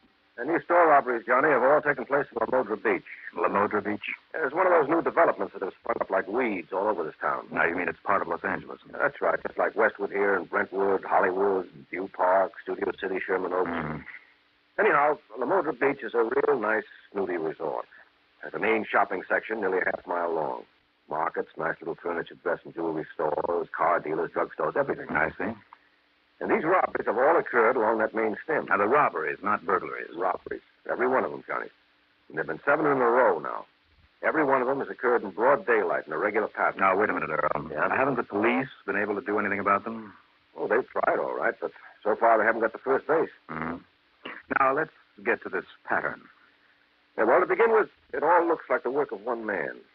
The store owners who've been robbed all make him about 5'10", 10.5, around 150 to 55 pounds, dark brown hair, age about 30, and he wears a handkerchief over his face. Well, let's face it, Earl, that description could fit thousands of men. Yeah, I know. Anyhow, Johnny, Always pulls the jobs in the mornings when there aren't too many people in the shops and on the streets. And at the precise moment when the owner is all alone. His timing has been almost too good to be true. Almost fantastic. And he simply barged in waving a gun? That's right, an Army 45. He's made the owner clean out not only the cash register, but the safe, provided it's in a back room that can't be seen from the street. Then he skipped out through the alley that's behind all those stores. And it's all happened so fast. I turned to Johnny. His timing is just fantastic. And don't any of the store owners have alarm systems? Believe me, they've all ordered them. But there hasn't been time to get any of them installed. And these 7 robberies have all happened within the past business week. 2 of them were in one day. Now, how much money has been taken? Well, not an awful lot, but enough to hurt.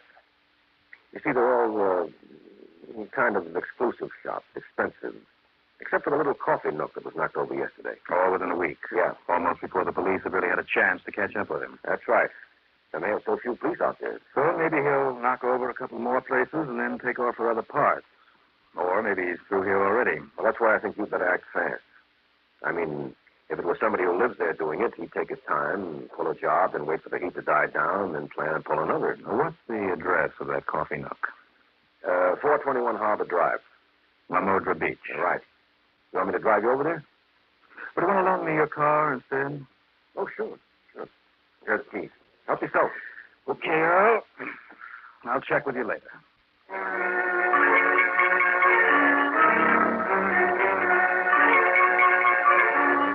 Item 3, $4.70 for a tank full of gas. And I drove to Lamodra Beach. Believe me, it's an exclusive resort, all right. And not only because of the expensive homes around it, all of them in the $50,000 and up class, but I looked at the prices in some of the shop windows along that main drag.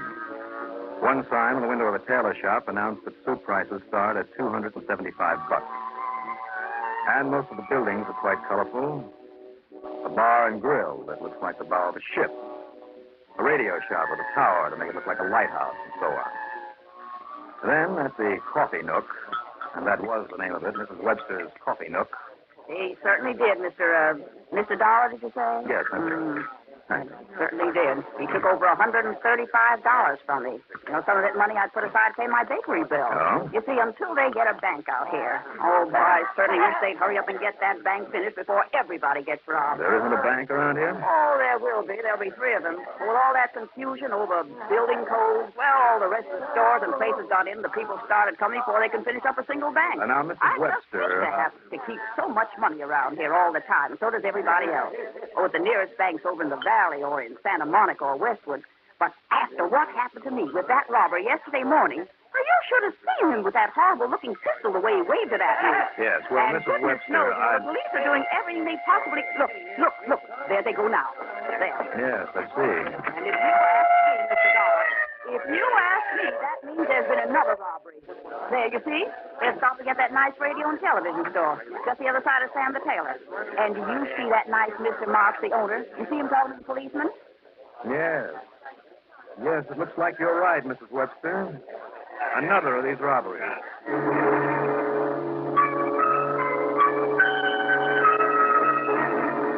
I hung around the edge of the crowd in front of the radio and television store until the police could poke around and ask the usual questions. And apparently get the same answers they had from all the previous victims of the holdup man. Instead of checking in with them, I waited until they and the usual bunch of sympathizers left the shop, and then sauntered in.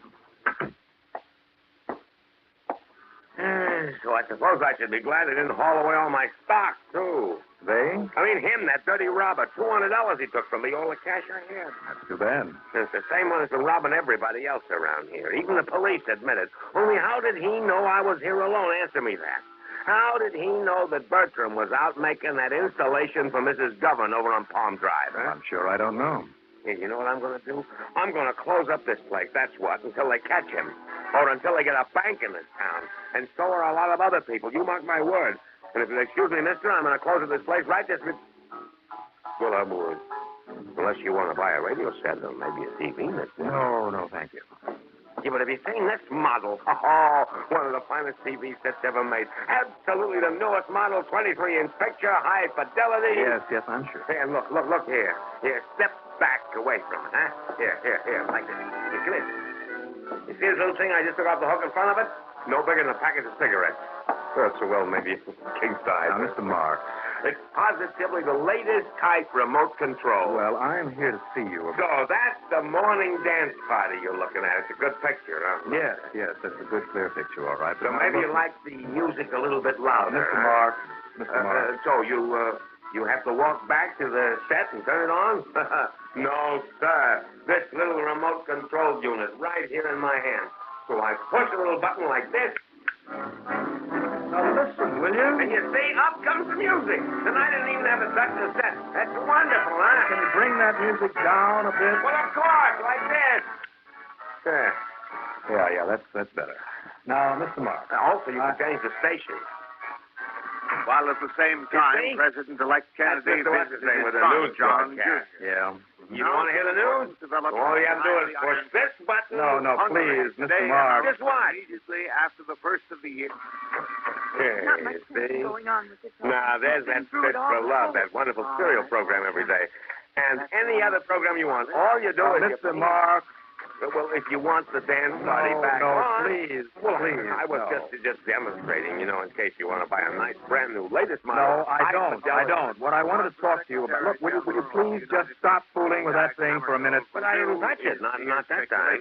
Oh? See, there it goes again. Change the stations all by itself. What do you mean? It's supposed to do that? No, that's the third time. Today is the third time that thing has been acting up. Maybe the fourth. Well, you better send it back to the factory. And the last time was only 3-4 minutes before that hold-up man came in here. Oh, it's going crazy. Now, that hold-up is what I came in here to talk about, Mr. Mark. Just like I said before. Now, tell me, Mr. Look, would you please, can't you turn that thing off? Say, I just thought of something, Mr. What's your name is? Well, I didn't, but it's Johnny Dollar. Well, see, Mr. Dollar? There goes again. Now, look, I am a special investigator from the insurance company that will have to pay you for whatever loss you suffered as a result. to sports. Would you turn that thing off, please? Oh, yeah, of course. Now, there you are. The whole set is off now. But like I started to say... What as I started to say? The next to the last time this happened was just before that poor Mrs. Webster got robbed yesterday morning. What I want to know from you is... What did you say?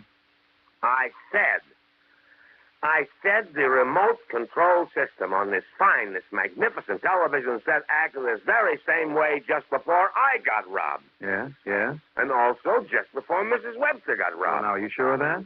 Well, maybe. Maybe now that I think of it. Yes, maybe what?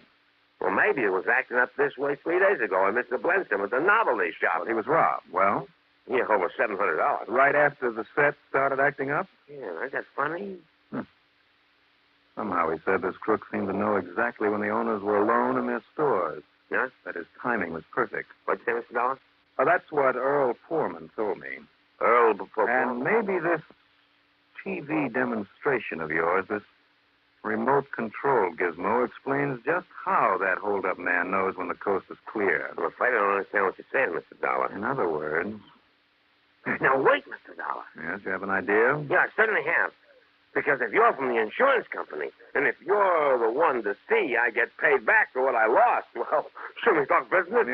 Yes, we'll talk business, all right, but not about your insurance. But, Mr. Dollar... That remote control device. Here, now, how does this thing work? Well, I don't know exactly. It's some kind of wave. Waves? Yes, sound waves or something. In this booklet here that comes with a set. Sound waves? Yeah. Look here. It says waves of 44.6 kilocycles to 51 kilocycles. Yeah. So high in pitch as to be inaudible to the human ear. That means you can't hear it. Yes, I know. Go on. Yes. Actuated device within the set itself that changes volume or station channels or turns it off or turns it on. Okay, I've got it. Yeah? Yes. Don't you see? This hold-up man has a pal. So? Yes, that's it. There is somebody along this main street who can keep tabs on all you store owners, who knows when you're all alone in your shop. Oh, he does? And by radio, he communicates with the man who actually pulls the hold-up. Tells him when the coast is clear. You mean that one of the merchants, that somebody here along this street is telling this holdup? Yes. He's telling him by radio when it's safe for him Yes, to rob that's exactly what I mean. And he doesn't know it. Oh. But his radio signal on a band somewhere between 44 and 51 kilocycles is also working this remote control gadget. So, I told you this was a wonderful and marvelous set. All right, then. If I can get hold of a direction finder, I can track down the guy who's sending out the all-clear information to the hold-up man. You really think so? That is the answer, Mr. Marks. And I think I know where to get hold of a direction finder. Yet if what you say is true, Mr. Dollar. Yes, well? Well, after the way this set was behaving a couple of minutes ago. Right. More hold-up information being sent out from that transmitter. Yeah, but then there ought to be another hold-up. Only there isn't. At least there isn't any... Oh. Yes. Yes, come on. Look. And you see the people there in the next block there in front of the market. It's another hold-up. 2 in one day again. Yes. And, Mr. Dollar, there'll be more and more and more of them until we're all put out of business. No. No? No, because now, Mr. Marks, we know the answer.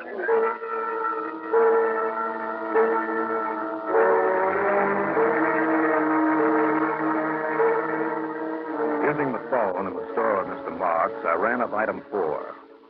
20 cents for a call to Bob McKinney in North Hollywood, who is known among radio hands as W6VFG.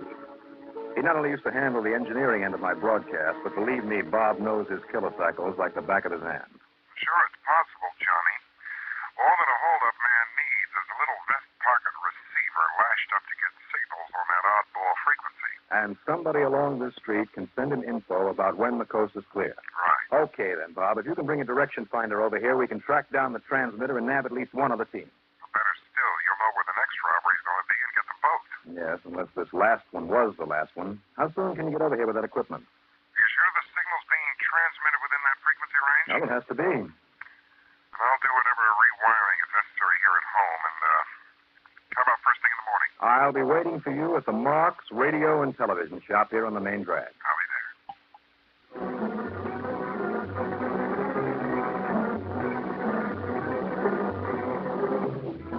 I drove back to West Los Angeles and spent the rest of the day and the night with Earl Foreman and his wife. Then, early the next morning, met Bob at Mr. Marks' shop in La Modra Beach. As Bob finished setting up his radio direction finder... There we are. All set. Johnny, you still haven't told me how you got the frequency of that signal he's sending out, whoever he is. No, it's easy, Bob. That TV set out there on the floor. You see it? There against the wall. The big one? Mm-hmm. There's a remote control. That little removable box with the buttons on it. Yeah, I know the model. When you push one of these buttons, it sends out a signal in that frequency range that I gave you. It makes the set change stations. Uh-huh. So if the transmitter sending out info to the hold-up man also makes the set change stations, it must be working in that same frequency. No, Johnny, no. What? I'm sorry, but it doesn't mean a thing. Well, what do you mean? That remote control puts out sound waves. Well, I know. Too high in pitch for us to hear them. Not radio waves. Well, what do you mean? You mean that my theory, my whole theory about somebody transmitting information, that you mean it's all wrong? Johnny, it's sound that makes the TV set react. So whether somebody's using a radio transmitter on that frequency or not, it couldn't possibly. And yet I suppose the matter of resonating, I mean, a sympathetic resonance. What? Well, sometimes nearby to a broadcasting transmitter, a pile of bits of metal, something like that, sometimes it'll resonate. While listening to that pile of scrap metal, you can actually hear the broadcast. So? But the transmitter of these signals would have to be practically on top of this TV set. Maybe it is. Huh?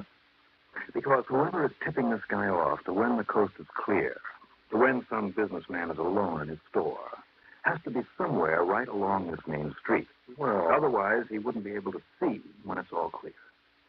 Well, maybe if it was somebody right next door. Mr. Marks. The Marigold sisters with their nice dress shop? Never, Mr. Dollar, never. And on the other side of the place? My good friend Sam the tailor. Uh-huh. But on top of this shop of yours, it's built up like a lighthouse. Yeah, for local color here at the beach. Yeah? Like Tony's bar is like the front of a ship, and like that Hawaiian Yes, saloon. but what is in this lighthouse of yours? Well, just a couple of small apartments I rent. But there's a transmitting antenna on the top of it. Oh? I don't see a transmitter in the shop. Well, I don't have any. All I sell is receiving things like radios and... Bob, you have got it. One of your boarders, Mr. Marks. Those two boys? Boys? Well, 25, maybe 30 years old. Well, what do they do? Well, that Willard Thorson, he never seems to leave the place. Well, of course he doesn't, because up there in that tower is where he can see everything that goes on down here on the street. The whole length of the street. Johnny, you're right. And the other one, Mr. Marks. Well, I don't know. That Harry Williams goes out early every morning and comes back late at night. Well, of course, because he is out waiting to get the word from Thorson up there on the tower. And Johnny, if that transmitter is up in the tower, it's plenty close enough to affect this TV set. Then go on up there, Mr. Dollar, and arrest that Willard, that Willard Thorson. On what? Unless we catch him broadcasting information to Harry Williams. And even then, pal Harry might get away. Right. So, I have a better idea. Why don't we just sit down here and watch some TV?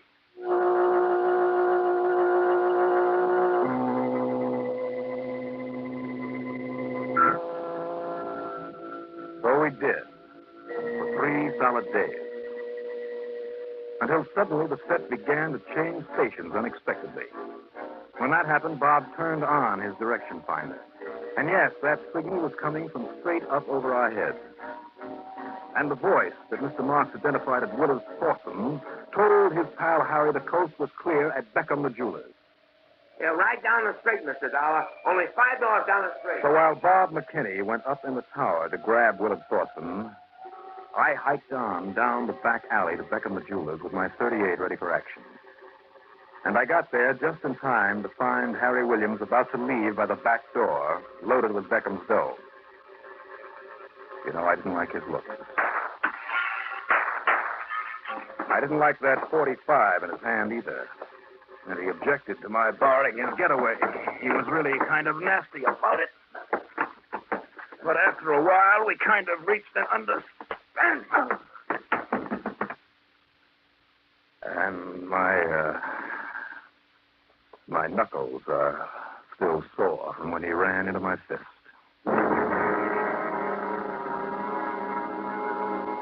Yes, so I guess there's nothing like modern electronics as an aid to crime. And as an aid to catching a crook. 2 of them in this case. Expense account total, including the trip home, call it $400 even. Yours truly, Johnny Dollar.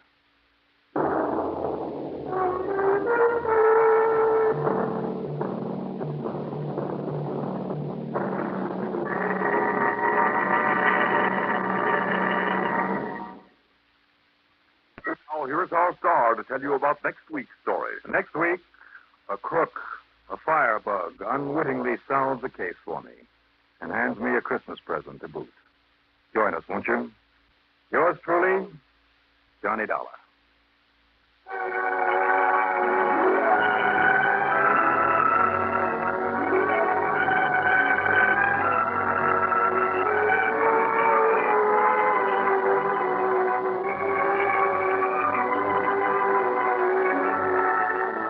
Yours truly, Johnny Dollar, starring Bob Reddick, is written by Jack Johnstone, produced and directed by Bruno Zerato Jr.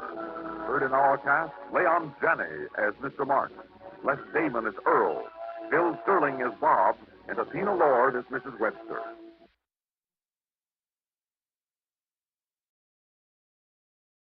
For your listening enjoyment, John Lund as Johnny Dollar. Ned Talbot, Johnny. What are you working on? Why, nothing at the moment. I was thinking of going to New York for a couple of days. Why? Well, I have one here on my desk you might be able to do something with while you're there. Well, tell me about it. Corinthian covers a textile outfit in New York. Wallace Cottons and Company. This week their auditors found a shortage in the books. How much of a shortage? Well, it's nearly 5,000. Wait, I got it right here. $4,185. And I'm supposed to find out who took it? Oh, no, we already know who did that. One of the bookkeepers in their office, Lester James. He's been arrested and admitted everything. I thought maybe you could find out what he did with all that money. Well, I'm going to New York anyway. I'll see what I can do.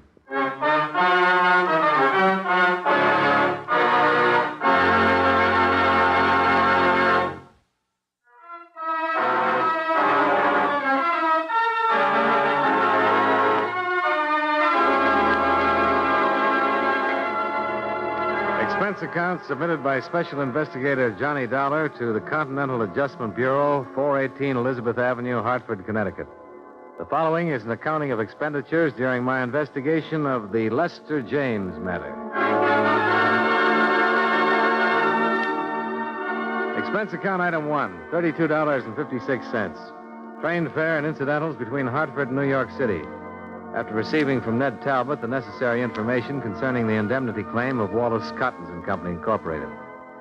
I arrived in New York at 1:30 in the afternoon and checked in at the New Weston. Central Division told me that Lester James is being held in the 17th Precinct Jail. I went right over. Well, here you are, darling. Now what? Take it easy, James. This is Johnny Dollar. He wants to talk to you. Hello, James. Hi. I'll see you later, Dollar, huh? Yeah, thanks, Sergeant. You'll give me a yell when you finish, huh? Right. Well, what are you? Lawyer or something? Nope. I don't want a lawyer. Said somebody be around to talk to me again, but I don't want to see anybody. Why not?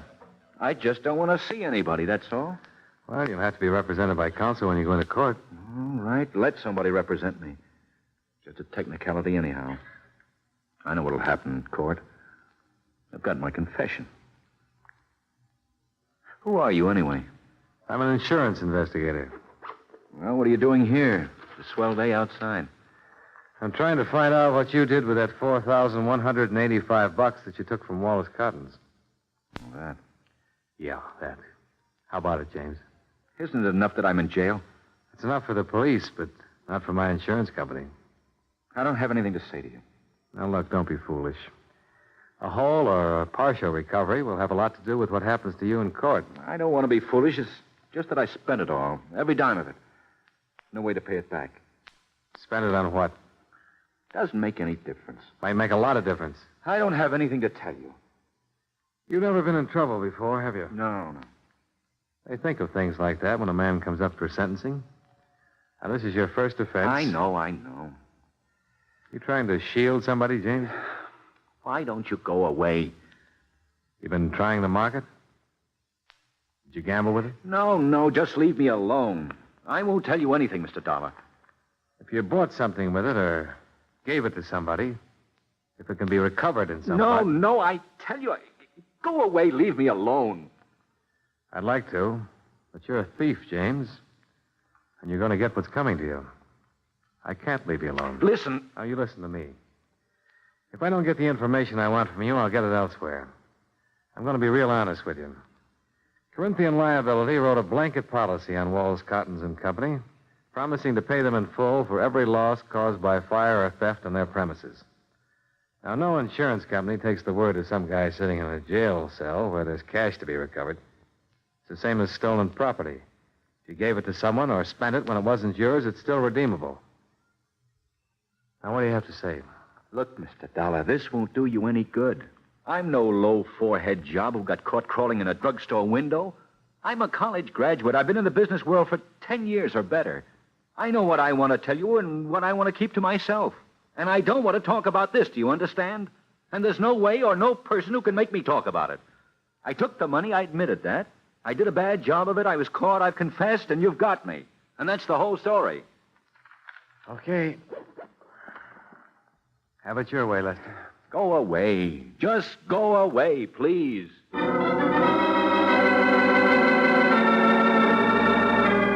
Lester James was a tall, dark-complexioned man in his early 30s. His hair was black, straight, and closely cropped. His features regular. Not good, not bad. The kind of man you see every day on the street. Somehow, the kind of man I hadn't expected to meet. Expense account item 2, $1.35, cab fare. I went over to the apartment on 59th Street where Lester James had lived.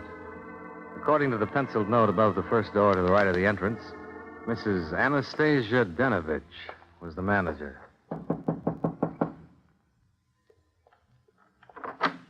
Yes, what is, please? You're Mrs. Denovich? Yes, what you want, mister?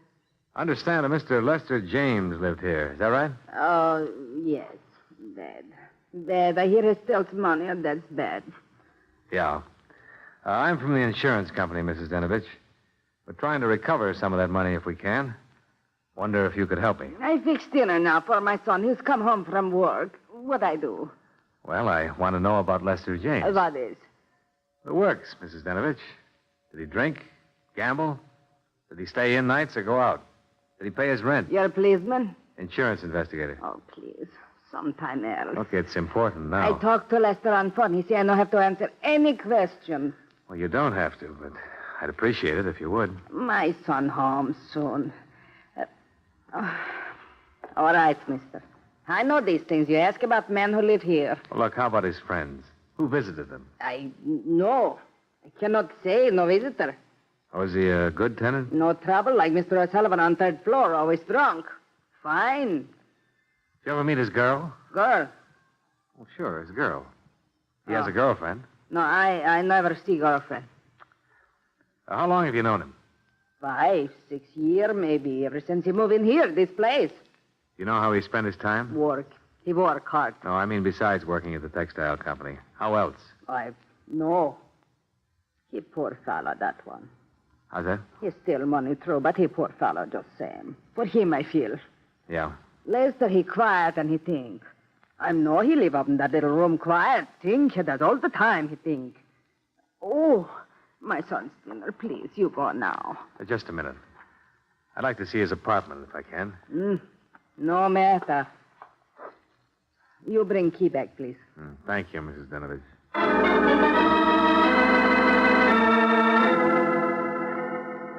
The apartment Lester James had lived in was as dismal as the neighborhood.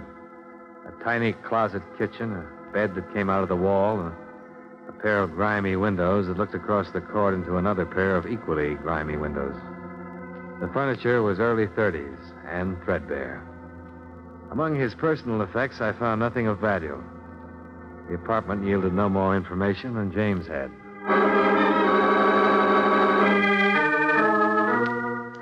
Expense account item 3, $1.95, dinner. I had it in a neighborhood restaurant called the 59er. A place where, I learned, Lester James had frequently eaten. The restaurant manager remembered him and liked him. A woman who ran a bakery shop across the street told me how he'd come back from the war in 1946 and had worn his uniform for a month until he got a job and could buy some civilian clothes. All in all, I was getting a composite picture of Lester James that didn't look quite right. Whatever he was to the people who knew him casually, he wasn't a man who ever had any money to spend.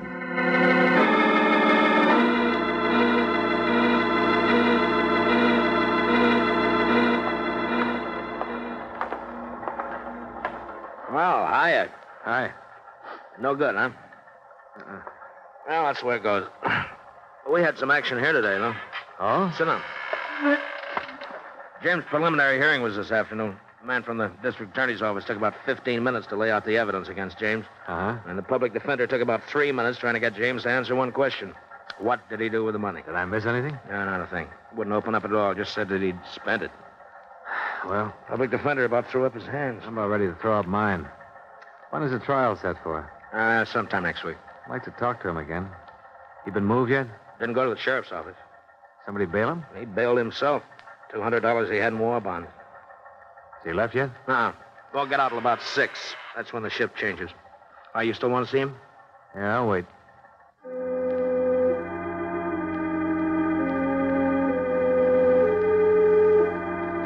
An hour later, when Lester James emerged from the doorway and turned right, I followed him, about a half a block behind. When he caught a cab and headed uptown, I caught one, stayed right with him. When he got out at the Empress Theater and walked around to the stage door, I was standing at the alley entrance. 10 minutes later, he came out and hailed a cab. Once more, I followed. This time, he went back to his apartment on 59th Street. I waited 15 minutes before I went in.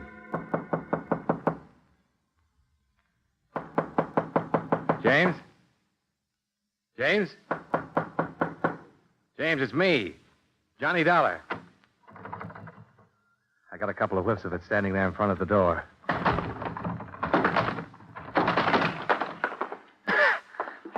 The room was acrid, stinging with gas fumes, and Lester James was stretched out on the floor of his 6-foot kitchen. When I picked him up and carried him out, I didn't know whether he was alive or dead.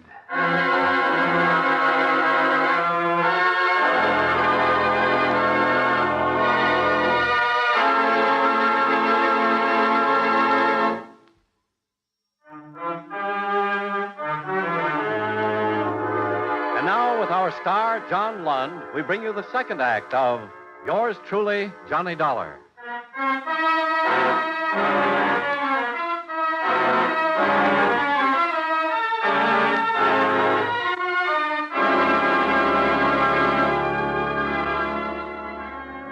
30 seconds after I found Lester James, I'd called a police ambulance. In a matter of minutes, an intern was working over him with a pulmotor. There was no telling how much gas he'd breathed in or for how long a time the jet had been open. Hand me that. Thanks. Swab. Okay. You alive? Maybe. Hard to say on these. That shot should cause some reaction. Oh? This your place? No, it's his. You know him? His name is Lester James. I met him earlier today. Can you give me that? We might be getting something here. What, this thing? Yeah. He'll be sick if... Oh. What? He's catching on. Oh, yeah. Let's have a little more. Getting some pulse. Respiration, too. Will he make it? Well, it depends. If he had a heart condition, it'll be tough. There's nothing more we can do here. Let's move him. Now, where'll he be? 48th Street Emergency. Why? Well, I'd like to talk to him when he comes around. Better phone in first. Oh, sure. Well, that's the third one tonight. What is it, the weather? Not for him. You know why? He's out on bail. Goes to trial on an embezzling charge pretty soon. Oh. Well, be sure and call in. Yeah, right.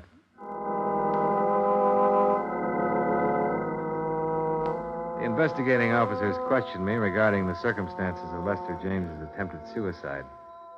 I told them what had happened and gave them my business address for reference. After that, I went back to my hotel and had dinner.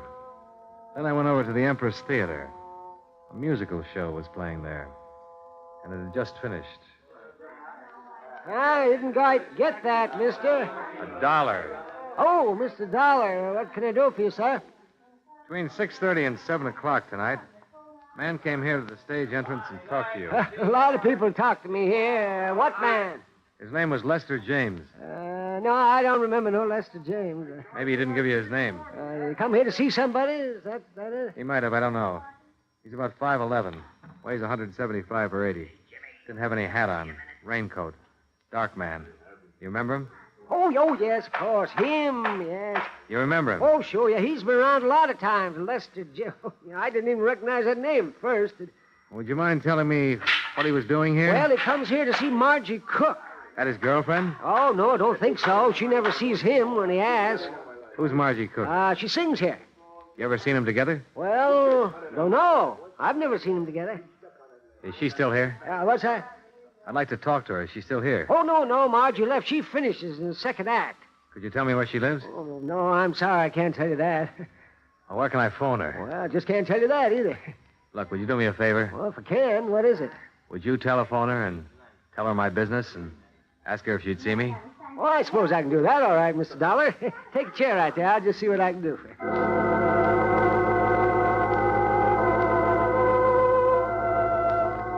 Expense account item 4, $2.65. More cab fare. This time to the apartment of Margie Cook, singer. She met me at the door with cold cream on her face, wrapped in a chenille dressing gown. Miss Cook? You must be Mr. Dollar. Come in, please. Thank you. I didn't quite understand Frank on the telephone. Frank? Oh, the doorman at the theater. Yeah. Yes. I didn't quite know what to make of it. Goodness, are you really an insurance detective? Yeah, investigator. Can I fix you a drink? No, thanks. You mentioned something about a man named Lester James, Mr. Dollar? Yes. You know him? Well, no, I don't. There's sort of a reservation in the way you say that, Miss Cook. You know his name? Yes, I know the name. What's this all about? Oh, just a routine investigation. Are you sure? Oh, yes. I'm curious. How did you get my name? How am I connected with Lester James? Well, that's what I want you to tell me. Oh, first, about my name. Well, James was at the theater tonight asking for you. I found that out from the doorman. And then I asked to speak to you. Oh, I understand James has been around there quite a bit. I really don't know how to tell you this. I've only seen the man once in my life. Is that so? Honestly. He's really quite impossible. Oh, dear. This is very embarrassing to be asked about a thing like this by a complete stranger. Well, maybe I can save you that embarrassment if you'll answer one question. All right. He ever give you any presents? Yes. What? Well, that cigarette case there. This one? Mm-hmm. And the lighter to go with it. Uh-huh. Tiffany's. Pretty, aren't they? And expensive. What else? Well, let me think. Oh, that wasn't from him. Oh, that was. What? The lamp over there. Uh-huh. And a fur piece. Could I see that? I'm afraid I gave it away. Oh, I gave it to my kid sister who was visiting me a couple of months ago. What kind of fur piece was it? Ermine. Ermine. I think that's about it. Except for orchids that used to come every night. A dozen orchids every night. He sent them to you? Mm-hmm. For about 3 months. You only saw him once, and he gave you all these gifts. Oh, dear. I know how that must sound. Look, it started about 6 months ago, I guess. I got a card in my dressing room one night asking me to dinner. It was signed Lester James. Well, I'd never heard of anyone named Lester James, and I tore it up. But every night after that, I kept getting the card, and pretty soon flowers, and then the lighter, and the cigarette case came. That's when I saw him. I didn't even dine with him, Mr. Dollar. We had one drink, and I told him I had a headache. I see. Gifts still kept coming, flowers, invitations, and I ignored them. I tried to send the things back, but I didn't know where to send them, so I gave away some, and some I've kept, and that's it. Why didn't you see him after that one night? Oh, he was so different than what I'd imagined. I mean, I've had my share of stage door Johnnies, but this man was... Well, he couldn't say a word without stumbling. He had no poise, no sophistication, nothing. All he had was money. I see. Well, he didn't have money either, Miss Cook. What? He worked for $72 a week as a bookkeeper. But all the gifts, the things he gave me, sent me, he had to have money. He's been stealing it to buy those things for you. For heaven's sake. Why, for heaven's sake. And that's why you're here. No wonder. He tried to commit suicide a couple of hours ago. Suicide? No. Oh, no. I'm sorry I had to come to you to get this information. He wouldn't tell anybody what he'd done with the money. Will he go to prison? I'm afraid so. Oh, but we had nothing. He was just a name to me. Well, apparently, you were something more to him.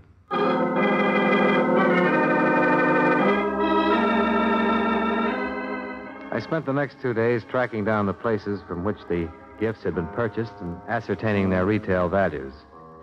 Totaled $2,780.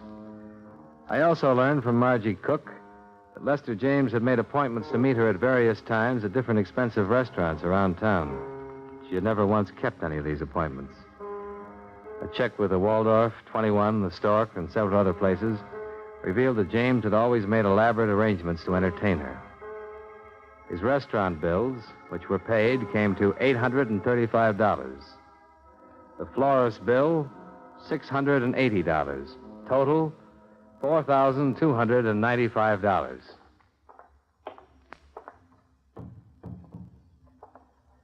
Hello? Hi. Remember me? Sure. Insurance man. What now? How do you feel? Okay. You saved me, didn't you? I suppose so. Why? Well, for the same reason you'd save a man who was dying, James. You know what I've been doing? What? Answering the questions that you wouldn't answer. I met Margie Cook. What? My job. I had to. Listen, you had no right to go to her. You had no right. Look, it's the company's money you were spending on her. I had every right. Unpleasant as it may be. And she knows all about me? Yep. We took back all the things you gave her. You dirty scum. Look, don't get mad at me. Get mad at yourself. I didn't steal the money. You did. Why didn't you leave it alone? What difference does the money make to you? Nothing to me. What do you want now? Well, I didn't get all of it traced down. There's still $410 I'm worried about. Yeah. Here. I've got this much. Yeah. Can you remember what you did with the rest of it? Pretty thorough, aren't you? I try to be. Well? Oh, come on, Lester. We've got most of it. What difference does it make now? You and your money. That's all it is to you. Dollars and cents. Dollars and cents that were stolen. Remember that. What did you do? See her on the stage one night? No. She was in the office. Office? Your office? Yes. Some fashion convention about 6 months ago. She was modeling some of our fabrics for them. The publicity people brought her over. I never saw anyone like that before. You figured a little money would attract her to you, huh? I heard that's the best way to do it. Well, it's one way, but it's not the best way, Lester. Right. I pictured myself knocking on her door one night and saying, I'm a bookkeeper and I live on 59th Street. Why don't you come over and have a bottle of beer with me? You know, she might have come. What makes you think so? I met her.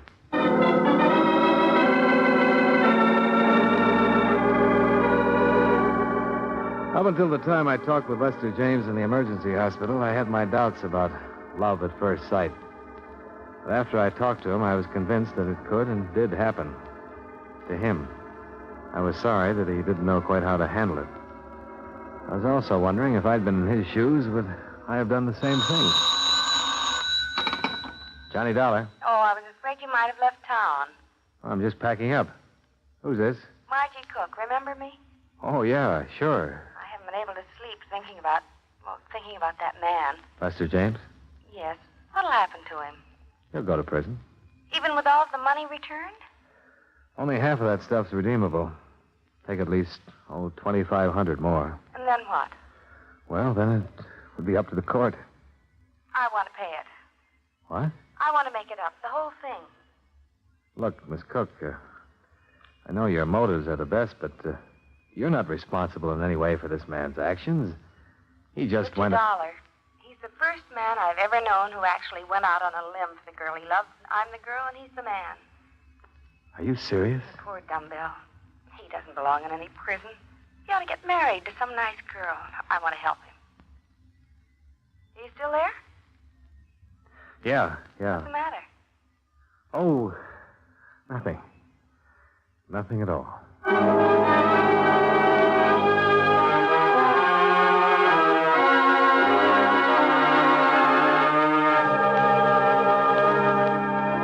Expense account item 5, $28, hotel. Item 6, $37, meals. Item 7, $15.15, miscellaneous. Item 8, same as 1, transportation back home. Total, $151.22. Remarks, James comes to trial next week. In view of Margie Cook's paying back the money he stole, James just might get a suspended sentence. But, as always, that's up to the court. Yours truly, Johnny Dollar. Wrigley's Spearmint Chewing Gum, the refreshing, delicious treat that gives you chewing enjoyment, presents for your listening enjoyment John Lund as... Johnny Dollar. Nelson Price, Johnny. Oh, yes. How are you, Mr. Price? Fine. Got a job for you. You'll have to go to the West Indies. The West Indies? Near Haiti, St. Ledger. Mr. Claude Sheldon holds a big policy with us. We insure him, his wife, and his farm. They've had a lot of trouble. It's going to cost us a lot of money, and we think an investigation is necessary. Come on down to the office, and I'll give you as much as I've got, Johnny.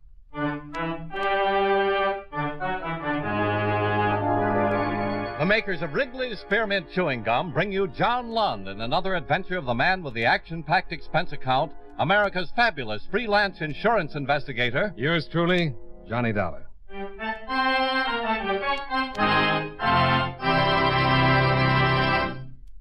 For refreshing taste, plus chewing enjoyment, treat yourself to delicious Wrigley's Spearmint Gum.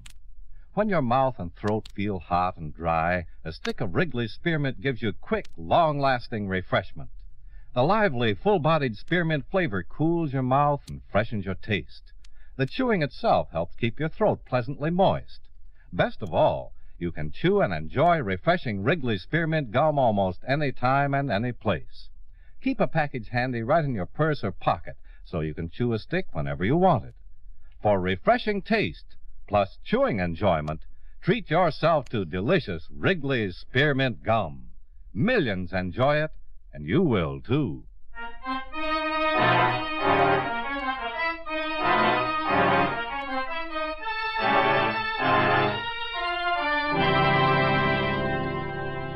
Expense account submitted by Special Investigator Johnny Dollar to Home Office International Insurance and Bonding Company, Hartford, Connecticut. The following is an accounting of expenditures during my investigation of the Voodoo Matter. Expense account item 1, $206.40, plane fare and incidentals from New York to Port-au-Prince, Haiti, after receiving from you the necessary information concerning the insured, Claude Sheldon. After landing, I checked into the hotel and waited for Claude Sheldon as prearranged. I waited for about an hour. Come in. Mr. Dollar? That's right. Mr. Sheldon? Yes. I've been expecting you. Claude Sheldon pushed himself away from the door, grabbed a chair, and dropped into it. Took in long, deep breaths and smiled a very slow, weak smile. I would have been here sooner, but there's been more trouble. More trouble, eh? Well, my company told me a little about it, but you better give me your own story. Certainly. As you know, I am a farmer. Yeah. My place is near Saint-Léger. A number of other farms in the vicinity, all doing very well until several months ago.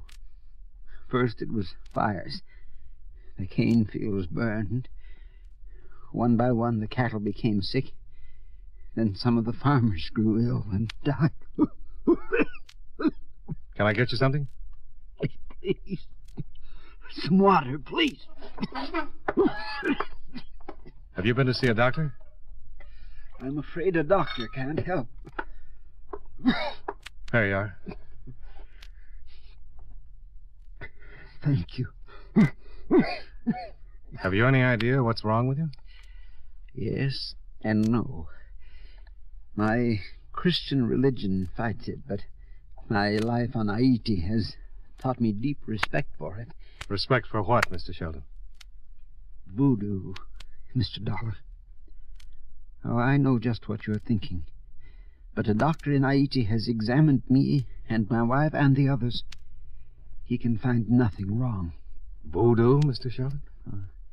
I don't expect you to understand. It's hard for me. Perhaps there is something else. I hope you can find out. Well, I'm afraid I can't buy the voodoo theory, Mr. Sheldon. There's one thing. Immediately after my wife and I became ill, I received an offer from my farm. A very low offer from a Saint-Léger banker. I investigated and found it had been made in the interests of one Arthur Cotswold. Arthur Cotswold? Haiti's biggest planter. Extremely wealthy. Even after the sick cattle and the fires and everything? Yes. That's why I became suspicious. The other farmers received similar offers. More water? Perhaps I don't think I... Mr. Dollar. Mr. Sheldon. I called the hotel desk for a doctor, but by the time he'd gotten Sheldon to the hospital, the patient was dead.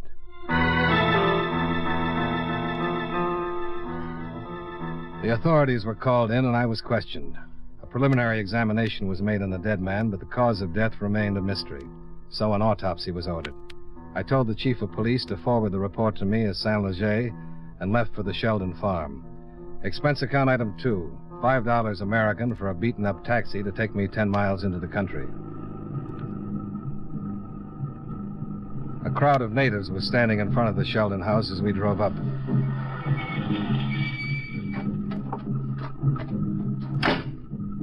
I didn't know what it was. No one said a word. But something was wrong. I could feel it. I walked through the crowd and up to the house and stopped cold as the door opened. Who are you? I'd never seen anything like him. A native who was a good 7 feet tall and must have weighed at least 300. Me, Bimba. Who are you? Me, I'm Johnny Dollar. I'm an insurance investigator. You from United States? Yeah. I'm supposed to investigate the trouble here. Me know. Master Sheldon tell me. I saw Master Sheldon about an hour ago. He dead. How do you know he died? You come in house. All right. What are all those people doing out there? They're friends. Madame, she died too.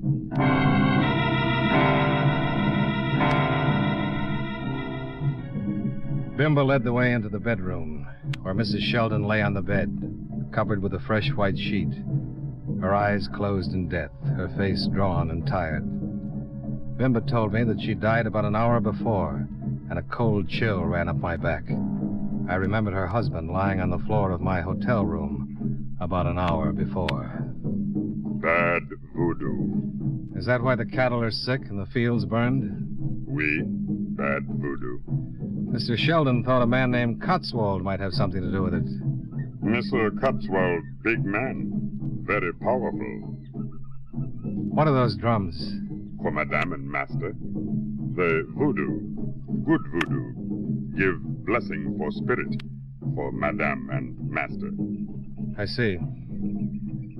I want to talk to the police in Saint Leger. Who do I see? Me take you.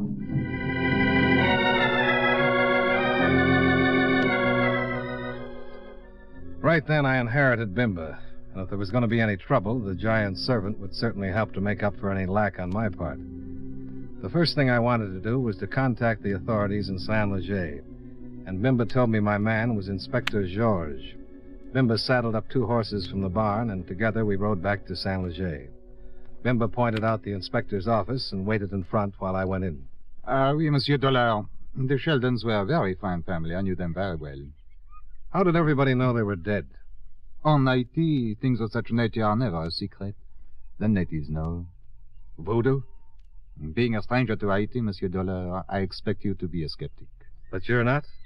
Let us say I've been in Haiti too long to be one, huh? You know a man named Cotswold? I would suggest you forget Monsieur Cotswold. Why? Monsieur Cotswold is a very prominent man. Yes, so I've heard. He is the largest plantation owner in the West Indies, a self-made man with a considerable temper. I'll mention it in my report to my office. Eh bien, as you wish. But Monsieur Cotswold is looked upon by the people of Saint Leger with a great deal of respect. It is my opinion that you should avoid him. First, because I am certain he will not be in sympathy with your motives, and second, because the opposition you will encounter will be far-reaching and much too difficult for you to handle. What if I come up with something incriminating? Oh, for your sake, I hope you do not. Oh. What do you do here in Saint Leger, Inspector? I am the law, Monsieur Dollar. But you wouldn't like it if this Cotswold were guilty of breaching that law? If Monsieur Cotswold has broken the law, it would certainly be my duty to arrest him. But I am not considering the arrest, nor the necessary steps that would have to be taken to prove the guilt. Dangerous steps, Monsieur Dollar. One might trip on those steps. And break his neck. For 10 years I have been the law. If tomorrow Cotswold decided it was time for me to relinquish my position, I should probably retire. So you prefer the middle of the road, huh? It is much easier to see what is ahead. You can always get run down from behind. I do as much as I can to prevent that possibility. No, again, my suggestion that you forget Monsieur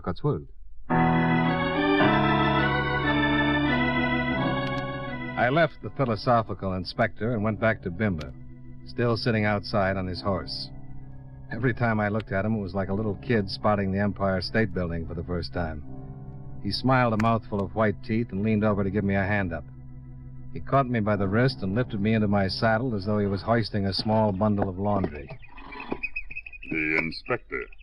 He say forget Mr. Cotswold. What? Bimba. Oui, monsieur. Oh, forget it. What do you think I should do? Me think you do what you want. And you know what I want. Oui. You want to go see Mr. Cotswold. The inspector says I shouldn't.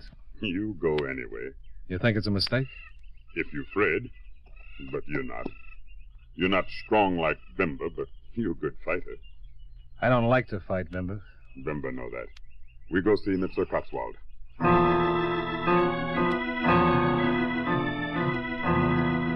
We swung our horses around, and Bimba led the way up a long, narrow road, surrounded on both sides by sugarcane fields. Somewhere, from not too far away, I heard the drums start again. Bimba straightened in his saddle and looked off to the north. He began moving his shoulders, slowly keeping time to the steady rhythm of the drums. Then he began to sing softly.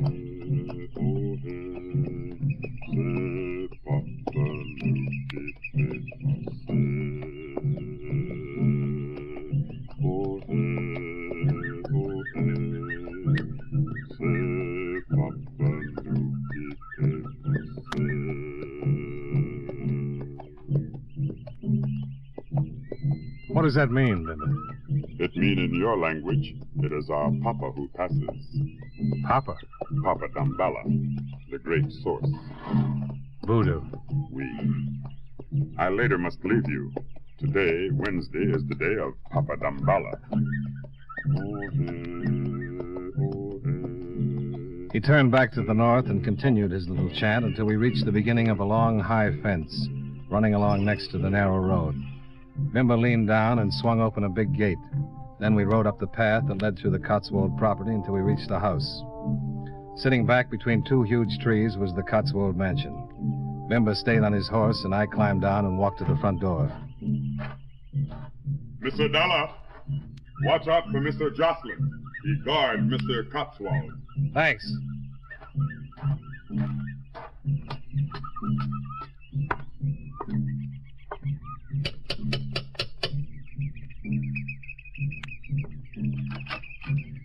What do you want?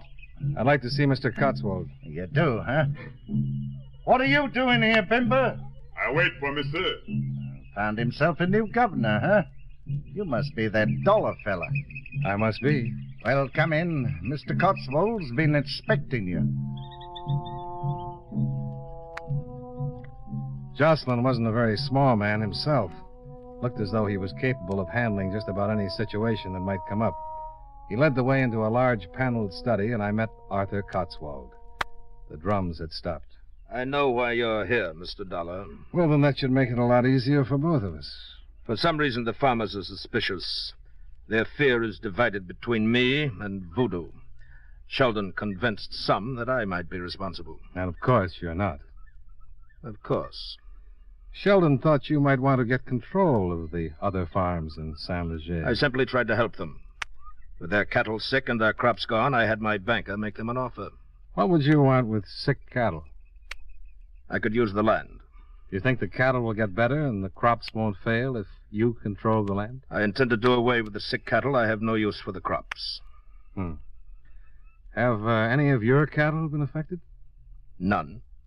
That's pretty strange. Haiti is a strange land. And on this point, I would most certainly give you advice. Go home, Mr. Dollar. Leave well enough alone. Well enough is pretty bad, the way I see it, Mr. Cotswold.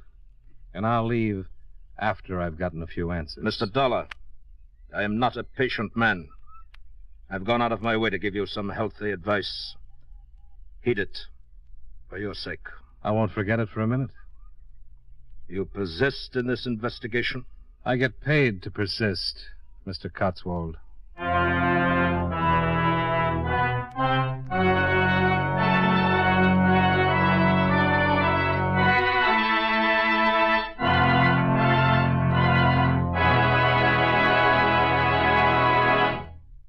Friends, you know Wrigley's Spearmint Gum is a delicious treat that millions enjoy all year round.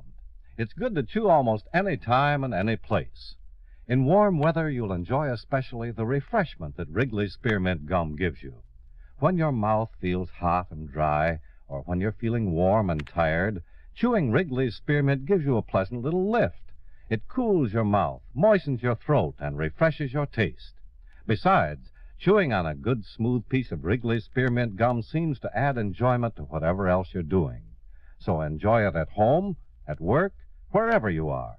And remember, Wrigley's Spearmint Gum is a swell treat to take along on picnics. Get plenty for everybody. That's Wrigley's Spearmint Gum. Healthful, refreshing, delicious.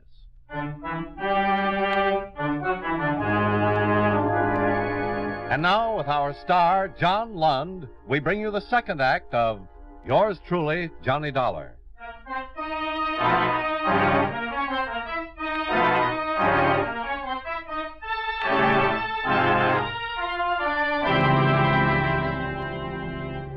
I left Arthur Cotswold, picked up Bimba, and he led me back to town. On the way, I got an idea. When we arrived in town, I sent Bimba back to the Sheldon farm. Then I went in to talk to Inspector Georges. The inspector had received a wire from the authorities in Port-au-Prince concerning the autopsy on Sheldon. I had no idea the authorities in Port-au-Prince were interested in this affair. May I see that? Oh, mais certainement. Wow. Here's something pretty interesting, Inspector. Mr. Sheldon died of a disease known as brucellosis, commonly known in cattle as Bang's disease. I read the account. Ever heard of brucellosis, Inspector? I'm not a medical man, Monsieur Dollar. Undulant fever. Sheldon and his wife probably caught it from their sick cattle. Very bien, then you have solved the mystery. No, not quite. I want to find out why all the cattle belonging to the small farmers got sick and not the ones belonging to Mr. Cotswold. What do you intend to do? I think those cattle were infected and the cane fields burned deliberately. If the cattle were infected, there might be some of the brucellosis still around, and I'm going to find it. And I think you'd better issue a search warrant and come with me. No, Monsieur Dollar. The middle of the road, remember? I think you'd better start modifying your policy, Inspector. Unless you want me to get in touch with Port-au-Prince and ask that you be held as a material witness in a murder case. I will issue the warrant. I kind of thought you would. Oui, I will issue it, but you certainly don't think it will be able enough to get you into that house. No, but it'll make it legal. I sent Bimba back to collect some of his friends. They're going to help us get into that house, Inspector. Oh, no, I will take no part in violence. They won't even be with us. It'll be easy to search the Cotswold place if Cotswold was out fighting a fire. A fire? Oh, just a harmless fire. But far enough away so that Cotswold will think it's his cane fields. Well, I don't agree with such methods, Monsieur Dollar, but as long as it's a harmless fire, I will issue the warrant. Well, welcome back to the gutter, Inspector. The view isn't much, but you can't miss where you're going.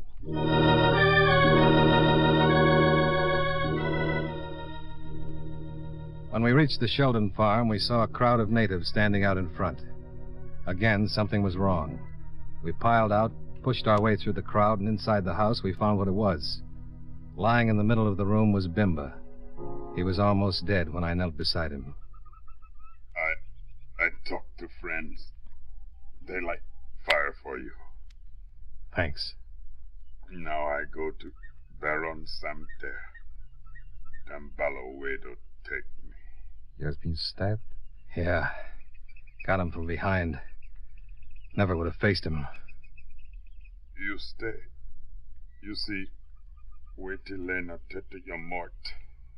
See what? It's a ritual. It means taking the spirit from the head of the dead. He wants you to see it. You stay. You believe voodoo. All right, Bimba. I'll stay.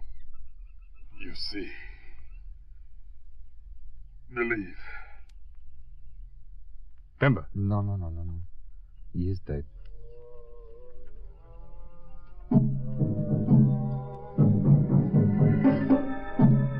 The next few hours I'll never forget.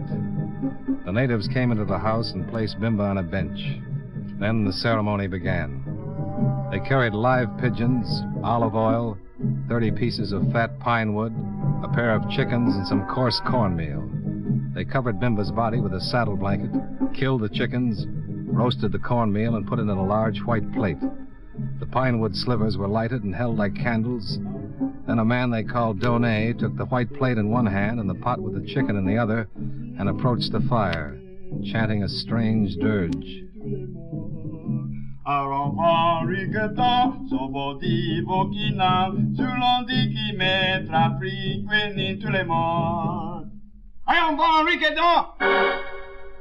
Then as Donet finished the last line of the chant, the body of Bimba sat straight up with straining eyes, bowed its head, and fell back.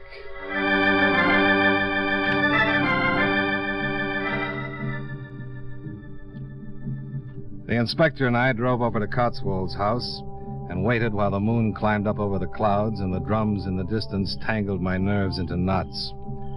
After an hour of waiting, a dull glow to the south started the expected commotion in the Cotswold household, and we climbed out of the car.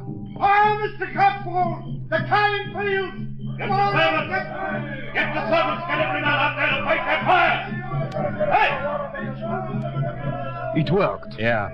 Give them a few minutes and we'll go into the house.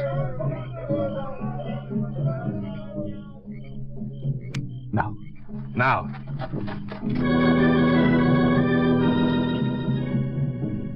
The inspector and I took the Cotswold house apart like a well-trained wrecking crew and came up with exactly nothing.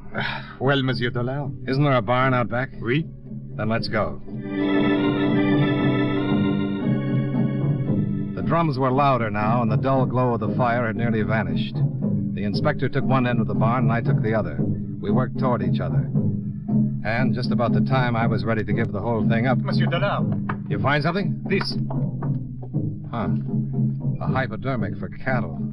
That's not enough. And this, I found it under that box. A bottle. Might not be anything. But we could take it back to town and have it analyzed. Well, that's about all we can do. This is the only thing we've got. Let's go. I'm afraid not. Stand right where you are. Hello, Mr. Cotswold. You know the inspector, don't you? For a number of years. I must say I didn't expect this of him. I have a search warrant, Monsieur Cotswold. How very interesting.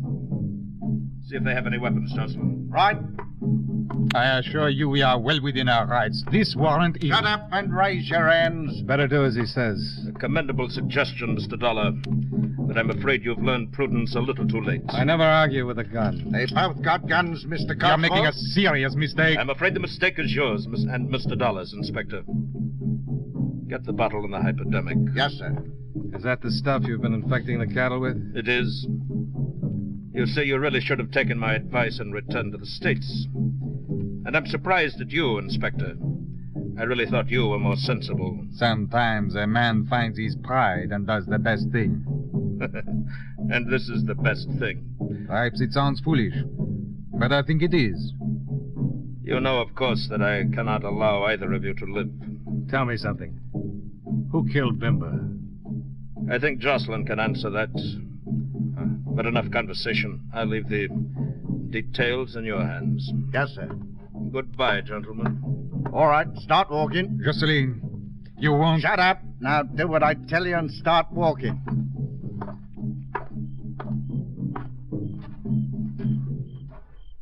Huh? The drums have stopped. Just keep moving right out the gate. What about the drums? What does it mean? I don't know. Mr. Cotswold! All right, both of you, start running for that house. Go on. We ran into the house with Jocelyn right behind us. He ordered us to go ahead of him and into the dark study.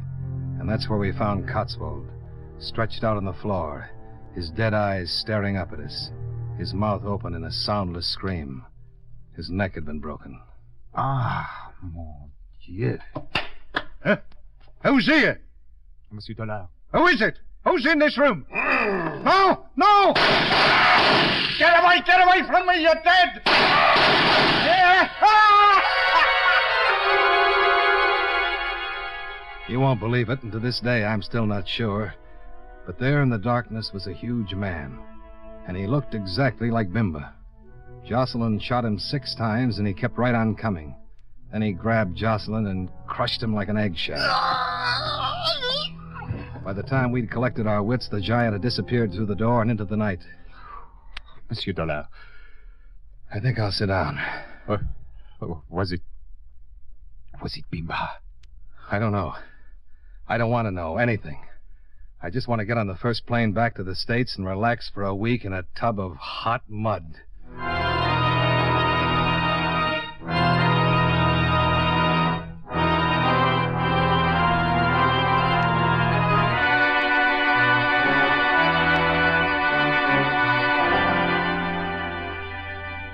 Well, there it is. It certainly looked like Bimba. If you're inclined to believe in voodoo, perhaps it was. I talked to some of the natives before I left, and it didn't seem unusual to them. Cotswold was a bad man, and Bimba had come back from the dead to avenge his people. I know it sounds crazy, but I'm telling it to you just the way I saw it. Or am I? Well, anyway, it's the inspector's problem. Expense account items 3 and 4, $250. Hotel bill, plane fare, and incidentals back to Hartford. Expense account total, $461.40.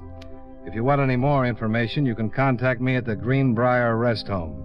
I'll be the 3rd mud pie from the left. Yours truly, Johnny Dollar.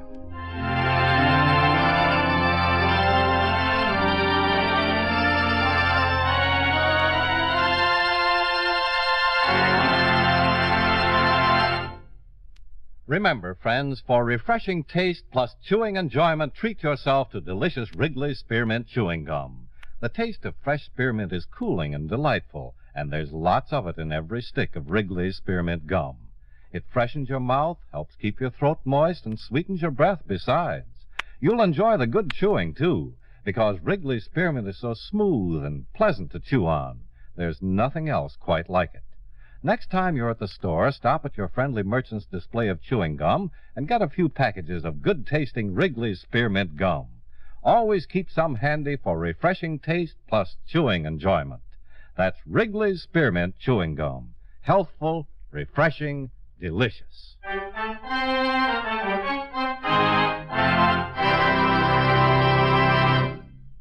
Yours truly, Johnny Dollar, brought to you by Wrigley's Spearmint Chewing Gum, stars John Lund in the title role and was written by Blake Edwards with music by Eddie Dunstetter. Featured in today's cast were Tudor Owen, Parley Bear, Roy Glen, Ben Wright, Bill Conrad, and Jester Hairston. Yours truly, Johnny Dollar, is produced and directed by Jaime Del Valle.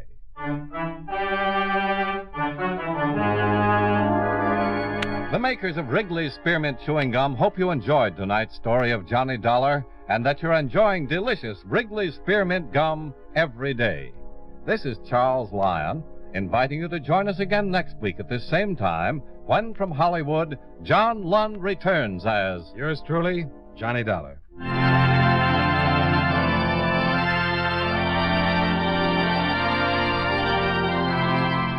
This is the CBS Radio Network. Johnny Dollar. Mr. Dollar, this is Herbert Lynn, State Unity Life, Denver, Colorado. Mr. Lynn? I wonder if you're free to come out here and see me right away.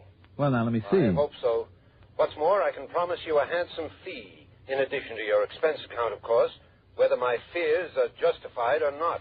Fears of what, Mr. Lynn? What seems to be the trouble? A murder, Mr. Dollar. Oh? That has not yet been committed. I see, but you think will be, hmm? I must confess that I alone anticipate it, or at least an attempt at it. I hope that you can somehow forestall any such attempt. Well, I can certainly try. Fine. I'll grab the first plane.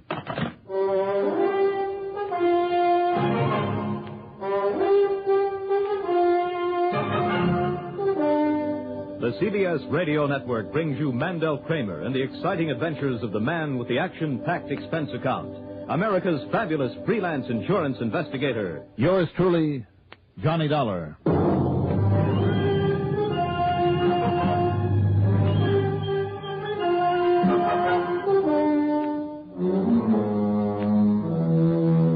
Expense account submitted by Special Investigator Johnny Dollar to the State Unity Life Insurance Company, Denver, Colorado office.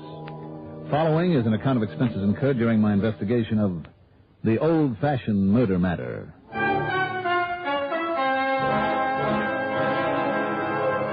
Expense account item 1, $111.45 airfare. The first plane to make the right connections didn't pull out of Hartford until late in the afternoon, so it was close to midnight by the time we sat down at Stapleton Field on the outskirts of the mile-high city of Denver. In spite of the time of year, the mountain air was cold, crisp, and clear. It was well after midnight by the time a cab, and that's item 2, $6 even, dropped me off at the famous old Brown Palace Hotel. I got myself a comfortable room and hit the sack, then first thing in the morning I dropped in on Mr. Herbert Lynn at the State Unity office in one of the big new buildings in Mile High Center. I suggest you rent a car, Mr. Dollar, because this client of ours lives in Green Mountain Falls. That's a small settlement down just west of Colorado Springs, Manitou Springs, that section. Oh, I know the place well, Mr. Lynn. Oh, do you? Mm-hmm. Back in the summer of 58. I spent a couple of weeks fishing out of the Lucky Four Ranch with my old pal, Ray Schmisney. Ray, what did you say? Schmisney. But believe it or not, that name's a lot easier to say than to spell. I'm sure it is. Now, this client's name is Howard Hartzell. Yes? He's 73 years old, Mr. Dollar, and at one time was quite wealthy, which explains his insurance policy for nearly $250,000. And you think somebody wants to murder him? Yes, I could almost say I'm certain of it. Who, Mr. Lynn, and why? One or all three of his beneficiaries, or at least two of them. Want to tell me who they are? Well, to begin with, Clara Johnson, a niece, school teacher in Colorado Springs, 45, I'd say, and about as mean, selfish, and grasping an old maid as I've ever seen. Mm-hmm. When she found out about her uncle's insurance policy, she immediately wanted to know why she wasn't made the sole beneficiary. Mr. Hartzell had quite a time with her. What does Clara teach? High school chemistry. Then there's another niece, Bonnie. She's young, smart, good-looking, married to a plumber by the name of Harry Briggs, also lives in Colorado Springs. They have no children and managed to make a living of sorts. Now, you have the addresses of these people? Yes, right here. I've listed them on a slip of paper for you. Here you are. Good, thank you. And finally, as you see, there's Tony Johnson, a nephew. In Manitou Springs, it says here. Yes. Tony inherited quite a bit of money from his own family and went through it in less than a year.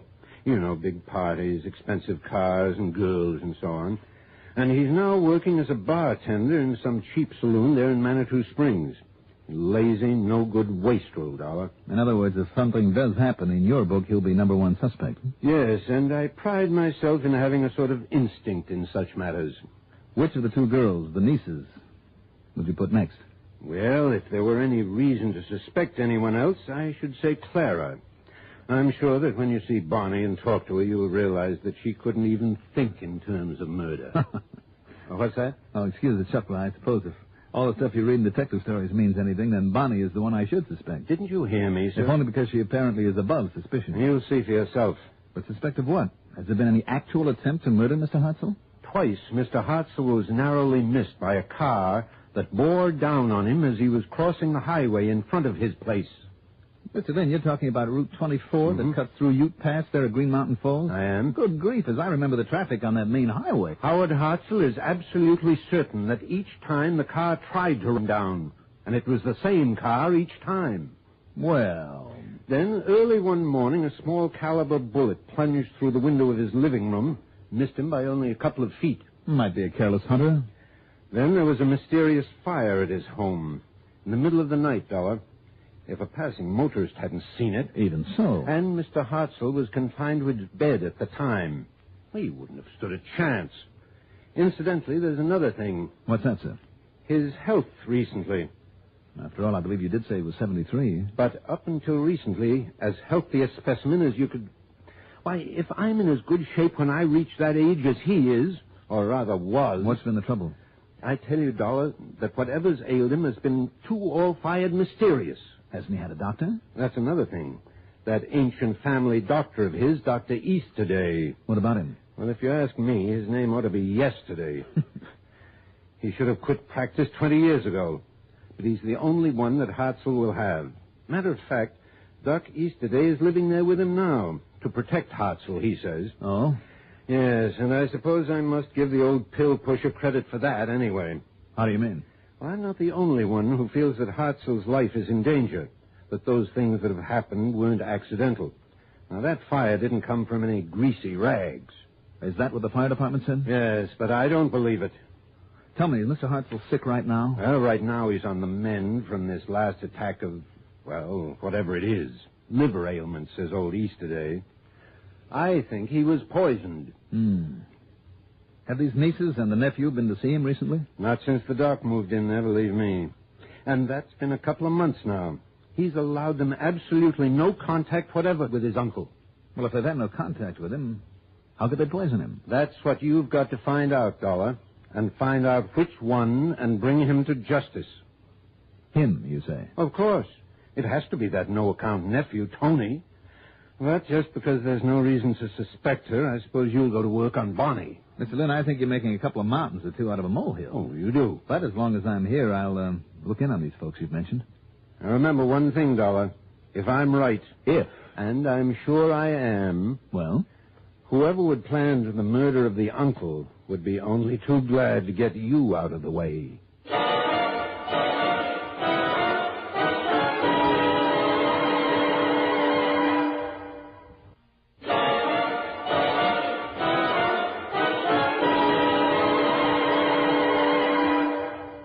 Mr. Lynn had given me a good idea, possibly a dangerous one. It was simply to make no bones about who I was, why I'd come out here, why I wanted to see and talk with them. The nieces and nephew, I mean.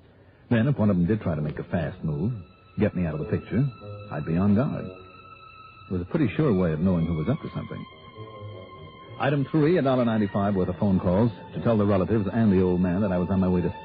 Item 4, $50 deposit on a rental car. I'd like to have stopped off at the U.S. Mint there in Denver, one of the largest in the country, to see if they were handing out any free samples, but instead I headed south on 87 past the big new Air Force Academy into Colorado Springs. Clara Johnson, the older niece, lived in a tiny 3 or 4 room house badly in need of repair on a side street off Cascade Avenue. Fortunately, for pretty obvious reasons, the interview was a short one. It's ridiculous, that's all. Utterly ridiculous. Now, Miss Johnson... I mean that Uncle Howard, the old fool, should have included those other two in his will, in his insurance. Positively indecent. Well, tell me, does your uncle have much of an estate besides the insurance? No, not anymore. But do you know how much that insurance is? I have a pretty good idea. Nearly $250,000. And do you know what that would mean to me? To me, who's worked and struggled along all these years alone. I could give up this miserable teaching of those nasty, unappreciative brats at the high school. I could travel, go abroad, enjoy myself for a change, the way I deserve to after all these years. Now, don't you think that Tony and Bonnie... Oh, look at Bonnie. She has that young husband to take care of her, give her everything she wants, or at least most everything. And she's pretty. She has a nice figure, and do you think that Tony deserves anything? Miss Johnson. After the way he went through the fortune that his father left him. He does not. Well, nonetheless... Saloon keeper, that's what he is. And always getting into scrapes for those gangsters that hang around that dive where he works. It's disgusting. Miss Johnson. I'm the one who deserves that money. All of it. Clara. If only that old miser would die before it's too late, before I get too old. But he keeps on living just to spite me. Too bad you can't help him along then, isn't it? I don't wish I could, Mr. Dollar. Believe me, if I could find some way to... Oh, no, I didn't mean that. Didn't you? No, I shouldn't have said such a thing. Well, I'm afraid you did. Thanks very much, Miss Johnson. Now, wait. I didn't mean that the way it sounded. Bye.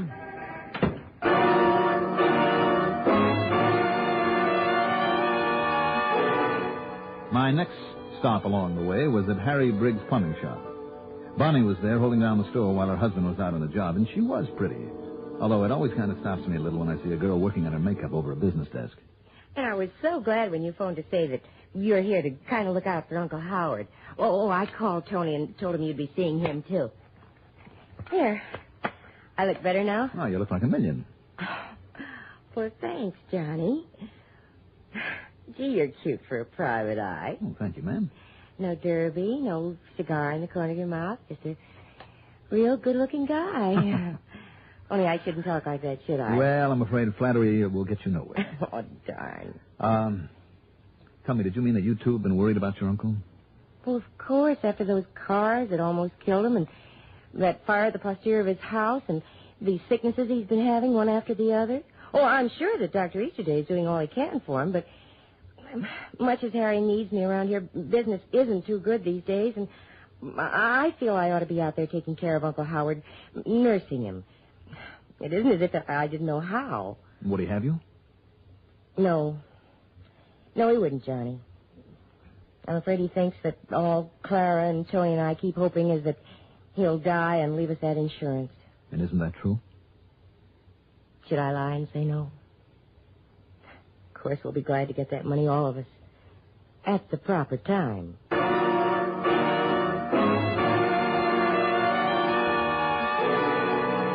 Completely forthright and frank, and I must admit I was well impressed. Maybe Herbert Lynn was a good judge of character. He was certainly right about Tony there in the cheap bar and grill over in Manitou Springs. This was a character I didn't like immediately. Short, thin, hair plastered down with nervous hands and shifty eyes set close together. As we stood there behind the bar talking, with Tony claiming only undying affection for poor Uncle Howard, another man came in and stood by, as though waiting for Tony's signal to rough me up. Yeah, Mr. Lynn was right, all right. I wouldn't have trusted Tony as far as I could throw the Empire State Building. Sure, Dollar. If you can figure some way to knock off the old man. Well, I know 3 of us would be glad to cut you in on that nice fat hunk of insurance. What good is he living out the rest of his days? Sick half the time. Maybe you'd like to help him along, huh? You think I wouldn't, wise guy, if I thought I could get away with it? Don't pull any boo-boos, Tony. Don't worry, buddy. I'm too smart. Or all talk. Hey, Tony, give me a drink. Hey, look, I got to get ready for the afternoon train, huh? Go ahead. Maybe I'll see you later. Sure. Any old time. Usual, Eddie?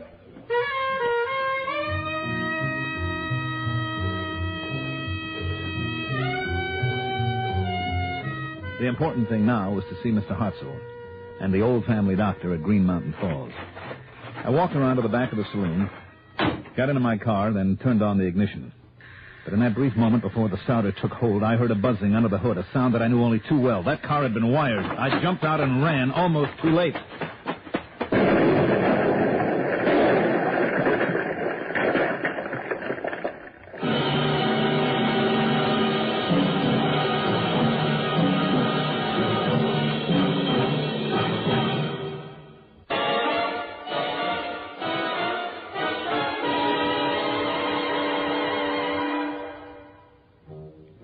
By the time the smoke cleared away from the carefully set explosion, I was blocks away at another car rental agency. I knew that Tony would be even further away, if, that is, he was the one who planted the bomb. So item 6 is another $50 deposit on another rental job. I sped up to Green Mountain Falls, then, to keep the date I'd promised over the phone. In answer to my knock on the small 2-story home there on the side of a mountain... Mr. Dollar? That's right. Mr. Hartzell? No, I'm Dr. Estee, and thank heaven you've got here. Oh? Albeit I'm afraid you're too late. You mean something's happened to him? Howard Hartzell is dead. When? Just a few moments ago. Would you like to come in? Yes, I think I'd better. We can sit here in this combination living bedroom of mine, unless you wish to see him.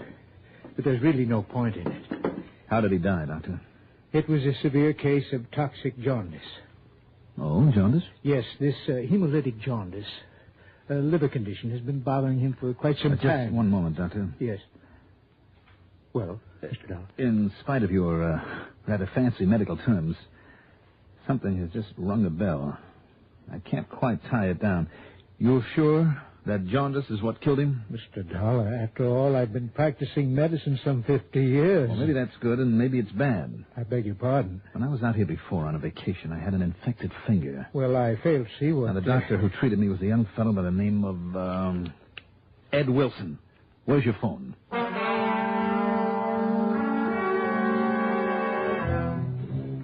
What young Dr. Ed Wilson had to tell me was more than a little interesting. That's right, Johnny. If administered at repeated intervals, even minute quantities of arsenic compounds may produce a subacute type of poisoning. Go on, Ed. Well, the victim may develop a toxic degeneration of the liver. It may progress to an acute or subacute yellow atrophy that's accompanied by an intense toxic jaundice. I see. And that, in turn, can be followed by severe, even deadly gastroenteritis.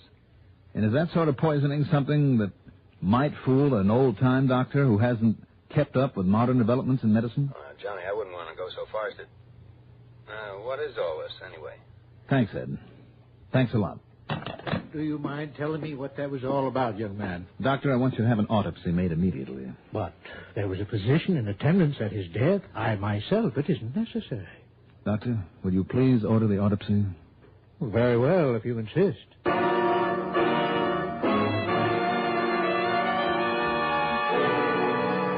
The result? Arsenic poisoning beyond the least shadow of a doubt. But then came the real problem. How and when was it given to him? More important, how it was given to him in small doses over a long period of time and by whom. I, Mr. Dollar? Apparently you're the only one who's been with him all this time. But to think that I might... Oh, that's ridiculous. Well, I hope so, Doctor. I said, yet... Yes? Well? Well, I suppose I can't blame you for wondering about me. Ever since I began to worry about him and he began to suspect his relatives of planning his death, I've permitted no one else to see him. As you can see, I have my room and bath here on the first floor. His are on the second. And there is no way anyone could have gotten to him up there without my knowing about it. You always ate the same food he did? Always, and I prepared it myself. The only time during his waking hours when I wasn't with him, watching over him, was when he was in the privacy of his little bathroom up there. Mm-hmm. And yet somehow... Did Clara ever come here to see him? No. As I told you, ever since I've been here... How about Tony? Well, Tony hasn't been here since the day he... And even then I didn't let him in the door, since the last time he delivered a bottle of whiskey. Whiskey? Yes. In the beginning, I had Mr. Hartzell take a small quantity of it each night as a stimulant. Well, all right, then. Well, that was stopped months ago. Oh. Where's the rest of the whiskey? Oh, I'm afraid I drank it myself. Oh, well, then that's out. Now, how about Bonnie? Well, I told you, Mr. Dollar. Yes, you told me. Even her husband, when he came to fix the plumbing in the basement. Oh? That was 2 months ago. Yes? Even he wasn't permitted inside the house proper. I see. You say you did the cooking? Yes. Who brought in the groceries? I did all the shopping myself. No one could possibly have contaminated them, and I myself ate them. And while you were out shopping? The house was locked, and Mr. Hartzell let no one in. You're sure of that? Absolutely. Because during the past month or so, he was upstairs, unable to come down here. Yet somehow, somebody... Wait a minute. Oh, yes. Posterior. A fire in the posterior of this house. What? That's the way it was told to me, and that's what's going to tie up this case. I'm afraid I don't Not the back of the house, Doctor, but the posterior. That's what you would have said. You, a doctor. So would a nurse, and a nurse would know all about arsenic, too. Well, of course, but I told me that she ought to have been here taking care of him, nursing him, that she knew how. Of course, she'd been a nurse. Mr. Dollar. And her husband is a plumber. Come on, Doctor, let's see if we can find the green telltale that arsenic would leave up there in his bathroom, say around the nozzle of a water spigot.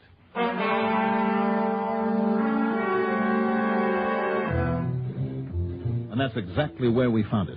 And downstairs in the cellar, hidden behind a furnace pipe and hooked up to that cold water line, not the line to the kitchen or the bathroom on the first floor, but hooked up to the line to the second floor was that ingenious, deadly device, a small container half full of an arsenic solution with a valve, so that only a drop at a time would enter the pipe that gave Mr. Hartzell his drinking water, the one drop at a time that killed him. Funny. It wasn't the sweet, gentle Bonnie who finally broke down and confessed that little plot, but her husband, the plumber who'd rigged the device, who'd also rigged my car for that explosion.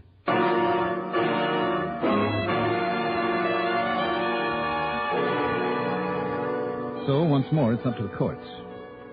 My only regret is that worthless Tony and selfish Clara will share that nice hunk of insurance. Expense account total, including the trip home, $347.85. Yours truly, Johnny Dollar.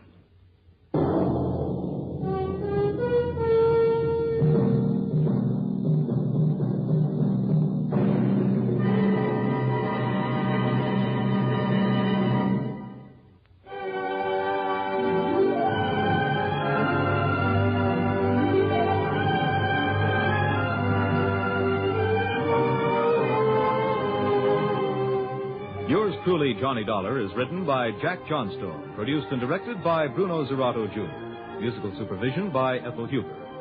Johnny Dollar is played by Mandel Kramer. Also heard in our cast were Leora Thatcher as Clara, Lawson Zerbe as Dr. Easterday, Patsy Campbell as Bonnie, John Seymour as Herbert Lynn, Richard Holland as Tony, and William Lipton as Dr. Ed Wilson. Be sure to join us next week, same time, same station, for another exciting story of yours truly, Johnny Dollar. This is Alan Burns speaking.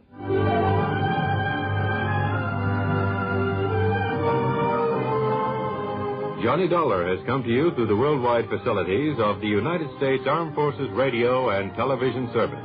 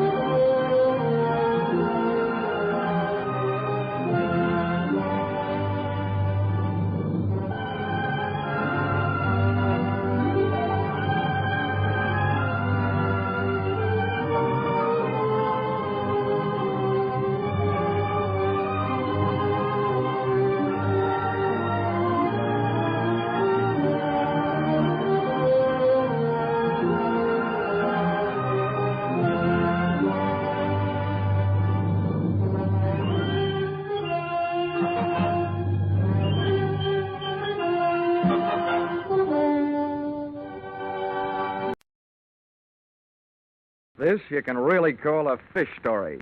And I was the live bait.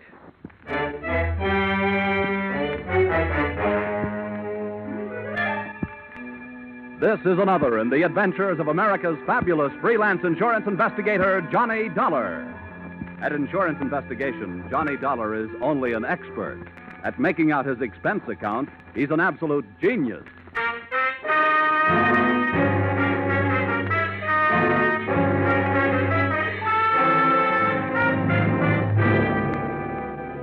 Expense account submitted by Special Investigator Johnny Dollar to Intercontinental Marine Insurance Company, Hartford, Connecticut.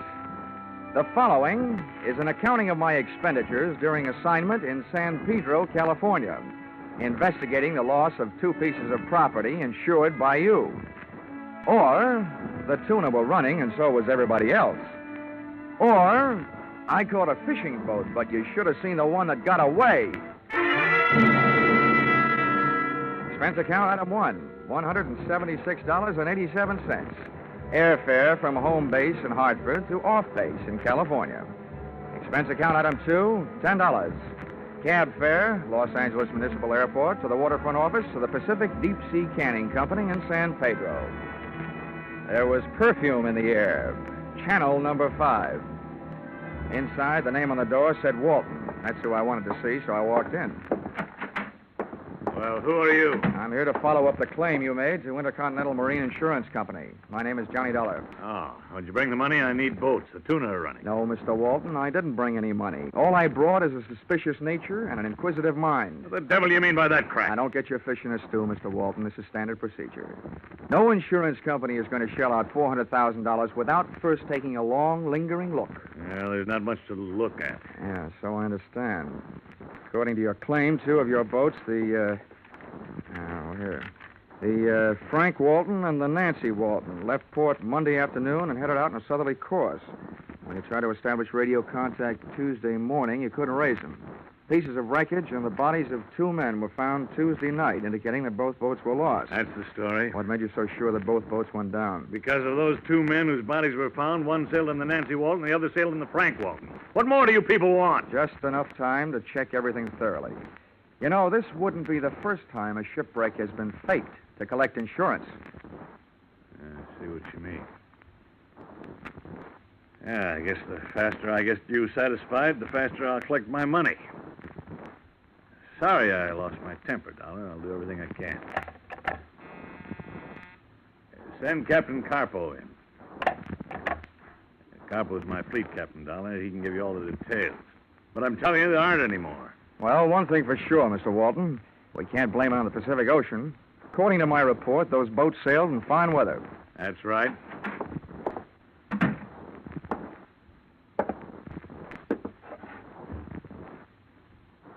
me, boss? Yes, George, this is Mr. Dollar from the insurance company. He's here to investigate the sinking. So? I'm happy to meet you, too, Captain. What do you want?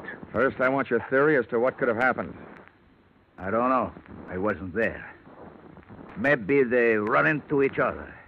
As fleet captain, you hire the hands for the boats, don't you? That's right. Are you the kind of man that would hire the kind of skippers that run into each other in clear weather? They were good skippers. Now you listen to me. I've been captain of this fleet for 5 years. It's the first time we ever lose a boat to lose a man. You think we like this idea? No, I don't, Captain Carpo. I don't think you like it any better than the insurance company likes the idea of losing $400,000. Well, at least if I find those sunken boats, that'll be salvage. No, Mr. Dollar. That'll be a miracle. The meeting busted up without me getting busted up, which was unusual in itself. And I hitched myself a ride out to an outfit who knows more about salt water than a Coney Island taffy maker. The U.S. Coast Guard. Enclosed find the statement of the commander of the station, Lieutenant Senior Grade Miles P. Endicott, Jr. We've made thorough patrols using both air and surface craft. The bodies of the men recovered show signs that lead us to believe that they were blown clear of the lost ships by violent explosions. All the lieutenant needed to say to make my eyes light up was that one word, explosion. Because in a marine insurance investigator's book, the word explosion sets off another word, scuttling, a widely used wet variety of fraud. In other words, blowing up your own ship to collect the insurance. And continuing this chain reaction, I followed the best available lead, the man in charge of the vessels involved, Captain George Carpo.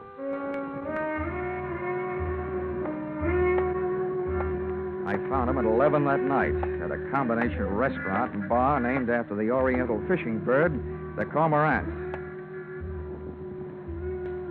As I looked in through the greasy window, an interesting sight greeted me.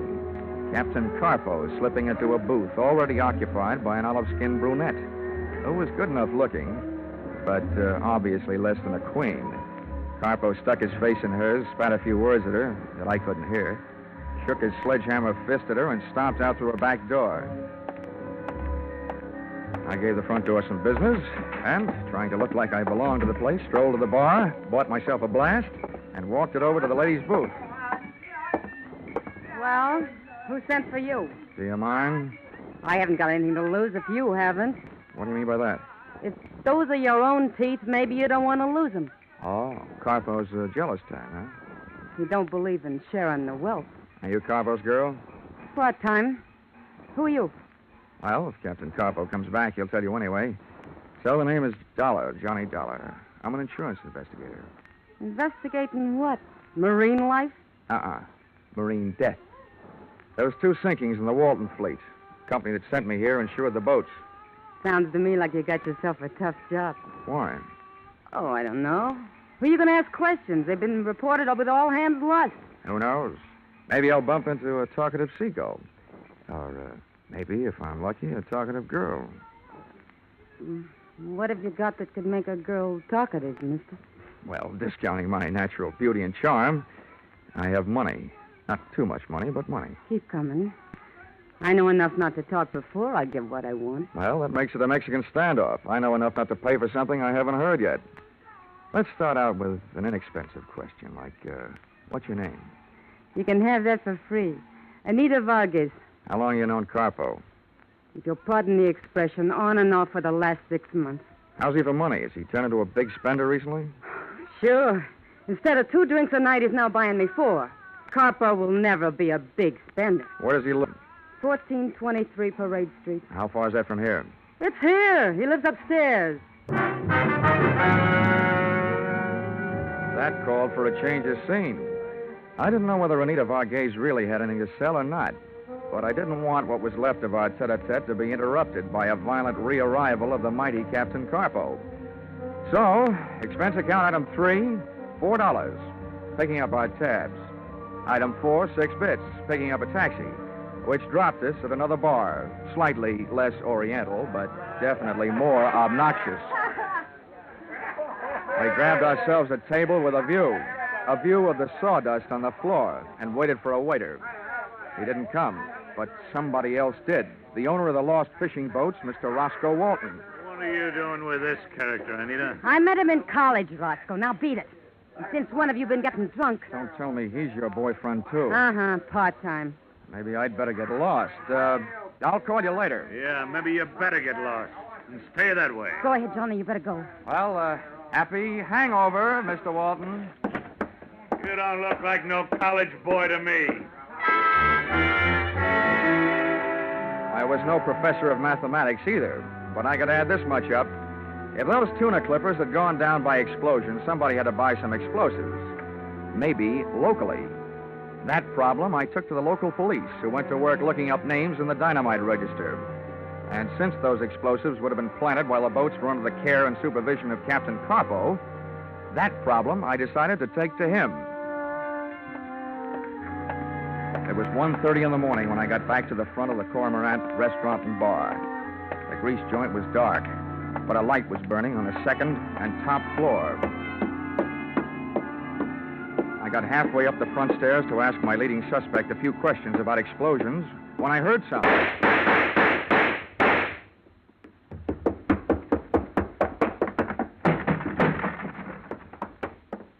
Carpo was still moving when I got up there, but not for long. The back door was as open as the captain's life was closed. I looked down the back flight of stairs. It was either too dark or there wasn't anybody there, and I wasn't going down to look. I'd been over the body just to make sure. Oh. First they beat him half to death. I wonder why they didn't finish him that way. Huh? Well, sir, perhaps it would be best if you were to remain where you are. At least my pistol seems to recommend it. Well, you seem to have done inestimable damage to my good friend Captain Carpo. The poor fellow seems to be definitely dead.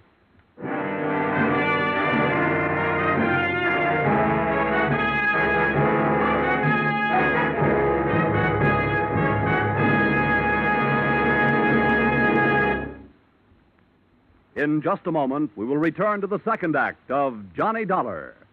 But first, you might be interested to know that CBS has acquired a couple of blocks of wood. You're not interested? Well, would you be interested if you knew that those blocks of wood had been carved into certain figures? No. Well, then let's try this. Would you be interested if you knew that those carved blocks of wood could talk? Ah, now you're beginning to sit up and take notice. Well, we might as well come out and tell you that these talking blocks of wood are named Charlie McCarthy and Mortimer Snerd, that they and a lively fellow named Edgar Bergen will be making their first appearance over most of these same CBS stations this Sunday evening, and that you'll be able to hear them every Sunday thereafter. Now, with our star, Charles Russell, we return to the second act of yours truly, Johnny Dollar.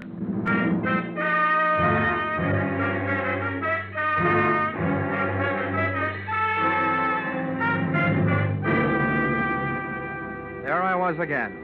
Always the suspect, but never the tried. With a dead body at my feet and a pistol at my head.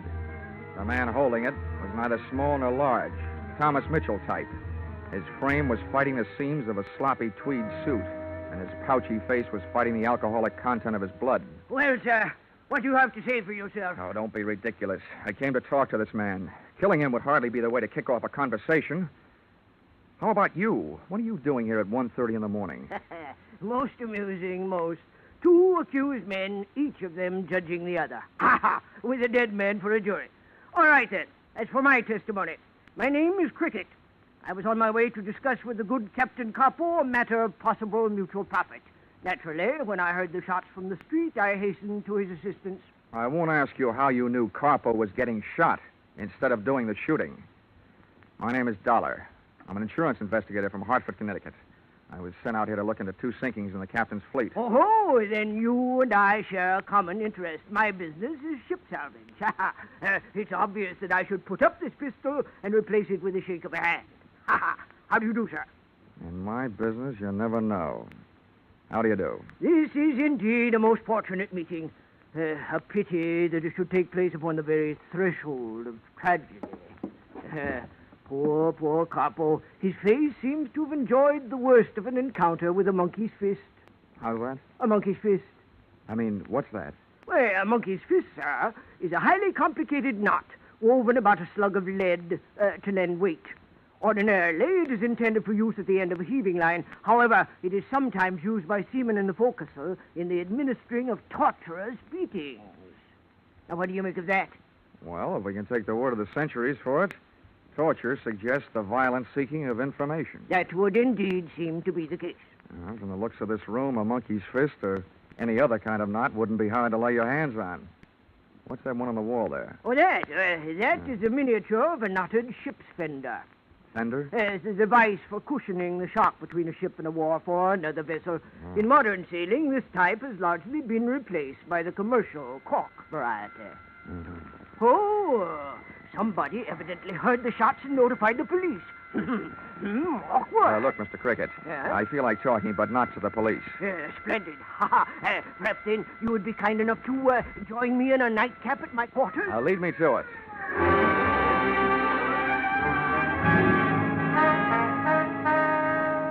Mr. Cricket's quarters turned out to be afloat and moored to a dock. It was a PT boat, ex-Navy. Sit down. Make yourself comfortable. Thanks. Now, first, that nightcap. Yes. Yo-ho-ho, sir, and a bottle of rum. And now, if you'll do the honors... Delighted. I will invite the London Symphony to play behind our chairs. Tchaikovsky, the Pathétique. Oh, utterly beautiful. Wow. Sweet phonograph records, soft lights, and hard liquor. This is the kind of stuff I enjoy on my time off, which this doesn't happen to be. There we are. Now to business. Mr. Dollar, I assume that the insurance company that sent you out here is not satisfied with the story of the sinking of the two vessels, Frank and Nancy Walton. I assume further that you have been authorized to spend any necessary monies to not only view the evidence firsthand, but also, if that evidence proves a criminal intent, to be able to retrieve it from the ocean floor for use in court. Are my assumptions correct? They are. But it can't be as simple as you make it sound. The first job seems to me the toughest, finding the spot where those clippers went down. I would venture to say that with my special equipment, I could detect the presence of the fillings in Davy Jones' teeth. It is fantastic, sir. And about your price, is that fantastic, too? My proposition is this. A flat price of $5,000. And, in the event that criminal intent is proved, the possession of the recovered hulks. I assume this $5,000 is only payable if you succeed in locating the boats. Let us substitute the term returnable for the word payable. I will need $5,000 in advance, and our contract shall state that in the unlikely event of failure, you shall get your money back less my necessary expenses. Agreed? Agreed. I'll have your money for you in the morning. Good. I trust I shall have your boats for you in the afternoon.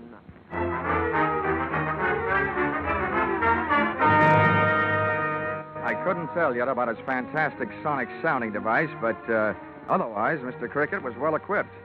By ship-to-shore telephone, he ordered me a taxi, which I ordered to a corner near Roscoe Walton's Pacific Deep Sea Canning Company. Carpo's death made me want to get a good look at Carpo's office. Something about the way he died kept baiting up the thought that there was something fishier about this case than just plain old-fashioned insurance fraud. The only thing that was out of place in the place was under a rug, under Carpo's desk, a wall safe sunk in the floor. That proved easier to open than a poker hand with 3 aces. I lifted the heavy steel door. The first thing I saw was an oblong package, brown paper. I stuck one hand in to lift it out, and I couldn't. So I used 2, and my back was as heavy as lead. But when I tore off the wrapping, I saw that it was as valuable as gold, because that's what it was, a gold ingot. I didn't even have time to wonder because the subject suddenly changed from lead to gold to cold steel in his voice and in his hand. Hold it there. Hey, Mr. Dollar. It's a little late to be canning fish, isn't it, Walton? Yes, but it seems to be just right for breaking and entering. What are you doing here? Entering the last phase of this investigation, Walton, and breaking the back of your little racket. Or I should say big. What do you mean, racket? To me, it looks like your boats have been bringing in more than fish from the Mexican coast. This heavy little handful makes it look like they've been hauling in Mexican gold. I don't know what you're talking about. I'm not going to stand here and be accused. You're so right you're not going to stand there. Not on those feet. Give me that. You and take this. Johnny, are you hurt? Are you kidding? You'll never make a living being a fight referee. I'm what is commonly known as the winner. Johnny, do you really believe what you said is true? What about smuggling in Mexican gold? Yeah. Listen, Anita, when you find a private citizen with a gold ingot, he is not using it for a watch fob. The only thing I learned after that was that 2 hours in the sack does not constitute a good night's sleep. By 10 in the morning, one phone call east and one telegram west delivered $5,000 into my hands from a local bank. And I, after a quick call to the Coast Guard to cover a few final details, placed myself into the hands of Mr. Cricket, deep sea guide extraordinary.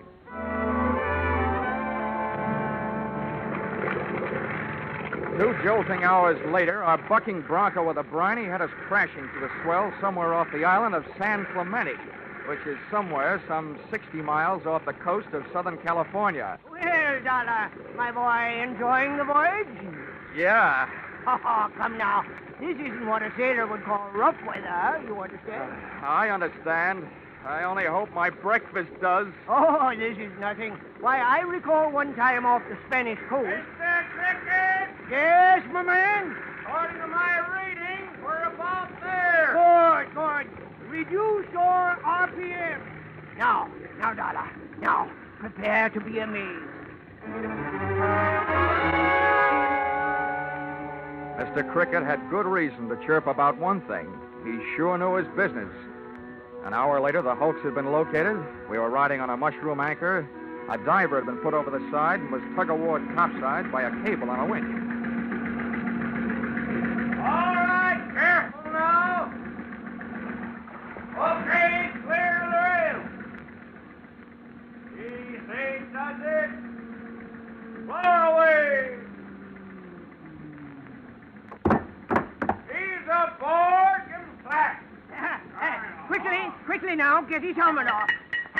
Now, Dollar, we shall see. For $5,000, I'm going to have to see. Well, Riley, what luck? We hit it right on the nose. They're both down there 30 yards apart.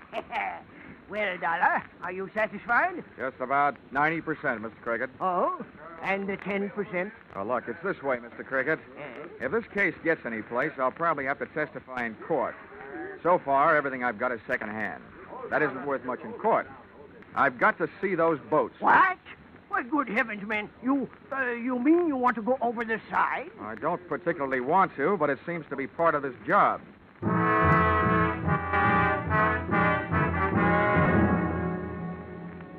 Many times before in my career, I've thought I had a heavy weight on my shoulders. But that diver's helmet set the new record. And those lead shoes and that rubberized canvas suit didn't feel exactly zoot.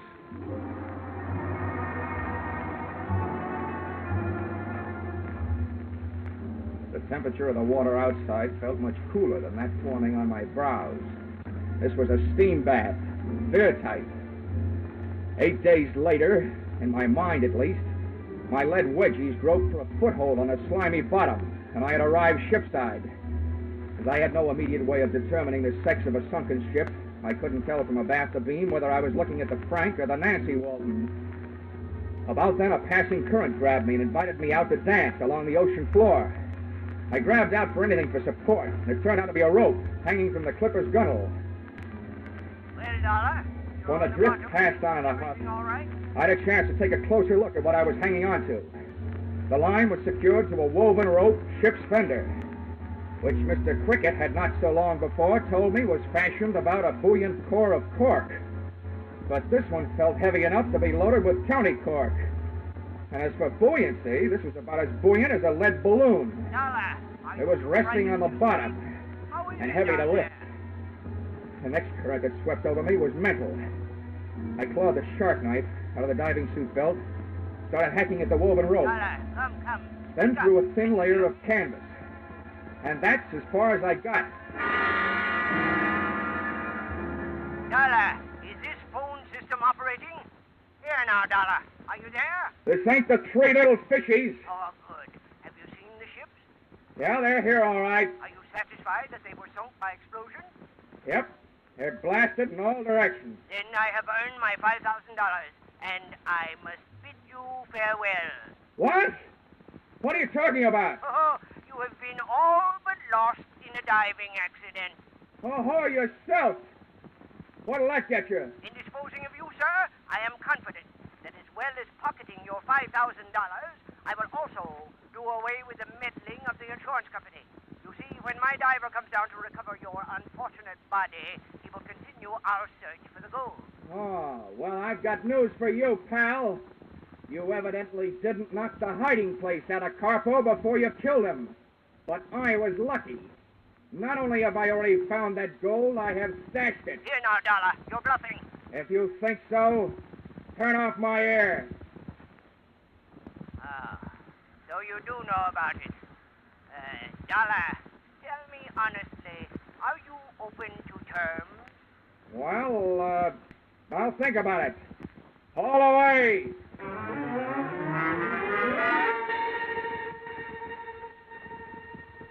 The trip up was slower than the trip down, which was luck for me. The first thing I heard when I broke to the surface was muffled by the helmet, but unmistakably gunfire. The Marines hadn't landed, but by George, the Coast Guard certainly had, and I had a grandstand seat for the whole affair. My winchman was busy ducking bullets, and the winch just didn't decide to stop on its own hook. So I went riding skyward until I was stopped by the tip of the boom. And there I was, hanging on its own hook, suspended over the deck, looking through my helmet glass at the raging battle below. Cricket, directly below me, was pumping a high-powered rifle, and between shots, shouting curses at whoever had opened fire on the U.S. government. Lieutenant Senior Grade Miles P. Endigan Jr. stood silhouetted against the sky on the flying bridge of the Coast Guard cutter. I looked down 20 feet between my dangling lead-weighted feet and saw Cricket taking careful aim in his direction. So once again I grabbed my razor-edged shark knife, stuck it under the copper rim of my breastplate, and ripped at the canvas, and bombs away! My weight did the rest!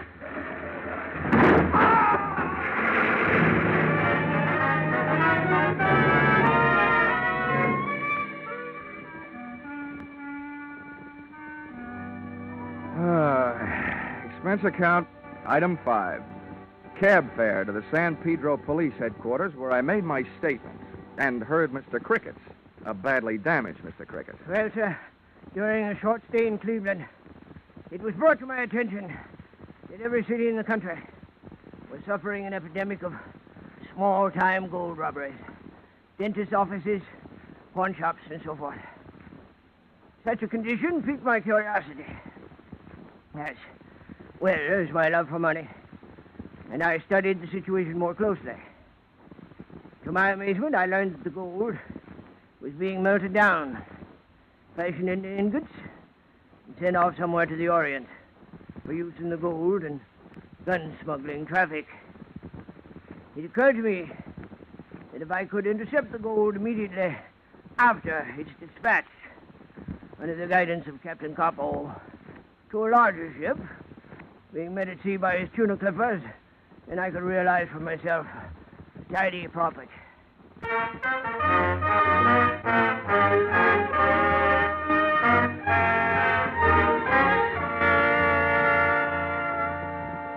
Expense account, item 6. $7.50. A 5-pound box of chocolates for Miss Anita Varghese. Address, San Pedro Municipal Jail. It seems that the police sometimes classify a part-time girlfriend as an all-time accomplice. Expense account, item 7. Airfare, Los Angeles to Hartford, $176.87. And being Friday, what do you think they serve for dinner on the plane? What else? Tuna fish salad. Expense account total, $1,264.28. Yours, truly, Johnny Dollar.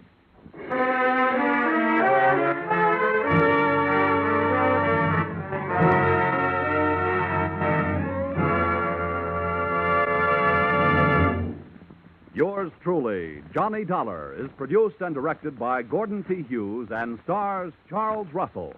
Script by Paul Dudley and Gil Dowd. Featured in the cast were Willard Waterman, Junius Matthews, Edmund McDonald, Georgia Ellis, Larry Dobkin, and Paul Dubois. The special music is written and conducted by Wilbur Hatch.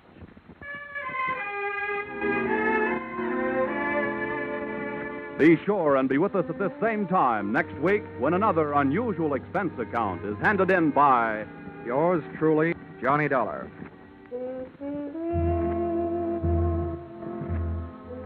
Every fall, the ladies like to go out and get some new fall clothes. Well, CBS has gone out and gotten some new fall shows.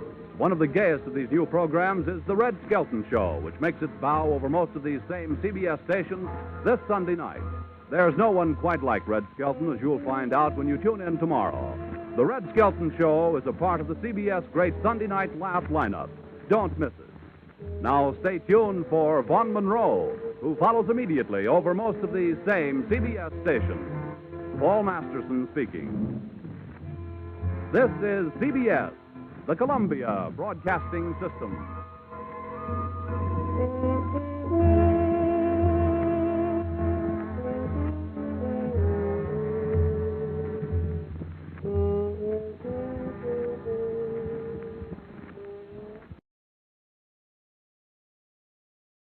For your listening enjoyment, John Lund as Johnny Dollar. This is Mitchell Dollar. Oh, how are you, Mr. Mitchell? Fine. Are you available? Oh, completely. The company insures a Mr. Nathan Swing, former resident of Los Angeles. Where's he living now? He isn't. His body was found floating in the Los Angeles harbor. How did it get there? Somebody shot him first. Check with Sergeant Matthews, Central Division Homicide. He'll give you all the details. I'll get on it right away.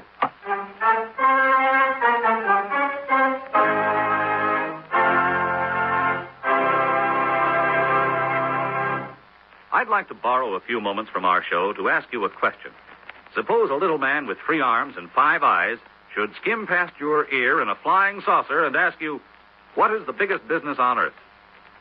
To be truthful, you would have to tell him that the biggest business in our world employs about 350,000 people, handles 25 billion items every year, transacts $14 billion worth of business in all of its 43,000 branch offices each year, but never clears a profit.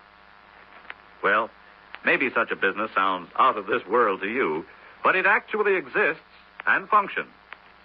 That big business is the United States Post Office Department, headed by the Postmaster General. Naturally, the work of the post office isn't only the collecting and delivery of mail. Some of the employees of the post office are bookkeepers. Some are engineers. Some plan building layouts and devise gadgets to give you better mail service. Others keep mailbox keys and locks and the 5 million mail bags in good condition. And here's an interesting sidelight for you. Did you know that mail bags have 13 stripes on them to represent the 13 original states? The Post Office Department has many other types of employees, such as the Post Office Detective Force or postal inspectors. Their job is to see that no money is stolen from the mail and to track down racketeers who try to sell worthless merchandise by mail. Then there are the workers in the Postal Savings Department. That's a government-operated savings bank with branches in the various post offices.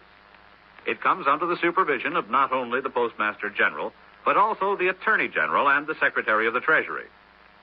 All in all, the Post Office Department of our United States government is a mighty busy organization, working on behalf of each and every one of us.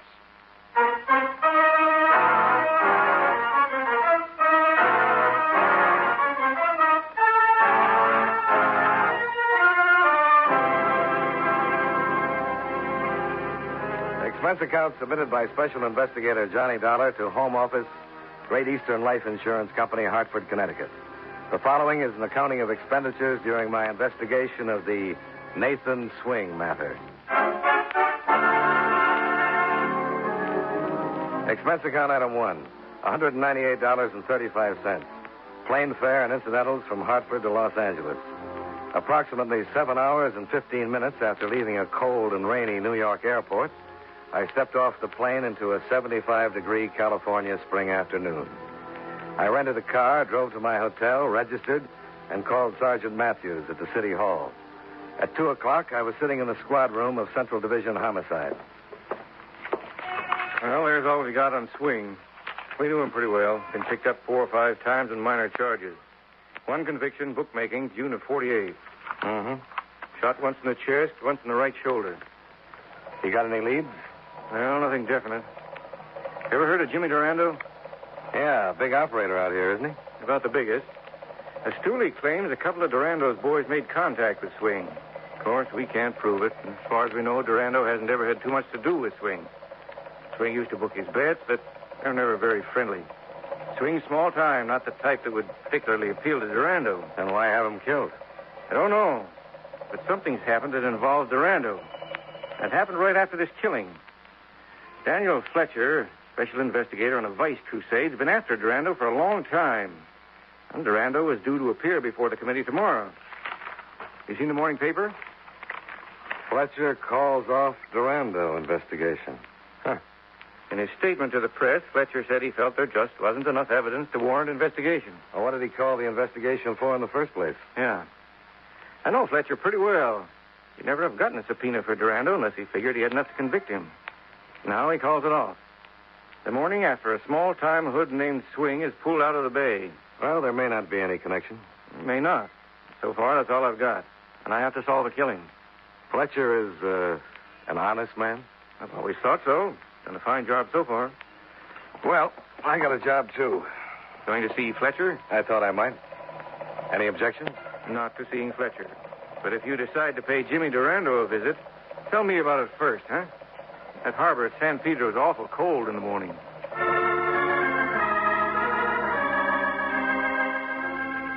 The sergeant gave me the address where I could find Daniel Fletcher. I walked over to the Equitable Building on Spring Street. Fletcher's secretary informed me her boss wasn't coming into the office that day, so I checked back with the sergeant, and he gave me Fletcher's home address. I drove out to Beverly Hills and turned north off Sunset on a beautiful winding street fronted on both sides by big, expensive homes. The Fletcher house was the last one on the block, a white colonial set back a few hundred feet from the street. Yes? Is Mr. Fletcher in? Who may I say is calling, sir? Johnny Dollar. Tell him it's about... Mr. Dollar, sir. Yes? What can I do for you? Well, I'd like to talk to you, Mr. Fletcher. I'm from the Great Eastern Life Insurance Company. I'm not insured with your company. Yes, I know. Well, what do you want? I'd rather talk to you alone. That's all, William. Yes, sir.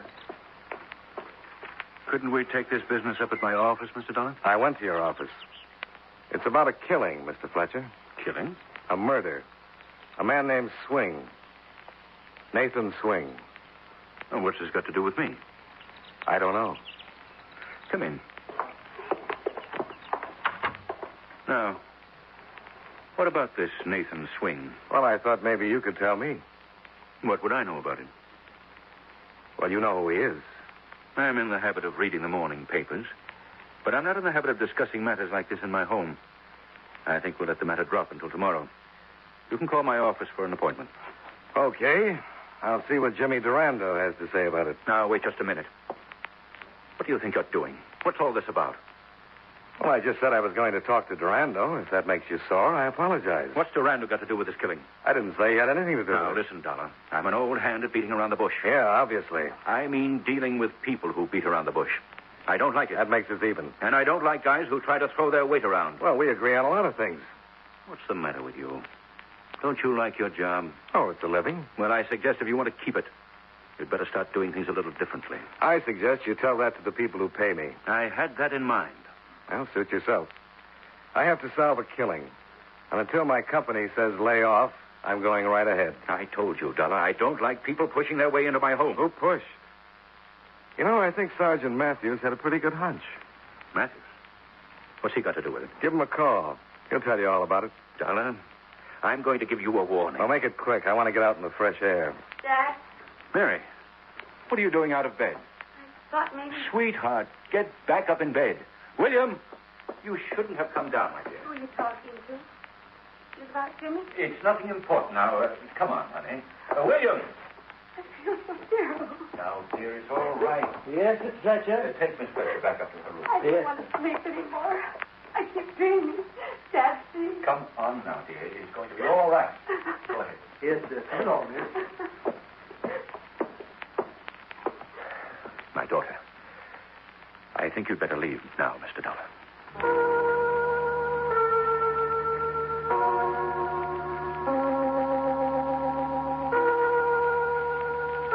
I drove back to my hotel and put in a call to Sergeant Matthews. I told him about my interview with Fletcher and asked where I could find Jimmy Durando. He advised against it, but suggested the safest way to see Durando would be at night in Durando's restaurant. He gave me the address and promised to have a couple of his boys in the place just in case. I spent the rest of the day relaxing in my room, and around 8 went down to the dining room and had dinner. At 9:15, I walked into Durando's expensive restaurant. There was an empty stool at the bar. Yes, sir? Where can I find Jimmy Durando? I don't know if he's in yet. Take my word for it, he's in. Up to his neck. I'm just a bartender, mister. If you want Mr. Durando, you better handle it yourself. Now, do you want a drink? Scotch and water. Yes, sir. The bartender brought me my drink, and in about 2 minutes, just as I expected, a well-muscled gentleman walked up behind me and breathed down my collar. Good evening. Yeah, it is. I understand you're looking for Mr. Durando. Well, you've understood just right. What do you want to see him about? Nathan Swing. Okay. Let's go. What's your name? Johnny Dollar. You a cop, Mr. Dollar? Insurance investigator. Waiter.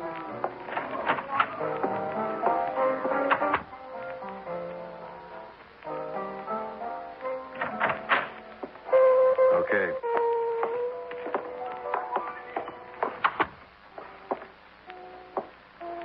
Sit down, Mr. Dollar. Thanks. Tony says you're an insurance investigator? That's right. Mm-hmm. Just what are you investigating? A murder. Nathan Swing's murder. Why come to me? You don't know anything about it? Well, I heard somebody killed him, but I couldn't care less. You knew him? Slightly. I never shook hands with him. I'm surprised your company would insure a crime like that. Who are you insured with, Mr. Durando?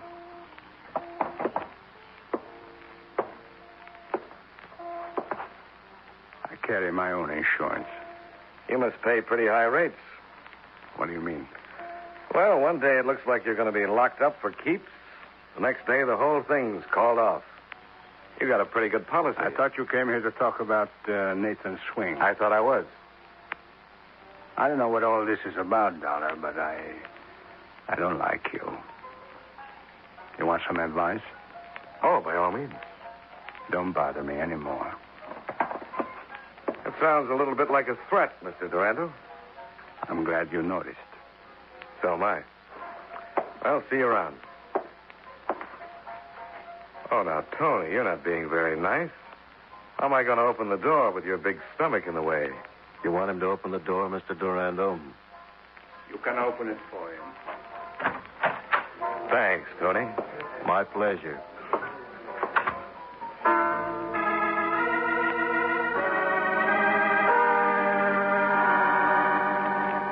I walked back to the dining area and started for the front door. Then I saw her, crossing the room in my direction. The same girl I'd seen that afternoon standing on a staircase and looking very sick. Mary Fletcher, Daniel Fletcher's daughter. I watched her walk back to the hallway that led to Durando's office.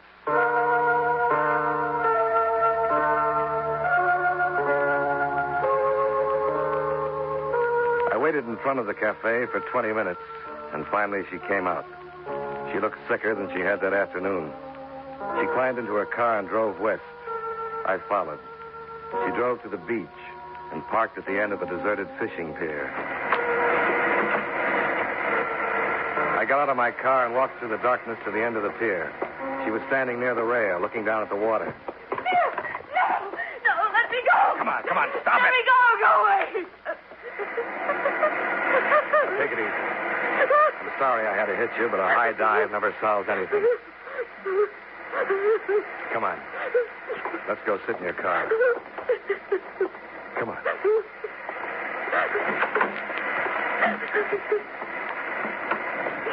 Go on, move over. Why did you stop me? Why did you let me jump? Now, just try and relax. Here. Have a cigarette. Oh. Who are you? You saw me this afternoon at your father's. My name is Dollar. You should have let me jump. I couldn't have done anything then. Who couldn't have done anything? Oh, please, I don't know what I'm saying. Please take me back home and just leave me alone. Might help you to talk about it. I don't want to talk about anything. I just wish I were dead. I wouldn't have to talk about anything or think about anything. Come on now. Get hold of yourself. Who are you? What do you want? What are you doing here? I'm an insurance investigator. Insurance? I followed you from Durando's. I'm investigating the death of Nathan Swing. Did you know Nathan Swing? I only saw him once. When was that? The night I killed him.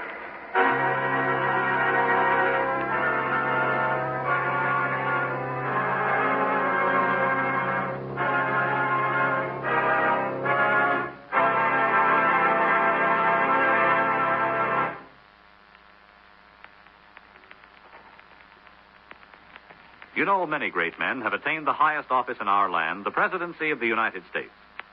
Can you guess the name of this man? On August 2nd, 1923, his oath of office was administered by his father, a justice of the peace. Within 3 years after he became president, the national debt was reduced by $2 billion. His presidency was marked by continued national prosperity. The country's income increased, and the people's wages were high. He improved relations between the United States and Mexico with the help of his goodwill ambassador, Dwight Morrow. He was known for his dry humor, common sense, and the faculty for measuring his words before he spoke. If you don't have his name by now, here's one more clue. During his administration, the Soldiers' Bonus Bill was passed. Who was he? Calvin Coolidge, 30th President of the United States. His life is part of your American heritage.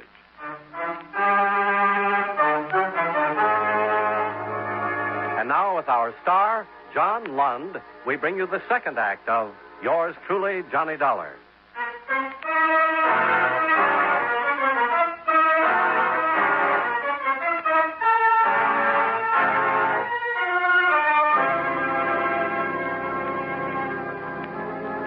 Mary Fletcher sat in the darkness facing me. She wasn't crying anymore. If she were telling the truth, I'd found the murderer of Nathan Swing. That's right. I killed him. I don't know why I'm telling you. This will ruin my father. I just have to get it out in the open. I can't keep it locked up anymore. Well, why don't you tell me the whole thing? All right. I'll have that cigarette now. Yeah, sure. Thanks. You'd have found out sooner or later you saw me at Jimmy's. Durando's? Yes. I've been seeing Jimmy for quite a while. I know it's pretty terrible. I guess I knew how wrong it was when I was seeing him. Your father didn't know about it. No. He didn't find out about it until Jimmy told him. Puts Durando in a pretty nice spot. Going around with the daughter of the man who's trying to send him to prison. I'm not going to try to justify it. I was in love with him. And he told your father? He told him I'd killed Nathan Swing. So your father called off the investigation. Protect me. I would have come right out and admitted everything, but I knew what the publicity would do to my father's career. Durando's blackmailing your father? He has the gun I used. How did it happen? Well, I'd never seen this Nathan Swing before. I was with Jimmy one night, and Swing came in and said something about a bet. Something about some money that he had coming. There was an argument, and this man, Swing, pulled out a gun. Jimmy grabbed him, and they began fighting. Jimmy knocked the gun out of his hand, and when Swing hit him and grabbed one of those pokers from the fireplace, I got the gun and shot him. He just kind of stood there for a second, and... What did Durando do? I don't remember too much about it. I got hysterical when Jimmy put me in my car and told me to go home. Not to say anything, that he'd take care of it. I wanted to go to the police right then, but Jimmy said it would ruin Dad. I don't know what'll happen now. I've told you, and it'll ruin Dad anyway, but I just can't keep something like this quiet. Only trouble, if you make a confession to the authorities now, Durando's in a better position to beat the rap. Your father still won't prosecute for fear of what Durando might bring out at the trial. What can I do? Just keep quiet for a little longer. How will that help? Durando hasn't got a thing if he hasn't got the gun you used. Nobody's ever going to get that gun away from Jimmy. Well, it's worth a try anyway. You mean you're going to... Why should you try to get the gun? What difference does it make to you? Guys like Durando make a lot of difference to me. But he'll still swear that I killed Swing. Without the evidence, it'll be your word against his. You can lie for a little while. You can lie long enough for your father to prosecute Durando. After that, you can go to the police and tell them the truth. I don't think my father would do it under those circumstances. I think he would. I'll have a talk with him. I think he'll go after Durando just like he's always wanted to. The only thing that's stopping him now is that gun. What are you going to do? See Mr. Durando again. Be careful. I always try.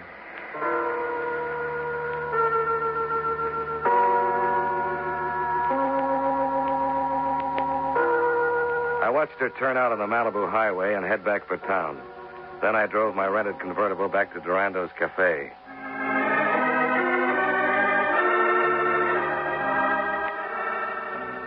It was close to 1 a.m. when I pulled up across the street and sat for a while trying to figure out what to do. An alley ran between the cafe and another building. I remembered Durando's office. He'd been sitting with his back to a window that faced an alley. That name's ready to crack up. You sure will. How can you be sure? You saw her tonight.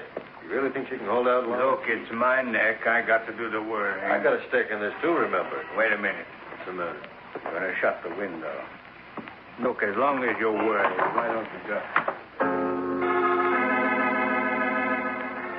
I couldn't hear them anymore, so I stayed close to the building and looked in. Durando had crossed to a wall safe and was taking something out. It was a snub-nosed .38. He crossed back to his desk, put the gun in a box, and handed it to Tony. Tony nodded and left the office.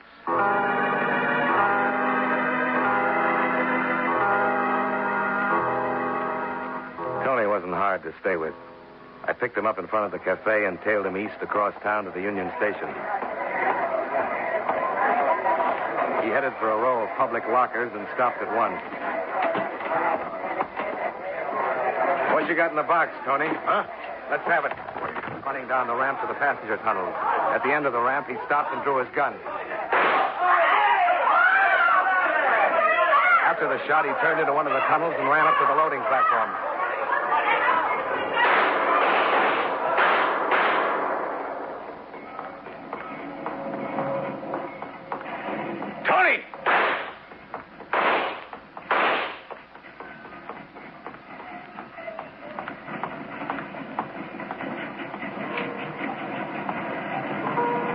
Tony was dead. The yard would be full of cops in a few minutes. I didn't want to hang around to make explanations.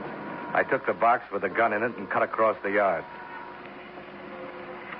Sergeant Matthews. This is Dollar. Oh, I was just on my way out. I've been trying to get you. I'm calling from a gas station phone booth. I want Durando's home address. I don't think I should give it to you. Look, I'm onto something. I know. I had 2 men staked out in Durando's tonight. They saw the Fletcher girl come in and reported you followed her. She's home by now. I'll tell you all about it after I see Durando. Okay. I have to check on a shooting at the Union Station. I'll meet you in my office in an hour. No, meet me at Durando's in an hour. All right. He lives in Beverly Hills, 1818 North Foothill. Thanks.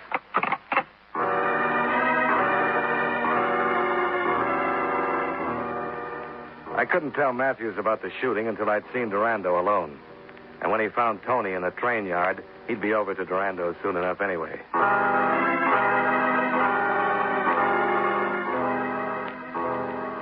I drove out Wilshire and turned north when I reached Beverly Hills. I found Durando's house and parked on a side street. The house was dark. Durando was obviously either in bed or still at the club. I climbed the high fence and dropped down into the garden, cut across the flower beds to the rear of the house, and located the big French doors that led to the study. I tried them, but they were locked. I was just turning away when...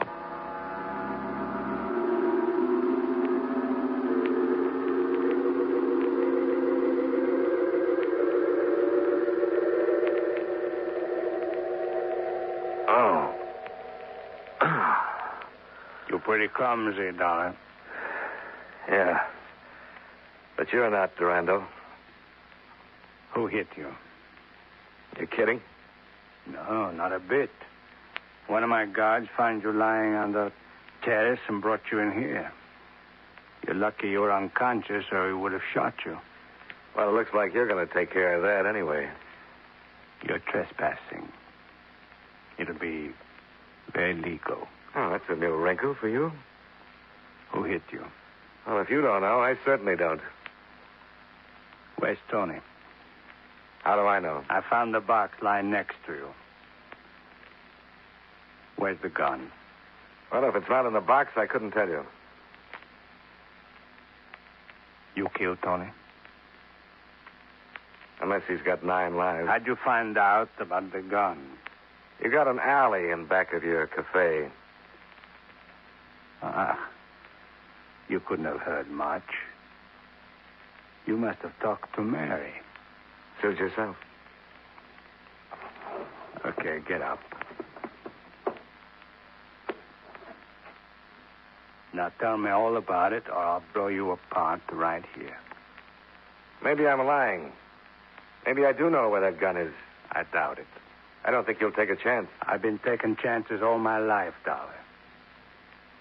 And you know, I'd like to kill you. The police will be here any minute. Yeah, sure. I called Sergeant Matthews right after Tony died at the station. How do you think I got your address? I want to know where that gun is. And you better ask the guy who hit me over the head. All right. You're going to get it right in the face. No, he isn't. She'd been standing back in the shadows near the door that led to the hallway. When she stepped out, she was pointing the snub-nosed .38 right at Durando's middle. He turned, and they both fired together.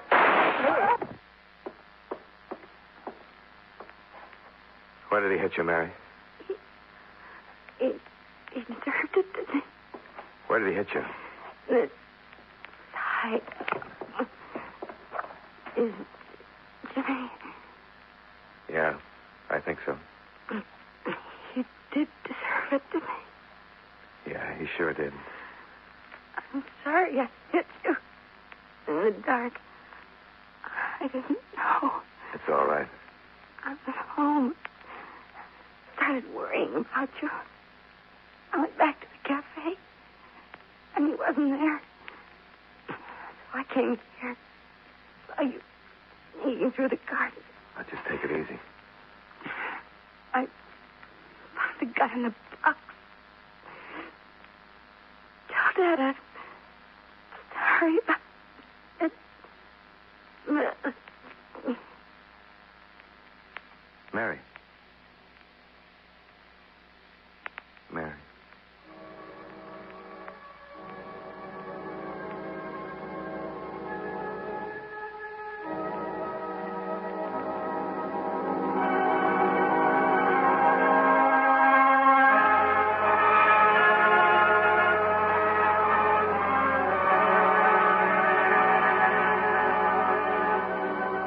Durando was dead, and Fletcher wouldn't have to prosecute. After he buried his daughter, Fletcher closed his office and took a long vacation.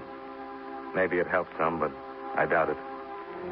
Expense account item 2, $45.75, hotel bill and incidentals. Item 3, $35, car rental. Item 4, $156.85, plane fare and incidentals back to Hartford. Expense account total, $435.05. Yours truly, Johnny Dollar.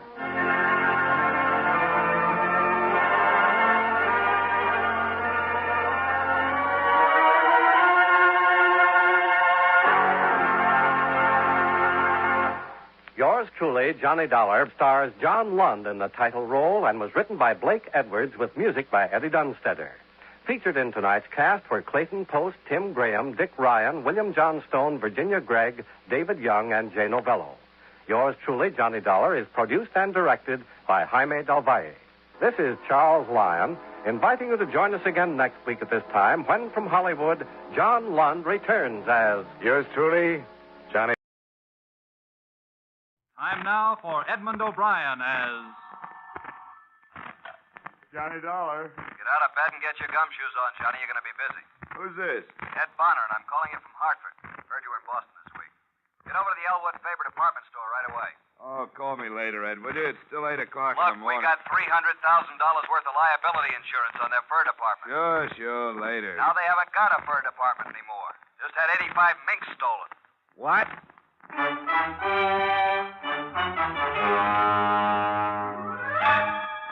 Edmund O'Brien, in another transcribed adventure of the man with the action-packed expense account, America's fabulous freelance insurance investigator. Yours truly, Johnny Dollar.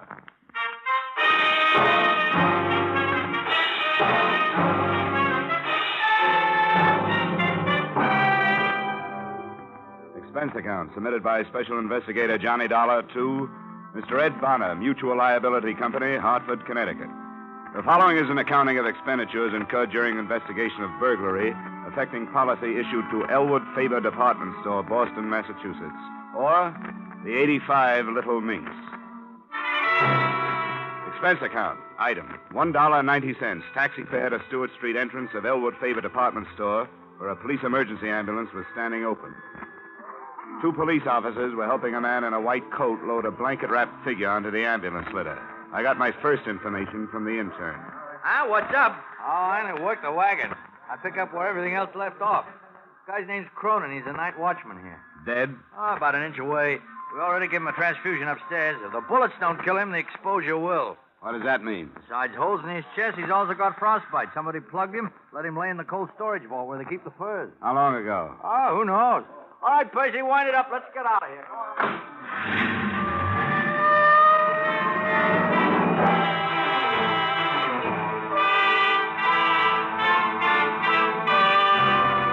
An assorted group of reporters and cameramen seemed to be converging toward a freight elevator just inside the store entrance.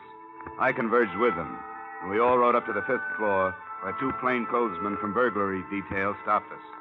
I showed my ID card, argued for 5 minutes, and finally got a frown and a thumb jerk. I walked across 35 yards of expensive carpeting through a cubbyhole office door into a large room. Standing in front of a huge refrigerated vault was a tall man in a black Stetson. His name was Delaney. We shook hands. Quite a thing, Dollar. Some guys walked out of here last night with 85 mink coats. It's a mess. You got a cigarette? Yeah, sure. Here you are. Thanks. Store's going to be closed all day while the burglary squad goes over it with everything they got. You can do what you have to do, too. Thanks, Lieutenant. I appreciate it. What do you figure, freight elevator or stairs? Either or both. I don't know. They must have had a panel truck or a big limo in that alley. Yeah, I noticed that on my way up. It'd keep any car hidden from the street, and they'd be able to work without being bothered. I got a man coming down to check for tire tracks, but it won't do any good. Whoever they were, they did it quiet, and they did it neat. Neat? Yeah. But quiet? You mean that night watchman, Cronin? Well, there must have been some noise when he walked into them and got shot. I hope he lives to tell us something. He's in tough shape. How about this? The vault? Just like the banks have, only smaller. And you can also hang meat in it. Not pried or blasted or cut into, just plain old-fashioned tumbler work. Sandpapered fingers and all. That wouldn't surprise me. Somebody was plenty good. Not even marks of a jimmy or pry tool to feel an edge. Just picked and plucked as nice as you please, and 14 little tumblers fell back. The door swung open. I thought that kind of thing stopped with Jimmy Valentine. Yeah, so did I. Who reported it? A guy named Dmitri Stroganoff, manager of the fur department. Come on. He's in his office now giving a statement of a couple of my boys. You can have a listen in. All I can say, I ask you, gentlemen, that I just hope... There's your pigeon, Dollar. How could 80 of such you? things happen to Dmitri Stroganoff? Aha! Lieutenant Delahanty. Mr. Stroganoff, this is Mr. Dollar. He represents your insurance company. Oh, your acquaintanceship, Mr. Dollar, above all else, I am glad to make. Aha! 85 mink coats, valued at $300,000, coin of the realm. You have, of course, brought check for same, yes? No.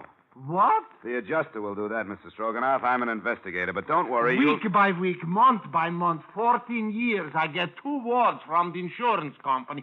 2 wards, pay premium. Now it's Stroganoff's turn to say back is 2 wards.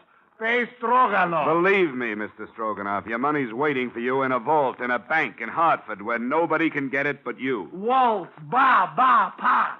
Suppose you go right on with your statement, Mr. Stroganoff. We have to have it, you know. Why is my 8 for Mink in this direction? I answer you. Customer telephones Friday. Send over Mink coat right away, she says. I send. Night comes, she wears coat to party. To breakfast next morning, she's also wearing coat. Maybe eggs she's eating. To party Saturday and to cocktail Sunday also. Monday, aha. My husband does not like coat. I'm sending back, she says. Mink. Real tough, Mr. Stroganoff. You can never tell what people will do next. Dmitri Stroganoff can tell. Look, if you'll just answer a few questions... This morning, even as I arise, comes to me a feeling of doom. Yes. Yes. Well, now about... Something is going to happen bad, I said to myself. And when I get here, no, even before I get here, I slip and fall. No, even before that. Parking ticket for too long park. No, even before that.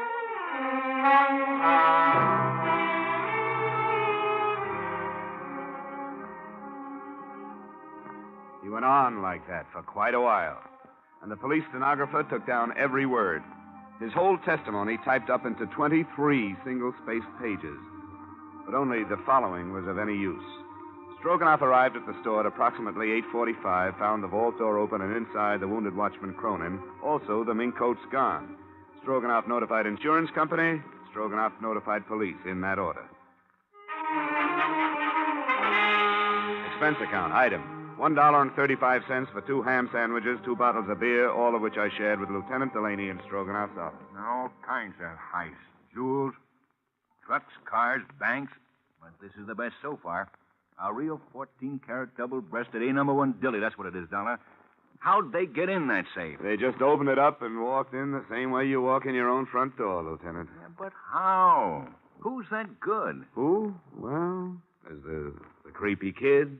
They always say he's that good. You and me both know Creepy died 12 years ago at Dunamore. And there was Dancing Dan Marathon. Dancing Dan? He couldn't open a 2-bit padlock if he had the key. Who is good, Johnny? Who could do it? I wish I knew. Stroganoff's the only one in the store who knows the combo. The only one. But I don't know. But you aren't taking any chances.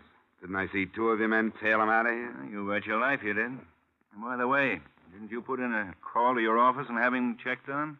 You bet your life I did. Cop work. All the time we got... Delaney. Yeah, hi, Richie. Well, give it to me. Yeah. Mm-hmm.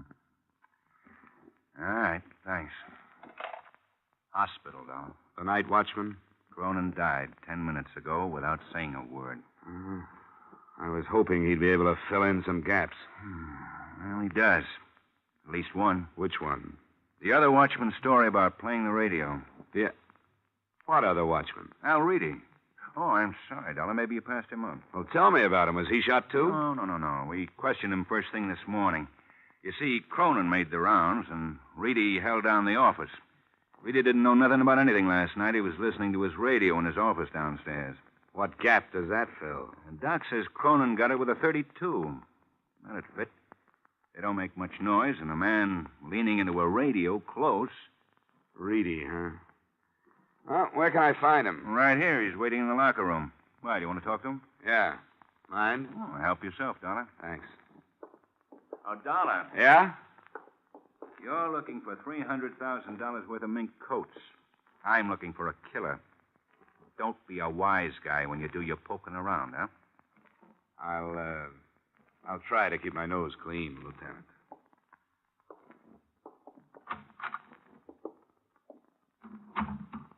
Yeah? Hello. You Al Reedy? You another cop? In a way, yeah. In what way? Insurance investigator. All right, Mr. Insurance Investigator. Am I supposed to tell you something that'll tip the whole thing? No, Mr. Night Watchman. You're just supposed to tell me how things went for you last night. Swell. I sat in my office from 10 to 6, went home, went to bed. Got picked up by 2 big flat-footed coppers at 7:30. Here I am. How'd things go with you last night? You sound a little put out, Reedy. Or are you used to places being heisted where you work? What kind of a nasty crack is that?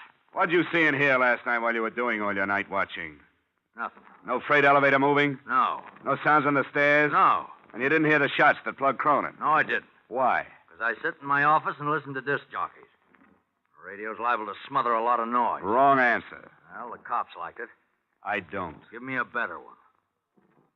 I'll have to look for it. But I'll find it, mister. Sure you will. Sure you will. But you'll never find those guys who tromped off with those coats last night. You sound awful sure of that. I am.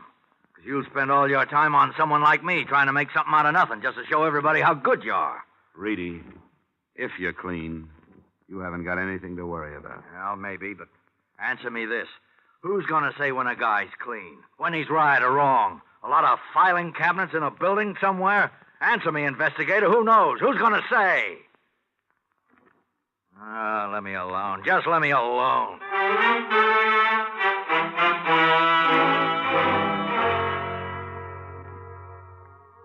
I didn't know what to make of Al Reedy, but I did know I wanted to know more about him. At the personnel office, I pulled out his application card. It looked good enough, and then I suddenly put it back.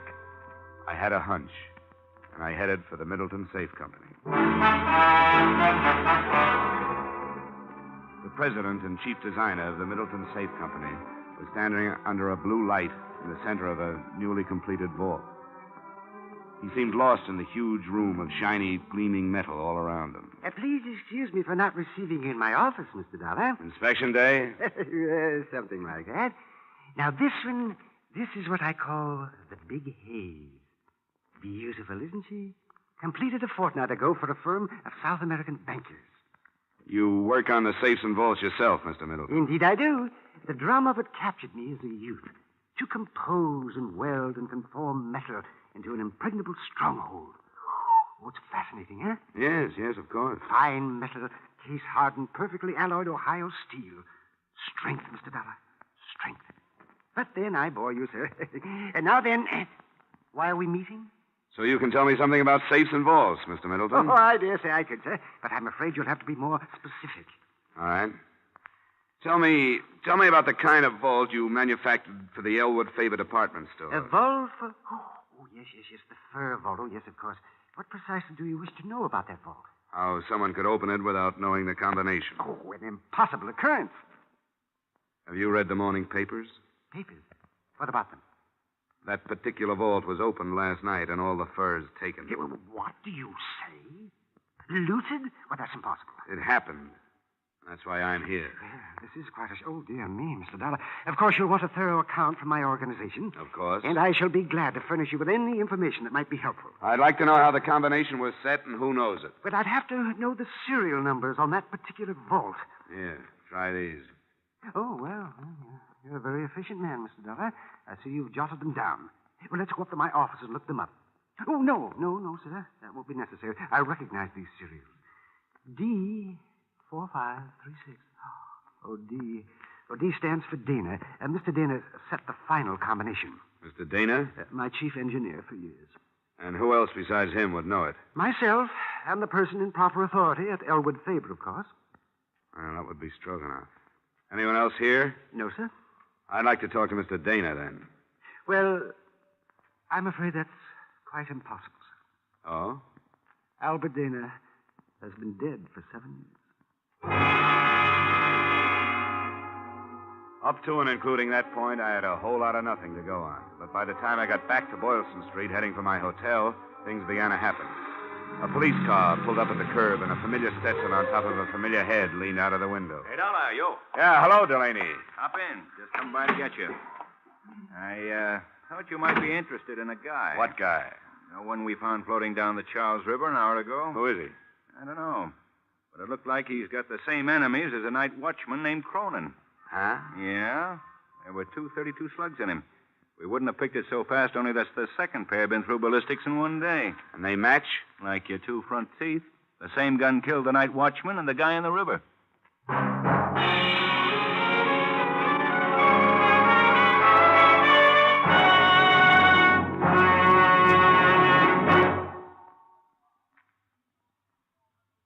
In just a moment, we will return to the second act of Johnny Dollar. But first, it's a family night on the Bing Crosby Show again this Wednesday. Brother Bob and Bing's son Gary already have scored with the Groner this month, and tomorrow night, Bing's 14-year-old twins, Philip and Dennis, make their debut as a guest team. You'll hear the kids trying to sell Dad a membership in the Bing Crosby Fan Club, a scheme that backfires. And you'll hear some rare and wonderful singing. CBS cordially invites you to hear the Bing Crosby Show this Wednesday and every Wednesday over most of these same CBS stations. Now, with our star, Edmund O'Brien, we return to the second act of yours truly, Johnny Dollar.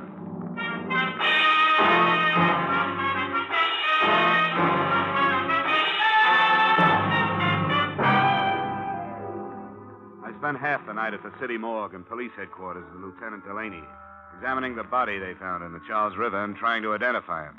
All the labels were ripped out of his clothes and the laundry marks were cut off. We were left with just his physical characteristics and fingerprints.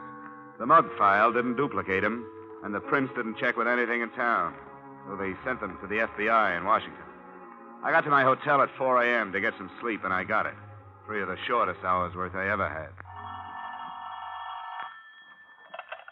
Dollar? I'll tell her when he comes in. This is Ed Bonner, Johnny. How would you like to be fired? Huh? Oh, yeah, Mr. Bonner, sir. What can I do for you? Turn up with 85 mink coats. What have you been doing since yesterday? Sleeping? Bonner, I've run my legs down to my knees, honest. I've been trying to find out something, anything. I've peeked into so many corners, I've got television eyes. And I've got a weak heart. Unless we find those furs in 24 hours, we have to pay off Elwood Faber $300,000. Well, what are you going to do? Take it out of my pay? We have to. We'll start by selling your body to a medical school. Please, Johnny, do something.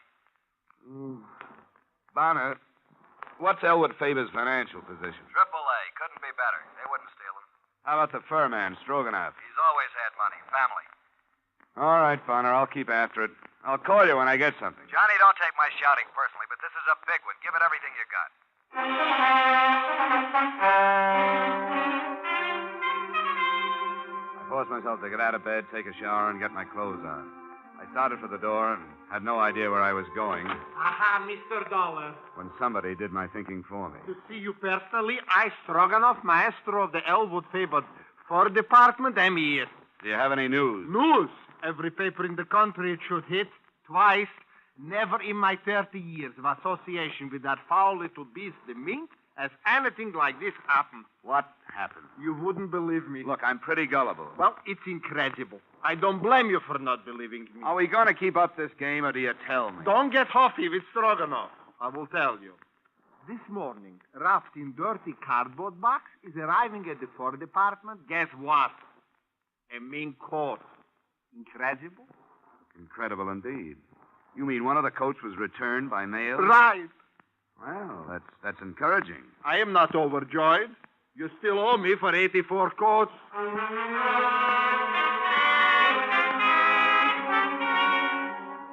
Item, $1.90 for cab fare to Elwood Faber. It didn't make any sense that the men or man who committed murder to make the heist would return anything. But one coat had come back.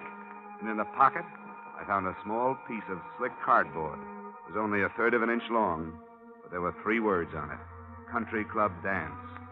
I was lucky. The country club secretary had a guest list, and one name on it stuck out like the nose on Jimmy Durante. Patricia Reedy. Yes? Oh, Miss Reedy? Yes. Who are you? Name's Johnny Dollar. Your father is employed at Elwood Faber, isn't he? That's right, but Is he in now?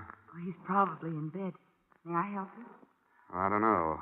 I saw you at the country club dance the other night. Oh, were you there? Oh, I couldn't keep my eyes off you, especially when you had that mink coat on. The mink. Well, Talk with this guy, Pat. What do you want, Dollar? Some information. Patty, will you make some coffee or something? all right, Dave. Anything else? Oh, nothing I can't handle. Okay, Dollar, what are you doing here? Who asked you into my house? My job. I came to find out about a mink coat that showed up at Elwood Faber this morning. Look, let's go out in the hall and talk. Okay. All right, Reedy, let's hear it. Now, don't go into a long song and dance. I'll tell you everything. Just the way it was. And I'd be real interested. The way I figure it, you helped in the theft. You maybe even killed Cronin. You kept one of the coats, but you got scared you might be caught with it, so you sent it back. Your daughter left the dance ticket in the pocket. All right. Here's the story right down the line. I didn't help in the heist. I had nothing to do with it. I didn't even know what was happening. Like I told you, I was in my office, listening to the radio. Tell me, Reedy. You ever been arrested? Well, Dollar, you're smart enough to find it out sooner or later. I served time, sure. You might as well know. Lots of it. Elwood Faber would be interested to know a trusted watchman served time. Well, what'd you expect me to do when I got out? Curl up and die? I gotta live, too. I'm straight now, Well, almost. I had a wife and a kid. The wife died. You've seen the kid in there. 13 years of her life, she had nothing. But now I'm trying to make up for that. Everything I do is for her, not for me. What about the coat? Sure, I took it. I borrowed it. Before the safe was locked up for the night. I've been borrowing stuff right along. Whenever my kid needed anything, I always return them in good shape. Told Pat they let me do it. She don't know nothing. That's kind of a strange philosophy. I don't even know how to spell philosophy. But I do know this. That girl in there has a life ahead of her. Mine's behind me. I got to give her every chance I can to look good, to act good, to use her brains, to meet the right people and go to the right places. Not just for dough, you understand, a millionaire husband, but just for a right guy and a fair crack at happiness. Uh-huh. You guys are all the same. You work from a little book, printed directions. Everything's black and white in life. Nobody's human. Oh, well, that's that. I don't know what you're going to do, but I hope it don't blast that kid's life to pieces. Reedy, you should have thought of this a long time ago. I don't want any lectures. You'll shut up and you'll listen to me. I think I believe you. You're right. Maybe we do work from printed directions a little too much. Well, I can use a little judgment on my job. I think, for now, I'll forget everything you told me and forget where that coat came from. Go on back to bed. Go on, Reedy. Well, I didn't expect that from you, Dollar. Reedy, I know what bad breaks are like, too. Hush. Oh, come on. Look, you'll have me doing that in a minute. Hey, Dollar, I don't go in for this stool pigeon stuff. I never have. Well, now, I see it another way. It doesn't matter what you tell as long as you tell it to the right guy. What does that mean? I'm going to give you something. It'll take them at least 24 hours to identify the guy they found in the Charles River. Picture in the paper this morning. Well, I can tell you right now who he is. Who? Who is he? Ted Gray. Worked in Elwood Faber about 6 weeks. Was fired 2 weeks ago. How do you know? Oh, I just know.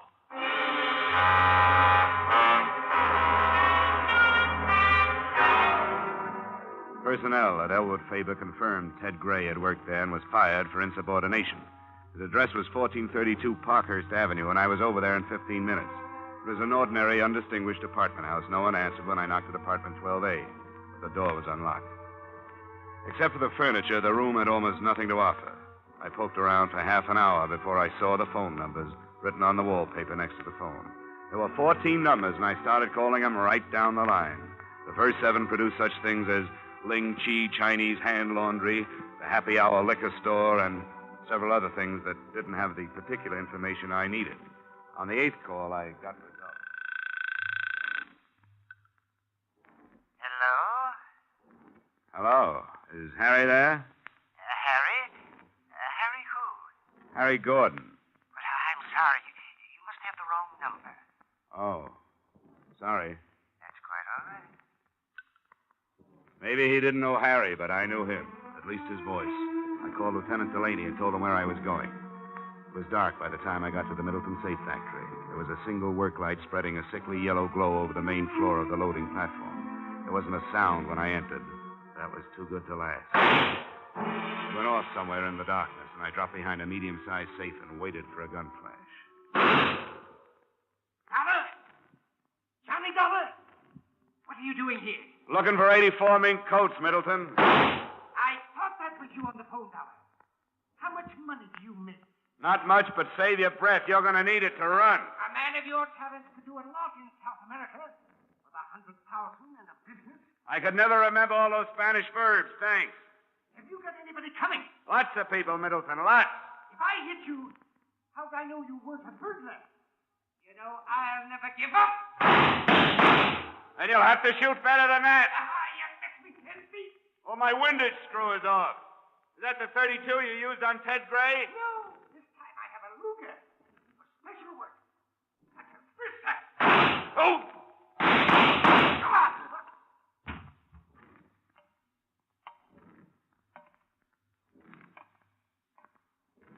That Luger didn't help you much, Middleton. What an ignominious end. Yeah, you blew a good life. Well, I could never find what I wanted. Look, I know why you kicked the watchman over, but why your own boy, Gray? He was in on the deal with me, but held out a coat for himself. That shows you how wrong you can be. It wasn't Ted Gray. You see, Middleton... Oh. Dollar! Over this way. You've been shooting up the town, Dollar. Now, what's this? Jessup K. Middleton, he's your boy. Yeah, boy, for what? For the fur heist and the bodies at the morgue. How do you know? Well, there's a safe full of furs on its way to South America somewhere. If you hurry, you might stop it at the port of New York. Why would he kill the guy in the river? And who was that guy? Ted Gray. He was the man who cased the Elwood Favor job. He reported 85 coats ready to go. And when only 84 showed up, Middleton thought he was holding back on it. Well, okay, Johnny. Thanks for doing all the work. I was just lucky, Delaney. You sure were. You could have been hit where it hurt worse. Come on, let's have the ambulance doctor look at that shoulder.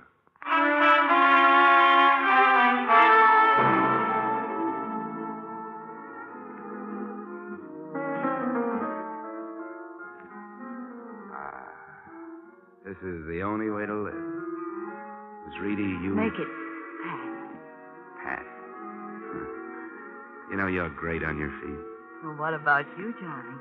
Dancing with your arm in a sling. Well, I took the no-hands course at Arthur Murray's. Pardon me, Mr. Dollar. There's a phone call at your table. Oh, thanks, waiter.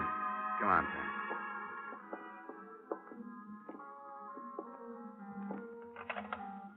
Johnny Dollar. Ed Bonner, Dollar. Bonner? I won't take another job for at least a week. No, it's not that. What is it? Are you afraid I'll put a night out on the swindle sheet? You aren't finished. Not finished. Hey, you got the coats, didn't you? Yeah, we found the safe down at the dock. Caught it just before it was loaded for South America. There were 84 coats in it, all right. But you know the one that was sent back in the mail? It's been stolen again. One's still missing. Oh, really? Oh, that. Oh, yeah. Well, you know, Bonner, somehow I have a feeling that last coat will be in the mail tomorrow. Are you sure? Positive. So long, Mr. Bonner. So long, Johnny. Who was it? Oh, nobody important. You know something, Pat? You look just grand and mink.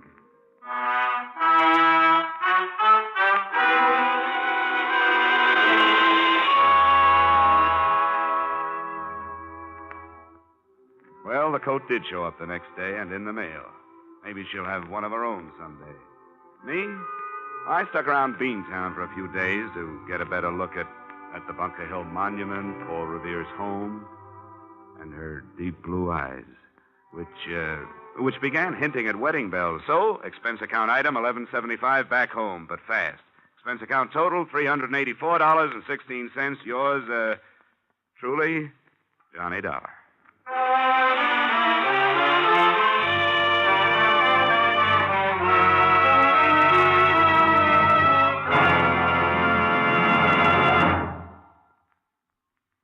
Yours truly, Johnny Dollar, stars Edmund O'Brien in the title role and was written tonight by E. Jack Newman and John Michael Hayes, with music by Leith Stevens. Featured in our cast were Harry Bartell, Joseph Kearns, Hans Conried, Bill Johnstone, Howard McNear, and Gloria Blondell. Yours truly, Johnny Dollar, is produced and directed by Jaime Del Valle.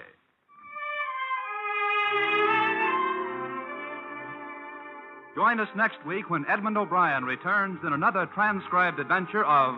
Yours truly, Johnny Dollar.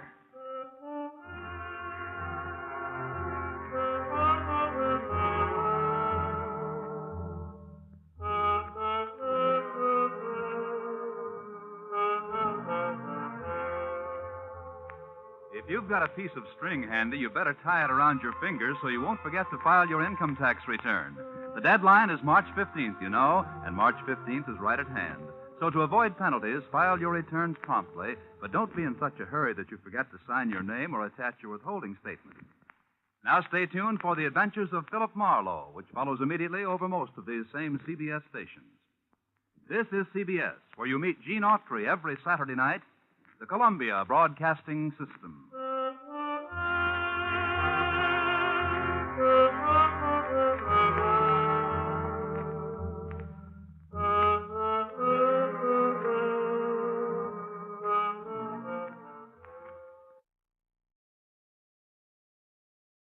Time now for Edmund O'Brien as... Yours truly, Johnny Dollar.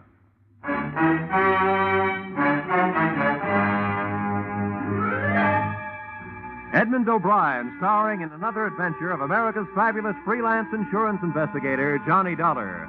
At insurance investigation, Johnny Dollar is only an expert. At making out his expense account, he's an absolute genius.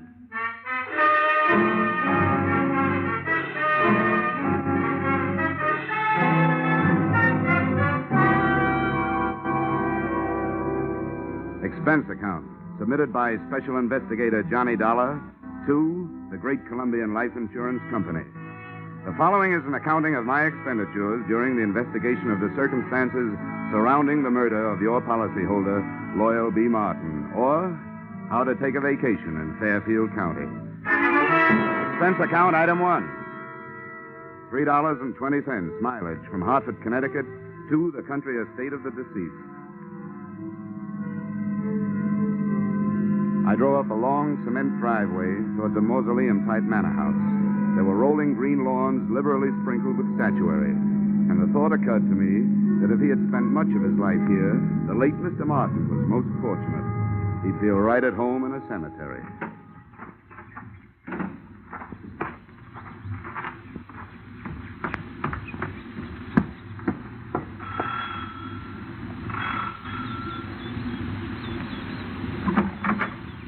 Yes? My name is Dollar. I'm here to see Mrs. Martin. Oh, yes. Mrs. Martin. Uh-huh. I'm afraid I'll have to disappoint you. The widow has gone shopping the day after the death of her husband. Something attractive in mourning clothes, I'm sure. Well, what time is she expected back? I have no idea. But it shouldn't be long. Do you mind if I come in and wait? You'll forgive my asking, young man, but just what is your business here at Loyal Haven? I was sent here by the insurance company. Oh, why, yes. Well, then do come in. Here, right in here. I'm Mrs. Tompkins, the housekeeper, Mr. Dollar. I was with Mr. Martin for over 30 years. He was a wonderful man. This furniture also looks like it might have been with Mr. Martin for over 30 years. Victorian, isn't it? Yes, pure. Loyal... Mr. Martin, that is, was an expert on the Victorian period. Please sit down. Thank you. Mr. Dollar, I suppose you'll think it's indelicate of me at this time, but about Loyal's insurance, his policies, did they... Yes, Mrs. Tompkins, they did. One of his policies leaves you a nice, sizable amount. But before you start counting it, maybe you and I had better have a little understanding. Yes? Well, I'm not here to represent the payoff department. I'm here to investigate the murder. Oh, I see. Yes, before the company pays off, they want to make sure that among the beneficiaries, they don't pay off the murderer, because they really don't have to do that. Oh, I didn't realize... No, neither do a lot of people. You know, that's the way quite a few good murders are wasted. Yes, I suppose you're right. Well, if that's what you're here for, I suppose you'll want to talk to the police. Lieutenant Markwood is in the library. That's where it happened. Oh, library, huh? Well, that might help. If I can't find any other answers, I can always try looking some up in a book. Which way do I go? The door, just across the hall. Thank you. And what a hall. The only thing missing was old Queen Victoria herself. Even the musty odor clinging to the green velvet seemed to have been passed down through the centuries. There was a brace of moth-eaten pheasants on the wall and a bouquet of moth-eaten flowers under glass on a marble-top side table. The library was the same, but there were three things that looked out of place. A, an old suit of armor. B, a glass case filled with new, well-polished sporting rifles and shotguns. And C, a very gruff-looking lieutenant of the police who eyed me as I came in. And who are you? Oh, here's my little breath saver. Oh, yeah, Johnny Dollar. They told me you'd be here. Well, I've told everybody else I better tell you don't touch anything. They want to re-fingerprint the whole room. Okay. What'd you find, Lieutenant? Nothing but the cadaver with 2 bullet holes in his back. Haven't got a caliber report from ballistics yet. Have you an estimated time of departure? Yeah, the coroner says Martin died after dinner last night. Uh-huh. Anything to go on? Just the usual. Faith, hope, and suspicion. His wife, too young and too pretty for an ugly old buck like Martin, must have married him for his money. Then there's that housekeeper, Sarah Tompkins. Yeah, I met her on the way in. And she used to be the old man's intended, from what I can find out. Probably jealous of the young wife. Then there's the brother, Marty. He showed up a few weeks ago, broke and brooding. Probably in love with the young wife. And then there's Nick Bellotti, a private detective who hired himself out as Martin's bodyguard. Bodyguard, huh? No doubt also in love with the young wife. Could be. Who's your choice? Except for the fact that there are only 2 bullets, I think they all did it.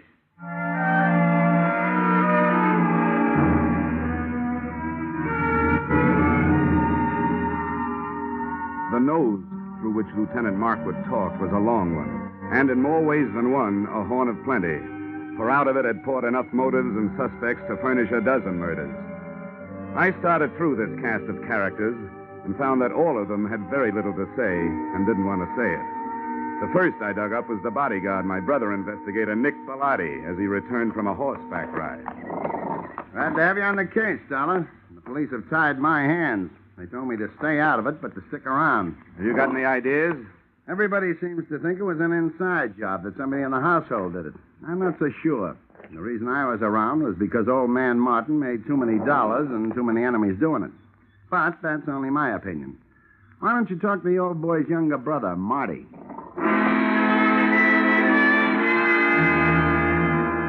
I found Marty living the life of Riley. He was upstairs in his room, cuddled up to a 20-year-old bottle of brandy, which was still underage to be around the kind of book he was reading. Yeah, I'll tell you something, Dollar. My brother and I never did get along. Yeah, you'd find that out anyway. Why'd you come back here, Marty? Because Loyal's little bride, Joy Ann, sent for me. She was afraid of him, and she didn't know if he was on to her. Was he? About that, you'll have to talk to Joy Ann.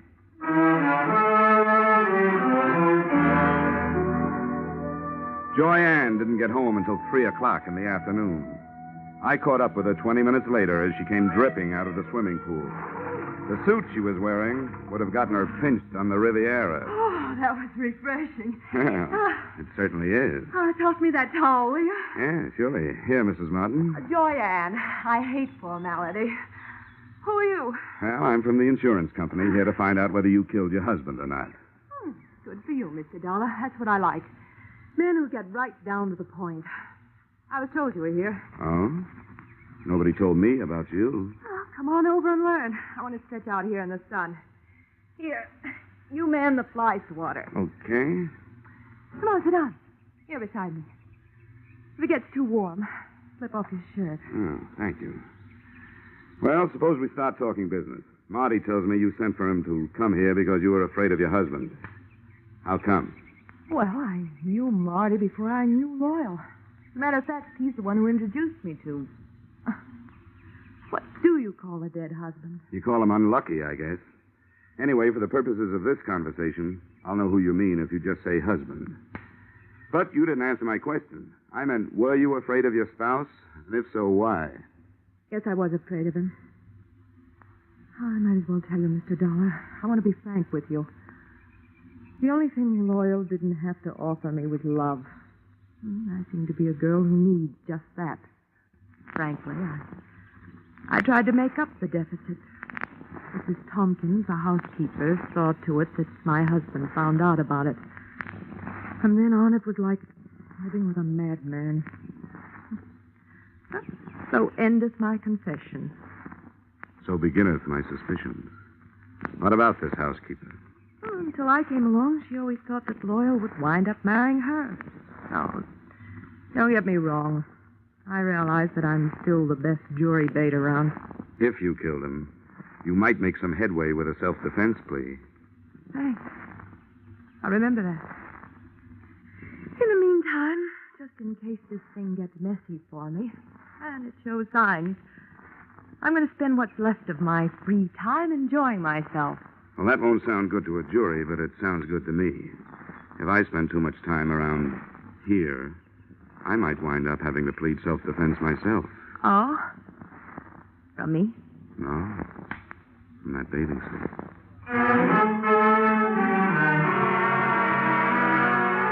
I spent the rest of the afternoon trying to keep two eyes on four people, reading from left to right. Brother Marty stayed in his room, finishing his book and his brandy. Nick Bellotti, the bodyguard with no body to guard, got back on his horse and cantered off into the sunset. The joyous widow, Joy Ann, locked herself in her room, and all I could get through the keyhole was the sound of a light and lovely snore. I couldn't tell whether it was the genuine article or not. Having no way of checking, I picked up the trail of Sarah Tompkins, the housekeeper. She, at least, was apparently up to no good. I found her in the library doing just what Lieutenant Markwood had told her not to do, smearing the surfaces of Mr. Martin's desk with a dust rag. And as anybody knows, you can't fingerprint a dust rag. Hey, cut it out! How dare you? Mr. Martin's private study. Those are the police private fingerprints you're messing up. I was doing nothing of the sort. I was dusting his desk. I always do it at this time of day. Get out of here. You don't belong in here. Keep your wig on, Mrs. Tompkins. I'll not be told what to do by outsiders. Everything was all right until outsiders started coming in. If it wasn't for outsiders, Loyal would still be alive. First that girl, then his brother and that detective. Now it's the police and you. Why did any of you have to come here? Why couldn't you leave us alone? Now, calm down, Mrs. Tompkins. Try to calm down. Yeah, now, what's going on in here? What? Oh, and what are you two lovebirds up to? It's all right, Lieutenant. I'll tell you about it later. All right, but get her out of here. I've got some looking to do privately. Take her down to her room and then come back. You mean you got something hot? It ain't cold. Okay, Mrs. Tompkins, come on. But I haven't finished in there. Come on, you can get it later. There's just time for you to take a little rest before dinner. But I never rest this time of day. He didn't like me to. Mrs. Tompkins, come on, tell me. Really, why were you wiping off that desk? Those police this morning scattered white powder all over his desk. He would have been furious with me. He hated any kind of... The shots had come from the library, and that's where I went, but not fast enough. By the time I got there, Lieutenant Markwood was dead, and whoever had done the shooting was gone, apparently through an open window. Markwood still clutched a shotgun he'd grabbed out of the gun case, but hadn't had a chance to use. Two things had just died in that room, the lieutenant and a hot piece of evidence he'd never had the chance to pass on to me.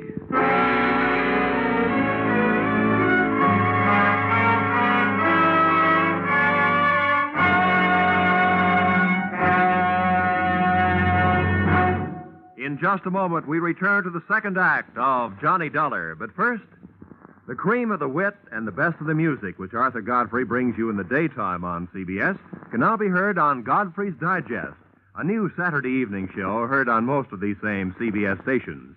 Listen tomorrow night and hear the week's fastest flashes of the Godfrey humor, the top songs sung by Jeanette Davis and Bill Lawrence, the finest singing of the Mariners. Arthur Godfrey's Digest and the Goldbergs are the latest addition to CBS's Great Saturday Nights. Now, with our star, Edmund O'Brien, we return to the second act of yours truly, Johnny Dollar.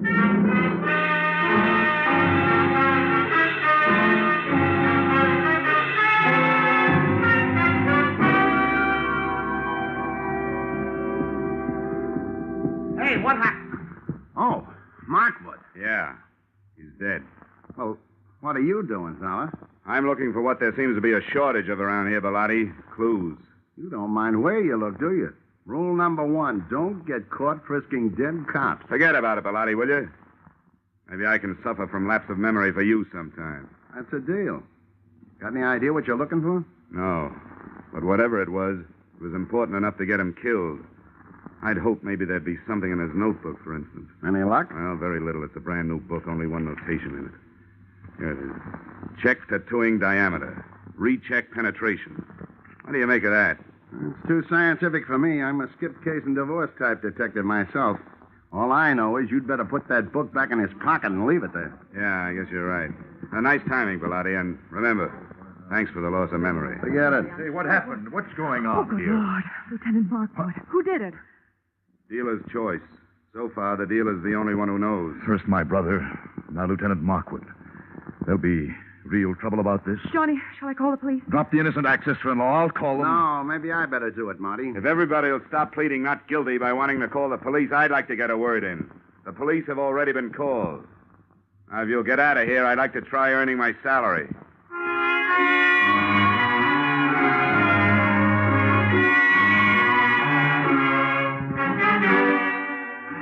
If I had had longer ears and more soulful eyes, I would have been all bloodhound, because I could sniff out the first of the trail. The smell of cordite told me that Lieutenant Markwood's killer had either been inside the room when he fired or just outside with the weapon pointed through the still-open window.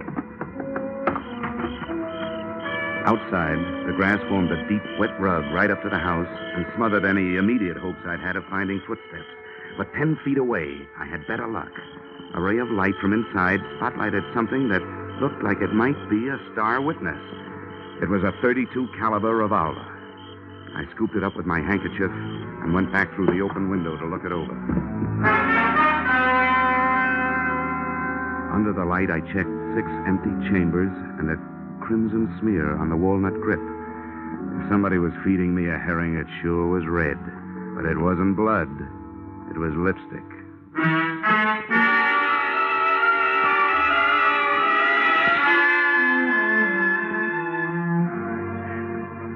I'd like to introduce myself, Dollar. I'm Sergeant Norrin McDougal. How are you, Sergeant? Poor Markwood. Thank the Lord he didn't have any wife and kids. I'm glad to hear that. Cops usually do. Well, there's one good thing about it. When a police officer goes, there's plenty of them that lives on to fight back. All the police in the world. You can throw in the private ones, too, Sergeant. Thanks, Dollar. And now maybe I'd better take your statement. Well, it won't take long. I heard the shots from the hallway, and I came back. He was killed either from inside the room or just outside the window. I didn't get a look at the killer, but I found what might be the murder gun. Here it is. Watch that handkerchief. 32 caliber. Yeah, how does that match up with the gun that killed old man Martin, do you know? Same caliber. Uh-huh. I wonder what he was doing with this shotgun. It ain't loaded, and Markwood knew better than to wave an unloaded gun in the face of a full one. Did you get anything else out of ballistics, Sergeant? Headache. Dollar, what we got from ballistics don't add up with what we got from autopsy. Well, how's that? Those 2 slugs entered Martin's body an inch and a half apart. But, according to the shallow penetration, they were fired from a distance of 300 yards. Now, do you know anybody who could do that kind of shooting with a .32? Well, that's pretty fancy shooting. Could it have been done with a stationary mount? No, not a chance. The body would have started falling after the first shot, and you can't re-aim a stationary mount that fast. Yeah, you're right. You know, I didn't have a chance to spend much time with Markwood before he got it, so I don't have much to work on. You got anything to spare? Just a lot of routine confusion so far. You know yourself, Dollar. You take 4 witnesses, you're bound to get at least 2 different stories. Now, 2 of the people that heard the shooting when Martin got killed last night said they heard 2 shots. The other 2 ear-witnesses said they heard 1. The only thing the whole 4 agree on is that they didn't see anything. Well, that sounds familiar. Thanks anyway, Sergeant. Sure, anytime. Hey, Sam. Yeah? Take this gun into town. Tell ballistics to run it through for fingerprints and check it against those slugs in the Martin case. I want to report right away. I hitched the ride with that gun into the ballistics department. While waiting for the test to be made, I asked some questions, and I came up with a real brain buster. Despite the fact that the penetration report said that Martin had been shot from a distance of 300 yards, his skin and clothing had been tattooed with powder, indicating the shots had been fired at close range. The tree that little puzzler put me up would have made the giant redwood forest look like a hedge. Then they gave me the ballistic report. The lands and grooves scored into the slugs by the revolver barrel proved that both Loyal Martin and Lieutenant Markwood had been killed by the .32 caliber gun I'd picked up in the yard. No prints on it. Registered owner, the young lady who looked much better in a bathing suit than she'd ever look in the electric chair. The widow, Joy Ann Martin.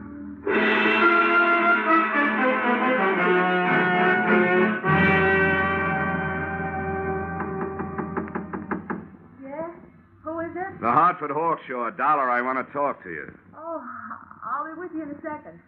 I'm just out of the shower. Okay. First she was in the pool, now it's the shower. She's also in plenty of hot water. Hi. Don't pay any attention to my hair. Don't worry, I won't. I suppose you think it's a silly time of night for me to be taking a shower, but I thought it might help me to get to sleep. Well, I'm afraid I won't. Why, Johnny. You were pretty careless with that gun, weren't you? What gun?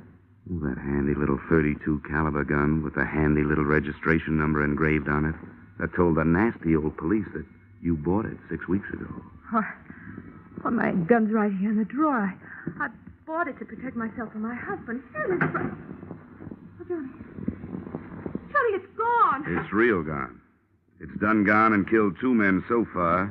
And if you can't do some fast talking and some fast proving, it stands a good chance of shortening your pretty little life expectancy. Somebody must have stolen it. Oh, no. That's not even a down payment on a story. Oh, but Johnny, there's a whole house full of people who could have done it. Not only that, they'd be glad to get me out of the way if they could. Why? Well, Mrs. Thompson, because she hates me. Loyal's brother, Marty, because I stand to inherit everything. What about Nick Bellotti? Doesn't he have an axe to grind? I don't know what it could be. Okay, skip it. Tell me, you remember hearing 2 shots being fired around here any time before your husband was killed? Probably away from the house? Why do you ask that? Because I want to know, did you? You amaze me. Yes, I did hear 2 shots. The day before Loyal was killed. I was horseback riding down by the walnut grove. I remember because my horse shied. Well, this is coming a bit too readily to be readily believed. But how big is that walnut grove? Not very big. Yeah? Can you spot those shots a little closer? They sounded as if they came from about the middle. I didn't stay to find out. I guess I frighten easily. Yeah. Yeah, you frighten me easily. Why, Johnny? Why? I'll tell you why. Because whether you shot anybody or not, you're murder, baby. Oh, Johnny, I didn't kill them. Got to believe me, Johnny. I don't have to. But just for a minute, I will. What is there about police drivers? Even out in the country, they got to lay on those sirens. Johnny, please. Come on, you better get dressed, sweetheart. I told them I'd keep you occupied till they got here. Why, you... The police took Joyanne and her hurt feelings off to the pokey. I took myself and my hurt cheek off to bed. The next thing I had to do had to be done by daylight. So I took over Joyanne's painfully empty and prettily perfumed sack, set the alarm for dawn, and snort up a storm.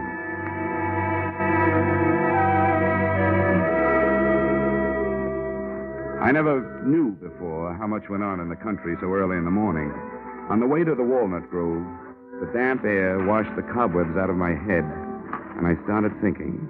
Now, first, Loyal Martin had been found dead with 2 bullet holes in him. Yet 2 of the witnesses, Joyanne and the housekeeper, Mrs. Tompkins, had heard only 1 shot. Second, that powder burn tattooing on the body, denoting a close-range killing, was in violent argument with a bullet penetration report which screamed long-range killing. Those facts, added to what was in Lieutenant Markwood's notebook, plus that shotgun clutched in his dead hand, came close to tallying up the total that had cost him his life. Inside the grove, I found 4 walnut trees with hollows in their trunks. The first one gave me a handful of nuts and a fancy sassing by an irate squirrel. The second one came up with a handful of spunk water and a wet cuff. And the third, I found what I was looking for. I found about 2 pecks of clean cotton waste. That is, clean, except for some powder burns. Everything was falling into place, including a blunt instrument which hit me on the head from behind. But before I hit the ground, I saw Brother Marty Martin legging it back towards the house.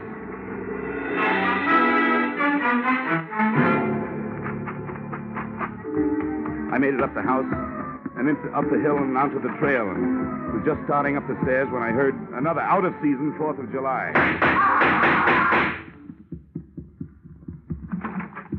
Okay, Dollar. I got him. Yeah. So I see. It was self-defense. I had to do it. I hated to butt in on your case, but all of a sudden everything stacked up, and I knew he was your man. When I threw it in his teeth, he made a try for his gun, so I dropped him. You sure did, Bellotti. Well, I owe you a lot of thanks. But if you don't mind, I'll take over from here. Sure, help yourself. Good. And I think the first thing you'd better do is hightail it into town, get your story filed with the police. Yeah, I guess you're right. You're all straight now, so you can back me up. 100%, Nick, all the way. Now get going. Come on. Okay, Dollar. See you later.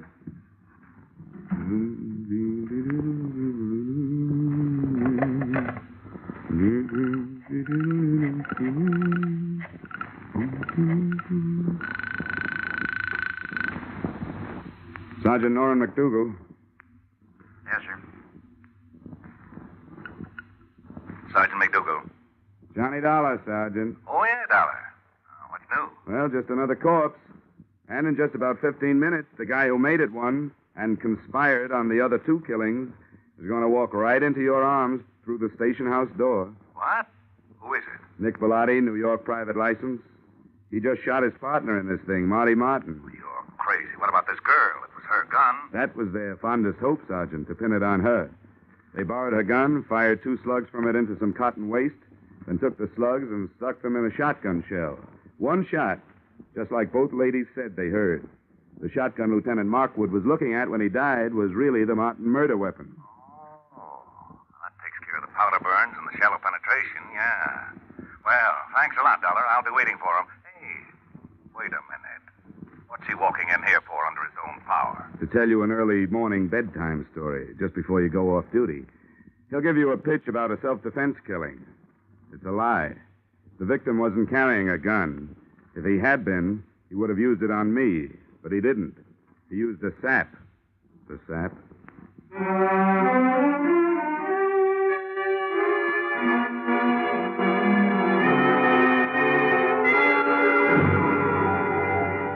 Expense account, items 2, 3, 4, 5, 6, 7, 8, and 9. $624 entertainment. Appeasing a rich widow with rich taste. Expense account, items 1 through 13 inclusive, $160 entertainment of poor insurance investigator with extravagant taste. Expense account, item 14, $7.80 mileage New York to Hartford. You may disagree with that item, claiming that I finished the case in Fairfield County. But I didn't finish the case until I left her.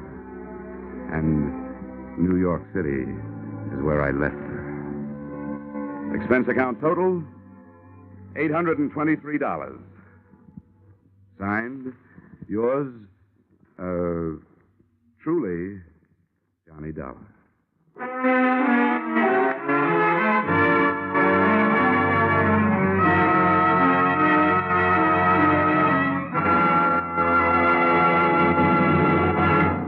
Yours truly, Johnny Dollar, stars Edmund O'Brien in the title role and is written by Paul Dudley and Gil Dowd, with music composed and conducted by Leith Stevens.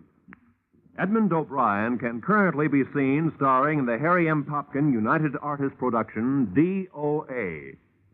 Featured in our cast were Irene Tedrow, Walter Burke, Ted DeCorsia, John Daner, Gene Bates, and Ed Begley.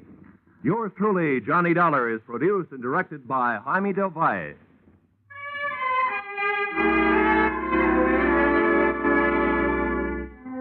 Join us again next week when Edmund O'Brien returns in another adventure of... Yours truly, Johnny Dollar.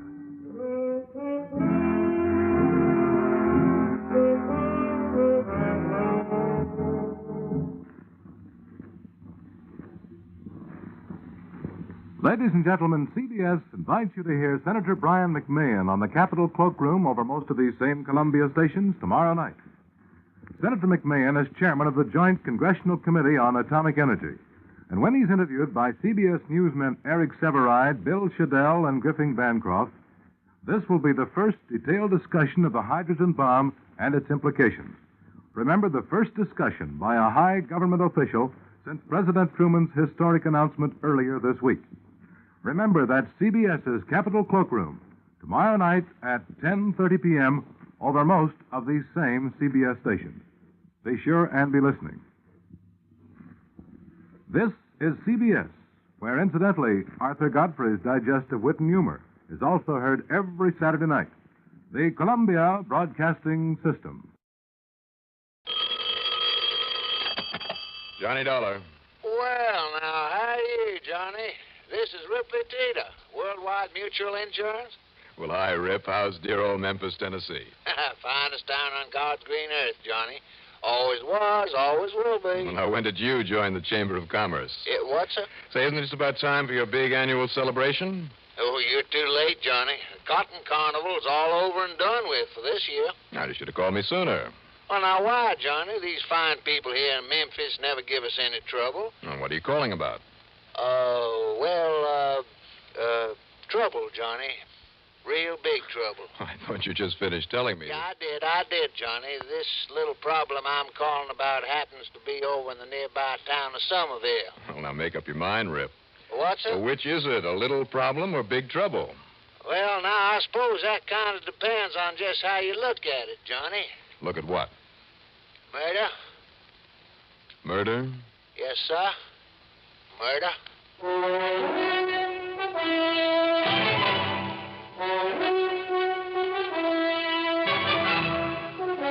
CBS Radio brings you Bob Reddick in the exciting adventures of the man with the action-packed expense account. America's fabulous freelance insurance investigator. Yours truly, Johnny Dollar.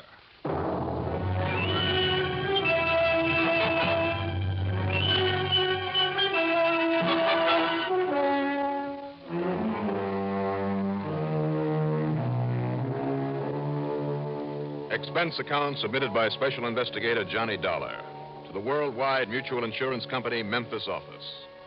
Following is an account of expenses incurred during my investigation of the stock in trade matter.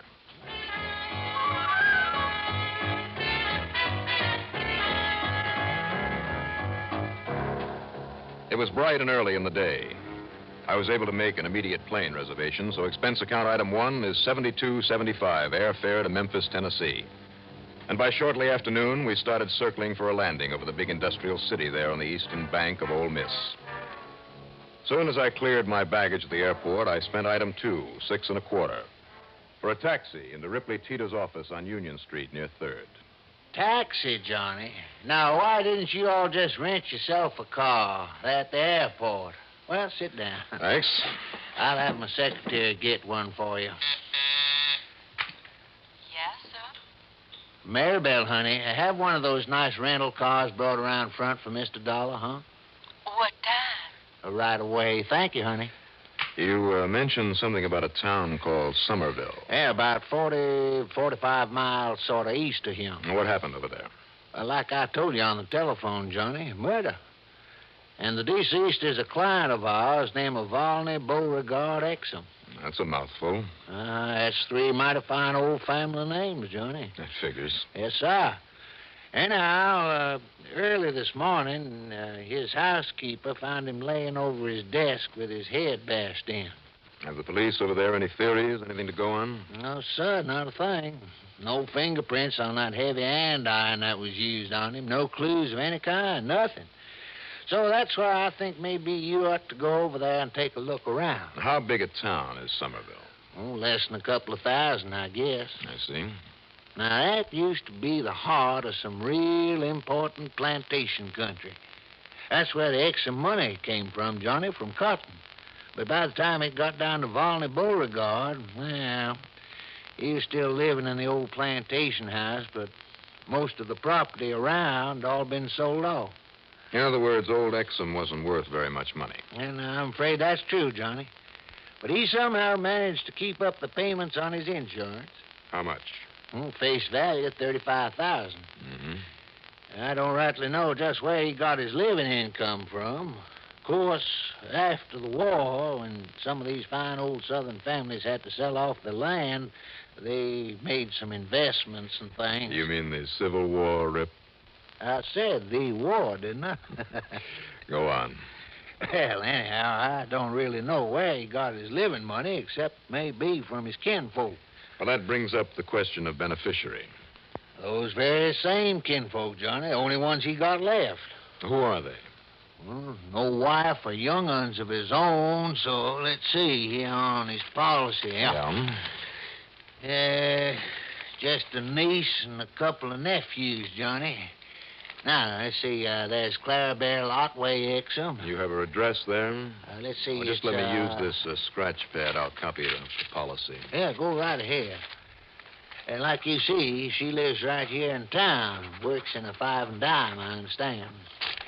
And there's a nephew, also named of Volney Beauregard Exum. Lives down in Corpus Christi, Texas, yeah, see? All right, I got it.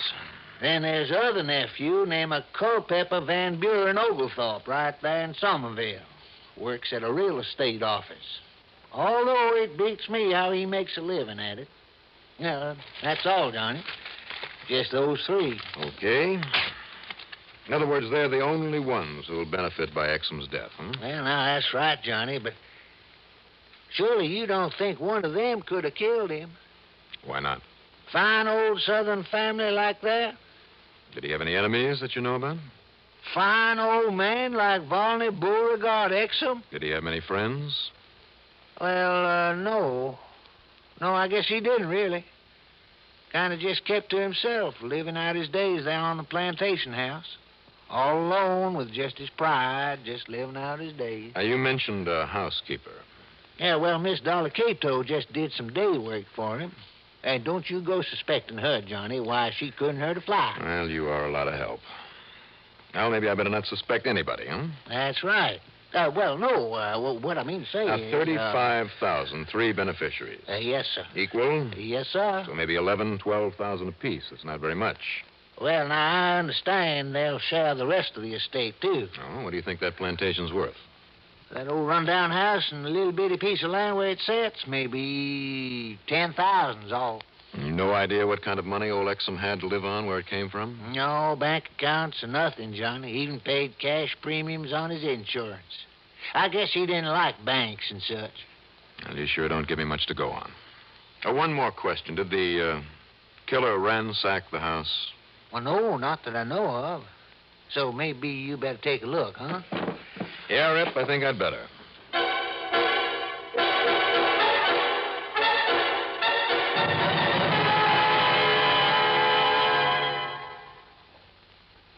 Proud we are, we being the CBS Radio Network, to be able to bring you on this station each weekday the songs of Bing Crosby and Rosemary Clooney.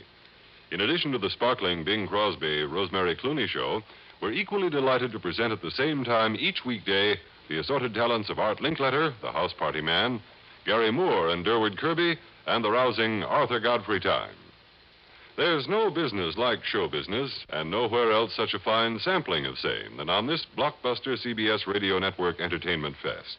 The nicest thing about it is, should you miss any or all of these great stars on a Monday, you can catch right up with them the next day, or any weekday you're so minded.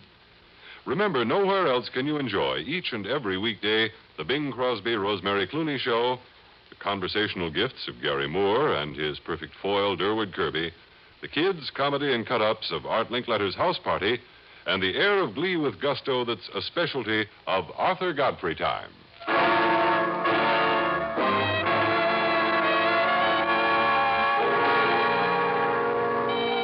Before driving to Somerville to look over the scene of the crime, I checked up on Mr. Exum's niece, Clarabelle. I found her in the stockroom of the 5 and 10 where she worked. She was a thin, wan-looking girl of about 30 with long, black, stringy hair badly set in a knot that bobbed about the back of her neck as she talked in a high, nasal voice that fairly set my teeth on edge. Excuse me while I set this box of ribbons. Sure. And if you all want the truth, Mr. Dollar, I am just as glad as I can be that old Uncle Volney died. He was murdered, Miss Exum. Well, he's gone anyhow. And when I get my share from his insurance and that property, I can pay all my bills and buy myself some fancy new clothes and lots of things. Well, then you're not at all sorry about this? Of course not. He had nothing to live for anyhow, Mr. Dollar.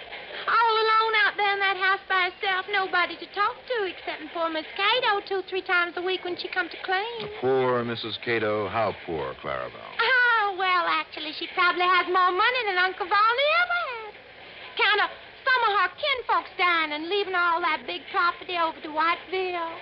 See, she was a Buford on her widowed sister's husband's side. Yeah, well... And when her cousin Sally Mae, she had some Buford blood and kin, too. I see. And when she died, with all the money and things from her cousin once removed... Oh, and now, wait a minute. He was her father's nephew's half-brother, is what it was. Yeah, thanks. Well, I'll take your word for it. Now, this Mrs. Cato, if she had money, why did she work as a housekeeper? Oh, just out of pity for Uncle Volney, him being all alone and all. Didn't you ever go out to see him? He never did want to see me, did he? I wouldn't know. No. All he cared about was sitting there counting his money and keeping his relatives from getting any of it, except maybe Culpepper. And now we'll get it anyhow, Mr. Dollar. Where did his money come from, Clarabelle? Don't you know, Mr. Dollar? No. Well, now that's funny. All right, so it's funny. Now, where did the money come from? Oh, I don't know. I thought you did. Now, excuse me, I gotta get these boxes put away. Lest the boss comes back here and sees me just sitting and talking. Boss don't hold much with sitting and talking.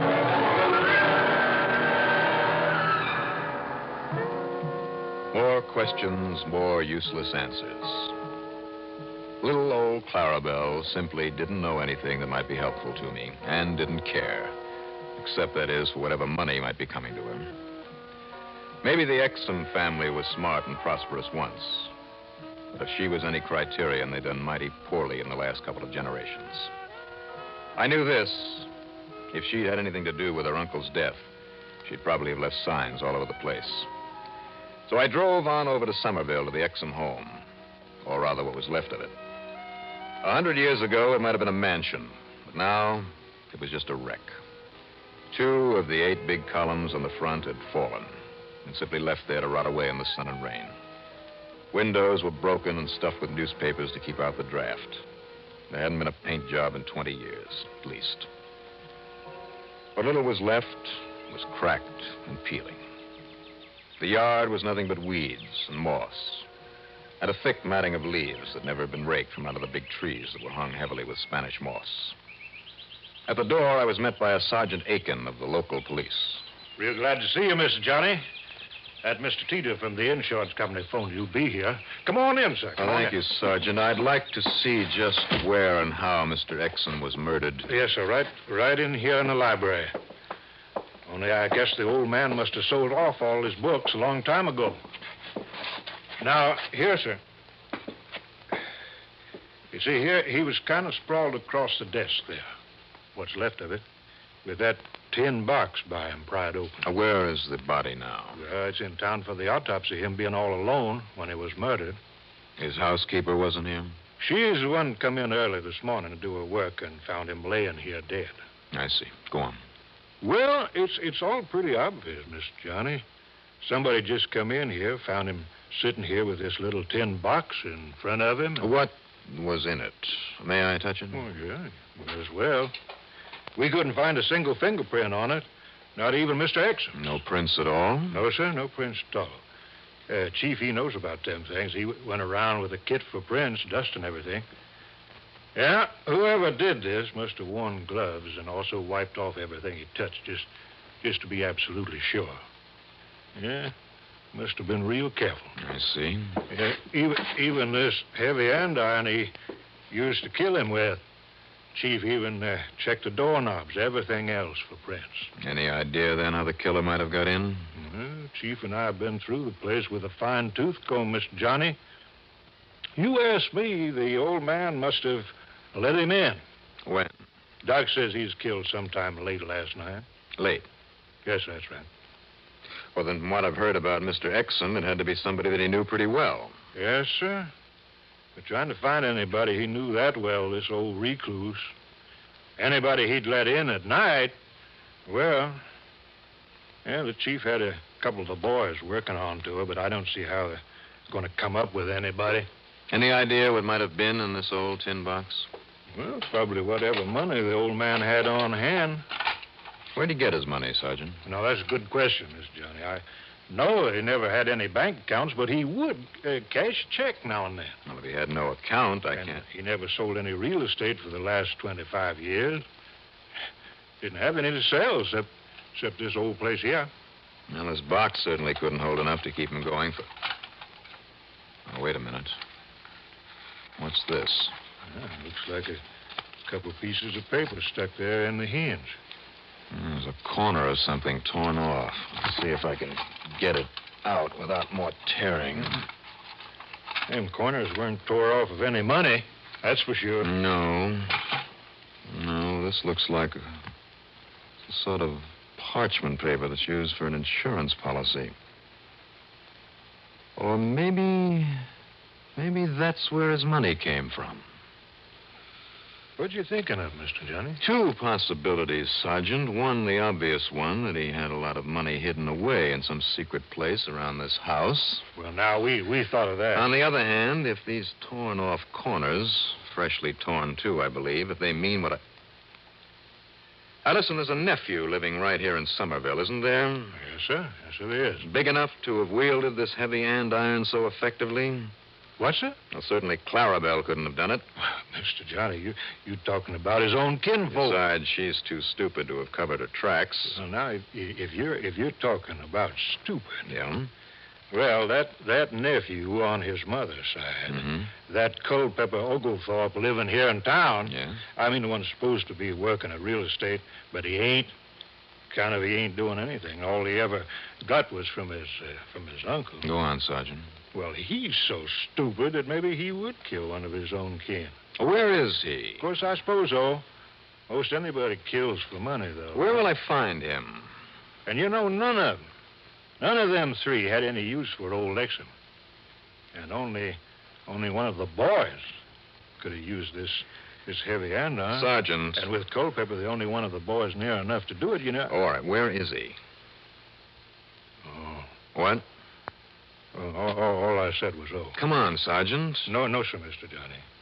Culpepper didn't do it. Well, how do you know? How can you be sure? Well, it seems he had some trouble a couple of weeks ago. Pulled a knife on a man. Well, then he is the type. He may be the type, Mr. Johnny, but, well, ever since he's been locked up in jail. Still is. Oh. Yes, sir.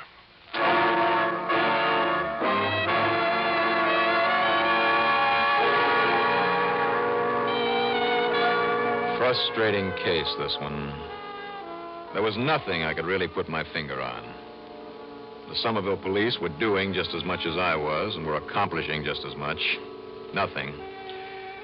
What about the other nephew, who also bore the name of Volney Beauregard Exum?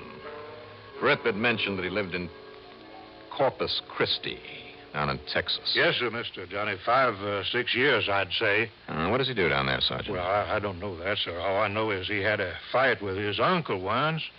Mr. Exum gave him money to get out of town, so he did. He hasn't been back. I wonder. When I phoned him there in Corpus this morning and told him what happened, he said he was sorry that he couldn't get down here. He was pretty tied up, but he'd be glad to pay for a decent funeral. Sure he would. Because of these torn-off corners of paper are what I think they are. Yeah, it looks to me like young Volney Exum's the only one that's any good of them three. Yes, sir. I mean, if he can afford a nice funeral for somebody... You bet he can. Now, listen, Sergeant, maybe I'm all wrong in playing a hunch that one of his relatives killed the old man, but it's all I've got to go on. I'll say this, Mr. Johnny. A hunch is no kind of proof. I know, and proof is what I need. But even without it, I'm going down to Corpus Christi.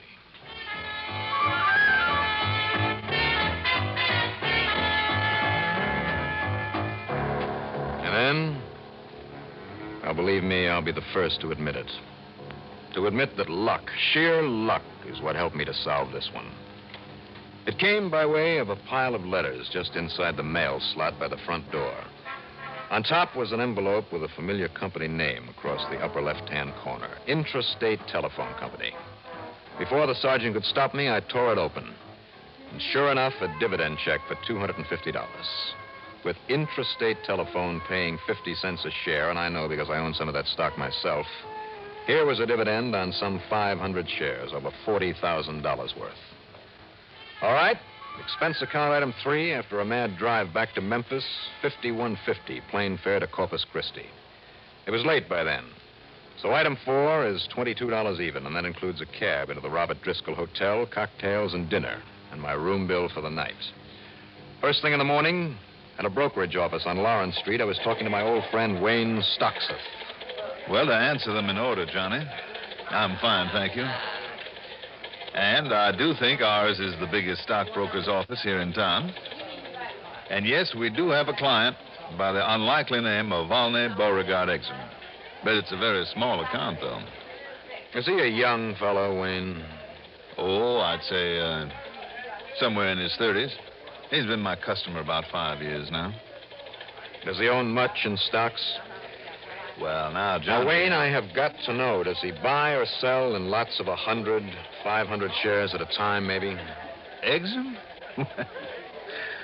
Now, look, Johnny, I mean, you know how it is. I mean, know how it is. A client's business is confidential. Well, why don't you ask him? What? He called a little while ago. Seems that he has some old securities that he wants to cash in. And he... Oh, wait a minute. There it comes now. Intrastate telephone. Well, that's right. How in the world did you ever... Right over here, Mr. Exum. All right, now, I'll sit over here at this other desk. Now, pay no attention to me. Look, Johnny, I don't understand. Morning, Mr. Exum. Morning, Mr. Stockser. Sit down, won't you? Thank you, sir. Now, then, are these the 2 certificates that you want to cash in? Yes, sir. Mm-hmm. All right. We'll just sign these over to us. You can sign right here, if you will. I believe there's a little ink in that pen. Right here, sir. That's right. That's quite a bit to sell all at once. I know. I must say, I didn't realize that you had this sort of business. I want cash for these, Mr. Stockser. All in cash? I got to make a business trip. Maybe gone sometime. Well, I don't know, Mr. Exum. Let's see. This would come to over 40,000. Now, look here, sir. I'm an old customer. Yes, I know that's true. So, here you are. Just get me the cash, and I'll be on my way. Don't bother, Wayne. What, Johnny? I said don't bother. Just call a policeman. Well, who are you, sir? Call a cop, Wayne. These signatures are forgeries. What are you talking about? You trying to say that I'm not Volney Beauregard Exum? You tell him, Stockser. This is Volney Beauregard Exum, Johnny. Sure it is, Wayne, but these signatures are forgeries. You're crazy. They were stolen from his uncle up in Memphis, also named Volney Beauregard Exum, and they were stolen from him when this man murdered him. Murdered him? You think you can prove that? I can prove it, Exum. Now, listen with here. 2 little pieces of paper that you left behind in a tin box where your uncle kept these stock certificates. No, I didn't leave anything. Look, do you see how these corners tore off fit perfectly on these certificates? I thought I took everything. I mean after you killed him? Yes. No, let me out of here. Stop him, Johnny. Stick around. Exum. You want to call the police now, Wayne? Yeah. Sure.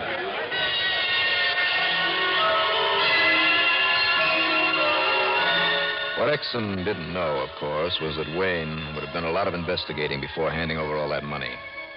In spite of the way that he'd carried a small account with the firm, set things up for the murder and robbery. Expense account total, including the trip back to Memphis and then back to Hartford, we'll call it $325 even. Yours truly, Johnny Dollar.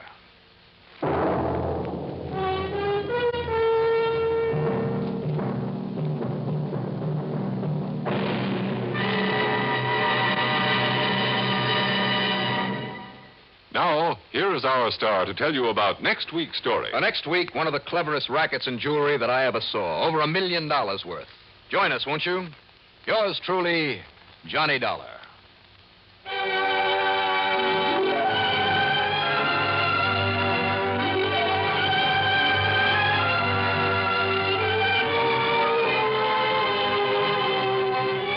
Yours truly, Johnny Dollar, starring Bob Reddick, is written by Jack Johnstone. Produced and directed by Bruno Zerato, Jr.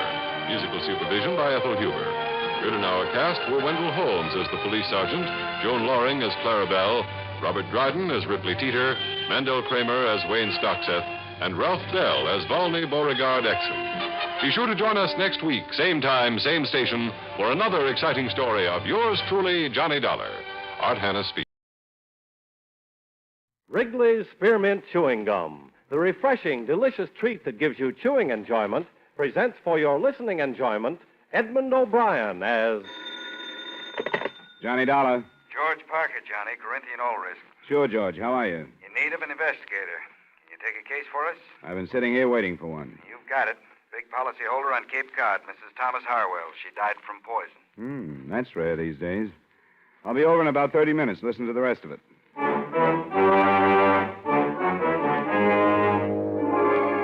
the makers of Wrigley's Spearmint Chewing Gum bring you Edmund O'Brien in a transcribed adventure of the man with the action-packed expense account, America's fabulous freelance insurance investigator. Yours truly, Johnny Dollar.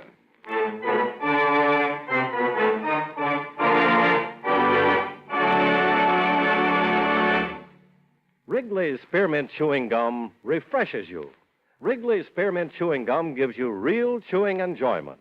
Yes, for chewing enjoyment plus refreshment, it's Wrigley's Spearmint Chewing Gum. The lively, delicious flavor of Wrigley's Spearmint cools your mouth, helps keep your throat moist, and gives you a nice little lift. The good, smooth chewing of Wrigley's Spearmint helps keep you feeling fresh and alert, adds enjoyment to whatever you're doing. So for chewing enjoyment plus refreshment, treat yourself often to Wrigley's Spearmint Chewing Gum. Healthful, refreshing, delicious.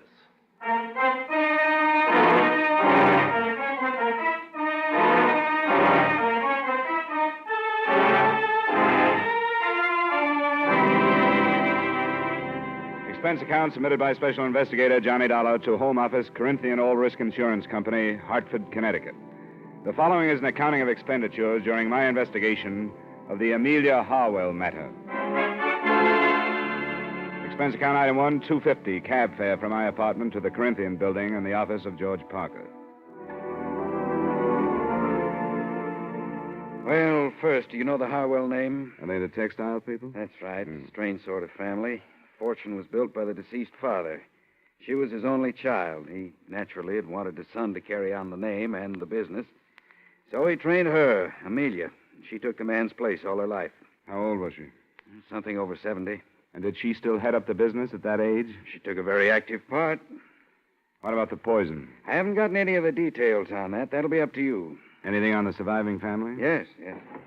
I have it here. A husband, Thomas, a daughter, Maxine, and a son, Dexter. Here, you keep it. Got the ages and all. Thanks. From what I can gather, she was an extremely domineering woman. Ran her household like a factory. There must have been very little warmth toward her. Then, when you consider the fortune she's leaving and the insurance... How much did she carry? Too much. $150,000 for the family and over $200,000 with the corporation as beneficiary. That kind of money, you should have hired me earlier as a bodyguard. Expense account item 2, $40, car rental, and $22 fuel and incidentals between Hartford and the Harwell estate on the eastern shore of the Cape near South Wellfleet.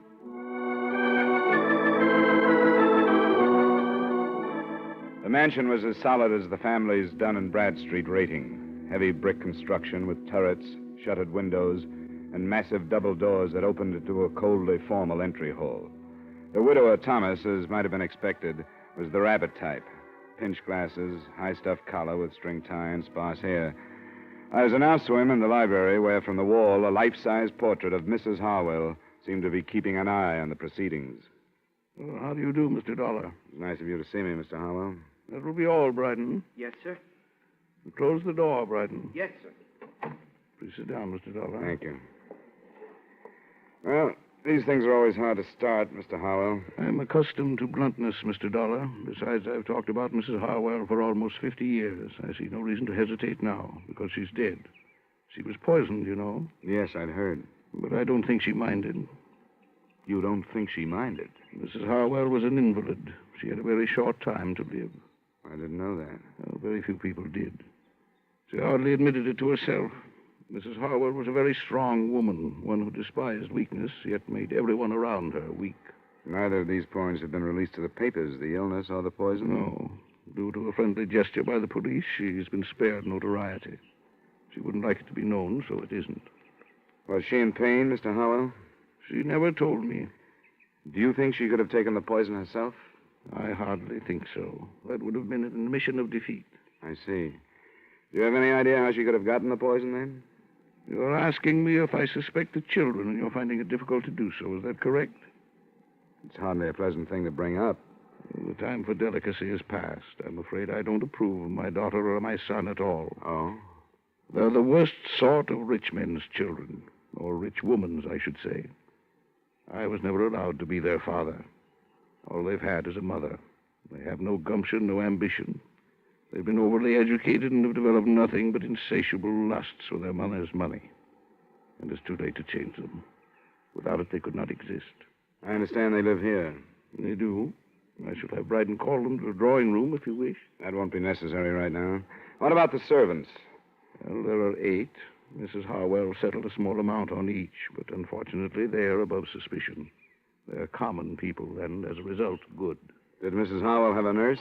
She wouldn't hear of it. Well, certainly a doctor, then. Yes, Dr. Stevens in the village. Thanks, Mr. Harwell.